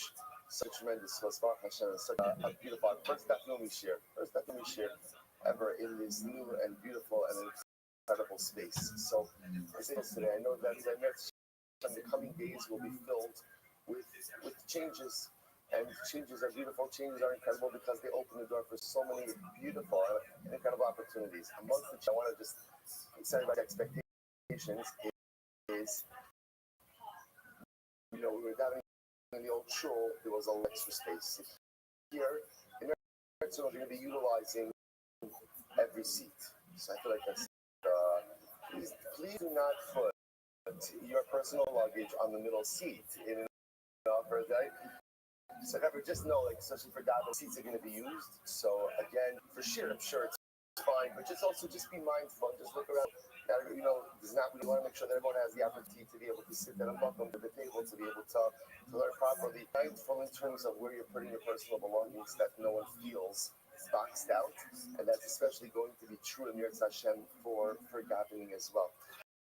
And was it just, and again, for many different things in the new building, we're still trying to find our way a little bit. So certain things may not be fully set up, certain things, may have to be a little bit. So I apologize in advance for any turbulence that may occur over the course of this move. But Baruch Hashem, what a plus it is to be able to be here in such a holy, beautiful, magnificent place. Also, as you can see, our Svarim are not in yet because they put it in the oven code. So just everything's a little bit dusty and probably moved around again. And in the next week or so, we'll have everything's mostly as it should. But Baruch Hashem, what a blessing it is to be in the status of Meretz Hashem. Now, the aesthetic beauty is here. And Meretz Hashem now, our is to fill it with spiritual beauty as well. I have no doubt that we will be so good with Meretz Hashem in the coming years. Also, like I said, we have a sound system tomorrow. So we'll be a little bit more tapped into it. But the acoustics in here are great. I will endeavor to speak a little bit louder. If at any point I'm not speaking loud enough, just let me know. And also with that, let us begin the first daf of many dafim here in this base medrash. Beginning by thanking all of our sponsors. Thank our common sponsor for Tafshin Pei 5785. Rav Naftali Tilson for dedicating all of the shiurim and drashos this year. Tilson Mishpach of Meretz Yisrael as a source for B'Sonah Tovos for all of Am Yisrael. Our Talmud sponsors for the month of Tevei Sabavin and Latova, the Talmud Mishpacha, in memory of Amit ben David Levi, the brother of Itai Levi, who was killed fighting in Gaza on the first night of Hanukkah. We hope that in the merit of our Talmud Torah, this precious Neshama will have an Aliyah and his family and Sa'idah Sinahakim for dedicating the shir today in honor of our new Makom Kodesh. We should be Ezras Hashem. He says we should be Ezras Hashem run out of space even faster than our old building? No. Good. In Eretz Hashem, the next rabbi will have incredible. In Eretz Hashem, building the next building, you should be with incredible mazel. I'll take the bracha, maybe running out of space in the base measures and having to move into the new shul. That I don't think that's so crazy. I think that day is coming probably sooner than think. But in Eretz Hashem, we should be zilcha that this mikdash match should serve us to come until we are zilcha in Eretz Hashem. In Eretz Hashem territory. So I'm here at Yamim. So with that, let us begin an incredible daf ahead of us today. Today's daf is Lamed Zayin 37. And we are picking up in Eretz Hashem. We are picking up. Right, so remember again, not everyone is fit. So remember again, what we did with capital cases. So remember again, the halacha over here by capital cases was that you need a Sanhedrin. Sanhedrin has to not only be comprised of 23 out of 23 people, but also has to be comprised of people who are genealogic. So the Gemara says, what's the reason? So it says, my time, let's say, same with that Basin has to be free from any spiritual blessings. So too again, Basin has to be free from any other mum. Now, mum, you must understand what we get means. Mum means a genealogical blemish. It has to be free from any genealogical blemish. Amar says, my krok, what's the pasuk? Everything about you, my beloved, is beautiful, and there is no mum in you. So the says, over here, this is a reference to the Sanhedrin, and the mum is a genealogical one. The Roma mum, manage, maybe it refers to an actual mum, or maybe it's not a genealogical mum.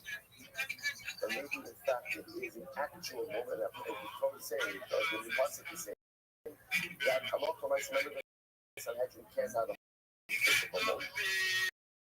You might have said, it's Yatsu Shem Imam. So the Pasuk says by Moshe Rabbeinu, when Moshe Rabbeinu went ahead, when Moshe Rabbeinu goes ahead and collects the 70 opinions, the Pasuk says, they will stand there with you.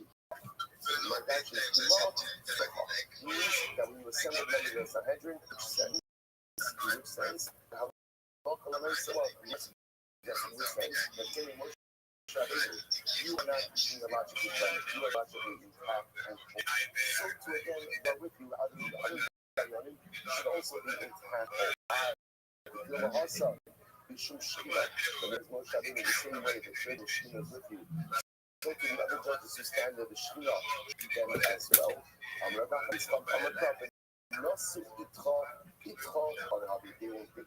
will shoulder the responsibility with you, with those who are compared to you, meaning Moshe Rabbeinu, you are genealogically intact. So to end, those who go ahead and adjudicate with you should also be genealogically intact. Again, I'll say, so incredible Gemara. So the closest example, again, that's for doing the functions for cases. So again, you have people who are genealogically unblemished. People, says the Mishnah. Sanhedrin has such a chassid going at Gula. Plus, it's really a beautiful Gemara. The Sanhedrin sat in a semicircle. So the Gemara says, Kadeshi rowing zigzags, in order that they would be able to see each other. Like you want the members of the Sanhedrin when they deliberate to be able to see each other.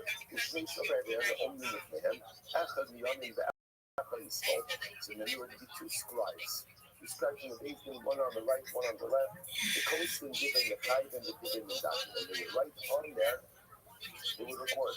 They would have good meaning with these court scribes. They were the stenographers. And as the stenographers, they recorded everything that happened in the proceedings. And then again, they would write the opinion of the judges who were looking toward the Zion, and the opinion of the judges who were looking to find guilty. Now, the Yidam means a shotgun. So that's the police stenographers. Echad Kotzev Giving Hamazakim. So one would go ahead and write the opinions of the examinators. The Echad Kotzev Giving Hamachayvim. And one would write the words of the indictors.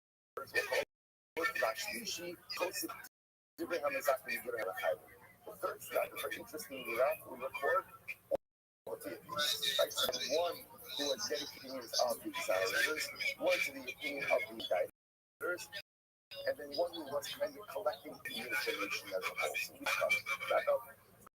What's the thought is interesting.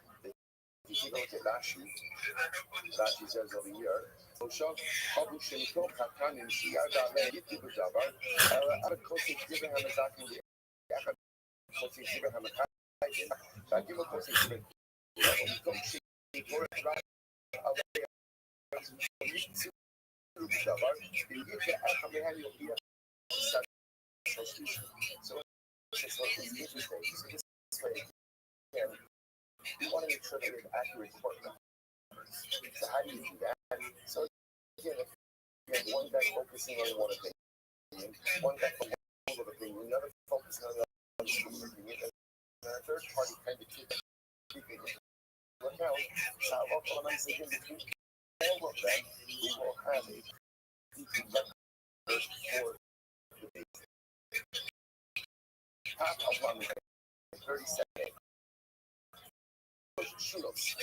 There are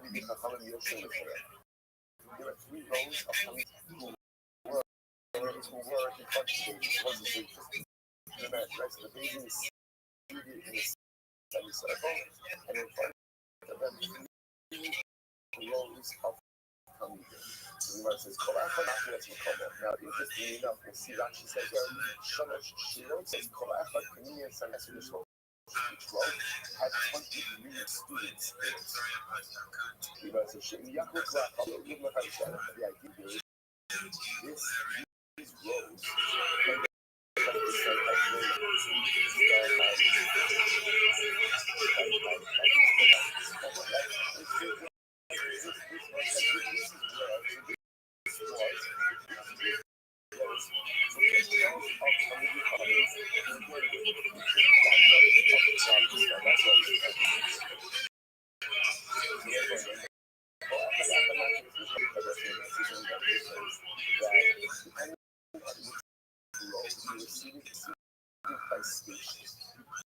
So row 1, again, those were the upper tummy. Row 2, tummy, and row 3.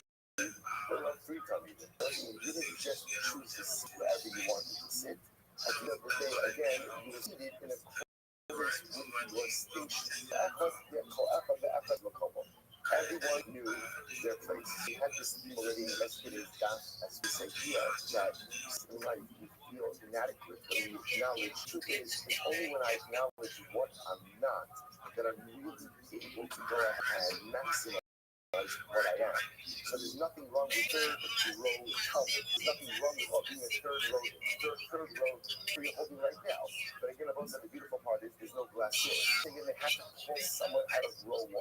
And again, we'll discuss exactly what particular issue is over here. But the nice, let's say they have to go and pull someone out of row 1. So what do you do? So the Rosh uses what they have to do the smicha to someone in row 1. So what would they do? What would happen in that type of situation? So the Gemara says, so let's go to someone coming on the show. So okay, so if you have to, so let's base it now. This is actually needs another diamond. We pull out a diamond from row 1. That's where the diamond comes from. So the Gemara says, so I think after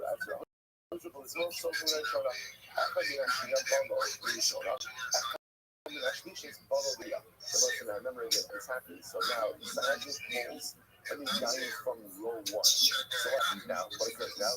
There's a vacancy in row 1. What happens is a vacancy in row 1. There are vacancies in row 1. I just want to point out what I need to say. So now what ends up happening?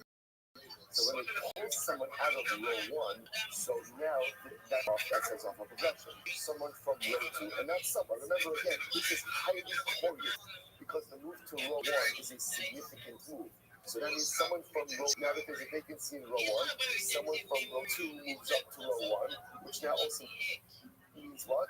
Someone from row 3 moves up to row 2. And again, this is a highly choreographed process. So you might go back there. So if I follow about and then what happens? Now, there's vacancy in row 3. Now there's vacancy in row 3, what happens? We need to borrow your hand on how. We need to go ahead and pull someone out of the general assembly. The ומושיבים לו סובסישס. ולא היושיבים כמו שלישון, היושיב במקום הלא אלו. So then what you would have thought, well, that is opening row 1. Just choose some from the Gilo and put him in row 1. No, that's not the way it happens. It's not the way it happens.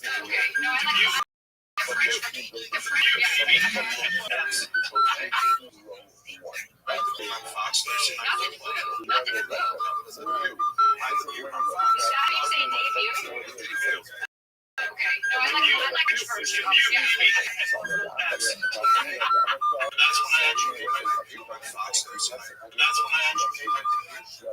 Agan Hasar, Yexar Hamazar. So literally translated.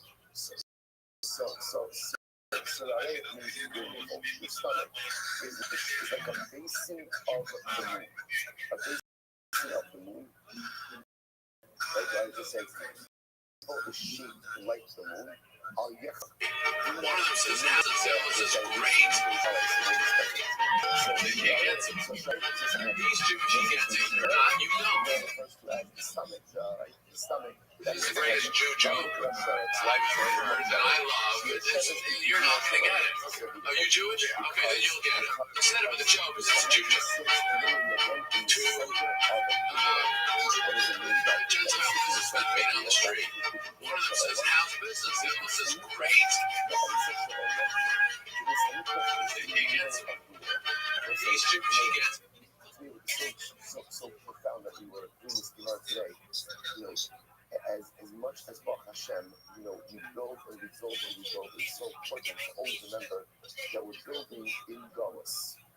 We're building in Galus. And at the end of the day, like, Galus is not where we are supposed to be. At the end of the day, we have one home and one home only, and that is Eretz Yisrael. And that home literally is in the center of the world. It's a centrality to it.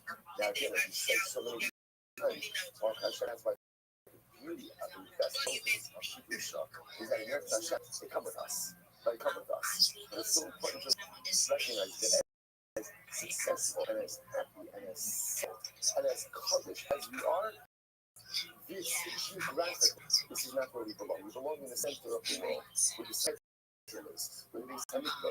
So ultimately, it's called like the stomach is the center, so too, the stomach is the center. So Hagan, so what does it mean? Hagan is like a basin. She made Gina Kala all over the Sanhedrin, protects the entire world. Has-Sahar, what does it mean?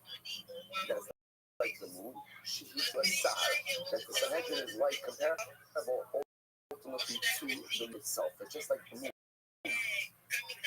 goes ahead and it's like Rashi says a bit Bagula. So it's not the light, actually that's a semicircle.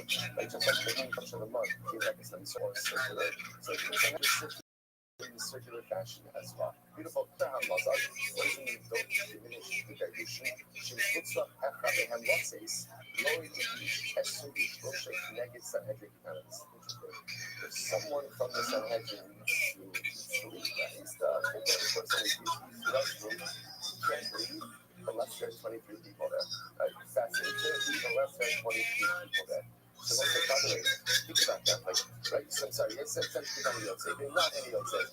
So again, can you imagine, let's say you're never in Sanhedrin, you need to go to the bathroom. If there are 22 people there, you can go to the bathroom. If there are 22 people there, you can't go to the bathroom. You gotta wait until someone comes in. Most of the time, it's incredible. What does it take to be a member of the Sanhedrin? To be a member of the Sanhedrin? What does it take in general? What is in a leadership position? Questions. Backside questions that I knew at my age already. And I was there before I said, Not incorrect. I said, you're crazy. I said, what you think I'm going to do? Tell you that Michael did something bad to me. Like, sue him for money. That's what I told my mom. I was like, okay, what happened? I told my mom, and I was like, are you serious, Mom? I was like, it's going on here. Why are you saying this happened? And she was wrong. She was like, I think something happened here. I think stuff like this. Really? That man did nothing. Being hostile. Kind, loving, giving. Everything you do before you find out me and Chris Tucker that night time after his birthday party. And I hung out, talked pretty much all. Well, guys, a new study was just released that found that people go on the highest number of dates in the fall. Here on this is Jane Wigwam.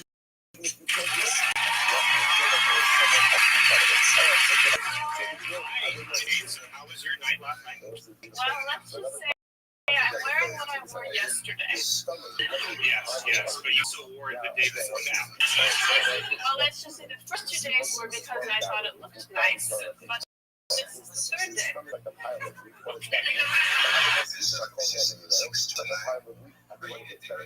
Sanhedrin everyone benefits from their reasoning, right? When the Sanhedrin espouses the reasoning for their particular rulings, so everyone benefits from that. Next, Suga Bashoshanim, what does it mean when it says like a row of or like a fence of roses? This is beautiful. Shafilu Kisuga Shoshanim will you through Suga and process. Klal Yisrael wants to do the right thing. And even if there is not a strong protective barrier, even if all there is a barrier of roses, there was an avatashos, a barrier of roses,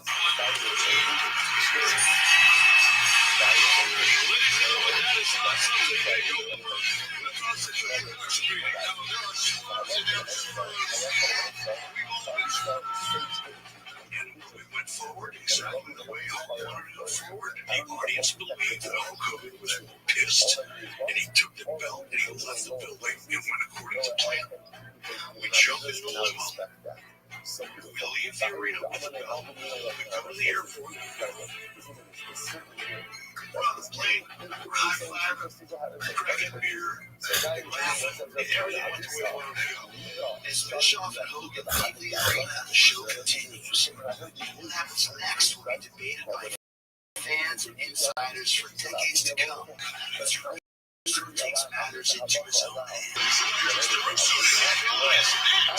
30 minutes later, the plane lands, and all of a sudden, Hogan's phone is blowing up. So it's fine. We're someone out and cut the scathing wrong and buried home. Just like a big, great sword that somehow turned real.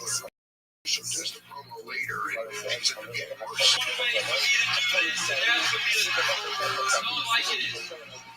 Again, these are the things people hate me for.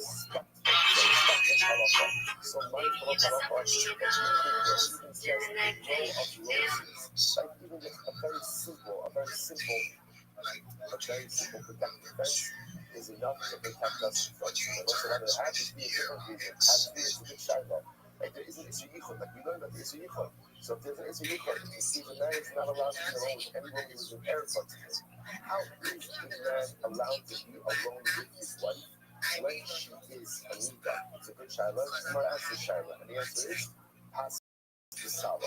Little bit red in the basket. You know, this idea that his husband knows that his wife is going to become mutter to him.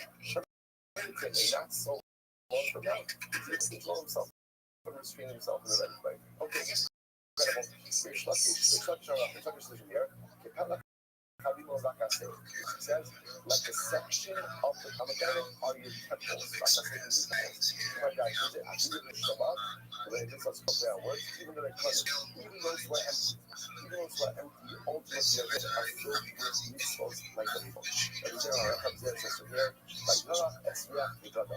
Once it says again, it says that the word Yat Yitzchak Avinu snow, of Yaakov. This is what Yaakov came in,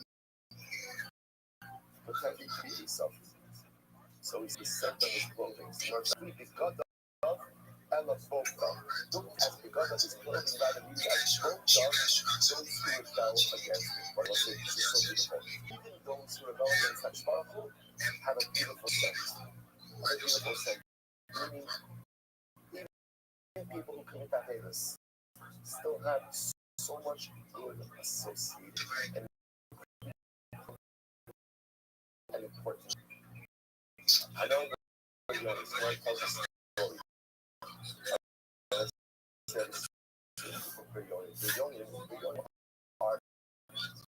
We translate it as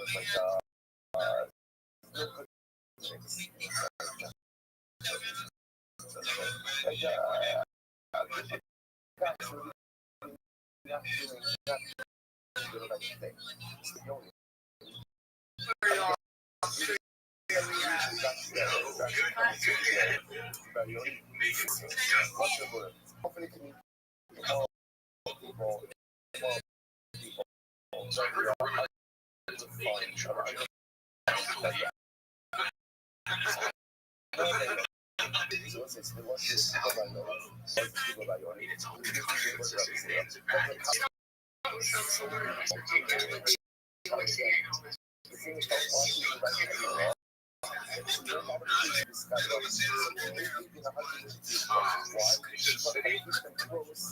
Yo, what up?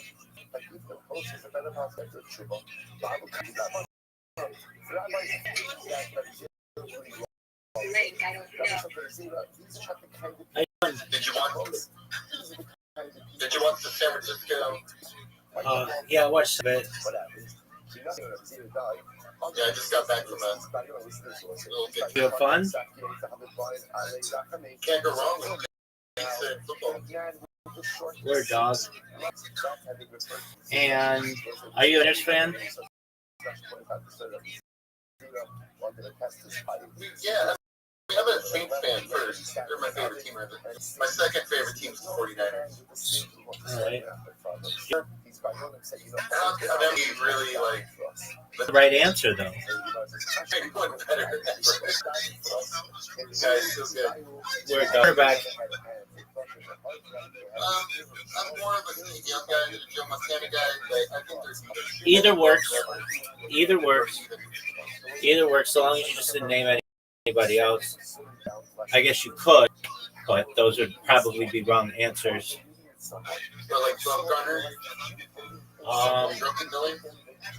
I mean, you could have said Purdy or Kaepernick,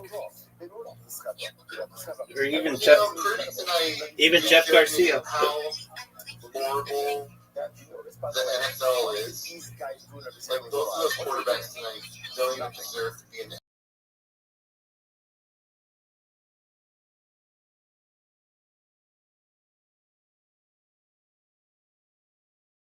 NFL. They make wild, brash decisions and play like it's college. The game is totally changed. Well, Purdy got that W. I don't know, 11 in one of the playoffs for sure. There's a lot of 11 wins. 6 straight wins. Yeah. And he did it. And they get Kittle back too. I was just going to say he did it without Kittle. Imagine when he gets Kittle back. Big old Vikings. You know, that's an extra production every game. Something he can count on. I don't know if they're going to have him play next week. They might have him take That's what I the. read today. Okay, very well. Just thought is like he doesn't. Didn't they clinch already?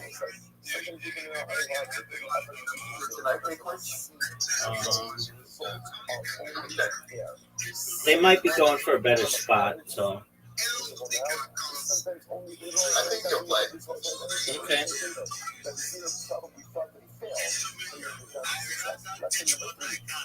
Well, what do you think the odds are? 50-50? I thought he would have played this week.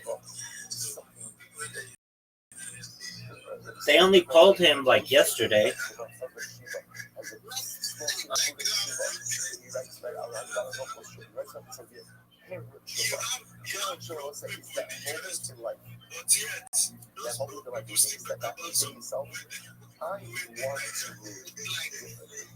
How, what, where, that I'm not sure about.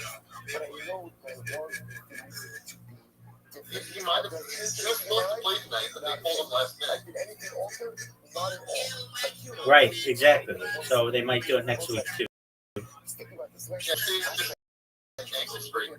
He's been battling that ankle sprain since week 1. I know. It's a high sprain. I mean, plus he's old. You know, he just doesn't want to play. Like, he's just saving himself for the playoffs. That's all that's going on. That could be. They clinched last week. Okay, yeah. He probably won't play till the playoffs. It doesn't matter. Well, they might get a better spot. um, if he plays, but I mean, it might be a game time decision, and they just may say they might not start him.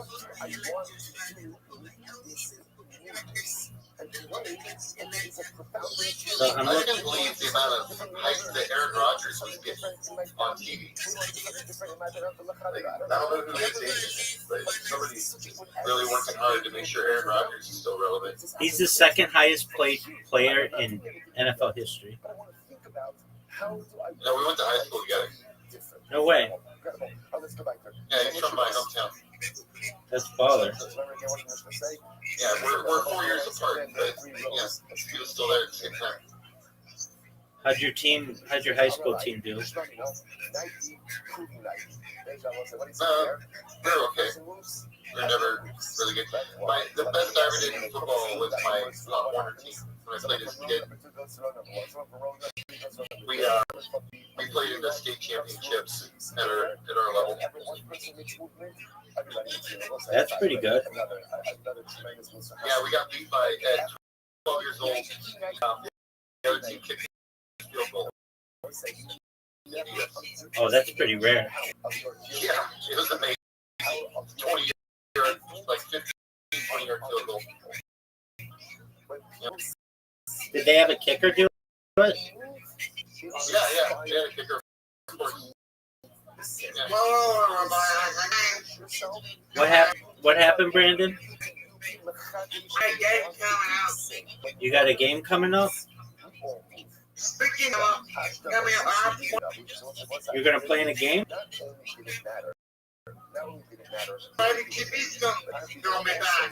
You think he'll be back next week? Yeah. All right. So Brandon here really likes Lamar Jackson. All right, Brandon. Hey, Well, Brandon, is that Frosty the Snowman on your profile picture? Santa? Yeah. Pretty cool. I'm a fan of the Baltimore Ravens. he likes the Baltimore Ravens. Yeah, they're cool.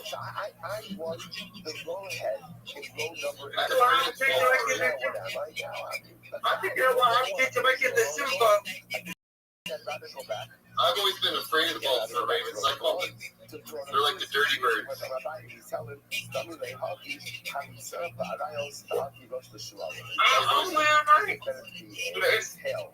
the Baltimore Ravens. Or John the Baltimore Ravens.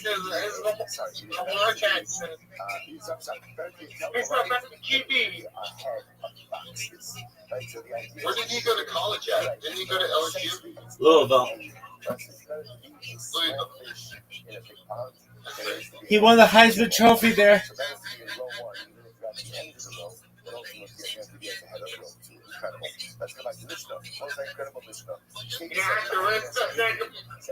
Be in the game for them.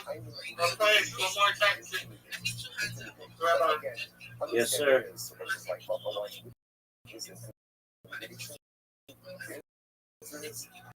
We got big play.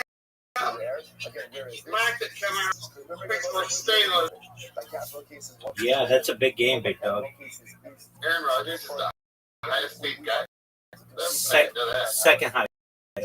Yeah, the highest paid guy is Matthew Stafford, and second highest is Rodgers.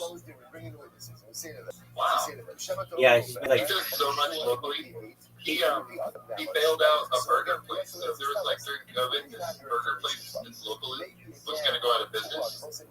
So he basically just bought the whole business. Well, he can do it. He's made like $333 million. Yeah, he also fixed park. He like donated a bunch of money to our park. He's a cool guy. He's done tons of philanthropy work locally. Well, that's nice of him. Yeah, it's pretty cool. He's the only thing that's ever come out of here. Like, besides Jackson Pollock. There you go. Jackson Pollock lived here. You're around Chico? So at worst case scenario, you have to pay back money.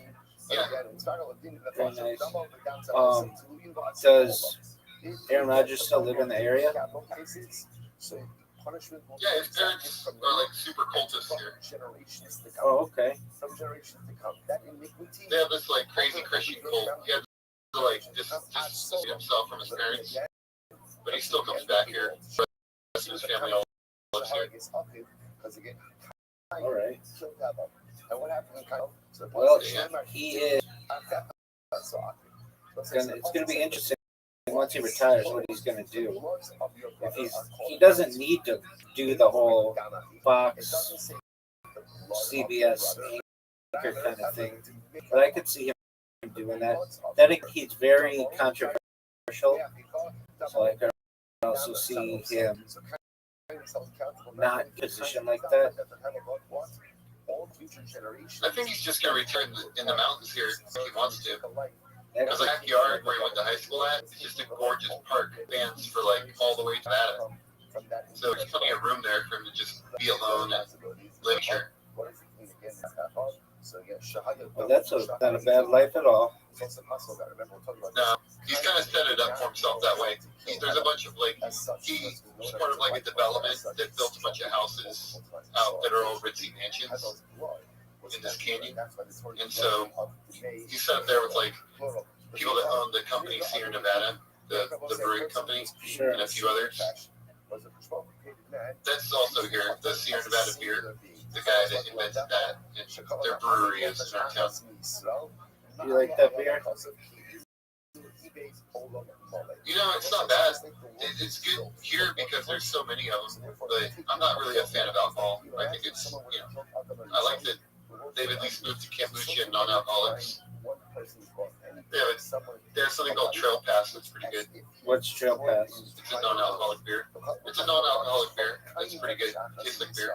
But again, the converse is also true. If you go ahead and save a life, or That's kind of save. So Yeah, they're a billion-dollar company. can't beat that. It's funny because the brewery's like in the middle of a ghetto, surrounded by homeless people now. There's like everywhere. Did they get purchased by anybody? No, it's been family-owned and operated and argued over since inception. All right, as any good business should. Yeah, I mean, you have to make it big enough so that everyone wants to steal it from you. You know? Well, it's just a matter of time until Anheuser-Busch or Bev,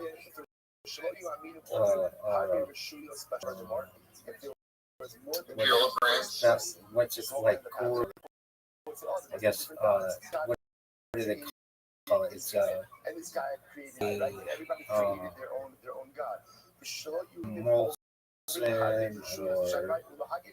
what is a banquet beer? One of those companies comes now and gives them an offer they use. A person wants to mint a coin. So what can happen? A person can mint a coin, and you can make it that every single coin looks exactly the same. Every coin looks the same. You gonna watch? You gonna watch the Niners tonight? When they play next week. Adam was the first man, the model. Tell you in a second. They play even though they were created, so to speak, Seahawks. image of Adam, no two people are exactly alike. Yeah, I mean, watch it. But as long as the game's on, like, is it on in the afternoon on Sunday? There they go. Or do they play on a different day? I'll look it up. I've been digging that guy's, by the way, Brandon, with the room with all the animals and stuff. Yeah, I think so. It's funny because my room is very similar. It has tons of stuffed animals. Oh. Real addiction, like a problem. It's the claw machine at Denny's. Oh, okay. They play on. Yeah.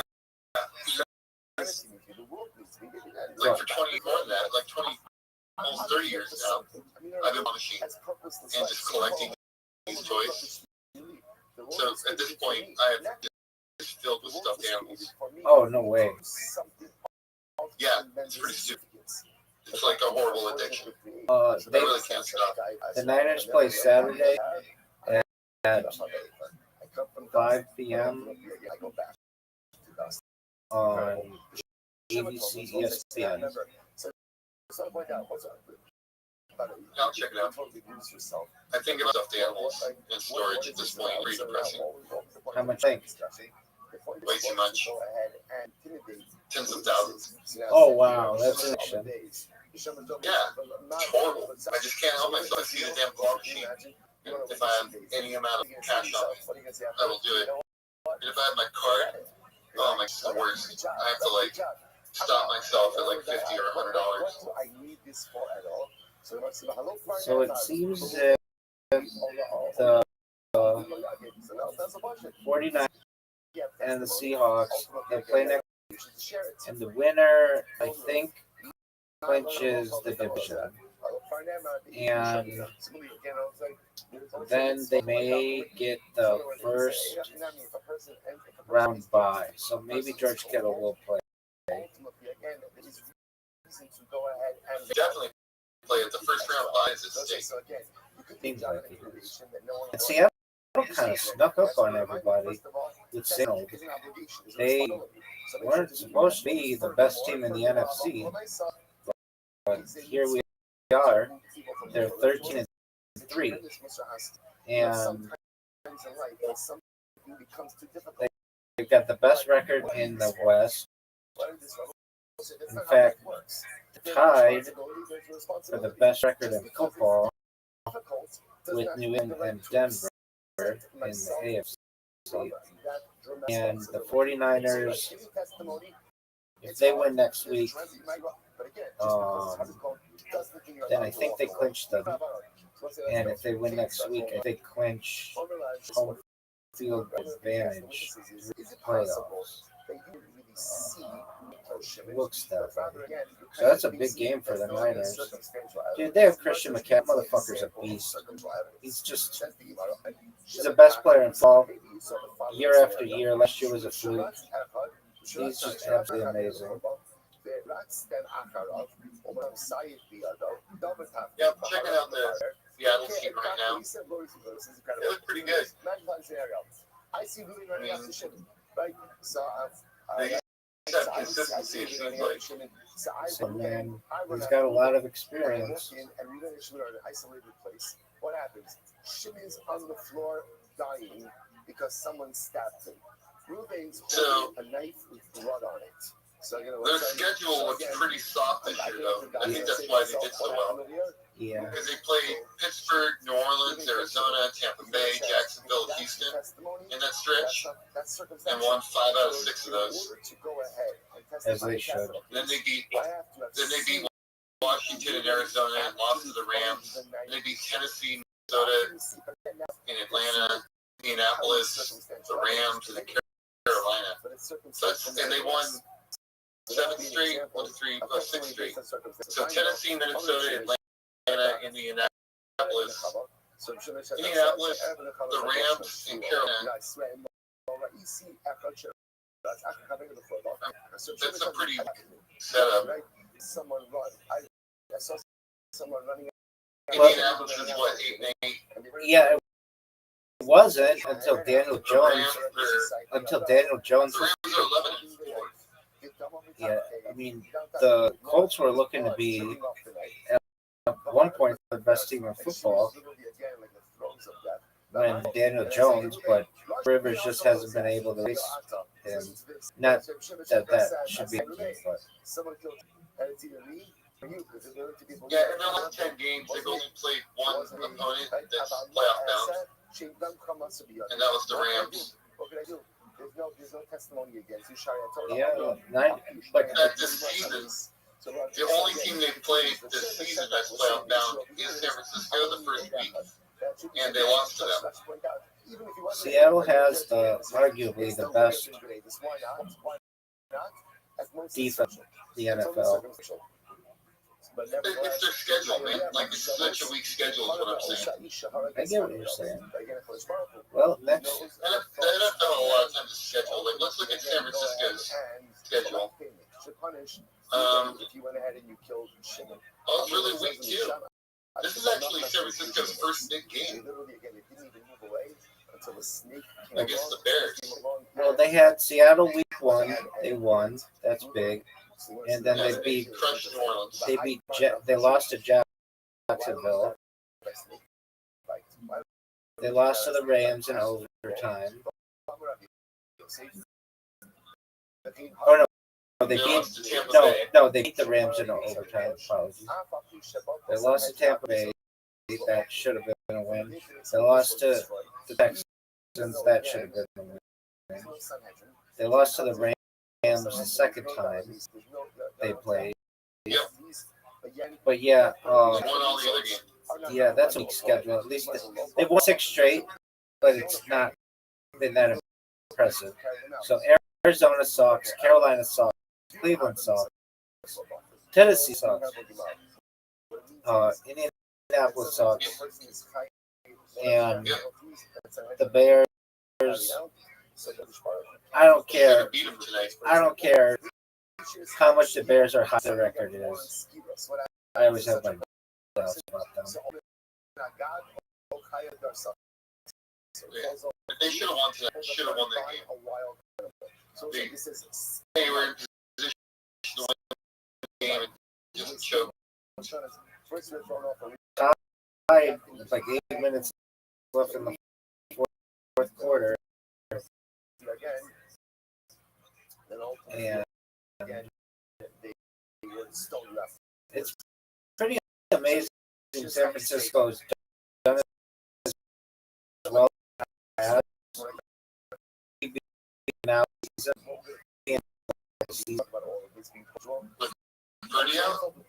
Yeah, I mean,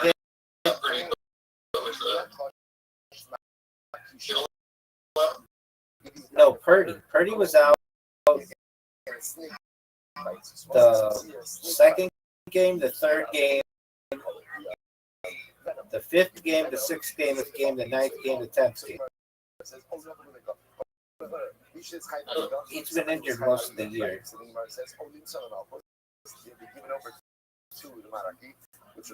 don't even start keeping track of like week 14. Like with fantasy and all that every week. But now we just can't do it anymore. Why don't you do fantasy anymore? Well, we used to play in a group where we would get the baseball cards every year, or the football cards. Oh yeah, I remember you telling me this. You had like a $1,600 fantasy football league, right? Yeah, exactly. But we stopped that. People get old and married.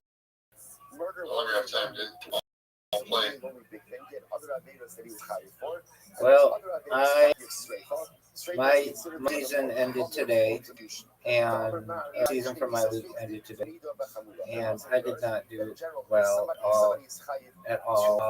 I ended up in 12, and I would normally be on myself, but I had Lamar, who was injured most of the year.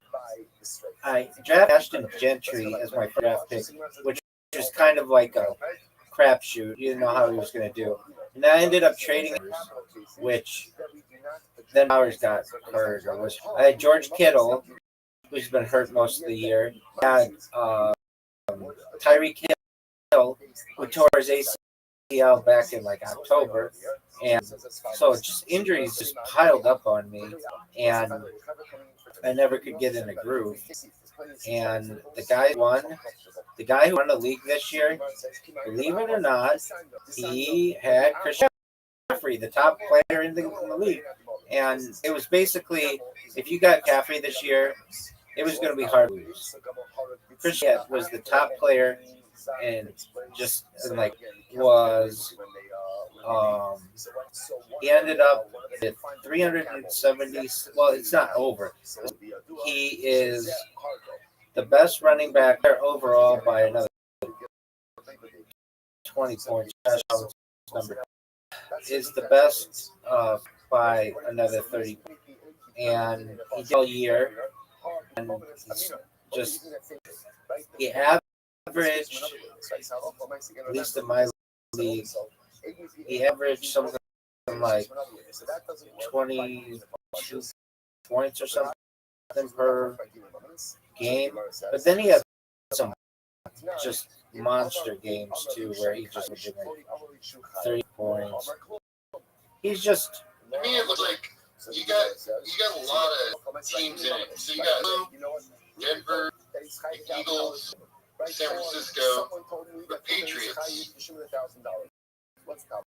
like 5 teams that are all pretty damn good. Hold on, let me go to the standings. All right. New England. Patriots. Well, yeah, hello, New England. Not too keen on Pittsburgh. You never know. I'm not on Jacksonville. You never know. Those teams aren't even bad. I'm talking about like the Eagles are there for sure. What are you talking They're about? looking really good. Jacksonville has a better record than the Eagles. Jacksonville's 12-4 this year, and Eagles are 11-5. That's not Look at the stats. I'm not even Jacksonville. What's Pittsburgh standing? Are they even in it? No. Yeah, they're in it. They're going to play North. They're 9-11. With old Darren Rodgers? Goes to show you, they're going to let him. I mean, hopefully he doesn't get injured. He's so old. Well, it's not older than Phil Rivers. Phil Rivers is still playing. Yes. Okay.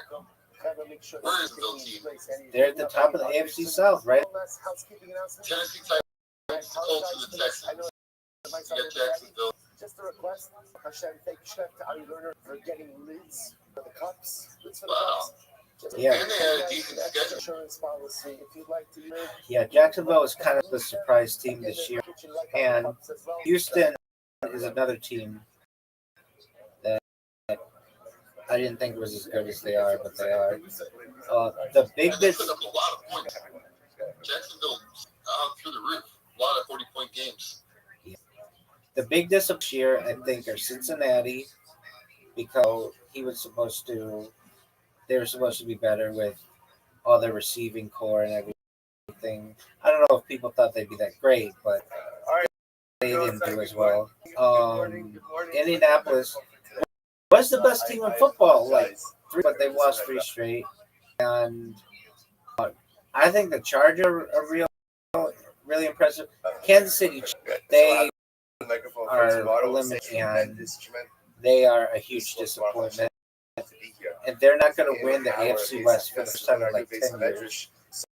And Buffalo's not going to win the AFC first time in like 6 years. Ever in this beautiful and incredible space. So, Isn't Buffalo going to win it? No, New England clinched it already. Days will be filled. Oh, really? With change. New England's like a power over there. Are incredible because I think New England is going to sneak it in and just win it. They look like they got so much depth. Everybody's expectations is, So we have the Washington. was a lot of They're going to win again, but it seems like they're going to be utilized. The Washington Commanders are a huge disappointment. They lost quarterback Jaden Daniels, but they were in the NFC Championship last year, so that's a big surprise. The Detroit Lions surprise. I mean, they're eliminated, but they're 8-8. There are some teams that are starting to eliminated, like the Ravens. Minnesota was somewhat disappointing. They have issues at quarterback all year. Dallas, nobody thought they were going to do good. Atlanta, New Orleans, nobody were going to do anything good. They 7-9, and they're still not eliminated. And then teams that a big surprise.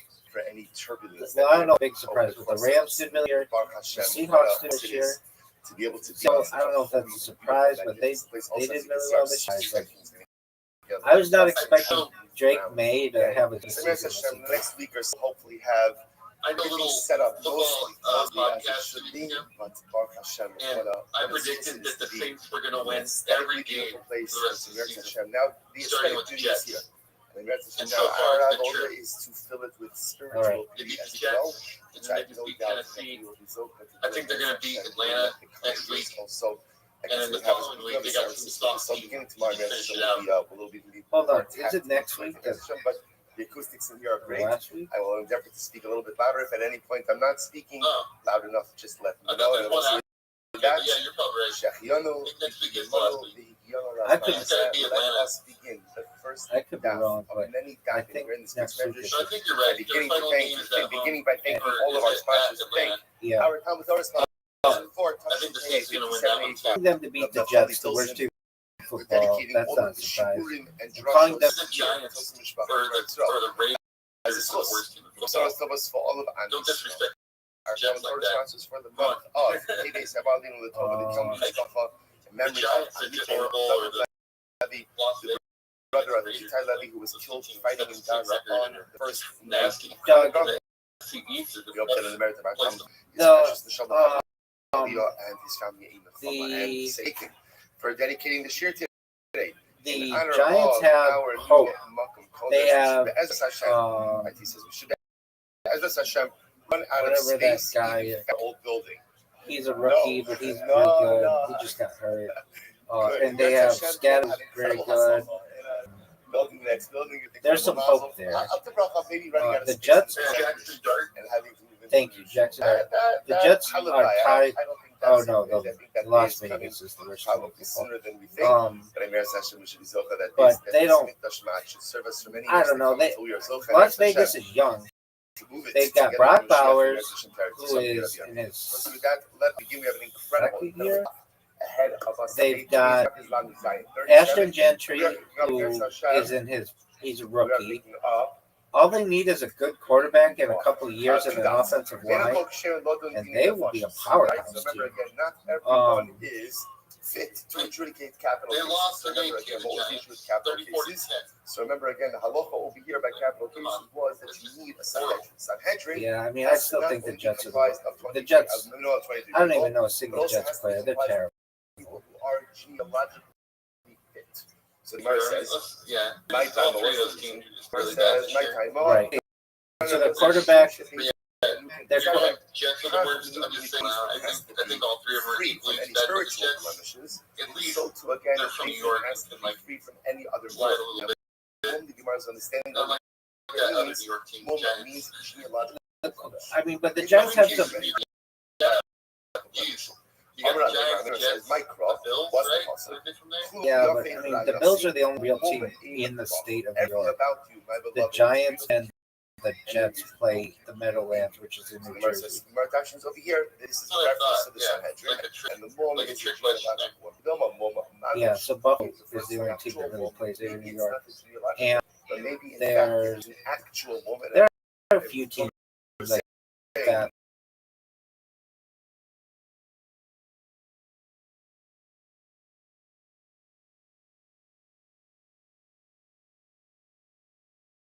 It's kind of confusing. New England, which is Foxborough. There's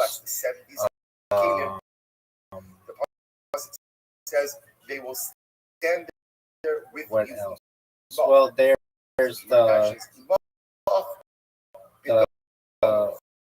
Raiders, the Rams, and the Chargers that technically play in Inglewood, both Los Angeles.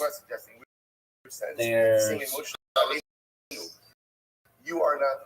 I was explaining to somebody the difference between California So to and again, like Oregon, those who are with you, other and the fact that California I feel my has also. like 5 professional So teams, maybe when it moves over there, it's motion in the same way that you're there in the like small football So teams. to the other judges who stand And yet, there, no, should be Oregon has 0 from as either. well. Yeah, I mean, it's just a pumpkin thing. They will shoulder And what's responsibility with you those who are compared to Moshe. I mean, they have enough to support genealogically an NBA fight, which is something, those but who adjudicate with barely, also they lose money, man. genealogically Like it's such a intact. fart. Incredible. It's only because the guy that owns software ever So bought it. therefore, again, that's the raya that even Martine Nefashis who are genealogically Alan? unblemished. like the You know, cat says when the it came, Mishnah. like never can make any Says the money. Mishnah. Sanhedrin has the Kichatzi go around. This is really a beautiful Gemara. The Sanhedrin, the Sanhedrin sat in a semicircle. Well, a weird one. Says, Usually the Angels were weird because the California Angels, Golden State Warriors. That's a weird. That they were Oakland and then they moved to Cisco, but they are Golden State Warriors, which is like, at least in LA, no State Warriors. It's almost a rival to the Lakers. It's just interesting that they try to take the whole state. And again, they would write. I mean, we lose if you already want to put the A's, Las Vegas ball team. So you just have the Giants, the Padres, the Dodgers, and the Angels. And one would write the words of the indictors. I'm trying to think of potential moves that you might be in the future. We're pretty good when it comes to sports franchises at this point. Like, I don't really see anything moving into San Diego. Back up. Good. The Chargers just moved from San Diego, and the Padres are just a shit organization. They haven't been since the 90s, and even then,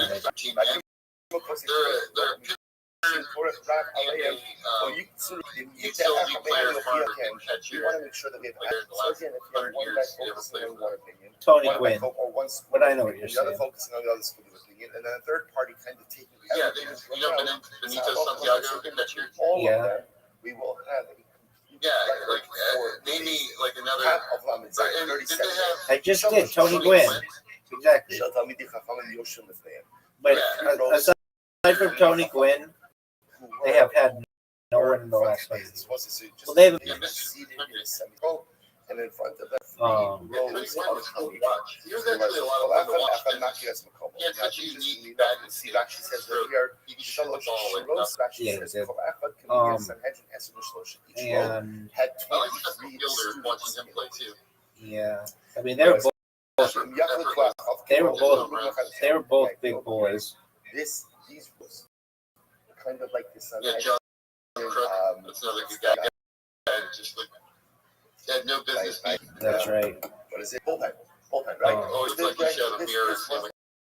This is Yeah, where these roads were completely comfortable to cook out and again where the future on the field. That's what's happening. Totally. So therefore, again,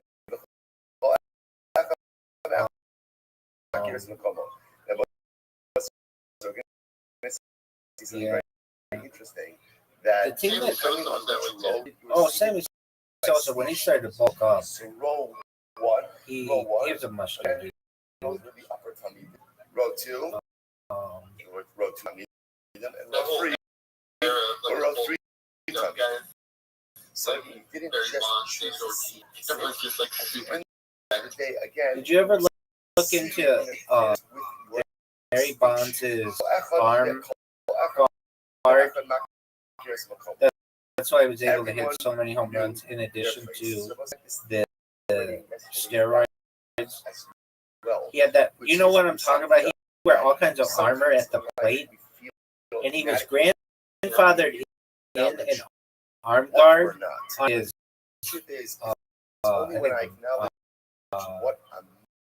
on his right arm, I want to say. And it allowed him to have a perfect, like, just, I want to get the right terminology. Yo, Doug, tell me about Barry Bonds' arm guard and its alleged advantage that allowed him to have, like, a perfect swing every single time. And it was grandfathered pull someone out of one. And again, we'll discuss. Nobody ever got to look at this piece of equipment. We'll discuss It was what the particular issue is. Okay, so let's say they had to some elbow guard on his right arm, so what do you which is the subject of speculation and controversy. Some claimed it provided an unfair mechanical advantage, suggesting it helped him achieve a perfect swing by minimizing the risk from inside pitches. However, no, that's not why. It was it was essentially like a pendulum, or like a. That's where the dying comes from. Somebody says, so what happens after Huzrul is so showed up? Let's see here if I can find it. This stuff becomes like difficult to find because there's so much garbage that comes out. Now, what occurs now is that they can see in row one. So how they can see in row one are the Strike zone. I just want to point out. Well, it did that. It become prime real estate. It did. So the nice ends up happening. So when they come out of row It one, did that too. so now that sets off that impression. Then someone from It did that too, but it created a it created a an unfair advantage. But you give someone from weight No, it's not that. It's not. It wasn't about weight. It wasn't about being a protector. It kept his left arm or his right arm perfectly straight, which gave him an advantage when swinging the ball. Just one moment. Yo, what is the advantage of and his arm guard that allowed him to have a perfect swing? It like forced his right arm to not move and always be straight. Exactly. Someone from the Kihila. No, that's not the way it happens. We choose someone from the Kihila. And then he had the clear or whatever from you remember it was Bay Area Balco, Bay Area Laboratory Company or something like that. And it's since gone out of business, but basically they had some kind of steroid that you could put on topically, and you would put it on and it would like work, and then if you had to take a drug test, you could use the clear and you would pass the drug test. There was a Sports Illustrated about it and Balco, and it caused Balco to have to quit. But arm guard locked his arm, forced perfect increased torque, wing variability, changed how pitchers hit him. And it was always kind of obvious to me, like, hey, you've got this one player who's wearing all this arm. He would always wear the thing on his elbow, and it just made it so he didn't have to pitchers. Pitchers had to because the section sits literally again the center of the world. What does it mean that it's in the center of the world? Rashi says The articles about the machines. Like multi-million-dollar machines, and the other teams don't.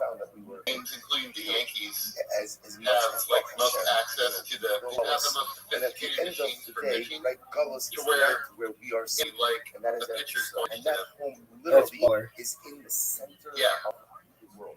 like the like it's going to show them everything in all the scenarios. right. So it allows them to win more games because machines are very sophisticated in training for the hitting. You would wonder why the other teams wouldn't get their hands on those machines. They're too expensive. Yeah, you still would think that $1 billion organization, that's about $1 billion, they still would try to get their hands on. So the Beis Hamikdash is the center. So, So let me bring it up. I think some of it's preparatory. It's called protects the tragic entire art. world. Has-sahar, meaning that it's like the moon. Shehidoma l'sah, that the Sanhedrin is like comparable ultimately to the moon itself. That just like the moon goes ahead and radiates light. It's about $1 million a year. So it's not the light. Just like the moon. That's nothing. That's like 5 cents more for hot dogs than they make that. As well. Beautiful. What does it mean? Don't diminish the dilution. Yeah, this got reason why. I'm asking you why. Interesting. If someone from the Sanhedrin needs to leave, he's take care of his personal needs. He uses the restroom. You can't leave unless there are 20 people there. Right? Fascinating. You can't leave unless there are 23 people there. So I'll say, by the way, think about that. Like, right? So I'm sorry. Yes, say if so again, can you imagine someone say you're a member of the Sanhedrin, you need to go to the bathroom. If there are 23 people there, you can go to the bathroom. If there are 23 people there, you can't go to the bathroom. Gotta wait until someone comes in. What's the Shata will say? It's incredible. What is the Sanhedrin? What's the member of the Sanhedrin? What does it take in general when we have leadership positions? Achrayis. What are you going to say? Strong bladder? Strong bladder, yeah. Strong bladder. Yeah, strong head. True also. True also. Not incorrect. Not incorrect. Right? What am I supposed to say? Achrayis. Achrayis. So I will say, so often in life, right, we do stuff, and like if it doesn't get done, it doesn't get done, or someone else will do it. So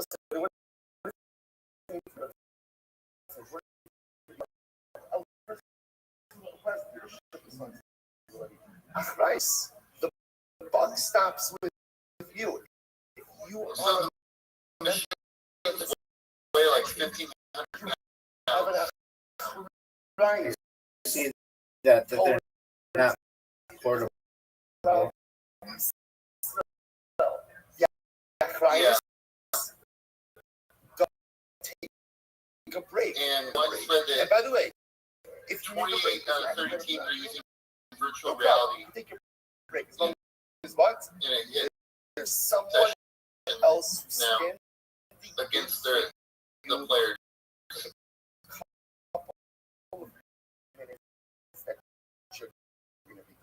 Because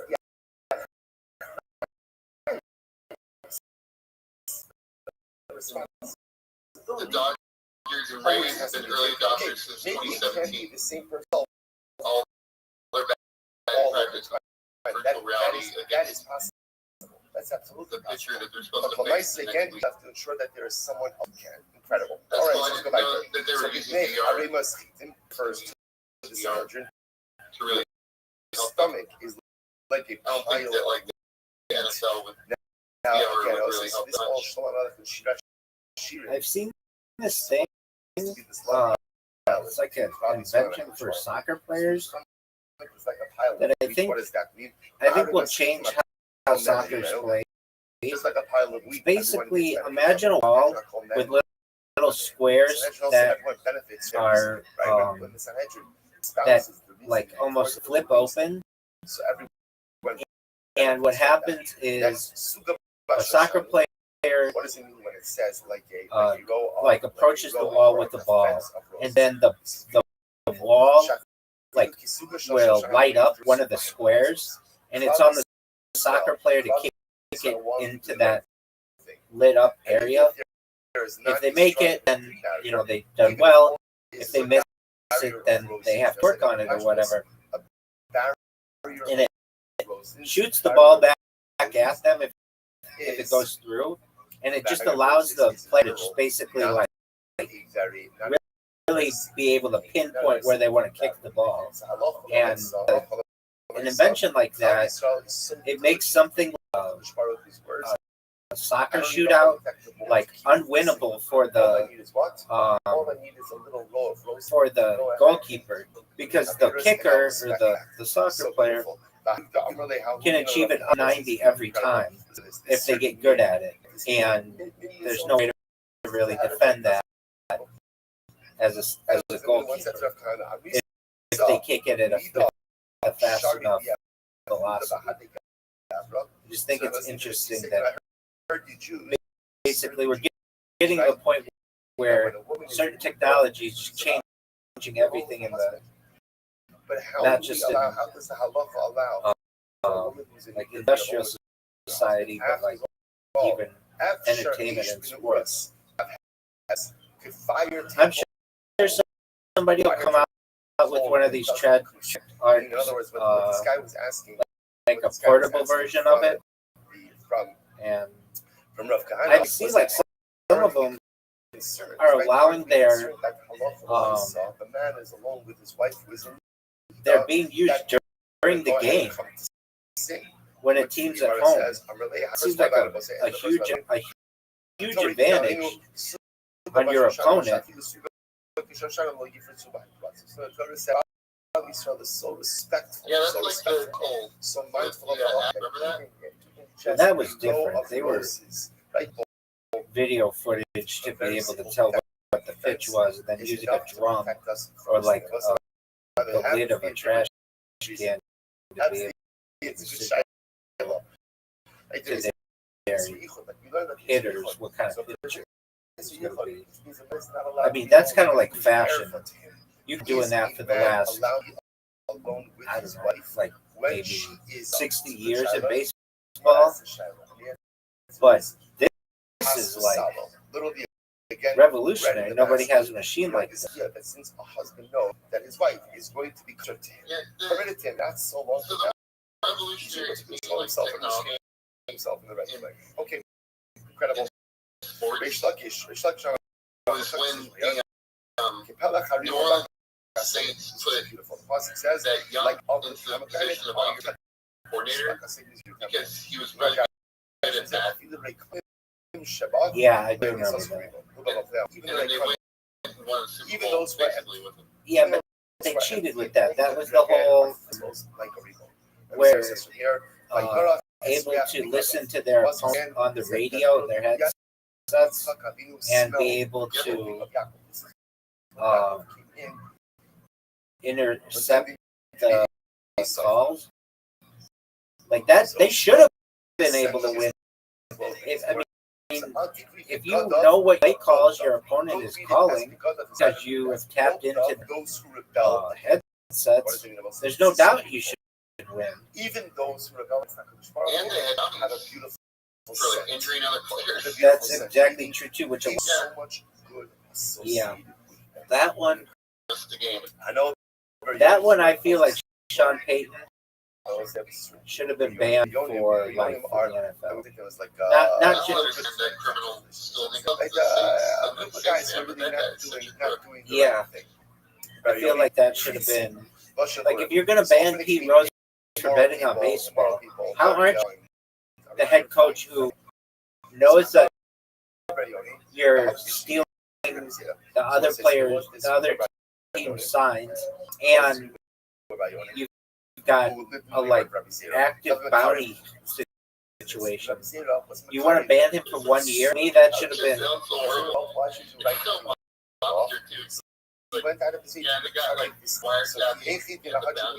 Exactly. And that's and it is, and I thought New Orleans, you know, it was all after Trina and everything. And I feel like NFL just basically it's a small market team, and they're just like they kind of gave them that one. Like, okay, your stadium got destroyed.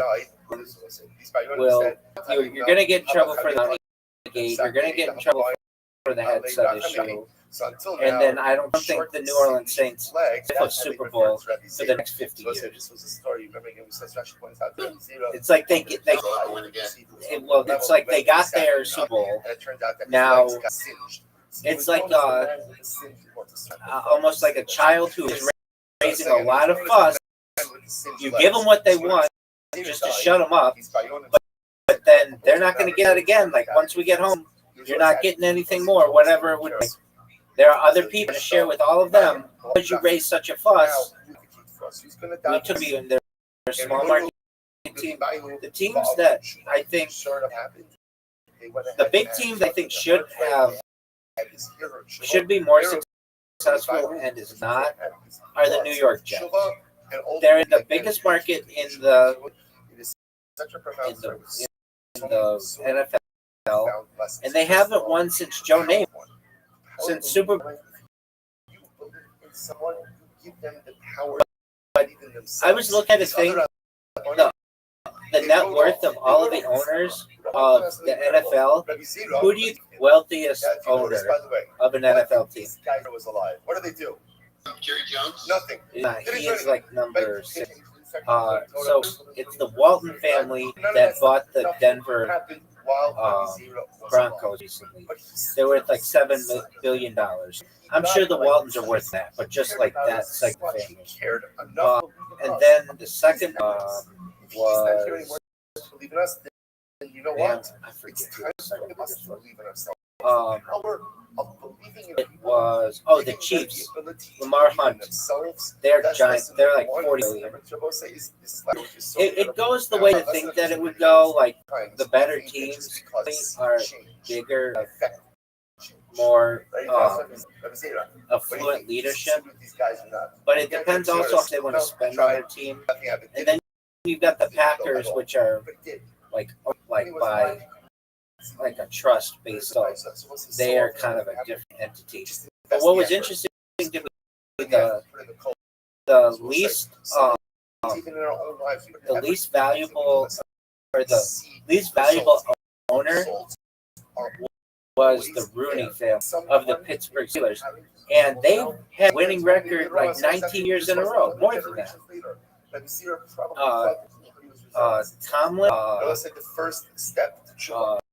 their coach, has like some kind of record is like 19 years of a win record. Like that's unheard of in the NFL. There's so much parity in the NFL that you're at least going to expect like Mike Tomlin. You're going to expect a loss, like a losing season, at least half the time or so. But with the Steelers, and they're worth, or not the franchise is worth, but their ownership is the. Did I change anything in my life? Not a thing. I did anything older? Not at all. But here, the smallest. Well, that doesn't include Green Bay either, because that's like a trust that owns that. But the smallest ones were like the Bears, owned by Virginia McCaskey. She's not worth that much. The Vikings, they're owned by like that Eagle guy, Eagle or something. They're not worth a lot. He's not worth a lot.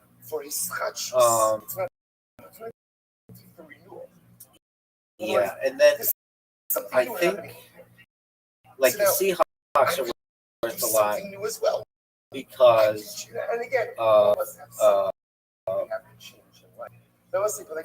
Allen, the Microsoft guy, Steve Allen, and but I think he died, and his family now owns it exactly. But yeah, it was like the Denver Broncos are worth like their ownership is worth like 77 times what Rooney of the Steelers is owned. And but because of the salary cap and everything, it kind of makes them all even. Unlike in baseball, where you could just spend whatever you want. If you want to buy a championship, you can buy a championship. It's really unfair, but it is what it is. Says, I'm gonna buy it. What do you see from here? When one person moves, the Bartolo family, they won Steve Young, Jerry, Deion Sanders, and they just 95. They just straight up bought that. They just straight up bought the Super Bowl year, and then I think they were sick of losing to Jerry Jones. They lost him in like the NFC title. I think maybe not too early, but the Cowboys had just won. Jerry Jones came back and just bought another championship by bringing Deion Sanders to Dallas and having Emmitt Smith and Trotman and Dine, like with Leon Lett and all those guys, and Moose Johnston, and they just they just bought a super team basically. But yeah, there's more parity now. Seemingly, I mean, there's the argument to be made. The reason why the New England Patriots, which before I continue, it's still amazing to me that Tom Brady has more than any NFL franchise. That's like a ridiculous. Because when you would never think one person would have more championships than any other teams, but engaged. But the reason why the Patriots, this is the argument that's made. The reason why they became so successful was because Tom Brady was the Giselle Bundchen, and he wasn't the top earner in their family, Giselle. And so he could actually say, I don't need to be paid quarterback in the NFL, and in exchange, share that.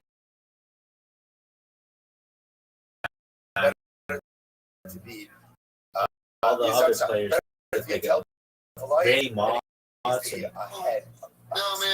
I don't believe in that. I think that he honestly just benched that season, you know? In 2001. So better and Bledsoe, at the end of the road. Yeah. That's and then was so excited to be. He was told by the mind control of Bill Belichick. This is capital. We don't make any secret of that. Edge out the rules to be that's the goal. So therefore, again, we want by Belichick, like, don't call they cheated in a lot of different ways. They had Spygate. They cheated. Anytime you kick off, at one point, a coach had I the other player multiple times. I remember that. Leveling other players on the kickoff. Don't ever care. They straight up had two. Belichick should have been banned from the NFL if the NFL had any balls. But why? Saving the Jets of all teams, but also deflate both of those. Those are big enough controversies that should have banned the coach and banned the general manager and anybody else in the front office who knew of the cheating that was. But they recognize the NFL has revenue. They recognize that, hey, so long as the New England Patriots are winning, we're all going to make money. So let's not punish them majorly, and we'll maximize profits. It's all about profit maximization.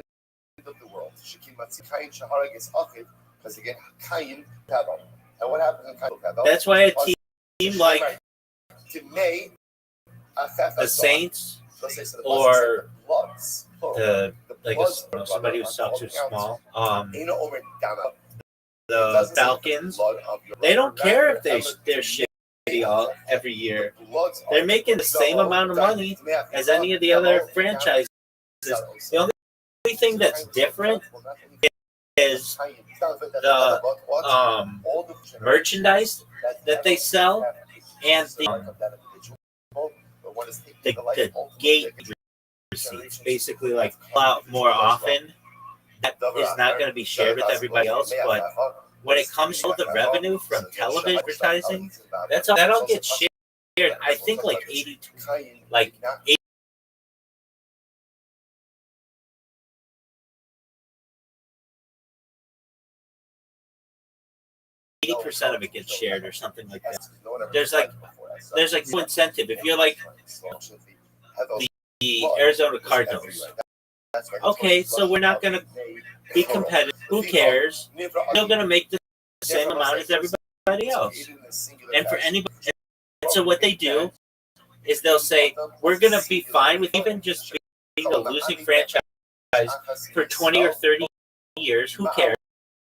And then when there's enough opportunity, we'll say that we'll change the city if you don't rebuild or build a brand new stadium for us. I mean, that's what they did with LA for all these years. They have a team in LA, and then they threatened if you don't build a new stadium for us, we're going to move to LA. And that's how you got all these brand new stadiums around the United States that are taxpayer funded. And then they just moved two teams that already existed in the LA market. And teams like, say, the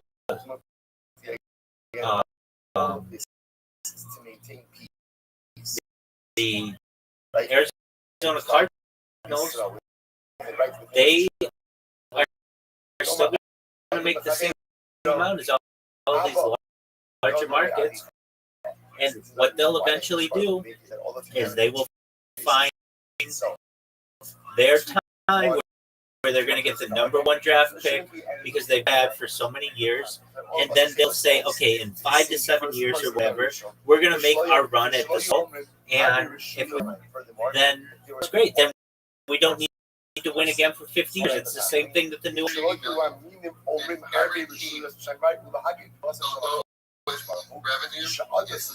also to tell us are the highest at 1.1 billion.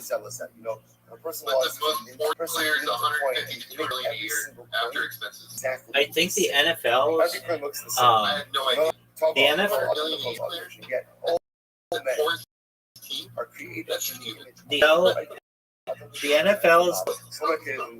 NFL the NFL TV contracts, if you combine them all, I believe they're very good $1 billion. They're 110 billion. They're 110 billion. I mean, that's 1/10 of the way to $1 trillion. Because no two of us are as obligated to say everything from the ground up to try and Well, it's changing. I don't think in 10 years there will be tackle football in the United States anymore. That it will be all flag football or 7-on-7. Oh yeah. No. It's already going to be an Olympic sport. 7-on-7 football, even in the gold medal. This is happening in 2028. Wait, hold on. Let's talk about this for a second. If it becomes an Olympic sport, then it's the gold standard of how people want to play. Also, the NFL owners recognize that too many guys are getting hurt. And also, only playing the games like 18 with the year or whatever, more than that with the playoffs. What they want to do is have year-round games. So maybe like a month off, but like 11 out of 12 months. There's a lot more money made if the NFL every single weekend. And you can do that in 7-on-7, and you don't have to worry about the guys getting hurt. So they're already making it an Olympic sport. Once it's an Olympic sport and people start to watch it, it's going to be very exciting for people. Additionally, they don't have to pay for linemen anymore. Can you imagine like that? Like your salary cap is $250 million, but if you just have to pay your flex player, you're basically your what do they call it? The player, like your wide receivers, your running backs, your quarterback, your skill players. No, skill players, skill positions. If you only have to play your skill positions, salary by perhaps $100 million, and guys who have been bred to be, what are they going to do? And the answer be, especially internationally, is a big time sport. It has a desire that rugby guys more. But when it comes to roll ball and run with the ball, seven flag football is becoming, and there's the women's aspect of it as well, is growing. It's already played at the collegiate level. It'll be played at a pro level. Now, the thing with these is it's all about making money. And they can still make, they're finding, if you just people get excited for 7-on football. And 7-on football is, doesn't have issues with the injuries. The thing that's really big, guys don't have to wear helmets, so they're more marketable. One of the big issues why guys don't play football is they've got to wear their helmet time, and they can't have their television. That's what NBA has a huge advantage on them.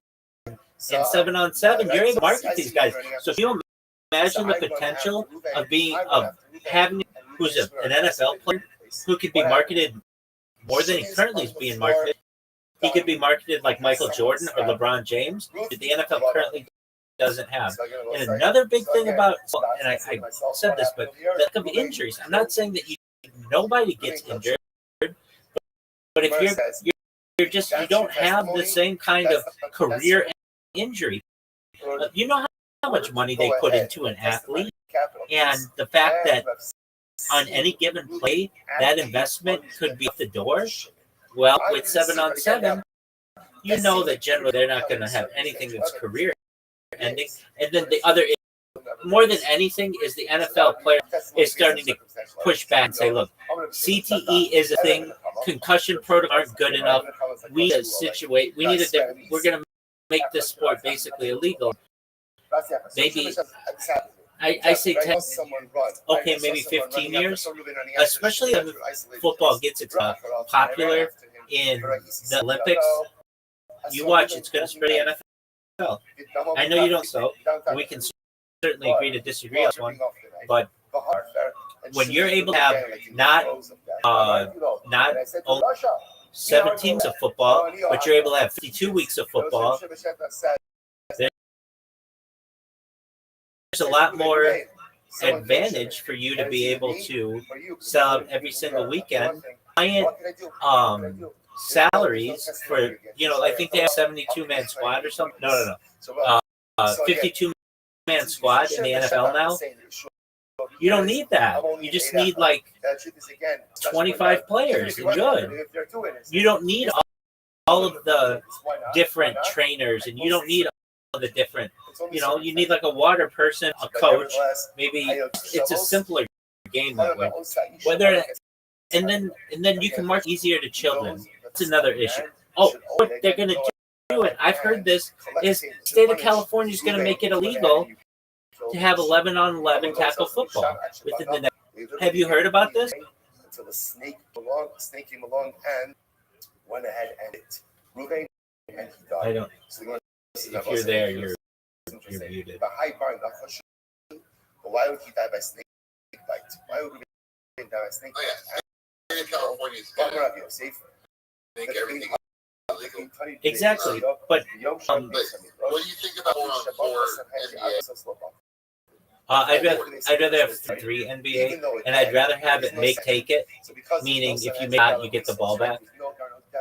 So think about death penalties. They don't apply. It's so much fun to watch. Scores be like 130. Like there'd be just high flying dunk. Defense would kind of be low. And when it does happen, it's like this is something that would warrant heedless. What happens to such a person? To me, because of the role of going back to even before Tim Donaghy, where he was betting on games and he got caught, and they did everything to say that it's just one lone wolf free. When even to this day says everybody was doing it. I mean, you remember Kings year in the absolutely.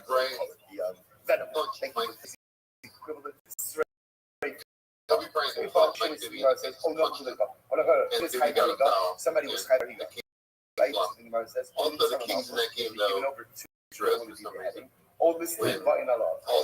Even though Someone who's high for rounds, only somehow was the easy where the airway condition.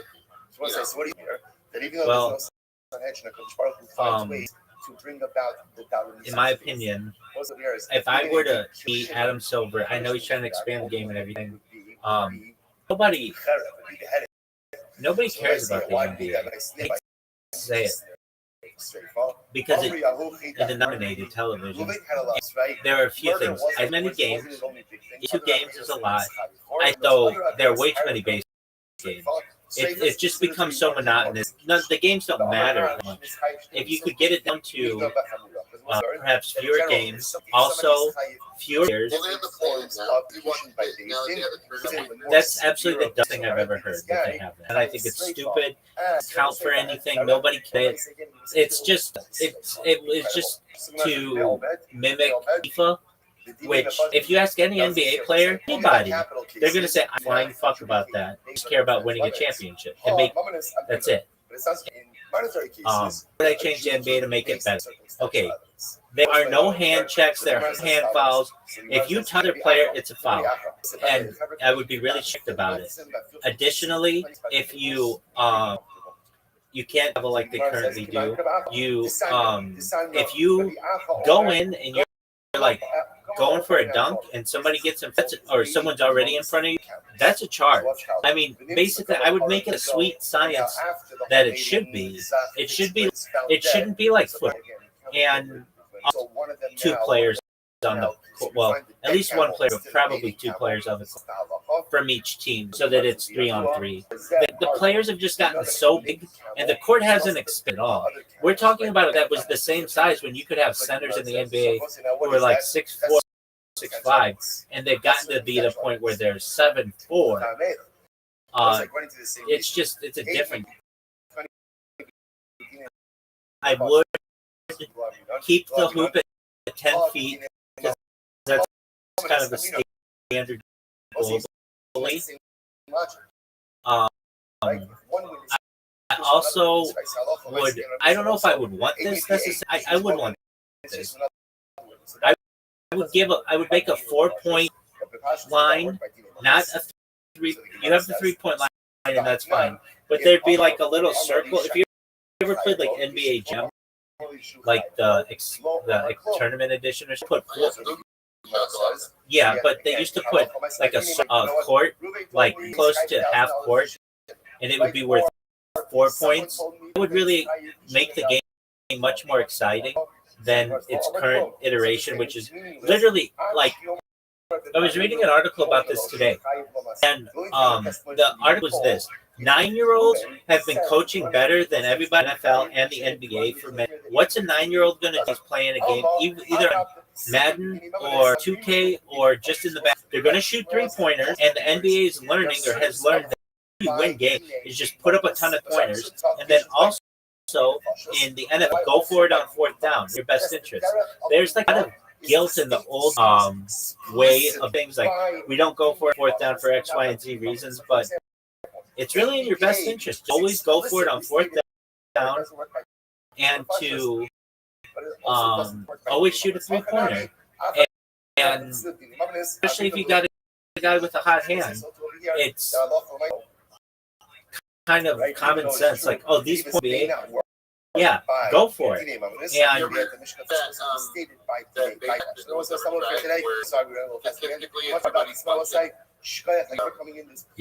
I've seen that.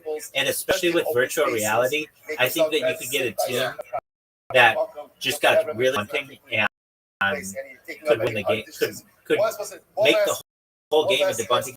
There's also a way to bunt that people don't realize, which is basically it's like it's unbeatable. So what, and you could make a VR that could emulate this, is you put spin on it so that it, and then you run, then it very close to the line right at the end, and the advantage to do this. I haven't seen it done in like a full game. Basically, let's say you've got like base loading. You bunt the ball in a position where nobody can get it, and if it goes point, everybody foul. If somebody gets to it, then it's just a foul ball. Who cares? But it's like there are no fly out, and it's really hard to get like that's understanding that you get guys who are and And the human error, they like there's no fly-out, so the human error of the other team has to field, but they have to make the field. They got to run every time to go get you out in during the game. exactly there's a place along the first. I've heard this argument along the third base line, but there's like a section, maybe 20 feet away from the catcher and 20 feet away from this like there's like no man's zone, no man's land where nobody can get to a butt there if it's hit at this certain speed. And the idea is Because the ball's underneath your feet, like you're running along the bow and it curves back in, and no one can get to it because it's in your base path. there's that. Like you're running under. Exactly. It just towards first base. it takes too long to get there. The pitcher, it'll take like 2 or 3 seconds to get there.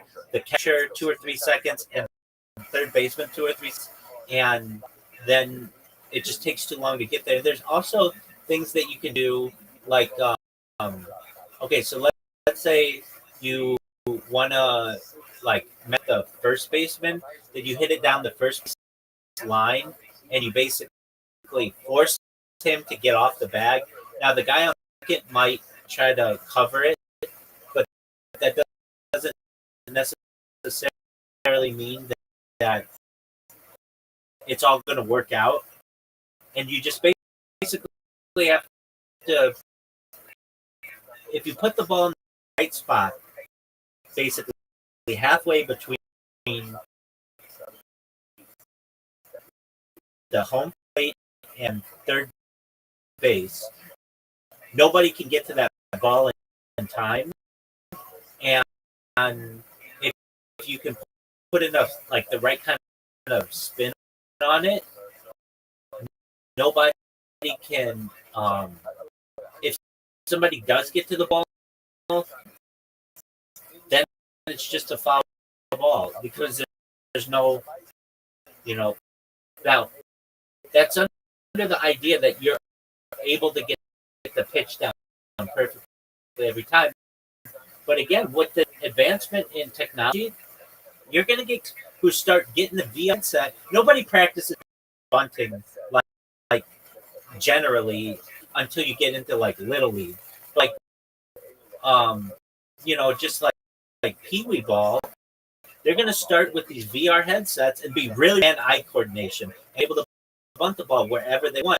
And it's not like the speed of a pitcher is going to get that much better. Meaning, the fastest pitch, I think in the MLB's history is like 104.7 miles per hour. Okay, but you're not going to see anybody pitching it maybe like 110 miles an hour. It's just that's too much of a, unless they raise the mound or something like that, and they don't want to do because that takes away from like they like home runs and stuff. So you can, I think, probably accurately say that next 50 years, the average speed of a best pitcher ever, like 104 miles an hour. Let's say, I don't think it's going to, the human body can't the limit all that much more than 104 miles per hour. Single A, double A, triple A, at 105 mile per hour baseball. And if they do, then they're going to start to be able to, like a baseball, this, especially now that they're putting masks, putting a facial mask, a pitch on a, these guys aren't going to be afraid to stick their face.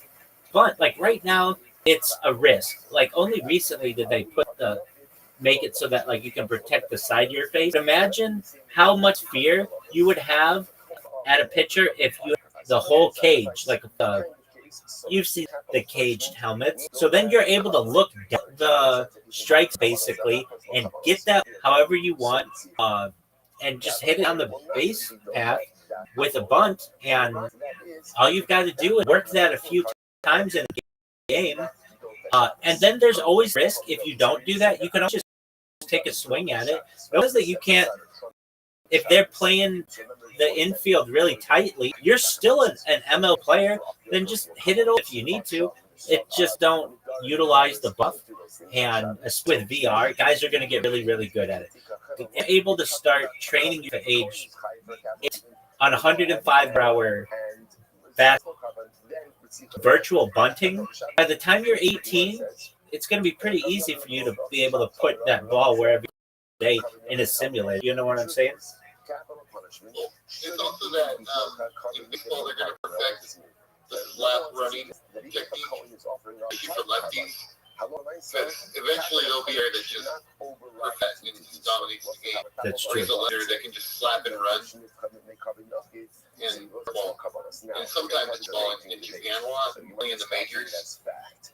Where you there hit. hasn't been a player yet that's you're a flat hitter, so like you're running as soon as you hit the ball. Yes, I have seen that. With like left-handers, but there's been a player yet to be able to do it. I've never seen it in the MLB. Eventually, there'll be a player that perfects it and just dominates. I could see that. I could also see them changing the rules of baseball. Perhaps if they keep the rules, to change the rules to say like okay, so what? Okay, so like bunting currently under its current rules, you can hit 1,000 foul balls through bunting and you still aren't out. I can see them changing the rules perhaps that says if you hit like on your third strike, if you hit the ball foul, then you're out. But even still, even if they make that the rule, if enough at bunting, that doesn't necessarily mean that you're out of the game. I mean, you even see guys now bunt, and if they can put down right between the catcher and the pitcher, they're going to be safe if they're at all fast. And that's another element.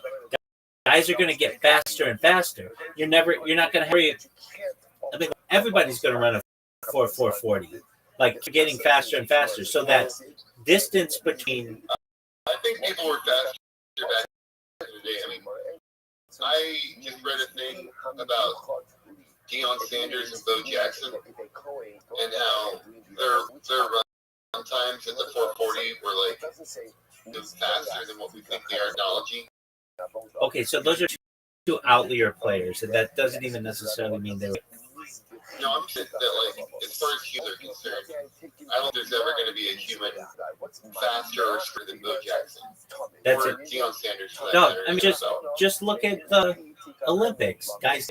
I mean, like Usain Bolt, at least in like 2012. Not saying NFL, not just a pure runner. I'm like an NFL player. Okay. Like you realize that like LeBron James could go win the Olympics at like high jump, right? Okay. Like, but he doesn't compete. Like I think, at least I think he could. No, he doesn't have the vert for that. And it's not Doka Yomtiv. It is Doka Avoda, so that even if you have Really? a who's active, I mean, you don't think he can just train and become like the world's best high jumper? No, I don't. I think he could. LeBron James, come on, he could train. In his prime, he could have been the best. I mean, why would you say LeBron James and not Victor Wembanyama? With Victor Wembanyama? Because I don't think he's an athletic freak like LeBron James. But he's got nearly a foot of height on him. But not the vert. He doesn't have the vertical jump. Okay, I mean, there are arguments to be made that there are taller players than LeBron James. And, I mean, really, the jump is a lot of like how you can control your body and getting your hip over the bar, as much as it is how high you can jump. I'm not saying that he can be successful in it. If he were going to be successful in any sport, though, I think it would probably be as a tight end in football. I think he would have probably dominated in the NFL. He's big. He's 6'7". He's got a body. He's pretty fat. So I think anything like that, double sport kind of a thing, it would be that. But people of the past are faster than they are currently. The Olympics are an example of that not being true. Yeah, I guess it's true. You're saying that Michael Jordan have won a gold medal in anything. Well, aside from basketball, you mean? Yeah, exactly. I thought that he would have been able to, but he only ran a 4.3, 440, 40-yard dash. I doubt ran a 4.3. I didn't even did that. It was hand calculated. You know, it wasn't timed by computer.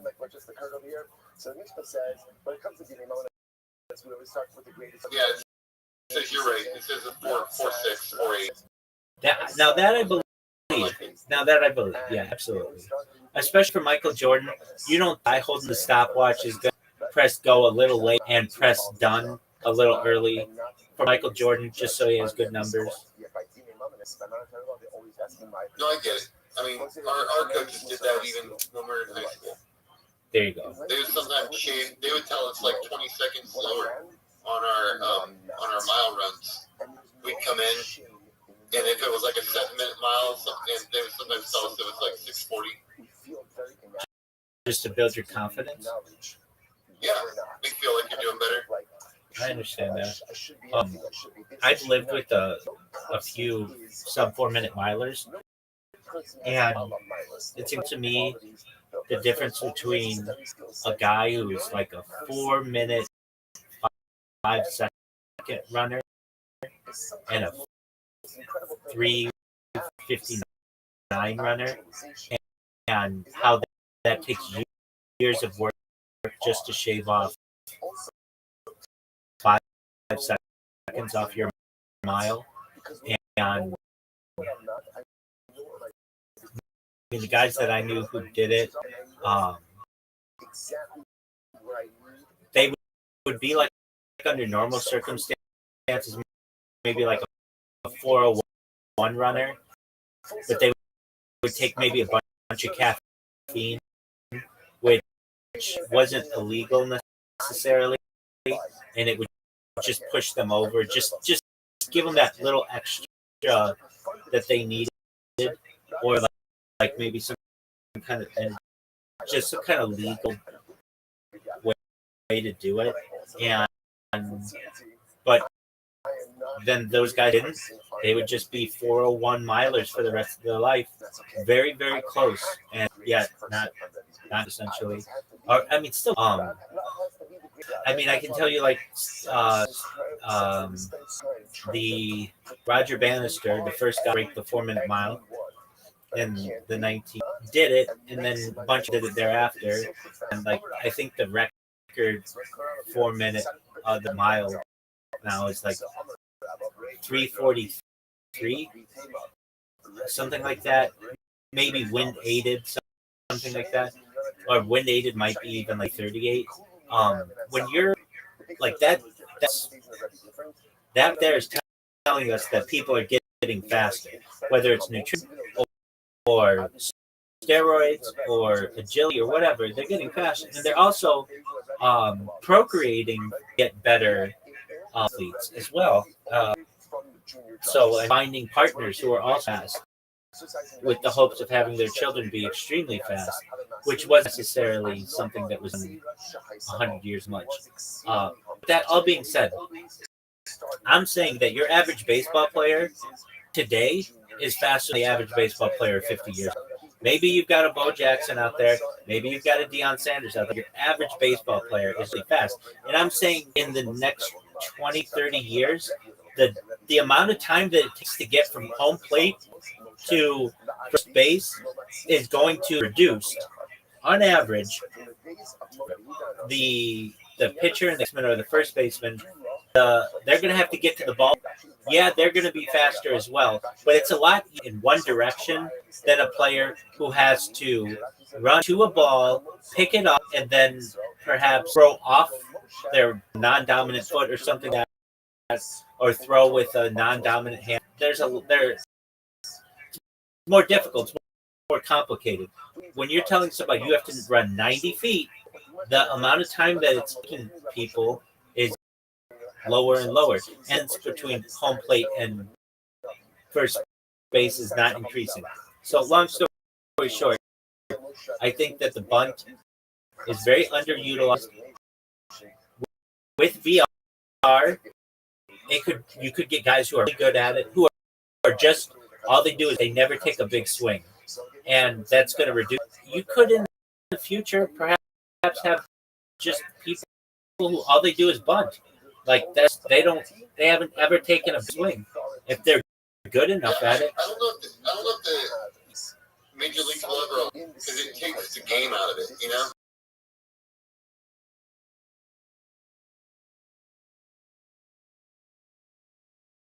Yeah. Makes the game not very much fun to watch. Exactly. You got guys like Bo Jackson who with you. It's the same idea. His arm is just so phenomenal to watch. Absolutely. I mean, it's the same idea like we talked about yesterday with Will Chamberlain.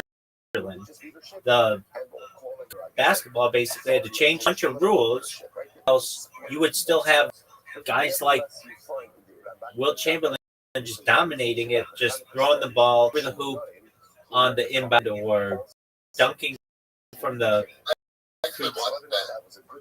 Isn't it amazing? Yeah, after we got done last night, I watched like Will Chamberlain. It's pretty wild. And it showed him the ball over the backboard and then running in and catching it and then dunking it. How sick is that move? And I was like, dude, this is so gross. And then he would do something where he would get the ball underneath the backboard, right, and dunk it from underneath the hoop. Right. I've seen that as well. Which was pretty cheesy and tough. I mean, really creative, definitely. And he still shot the way that no one else has ever replicated, which is just like turnaround lay-in. Like it's like a turnaround layup that he does. Right. Another. I really think that and if you had like Victor Wembanyama, if he can stay healthy, all you have to do is throw it up to him. Nobody does the ball, and if he just had really good, he wouldn't have to force himself to hoop. He just literally holds the ball where nobody else can get it and do a sky hook. I feel like that's a very difficult shot to be able to guard. And if I were his coach, I would say, "Not ever going to take a 3-pointer. I know you like to sometimes take them. Don't ever do it. Don't even ever dunk the ball. All I want you to do is work on the skirt, but never take a 15-foot jump shot. None of that. You're going to literally just sit 3 feet in the hoop. We're going to throw the ball up to you, and you're just going to take your big long arm and get really good touch, basically, like Kareem Abdul-Jabbar did. I mean, they became the NBA's highest scoring player for 40 years. Yeah, I don't understand why triangle offense with Wemby. Walk down, you set up the triangle, you go put Wemby on the block, you run a little screen for him, and then it's over with. Like, you got triple threat to win, and it's still Jackson coaching at his finest. I mean, it's actually, I believe it was Tex Avery or Tex Winters, I believe, was you're right. Like originally, but Phil Jackson was famous with his Lakers. No, with the Bulls. No, it was under Tex. So Tex was the coach of the Bulls in the 90s. Yeah, it was. But I feel like he really did with Kobe. Like Jordan did it, but Jordan still had, they still had Rodman and they still had like Nash, and then Tex game of just dominance with the triangle time he coached the Lakers. But he also coached the Lakers as well during that time, from 99 to 2000. So I mean, like, he took that. You know, it's really interesting. This is a guy, 1985, 2004, was only an assistant coach. Like, you would not seem to have that today. You have somebody, can you imagine, like a guy who's won 6 championships? Somebody's going to pick him off to be their head coach. But no, he ended up winning a total of 9 NBA championships, which is incredible. Some guys just stay where they're at, especially when you're in a city. Like, why would you mix it up, you know? You're just really happy where you're at. I get it, but probably pay and notoriety. Notoriety. Sure, you got paid just fine. I mean, Yeah, but you win championship, you get taken care of. Those coaches, yeah, there's something to that. they're not suffering. But even like under Belichick, all his players eventually took positions, head coaches somewhere. Didn't have one coordinator who just was the whole time.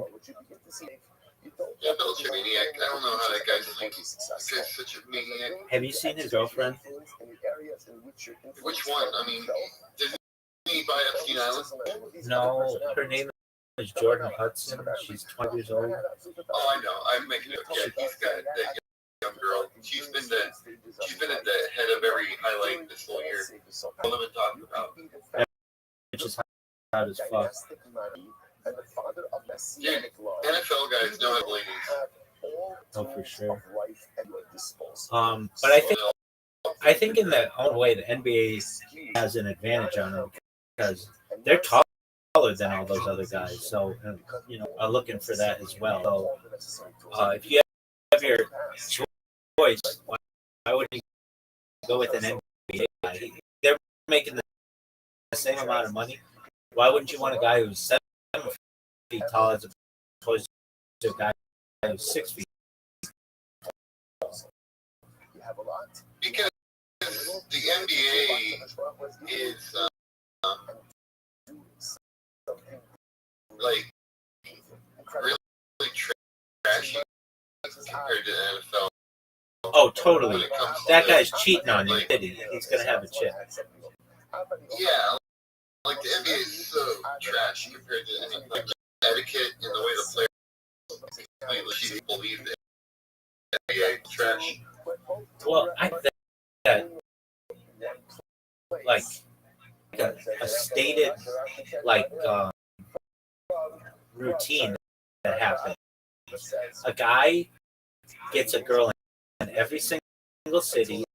That's 32 girls or so, including his wife or whatever. And she's just okay with him cheating all the time, so long as he's quote unquote safe or whatever, and not bringing home STDs. And he's going to play 82 games, and it's just like this thing. Like after a game, there are all these whorish girls ready to fuck, and they just take their choice or whatever, and the wife just kind of has to live with that. But because the money's so good, she can't complain. It's a sad situation. I went to the Moda Center for a year for the Portland Trail Blazers. Yeah. And I got to see the players and how they act after the games. But they're all the nerds. Like, there's a few pimps, you know, that had some girls, but the majority, like 80% of the people, were either family men, like... I can see that. They just... It adds to...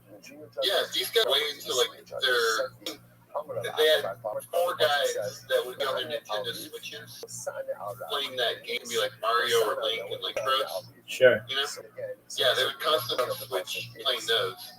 And then app games for their phones. We're constantly like on their phones playing app games with each other. I can see that, and especially because they're so competitive. They right? That like in their downtime they're just playing video games with each other. I could see, but there's I don't think it's that old culture. I think it is nice. It's like the Sean Kempers. Well, they didn't. They didn't. Every single time. They didn't have games. Nowadays, I don't think. They didn't have games. I mean, they would gamble and shit. There are two phrases Yeah, that you go to the club, like you show up, you go to the club, you go out, you know, like they go do all that, whatever, like on away games and whatnot.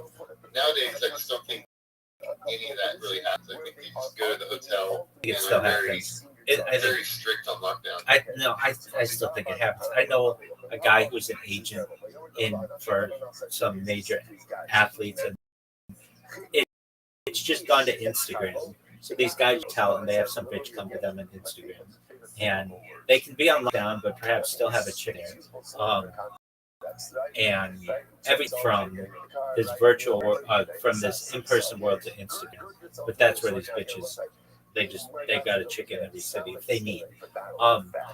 There are two phrases. I gotta get an Instagram account. Jeez. Oh, for sure. There are two phrases that come to mind that are that I've heard recently that are absolutely true. So, pussy's undefeated, which is pretty simple but extremely accurate. And also, ain't no pussy.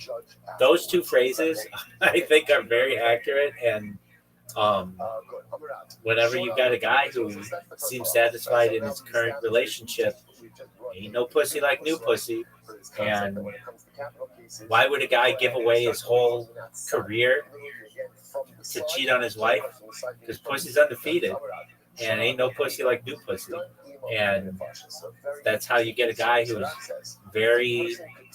seems really committed to his family and everything, and will throw it all away. Floozy. Yeah. That's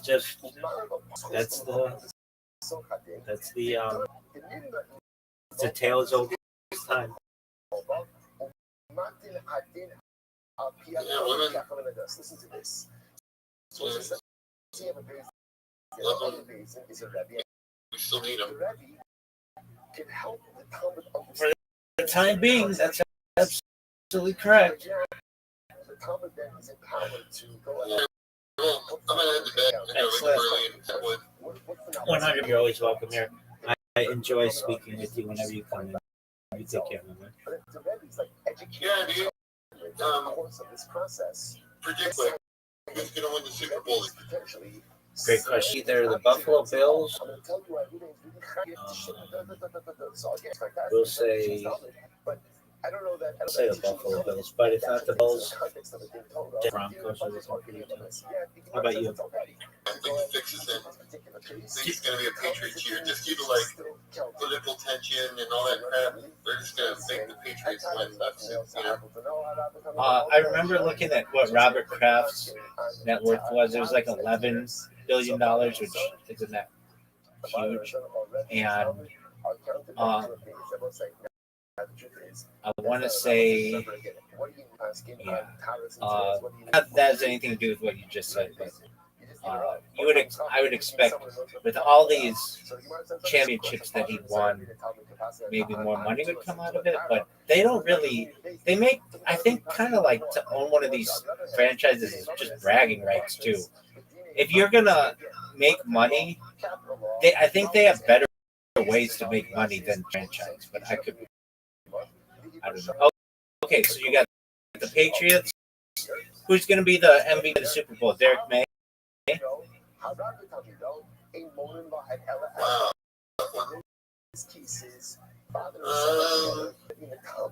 with the running back. What's his name?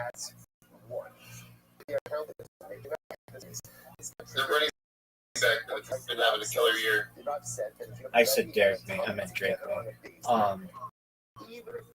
All right. I will say it'll be Josh Allen and the Buffalo Bills.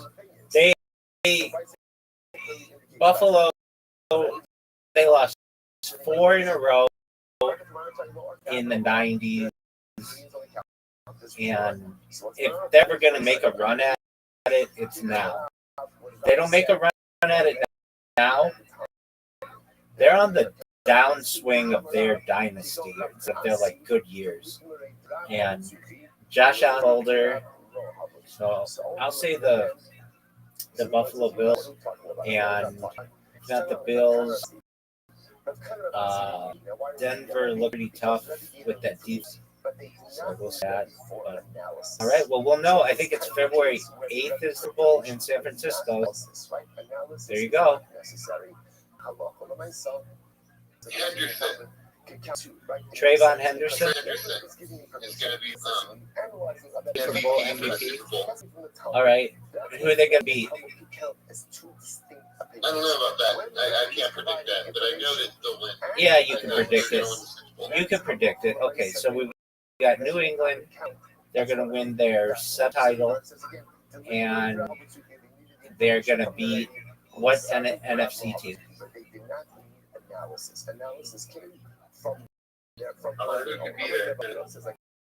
Okay, so we could have Green Bay there. We could have the Houston Texans or AFC. So they're not going to. Okay, so we got the Bears. You could have the Ram might be a pick. You could have the Seahawks, the 49ers, and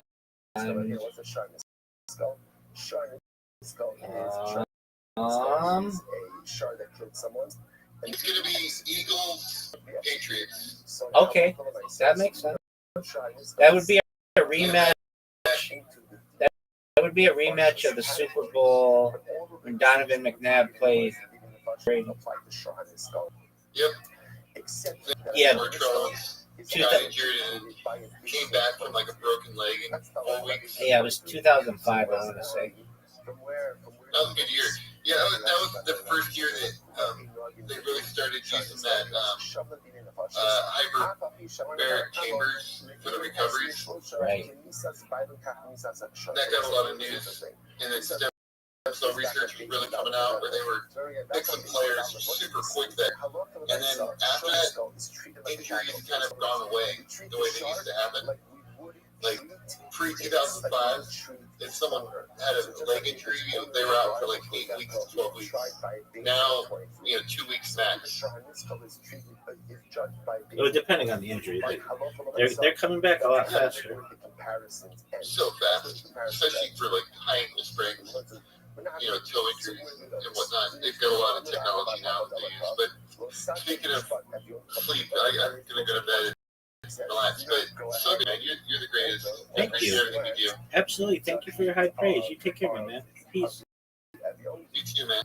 Peace. Have a good night. You as well. During his fight.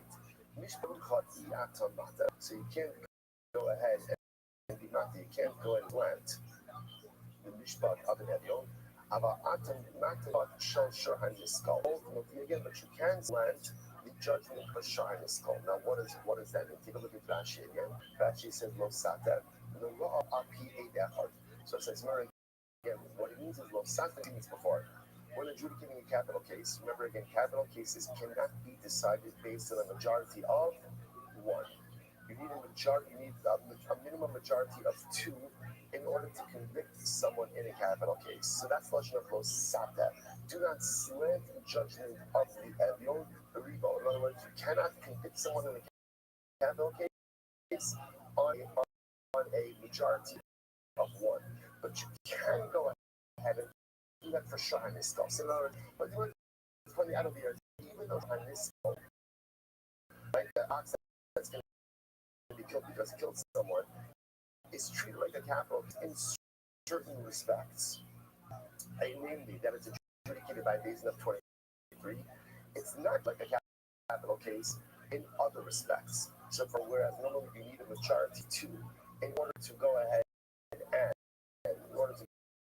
and convict someone in a capital case, by Sharnisco, you only need a majority of 1. Okay, so Rashi finishes up over here. Rashi says,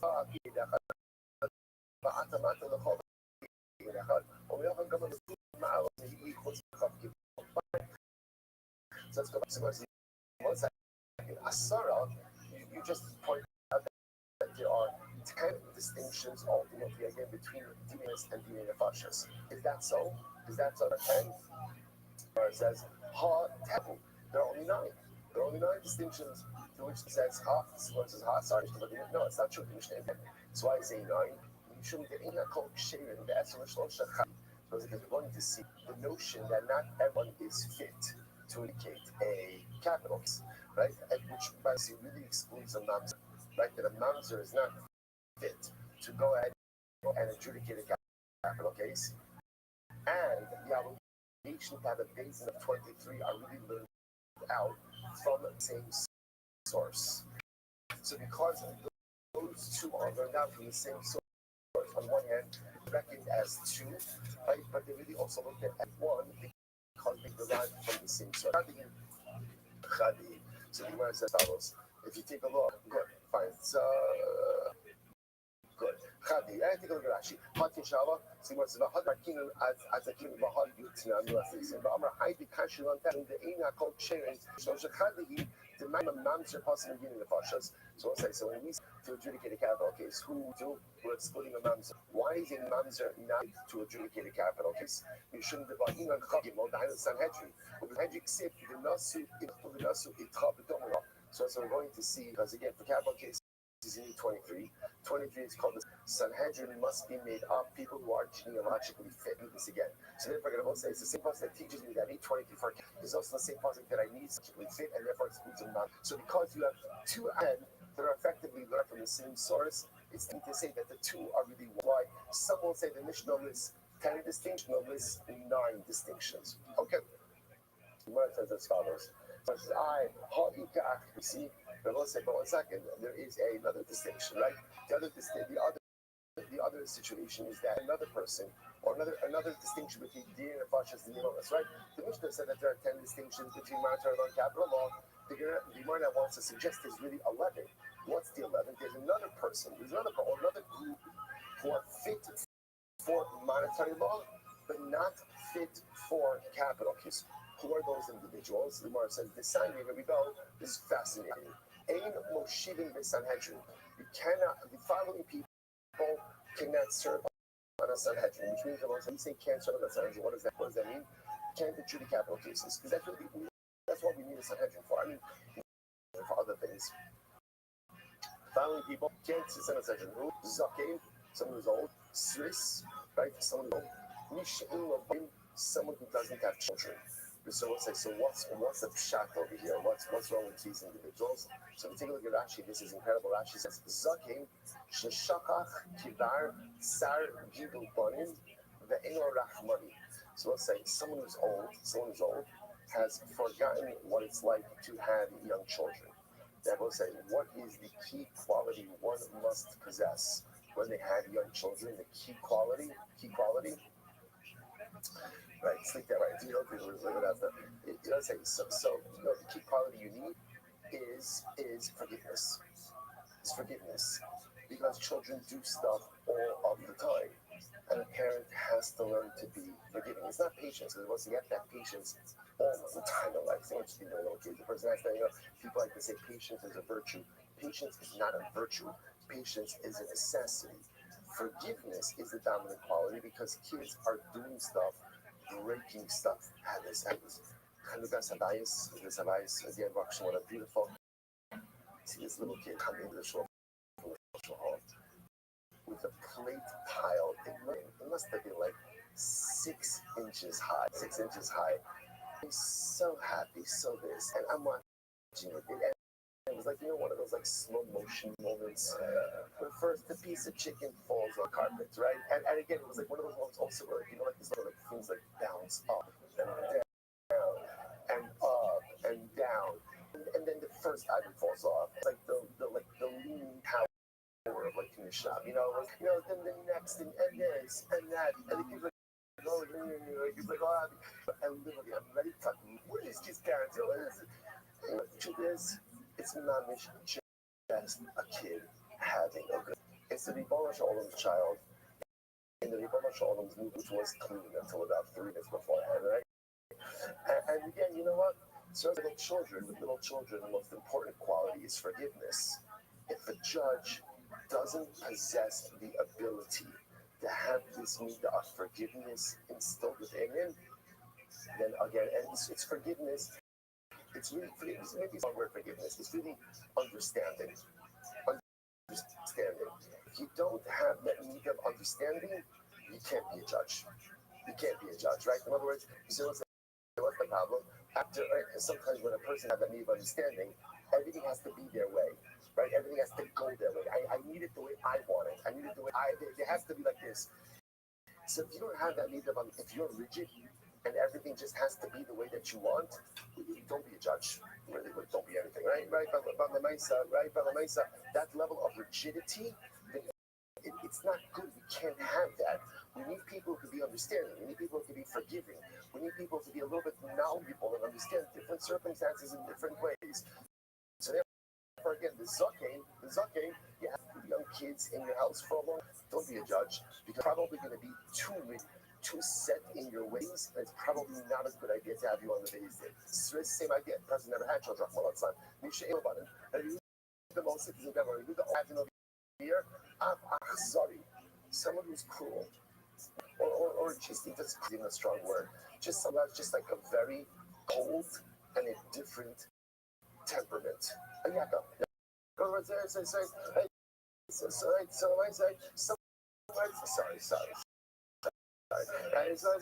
someone again is very like very almost stoic, emotionless. Again, I would say it's an incredible thing. On one hand, judgment needs dispassionate.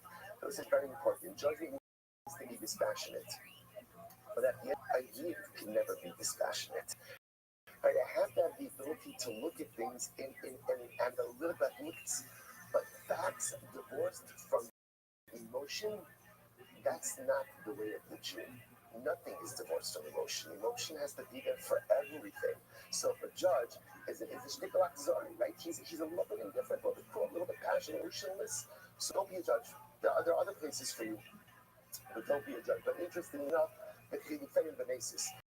Those are the exact opposite is true in Nasis. We always see this, right? What's a Nasis? Nasis is the guy who tried to go to the Ovid Avodah. So that person, we throw the book in him, which has the most cruel and different judges, or not literally, but you understand. For him, we don't need the infinite judges because remember again, the whole system is in capital cases, the system not rigged, but the system is positioned to exonerate the defendant. That's our goal. If we can get them off, that's our goal. When it comes to Nasis, like when it comes to someone who incites for Avodah Zarah, it's just the opposite. The system is there in order to indict him. Okay, we'll say. Okay, everyone is fit to adjudicate military cases. So I will say, what is Hakol? What do I mean? Everyone. Who is that coming to include? Raviuda, Asi, Mamzer. So include a Mamzer. We'll say, this is not a descriptive Mamzer. This is a genealogical mamzer, right? So the idea over here is the idea is somebody genealogical mamzer. So he's not fit for capital cases, right? Because remember again, capital cases require Sanhedrin. Sanhedrin requires genealogically fit people, but for monetary cases, he's absolutely fit. So it's okay. We learned this already. Anyone who is fit for capital cases is fit for monetary cases. I would say, but there are some people who are fit for monetary cases.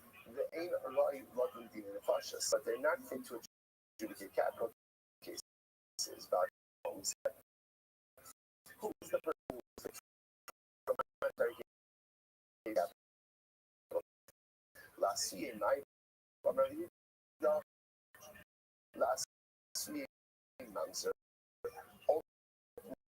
again to go ahead and include a mamzer.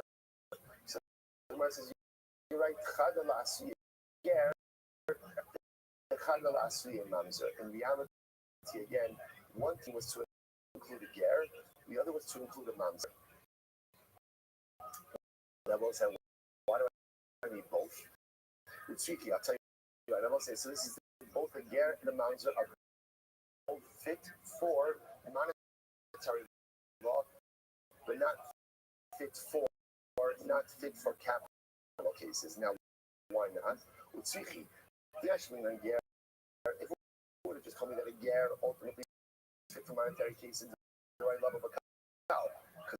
Because a ger has no marriage restrictions. She's a full-fledged Jew in terms of his marriage abilities. About mamzer imalo, but a mom can't marry into the General Assembly. So maybe a mamzer is unfit even for monetary cases.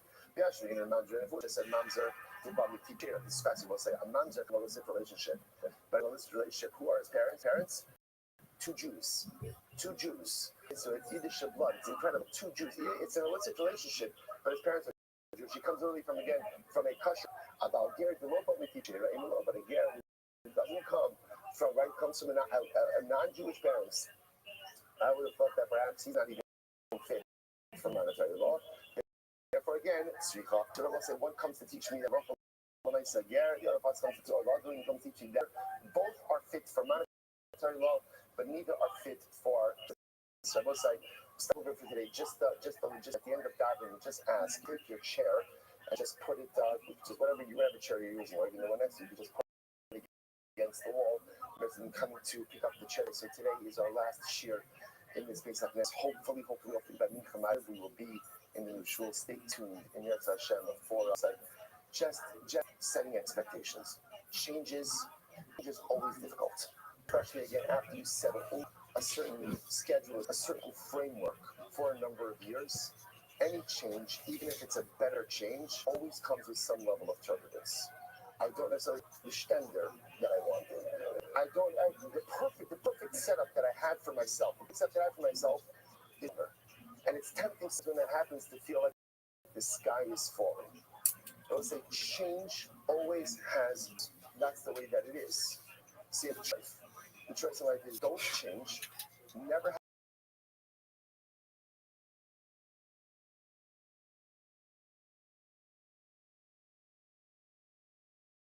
have any turbulence and just stay where you are. Or change, lean into the change. Recognize that, yeah, at the beginning it's a little bit rocky and maybe even a little bit uncomfortable, but it's going to open the door to beautiful, magnificent things. It's going to take everyone else come earlier the next morning, right? And there's no set seats, so whoever call them up. Whatever you get, and it's even if somebody else has their stuff in the shelf, because we'll have to do again. It's open seating. It's like, right? So again, and I will say, I know I made a lot of this about the policy. I got it. I understand. And people like it. People don't like it. But I will say, we have such a source ahead of us. Tonight, we're going to be davening in a brand new base medrash, that is beautiful, magnificent, that is incredible. But I will say 30 seconds, for us to be able to take a step and say, we literally have a mini mikdash waiting over there for us. Does it check every single box? Does it give every single one's going to have comments and critiques and suggestions and this and that? And it's all welcome. It's all to hear them from you, Amir Tzad. All welcome is Zachinu. We've been at the Baruch Hashem, the house, Mikdash Ma'at, this kiva close to 70 years. And the walls and the roof and this unit served us to the best of their ability. You know, I sometimes think that like when we complain about this is not working, he's not working, everything is not working, I feel like if the building had a voice, this Mikdash, you know what she would say? She would say, I promise you, I'm trying my best. I'm giving you 150%. But 150% of a 70-year-old building is only used so far. She has given us her best years for close to 7 decades. Now, Baruch Hashem, we're about to go to a new mother. We're about to Mikdash Ma'at. And let's treat her well. Let's love her. Let's embrace her. Let's enjoy our time with her. And even if in the beginning it's a little bit to whatever, and maybe if you're accusing me that says, oh, let's go back to what law is. That's you are talking. Because only one direction for a youth, and that's forward. So something beautiful is waiting for us. How did I know about come out of tonight? I apologize in advance for any inconveniences that may occur, but know that the inconveniences are only temporary, they're only episodic, they're short-lived, and they will pave the way for something great. It has been a source. to be able to go through Shas two and a half times here in this Beis HaKnesses. 2.5 times in this Beis HaKnesses in Yaz Hashem. And we should be Zochim to come tomorrow morning and we continue our Daf journey next door. We should be Zochim to complete the cycle many times together. Shivayach.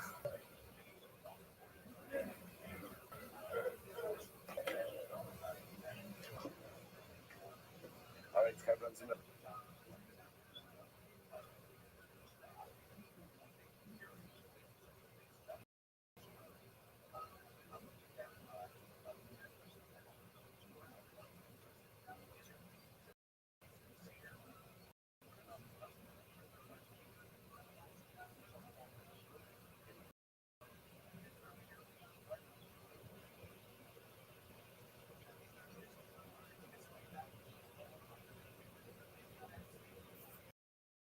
all right, it looks like good morning. Let us begin. Begin by thanking all of our sponsors for this morning's shir. To thank our commentators for the year of Tafshin Pehei, the Tilsim Mishpacha, for dedicating as is chus for Besoros time. So we should be Zochim to continue to see. This, by the way, everybody's closer together, so there's like a lot more. Just see. All right, now it's really enough. Now it's enough. Okay, quiet down. Hey, so it is a schos baruch Hashem to continue to those besoros levels unfolding for Klal Yisrael, which is Zochim to see them continue in the days ahead. Our Talmud Torah's day, they say Kalman Mishpacha in memory of Amit Levi, brother of Itai Levi, who was killed fighting in Gaza on the first night of Hanukkah. That America or his precious Shem will have in our family in Chama. With that, let us move a lot to today. Some really great Gemara today as we embark. Upon Baruch Hashem. Let's see this go. So today's daf is 36. We're on Lamed Hey on the 35D, and I believe left off with Tomer Abai, which is 2, 4, 6, 8, 9, and 1 up on the bottom. So Abai says this. Abai. So remember again, very interesting, really riveting discussion yesterday about the concept that Ritzicha, capital punishment, is not go for Shabbos. So basically, you cannot execute someone on Shabbos. Now that we've established that, remember again, that was the last drasha of yesterday's daf of Moshe Sechem. So the Gemara says, now that we've established that, so the Gemara says, I'm sorry.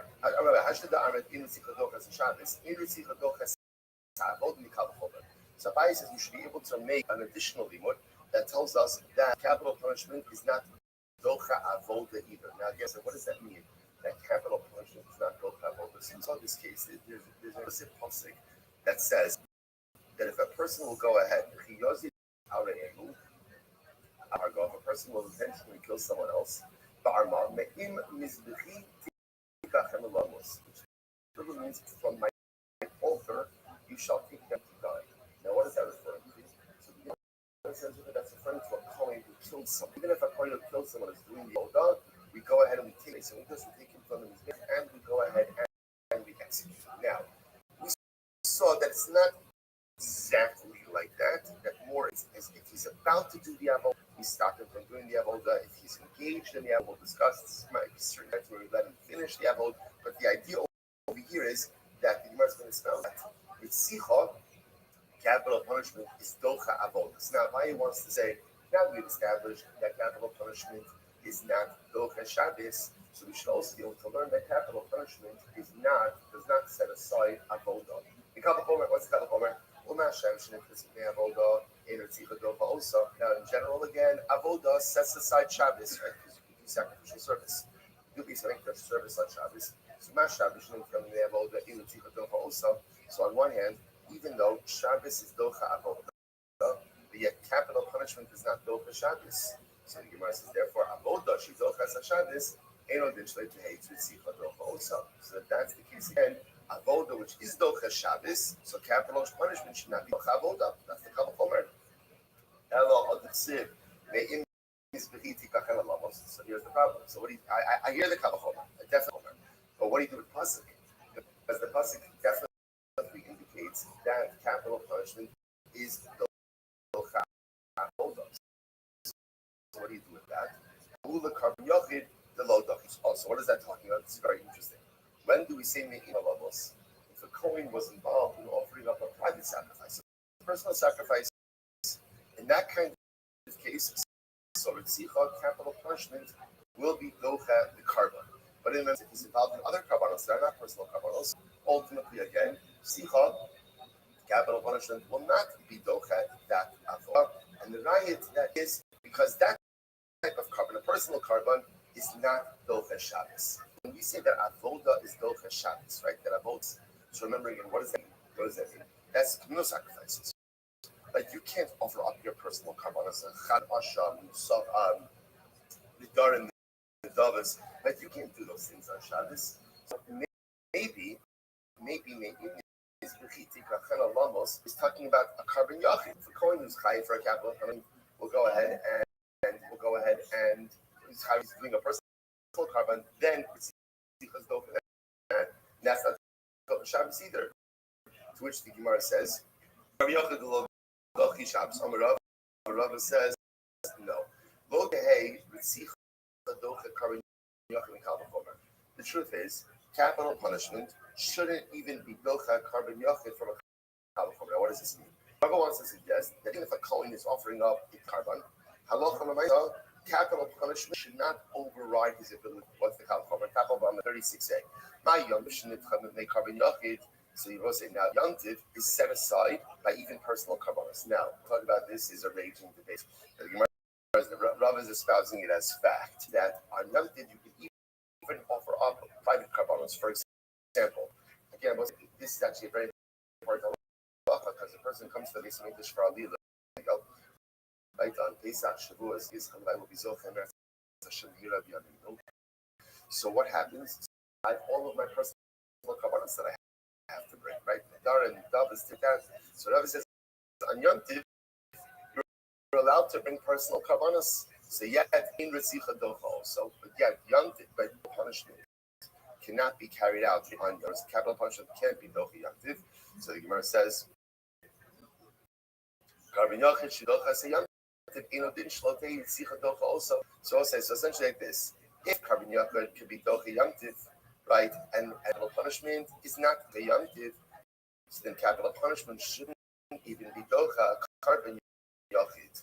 Solid liquid. First thing says that's fine. So then the previous understanding works. You hold that personal kavanos. But if you hold, they can be offered up by yontiv. What do you do with Rava's kalvachomer? Hello, Rava says, let me buy you the man the Amr and Damar Davas can be yontiv. So Rava says like this. It goes without saying that according to this, that Nidarim and Nedavas for up on Yontiv, and you have a problem with understanding the pasuk. But according to the opinion, it says that you can't offer up carbonos, private carbonativ. Gemara says, what do you do with that part? To which the Gemara answers, it means that if a Kohen is avodah, if you notice Bible says, it doesn't seem hamizbeach tikach lamos. Right, if a Kohen is in avodah, you should either take him from the mizbeach to be executed. Rather, what does it say? Me'im mizbechi tikachem lamos. Ultimately, again, take him from my mizbeach to die. What's my mizbeach? The Gemara says tamid. Umay nidhu tamid. Bamrachmana make mizbechi tikachem lamos. So we'll say. So what is it the Torah is referring to? It seemed like this. Even if the Kohen is involved in Mizbeach, what's the example of Mizbeach? The carbon tamid, communal offerings. Even if he's involved in communal offerings, then halacha, even with that, we go ahead and take him from the Mizbeach again to be executed. Okay, so I'll say so. Takeaway from all of this is that halacha l'maisa execution is not docha Shabbos and it's not docha Yom Tov. It is avodah, so that even if you have a Kohen who's actively involved in avodah and sacrificial service, and he's chayav a capital punishment, we will take him from the Beis Hamikdash and execute him. But that's presupposing, as currently what we're seeing now, he has not yet started the avoda. If he's started in the middle, seems to be that we will let him finish, then pull him out to execute. If he is engaged but has not yet actually begun, meaning he's just for the occasion, he's ready to go, but he has not yet actually begun, then ultimately we'll pull him out to execute. Incredible, incredible. All right, do you name a mominous? So let's just remember again. The Mishnah said like this: when it comes to dinei mamonos, monetary law, so when we start telling the judges for their opinions, we start with the greatest judge first, the most most highly regarded judge first. Get his opinion, then wait to the we'll call it the regular chevra. In dinei nefashos, in capital cases, we start what's called min hatzad. Min hatzad, that means from the side. From the side means the lesser known judges, right? The lesser. I'm using the word lesser. Junior, good. The junior judges, right?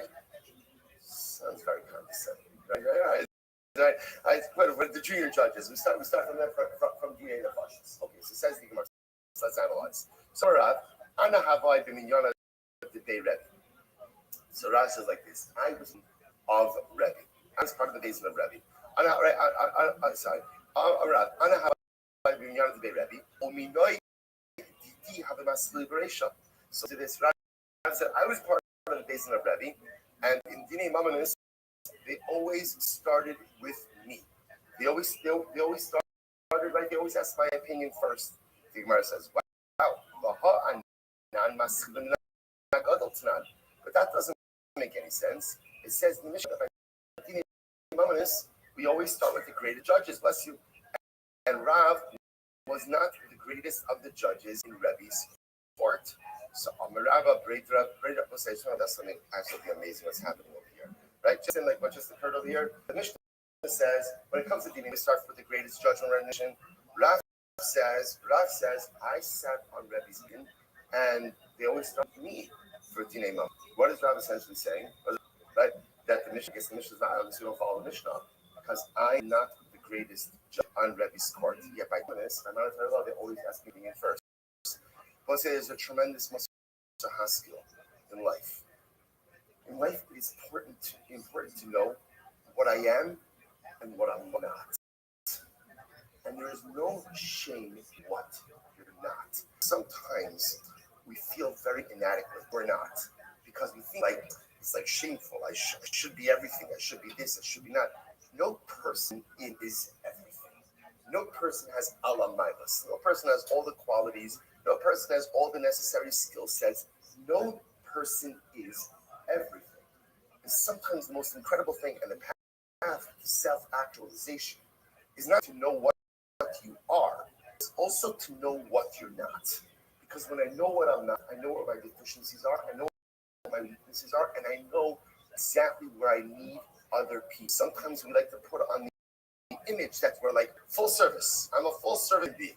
Anything and everything that is needed, I can provide, but I can't. And none of us can. So there's such a profundity in this, right? Rav is saying, I'm a good guy, and I'm a good guy, but I also know that for certainty, I am not the greatest person on Rebbe's team. And that's okay. I don't have to be the greatest person on Rebbe's team. I just have to be the greatest Rav. Rav has to be the greatest Rav. That's why such an incredible, so much time trying to pretend that we are everything to everyone. Can't be. Instead, know what I am, know what I'm not, and maximize my personal identity.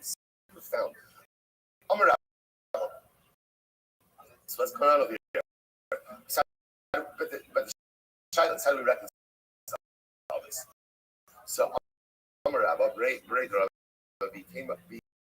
came up, Rebbe Hillel, Rebbe Shiny Minyan Rebbe, Shiny Minyan Rebbe, the Kulu Minyanai Minatsad Halamasri. The basin of Rebbe was the basin of Rebbe different. The basin because Rebbe was incredible. So even though Rebbe, obviously, this was the basin of Rebbe, which means who is the ranking sage on the basin of Rebbe? Yes, right, Rebbe. Yet, in all of the cases, Rebbe always started from the junior judges. That's what he did. That was an exercise in Rebbe's humility. Rashi says over here,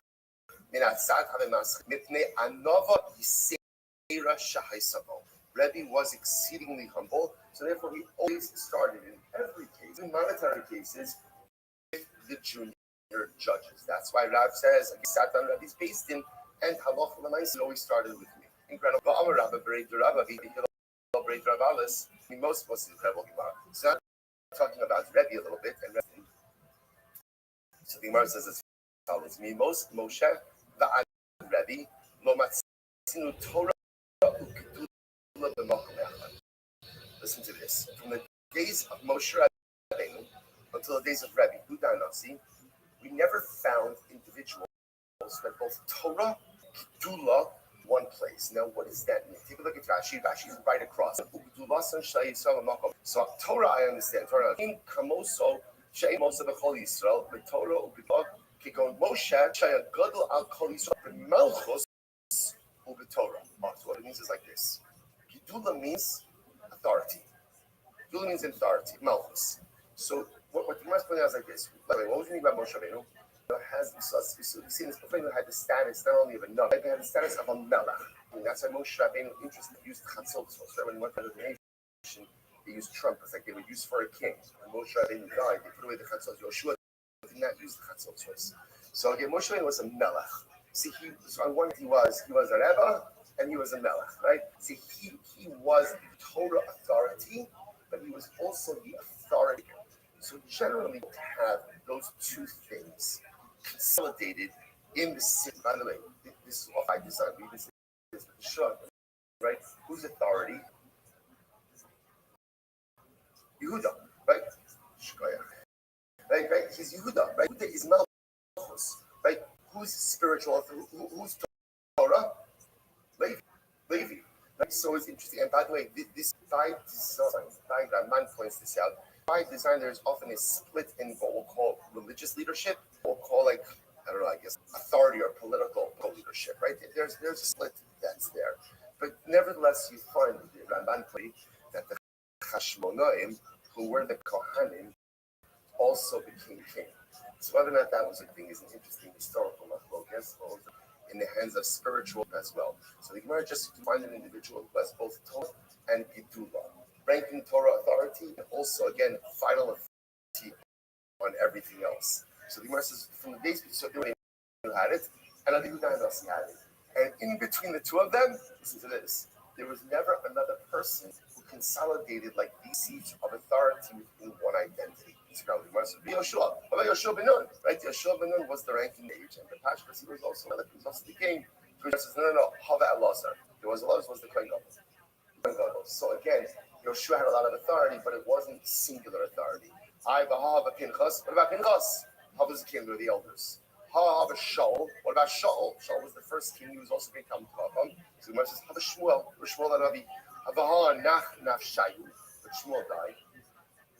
Right? Shmuel died, which the Gemara says, Kula Shani Kamina. It means all the days of one's authority that they had consolidated authority. In other words, all of the days that Moshe Rabbeinu was an authority figure, he had both Torah authority and what we'll call absolute authority.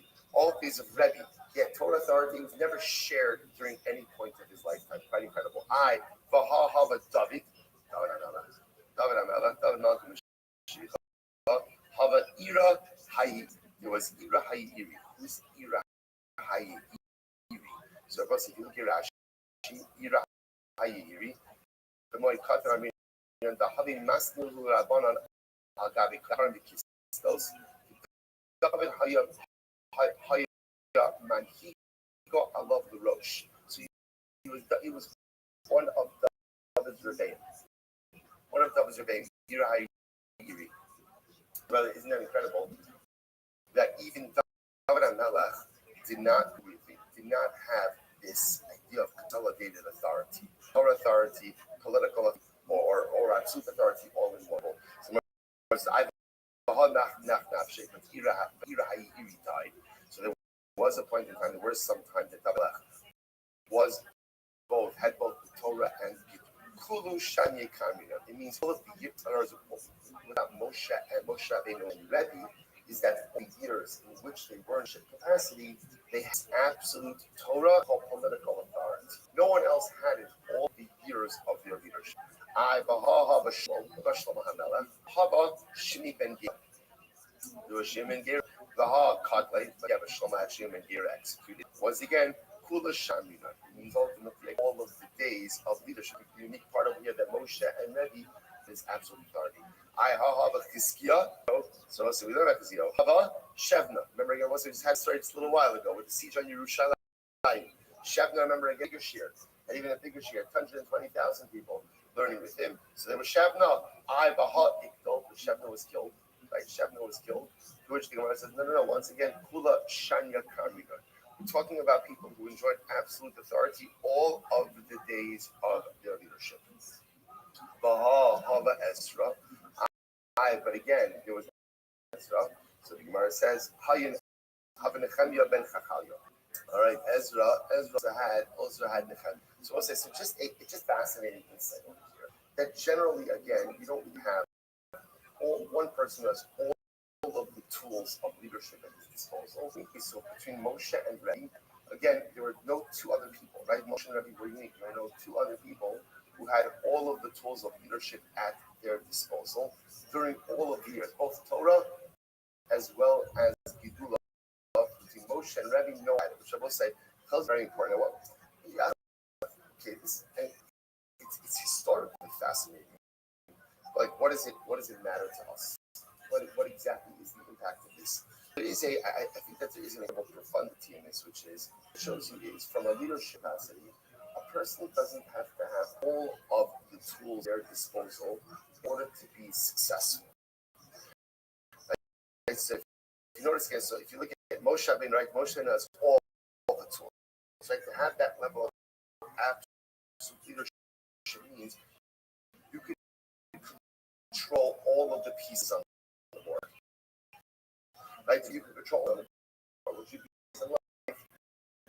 You don't control all of the pieces of the board to be successful. There's the ability to exercise your influence in the areas in which your influence can be built and be profoundly successful. All of these other personalities. So apparently, did not have absolute authority. He had Torah authority. He had absolute authority during his life, but not during all stages. So apparently, you could be the founder of a dynastic monarchy, mother of the messianic line, even if you don't have all of the tools of life at your disposal. So often we think, or we excuse non-accomplishment and non-self-actualization because we think, I don't have all of the necessary ingredients, I don't have all the necessary tools, and we give ourselves a pass, right? But we don't push ourselves as much. And here the Gemara comes along and says, you can accomplish a lot with whatever tool you have a little, take the trouble giving you, and do something great with it. Incredible. So the Gemara says, Omer Avad Barabba. Ani Omer. Avad Barabba says, I don't want to give you on this. I also want to add something over here. Ani Omer, Mimos Rebbe, Ravashi, between the day Rebbe and Ravashi, Sinu Torah Ugidu Bakomechas. So now what we're going through is the generations over here. So between Moshe Rabbeinu and Rebbe, people other than those two, they're both Torah and Gidul in one place. So the Gemara says, Rashi says, by the way, Rabbi says, from the days of Rebbe until Rav Ashi, we also, we never find again two other individuals who both have Torah and Gidula concentrated in one below. Really? Vaha, Hava, Nasan, to which the Gemara says, Huna Bar Nasan, Meka ultimately again was subservient to the fascinating Gemara.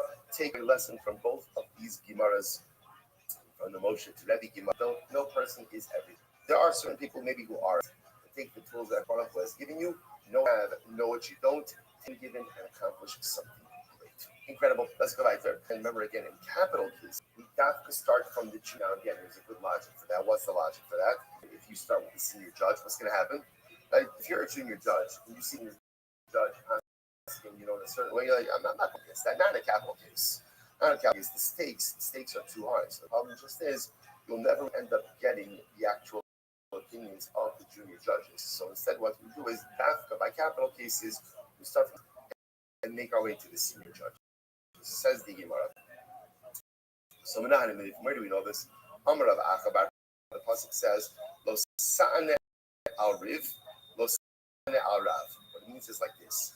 Lo sa'ane al. Now, what does lo sa'ane al riv mean? So literally again, so the lashon of the pasuk is lo siach rav sa'ane al riv lintos. Literally again, not get involved in a fight. Lintos, to slanting. Now we'll see exactly what it means. Our purpose is over here. The Gemara is darshaning lo sa'ane al rav. Be careful in someone who is greater than you. Rashi says over here lo sa'ane al rav, because remember riv is written chasr without the yod. Ksiv below yod shma lo tachlo mufla shel beis din. In general, it may not be the best idea to get into an argument with the senior judge.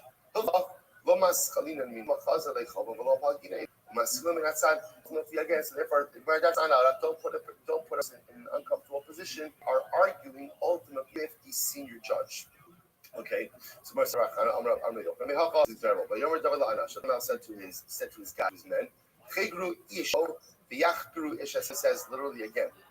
I think it's useful in context, right? Children, gird yourselves. We're getting a car, right? Whatever you could.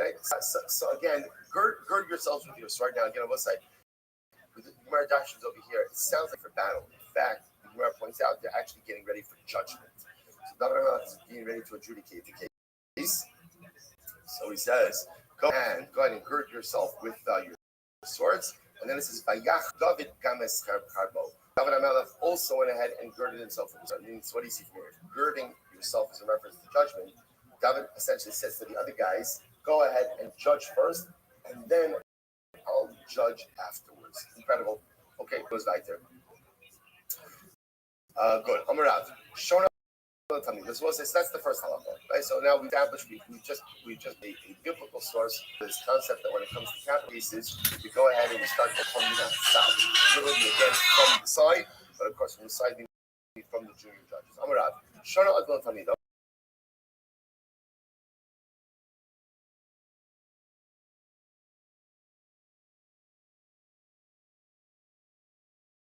It's done in the capital case. Now, what is this? If you look at Rashi, Shona Adon Tamid, those 3 lines after before it gets wide. Umarlo Panam the Swiss of the Silchadin, the Imo, the Nimna Mo, all the Zechus Olokova, Umatin Hadin Abiyat Hamid Kacham and Adas. Listen to this. So it says he have a base dinner. On the base is a Rebbe and his Talmud. The Rebbe can help the Talmud understand certain concepts, but yet the Talmud then is empowered to go ahead and put forward an opinion, and his opinion is counted. What's the novelty here? I would have thought that if the Talmud are on the base, it's fine by itself. If the Rebbe is like educating the Talmud in the course of this process, doesn't that sound like the Rebbe is potentially slanting the opinion of the Talmud, right? Because obviously the Rebbe is saying, "Oh, I'm going to tell you, I really is really chayiv to shim." Again, it's fantastic. But I don't know that teaching the Talmud that should take place in the context of a din or yeah, because it's okay. Even if we're teaching his Talmud how to go ahead and adjudicate this particular case, the Talmud's opinion is still counted. So when it's the paskening on Taros and Tameos. So a father and a son or Rebbe and his Talmud are counted like 2 opinions. They're both saying, now the truth is, that's not a novelty. Remember again, what do you need to pass on Taros and Tameos? What do you need? You don't need a base. You just need a Rav or a Talmud Chacham. You just need someone who knows what they're talking about. So the Gemara says, okay, so of course, a father and a son in a Talmud can pass on Tuman Tara, because it doesn't need a base thing. Tuman Tara can be passed by one. On the other hand, Dine Mamanis, Dine Nefasha, Dine Makas, but again, monetary law, Capital law, Malchus, any cases involving lashes, the shareholder sanctification of the new month, the Ibershana intercalation of the year, right? Leap year. Abino, Haravitamido, in Monin Lahed Ella Echad.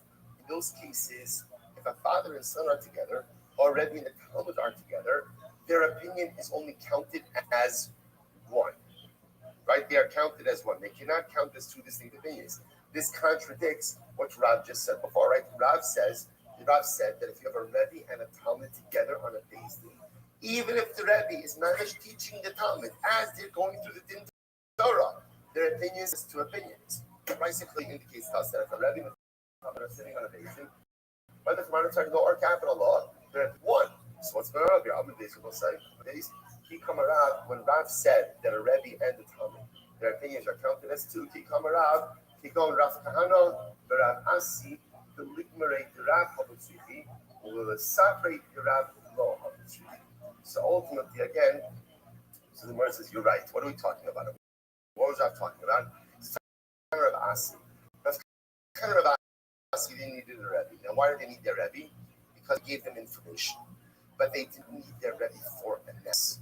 So in this kind of where the Rebbe provides information, but not analysis, right? Analysis is not necessary.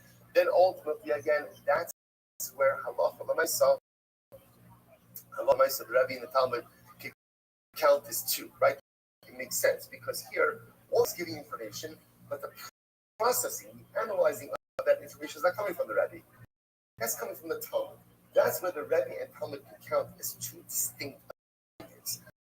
When the Rebbe is providing information and analysis, that's halacha l'maisa where the Rebbe and Talmud count as one of them. Fascinating.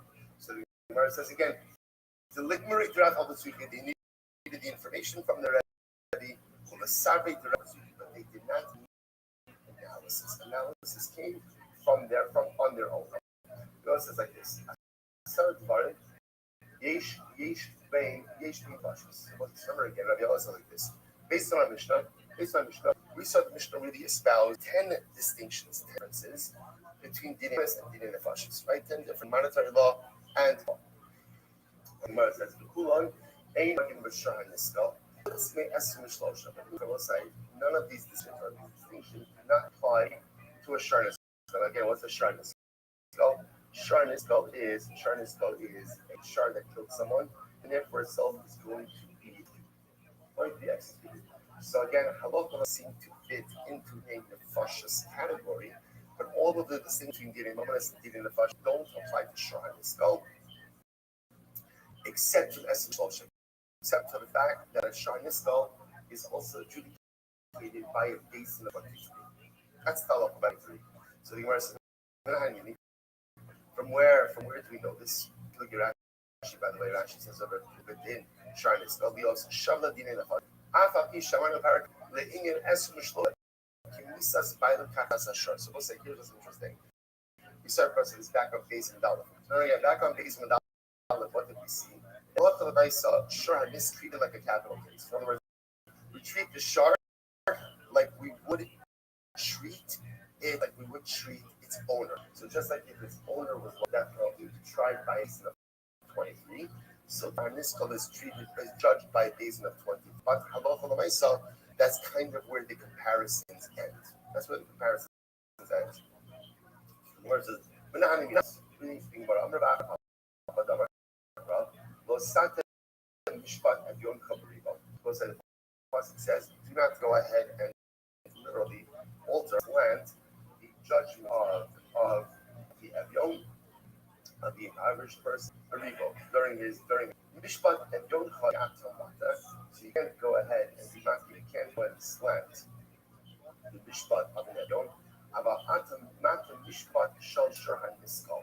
Ultimately, again, but you can slant the judgment of a Shurhan Niskal. Now, what is that? Take a look at Rashi again. Rashi says Lo Sata, the Ra'a Api Eidechad. So it says here again, what it means is Lo Sata means like this. We've seen this before. When adjudicating a capital case, remember again, capital cases cannot be decided based on a majority of 1. You need a minimum majority of 2 in order to convict someone in a capital case. So that's lashon of Lo Sata. Do not slant judgment of the Evion Revo. In other words, you cannot convict one in a capital case on a majority of them, but you can go ahead and do that for Shah Nisko. So in other words, but the most funny, I don't know, is that even though Shah Nisko, right, the ox that's going to be killed because he killed someone, is treated like a capital case in certain acts, namely that it's adjudicated by base 23. It's not a capital case in.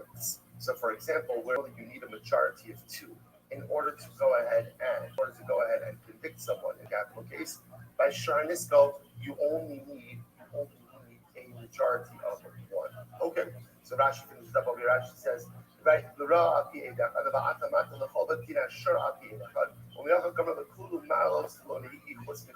fine.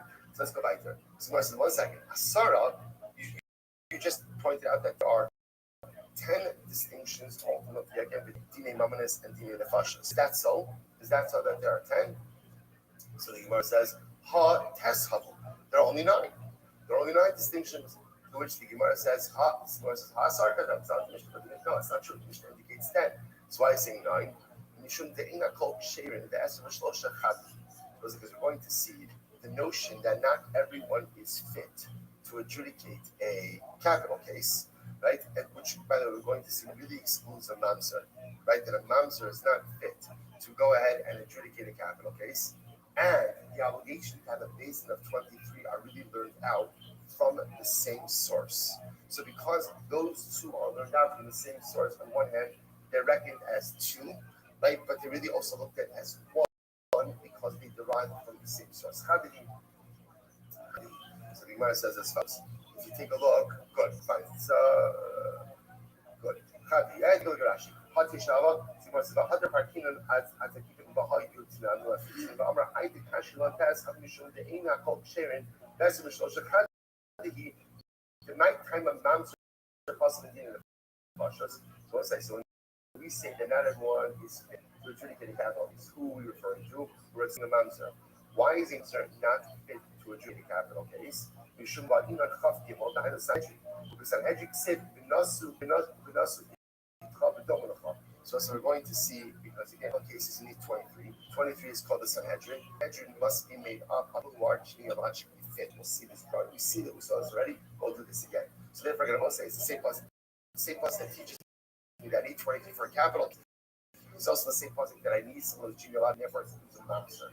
So because you have 2 out of the 10 that are effectively learned out from the same source, it's tempting to say that the 2 are really 1. That's why some will say the Mishnah 10 distinctions, others say that the Mishnah lists 9 distinctions. Okay.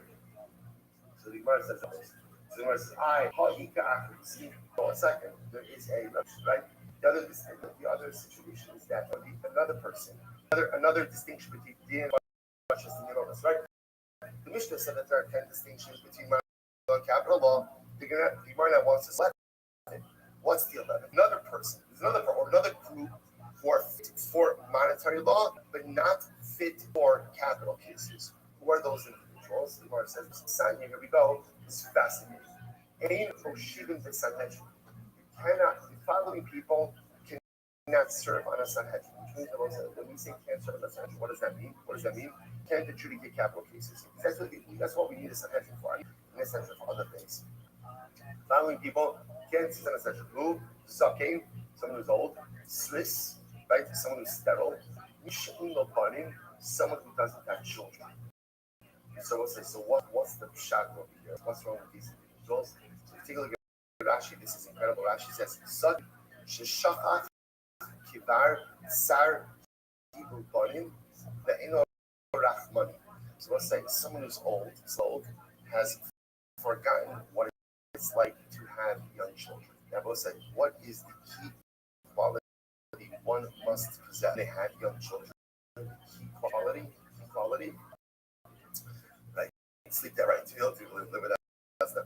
You know, say so. No, the key quality is forgiveness.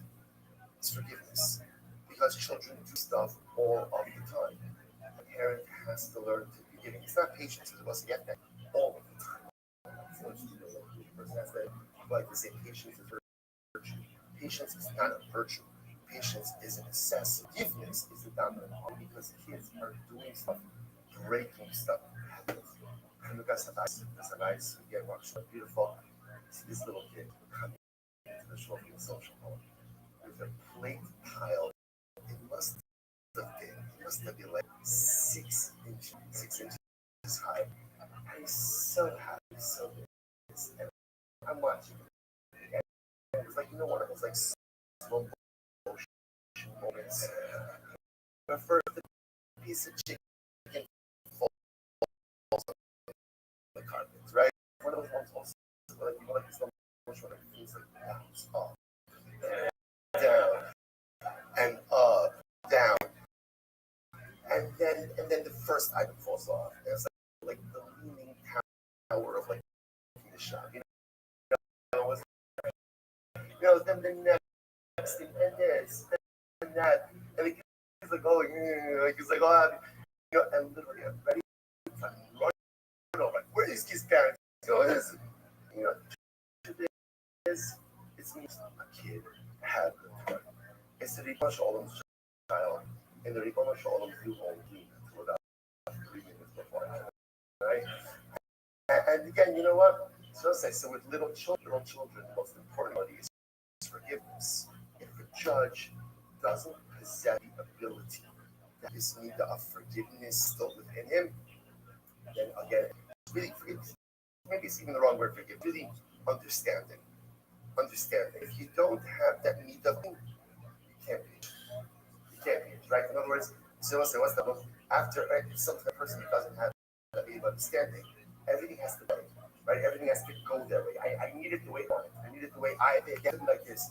So if you have that need of understanding, if you're rigid and everything just has to be the way they want, don't be judged. Really, don't be anything. Right, on the Mesa, that level of rigidity, it's not good. We can't have that. We need people who can be understanding. We need people to be forgiving. We need people a little bit malleable and understand different circumstances in different ways. So therefore, again, the Zucke, you haven't had kids in your house for a long time, don't be a judge, because you're probably going to be too set in your way. Probably not a good idea to have you on the base. Stress about it. Maybe you the most also adds in over here, someone who's cruel, right? Or just cruel is even a strong word. Just like a very and indifferent. Yeah, right. So someone again who just is very very bliss. Again, I'll say it's an incredible thing. On one hand, judgment needs to be dispassionate. This is very important. Judgment needs to be dispassionate. But at the end of the day, a yid can never be dispassionate. Right? I have to have the ability to look at things in an analytical. I have to look at facts. But facts divorced from emotion, that's not the way of the Jew. Nothing is divorced from emotion. Emotion, everything. So judge is a shtickle, sorry, right? He's a little bit indifferent, a little bit passionless, emotionless. So don't be a judge. There are other places for you, but don't be a judge. But interestingly enough, the basis, those opposite is true when it comes to Macy's. America, we see this, right? What's a Macy's? Macy's is the guy who tries to get other people to be over that Zara. So that person throws a book at him. So for him, we had the most different judge. Or not, but you understand, from him, you don't need the understanding of the judges because and the whole system the system is rigged, not rigged, but the system is positioned to exonerate the defendant. That's our goal. If we can get him off, that's our goal. When it comes to this, right? When it comes to someone who's it's just the opposite. It's there in order to indict him. Okay, incredible website.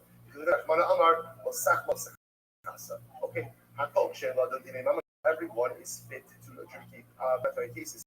Shavuot said, what do I call? What do I mean everyone? Who is that coming to include? To include a mamzer, go say this is scripted mamzer, this is a genealogy. So the idea over here is somebody who's a genealogy, so even he's not fit for a capital case, right? Because remember again, capital requires Sanhedrin. Sanhedrin requires genealogically fit people, but in cases he's absolutely fit. So we're saying, okay, we learned this already. How to name doesn't know.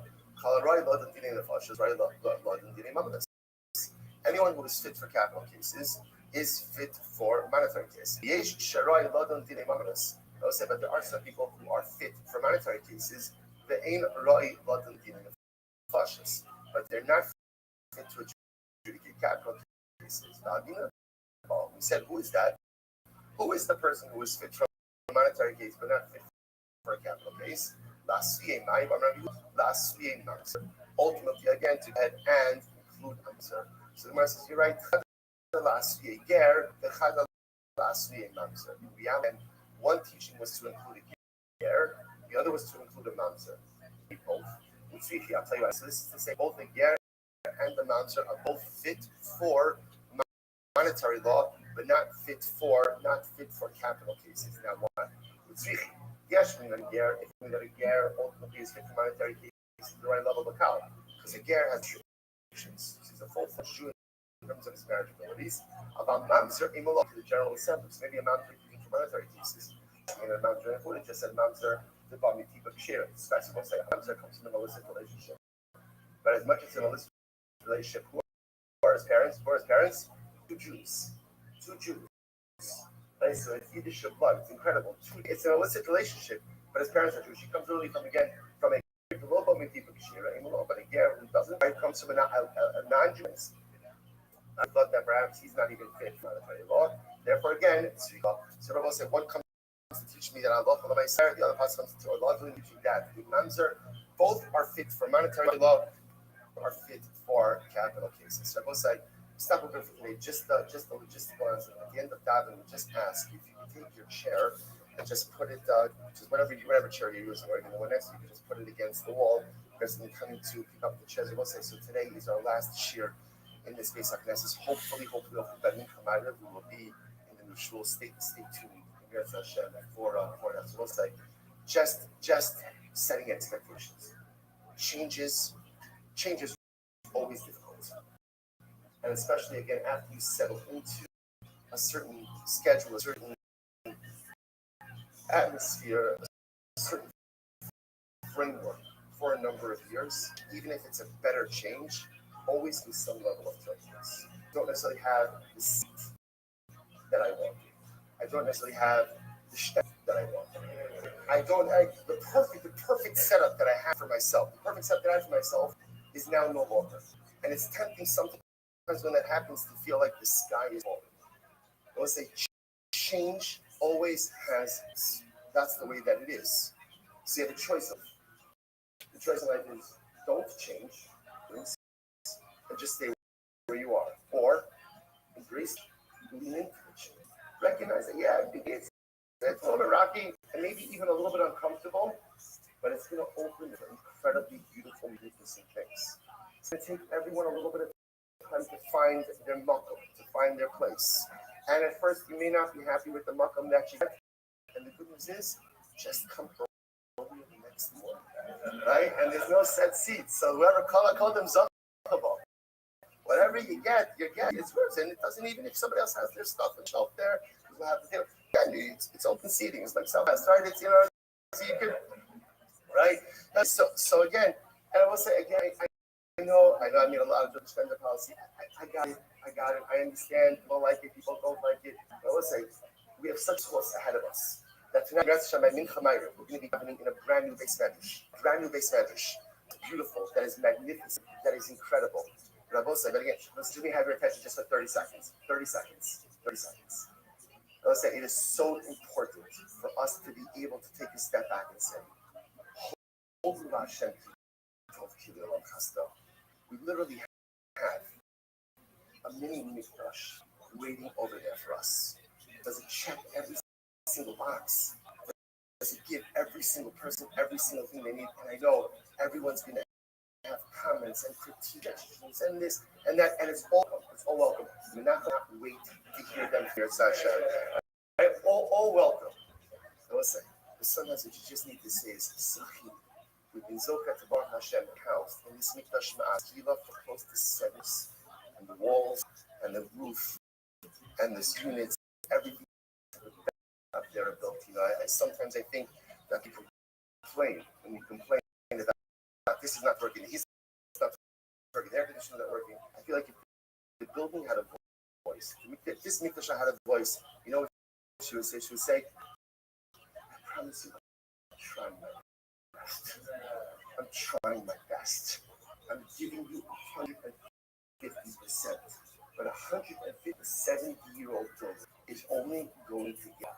She has given us her best decades. Now, Baruch Hashem, we're about to go to a new mother. We're about to go to a new mikdash. Let's treat her well. Let's love her. Let's embrace her. Let's enjoy our time with her. And even if again in the beginning, it's a little bit whatever. And maybe there's going to be a piece of me that says, oh, how they shouldn't look at I should just go back to what was this. Because there's only one direction for you, and that's forward. So something beautiful is waiting for us. Tonight.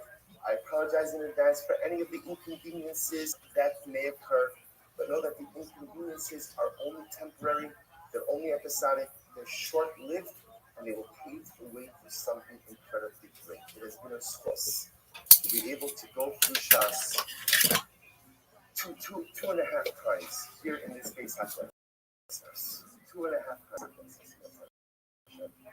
She's going to come tomorrow morning and we continue our DAF journey. Next door, she's okay. Let me have to complete the cycle many times together. Well, say.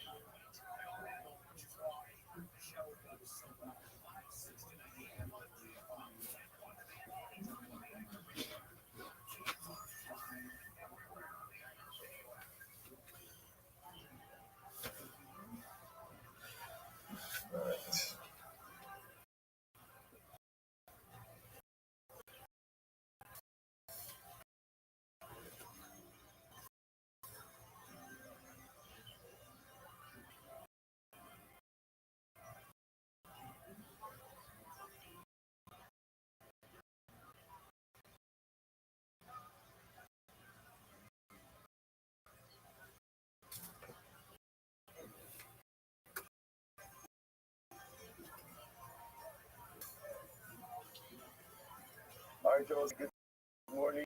Good morning.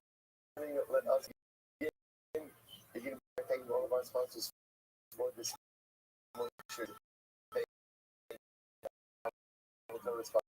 Sponsors.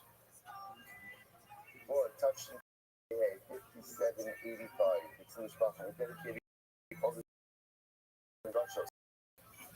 This year, as it was for Israel, our Talmud sponsors for the month of Days have all living over the company we're dedicating all the shows in memory of Amit, Levi Zifoni Abraham, brother of Itan, who was killed and dies on the first day of God, that the Mishpah who provides our Shama and the Chama for this. We dedicate them. It is supposed to all of us to be the Mishpah from the Shalom home, the Shalom and the Kama. May all our holy soldiers to be successful. The whole season down there. You go the holiday season, everyone. 8:35 in the next session on London Dalit on the Climax big concert. We left off William Montgomery. 468. Guys, make some noise for the Kill Tony Mew. The great Tony Yayo, everybody. The beginning of 2020. Sylvester Stallone, everyone. Pizza.com. Thank you to Talks. Check out the SunsesterPizza.com secret show. I am for the best damn fan in all of the land. We'll see you. I mean, this is it. This should be, it should be basically the week of the New Year's Eve show. So we'll see what the Moody Center this week for our biggest live show ever in Austin, Texas. Very, very exciting stuff. We love you. God bless this audience and God bless the United States of America. Thank you. Good night, everybody.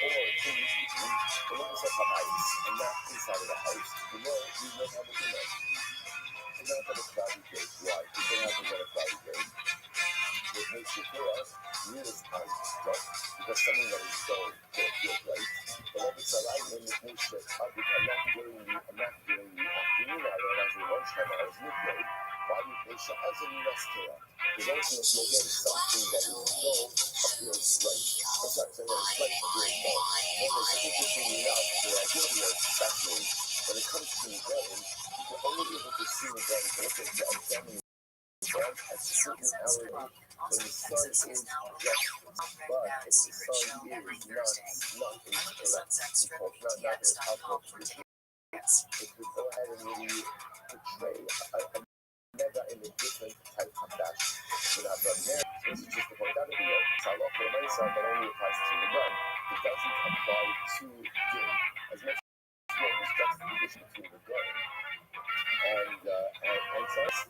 So whereas sas you only get during certain times of day, this concept does not apply by din. So you can go and adjudicate a case even on a very cloudy Rabbi Meir. How do you have a kilo as part of my office? Like, what does Rabbi Meir do with that phrase?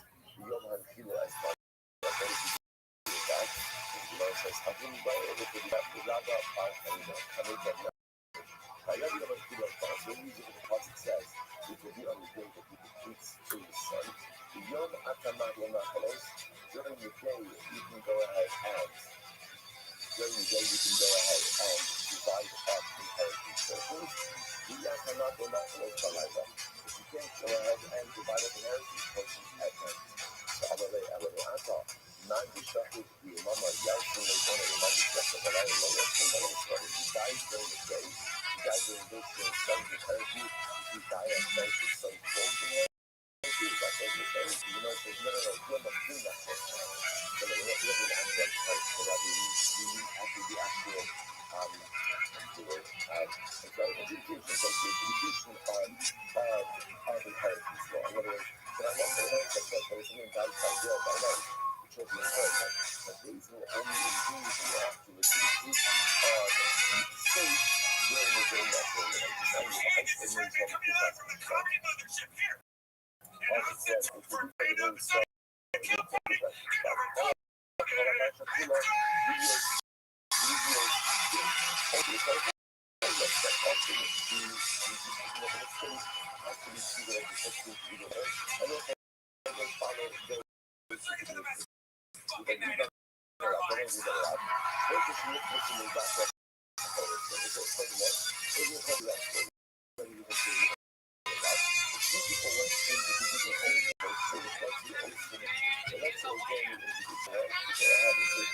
so, is brought to you by Crucifix. How about a hand for Alejo, Fernando Castillo, Carlos Sosa, Michael Gonzalez? That's where you would clap.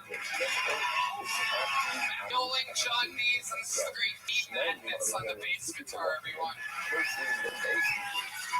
What an episode we have for you this evening. This is indeed the #1 live podcast in the world, and so much in store for tonight. Very excited about it. And before we get started, here's a little more from the amazing sponsors that made it all possible.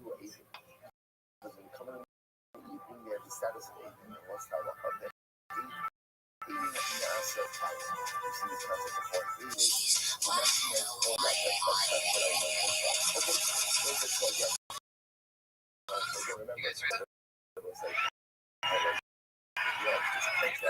Every single week, I have two of the funniest comedians in the world on the show this week.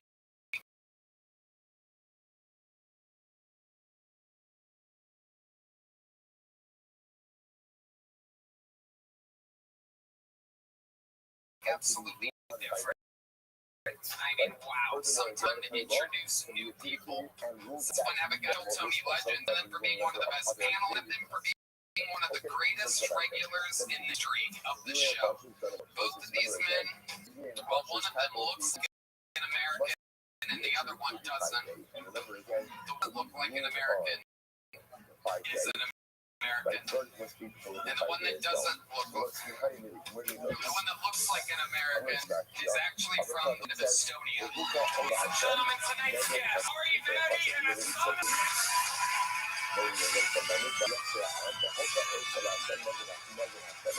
Sorry. Estonian assassin. Then the brown bomber. How exciting is this, ladies and gentlemen? Ari, welcome back to the panel of the show. Happy to be here. Not like we're planning the next 9/11. This does look like a press conference for that. Getting the funding. We almost nailed it all. They shut down United 93, took a loss there. We have to plow forward onto the next one. 9/11 press conference. You guys know how the show works. You both know it very, very well. A song with one of the best jokes of 2020. Famous Indian woman's vagina joke. He says, do you want to see what an Indian woman's vagina looks like? And then he goes like that. You guys get it? There's an audience here. It's got a hairy vagina. This crowd. I don't know about this crowd. Might be some locals trying to fucking Gucci. Fucking Gucci.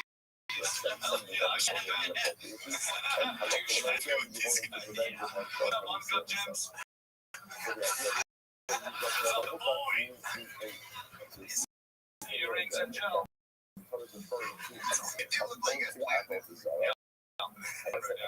It wasn't planned. So are those Rias really have that? What do you do for a living? Gucci. You don't work, you retire. What kind of company was it? So what? Software, what kind of software? It's complicated. You saw SAP. What's SAP? SAP. Rich people group. Vague. Yeah. We got the GPT. I got the GPTs. It's LA. They keep throwing the letters at us. You're coming across as a real FAG. With the company was you're gonna wear a Gucci hoodie out at night. I mean, have some explaining to do, sir. Well, welcome to the show, everyone. You guys know how it works. Over 250 human beings signed up for tonight's show. Very exciting. If they get pulled out, they get 60 seconds uninterrupted. You know their time is up. You hear the sound of a kitten.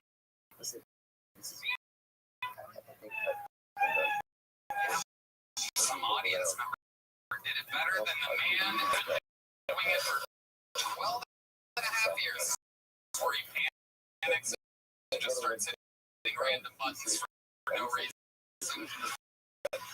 Anyway, to wrap it up that, girls, they bring out the Angry West Hollywood Fair. There it is, and that interrupts their set, and then I conduct an interview with them. They go being a lucky comedian to be interviewed on the biggest podcast in the world. They have no idea if they're going to get selected or not. They pull the name, we go wrangle them from the bar next door, and in the meanwhile, well, that turns out that he or she indeed about to have the opportunity of a lifetime. I have a golden ticket winner that's going to show you supposedly how it's done with a brand new 60 seconds. You guys get it? Ladies and gentlemen, your tonight is the long awaited turn of golden ticket winner. This is Mason for everybody.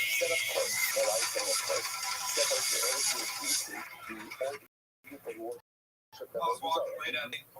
I saw these two walking down the street, and one of them looked at her friend and said, "Oh God, that guy is so creepy." But the other lady looked at her friend and said, "It's not like he can catch us anyways."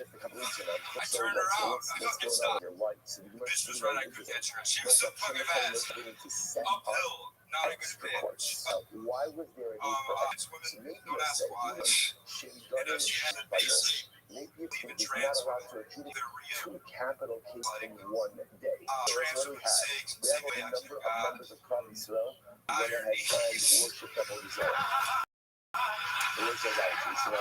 You will find these praying.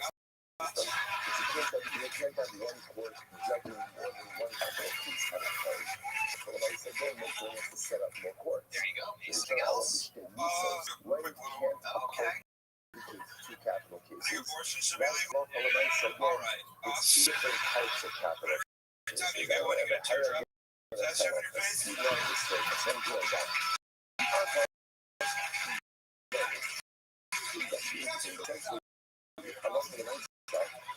There you go.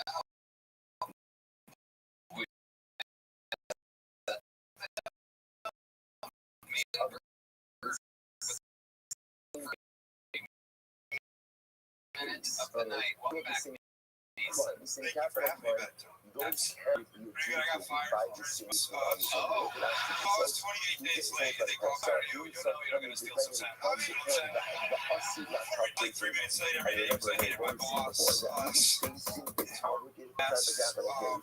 the back doing something I was supposed to be doing, like eating cookies or you know, so I mix pops together like a really good mix pops. Yeah, if you do like Mountain Dew and like cherry, you make your own Coke with it. It's just multiple cases. Why? Because Jesus Christ, real chemistry set over here. Oh yeah.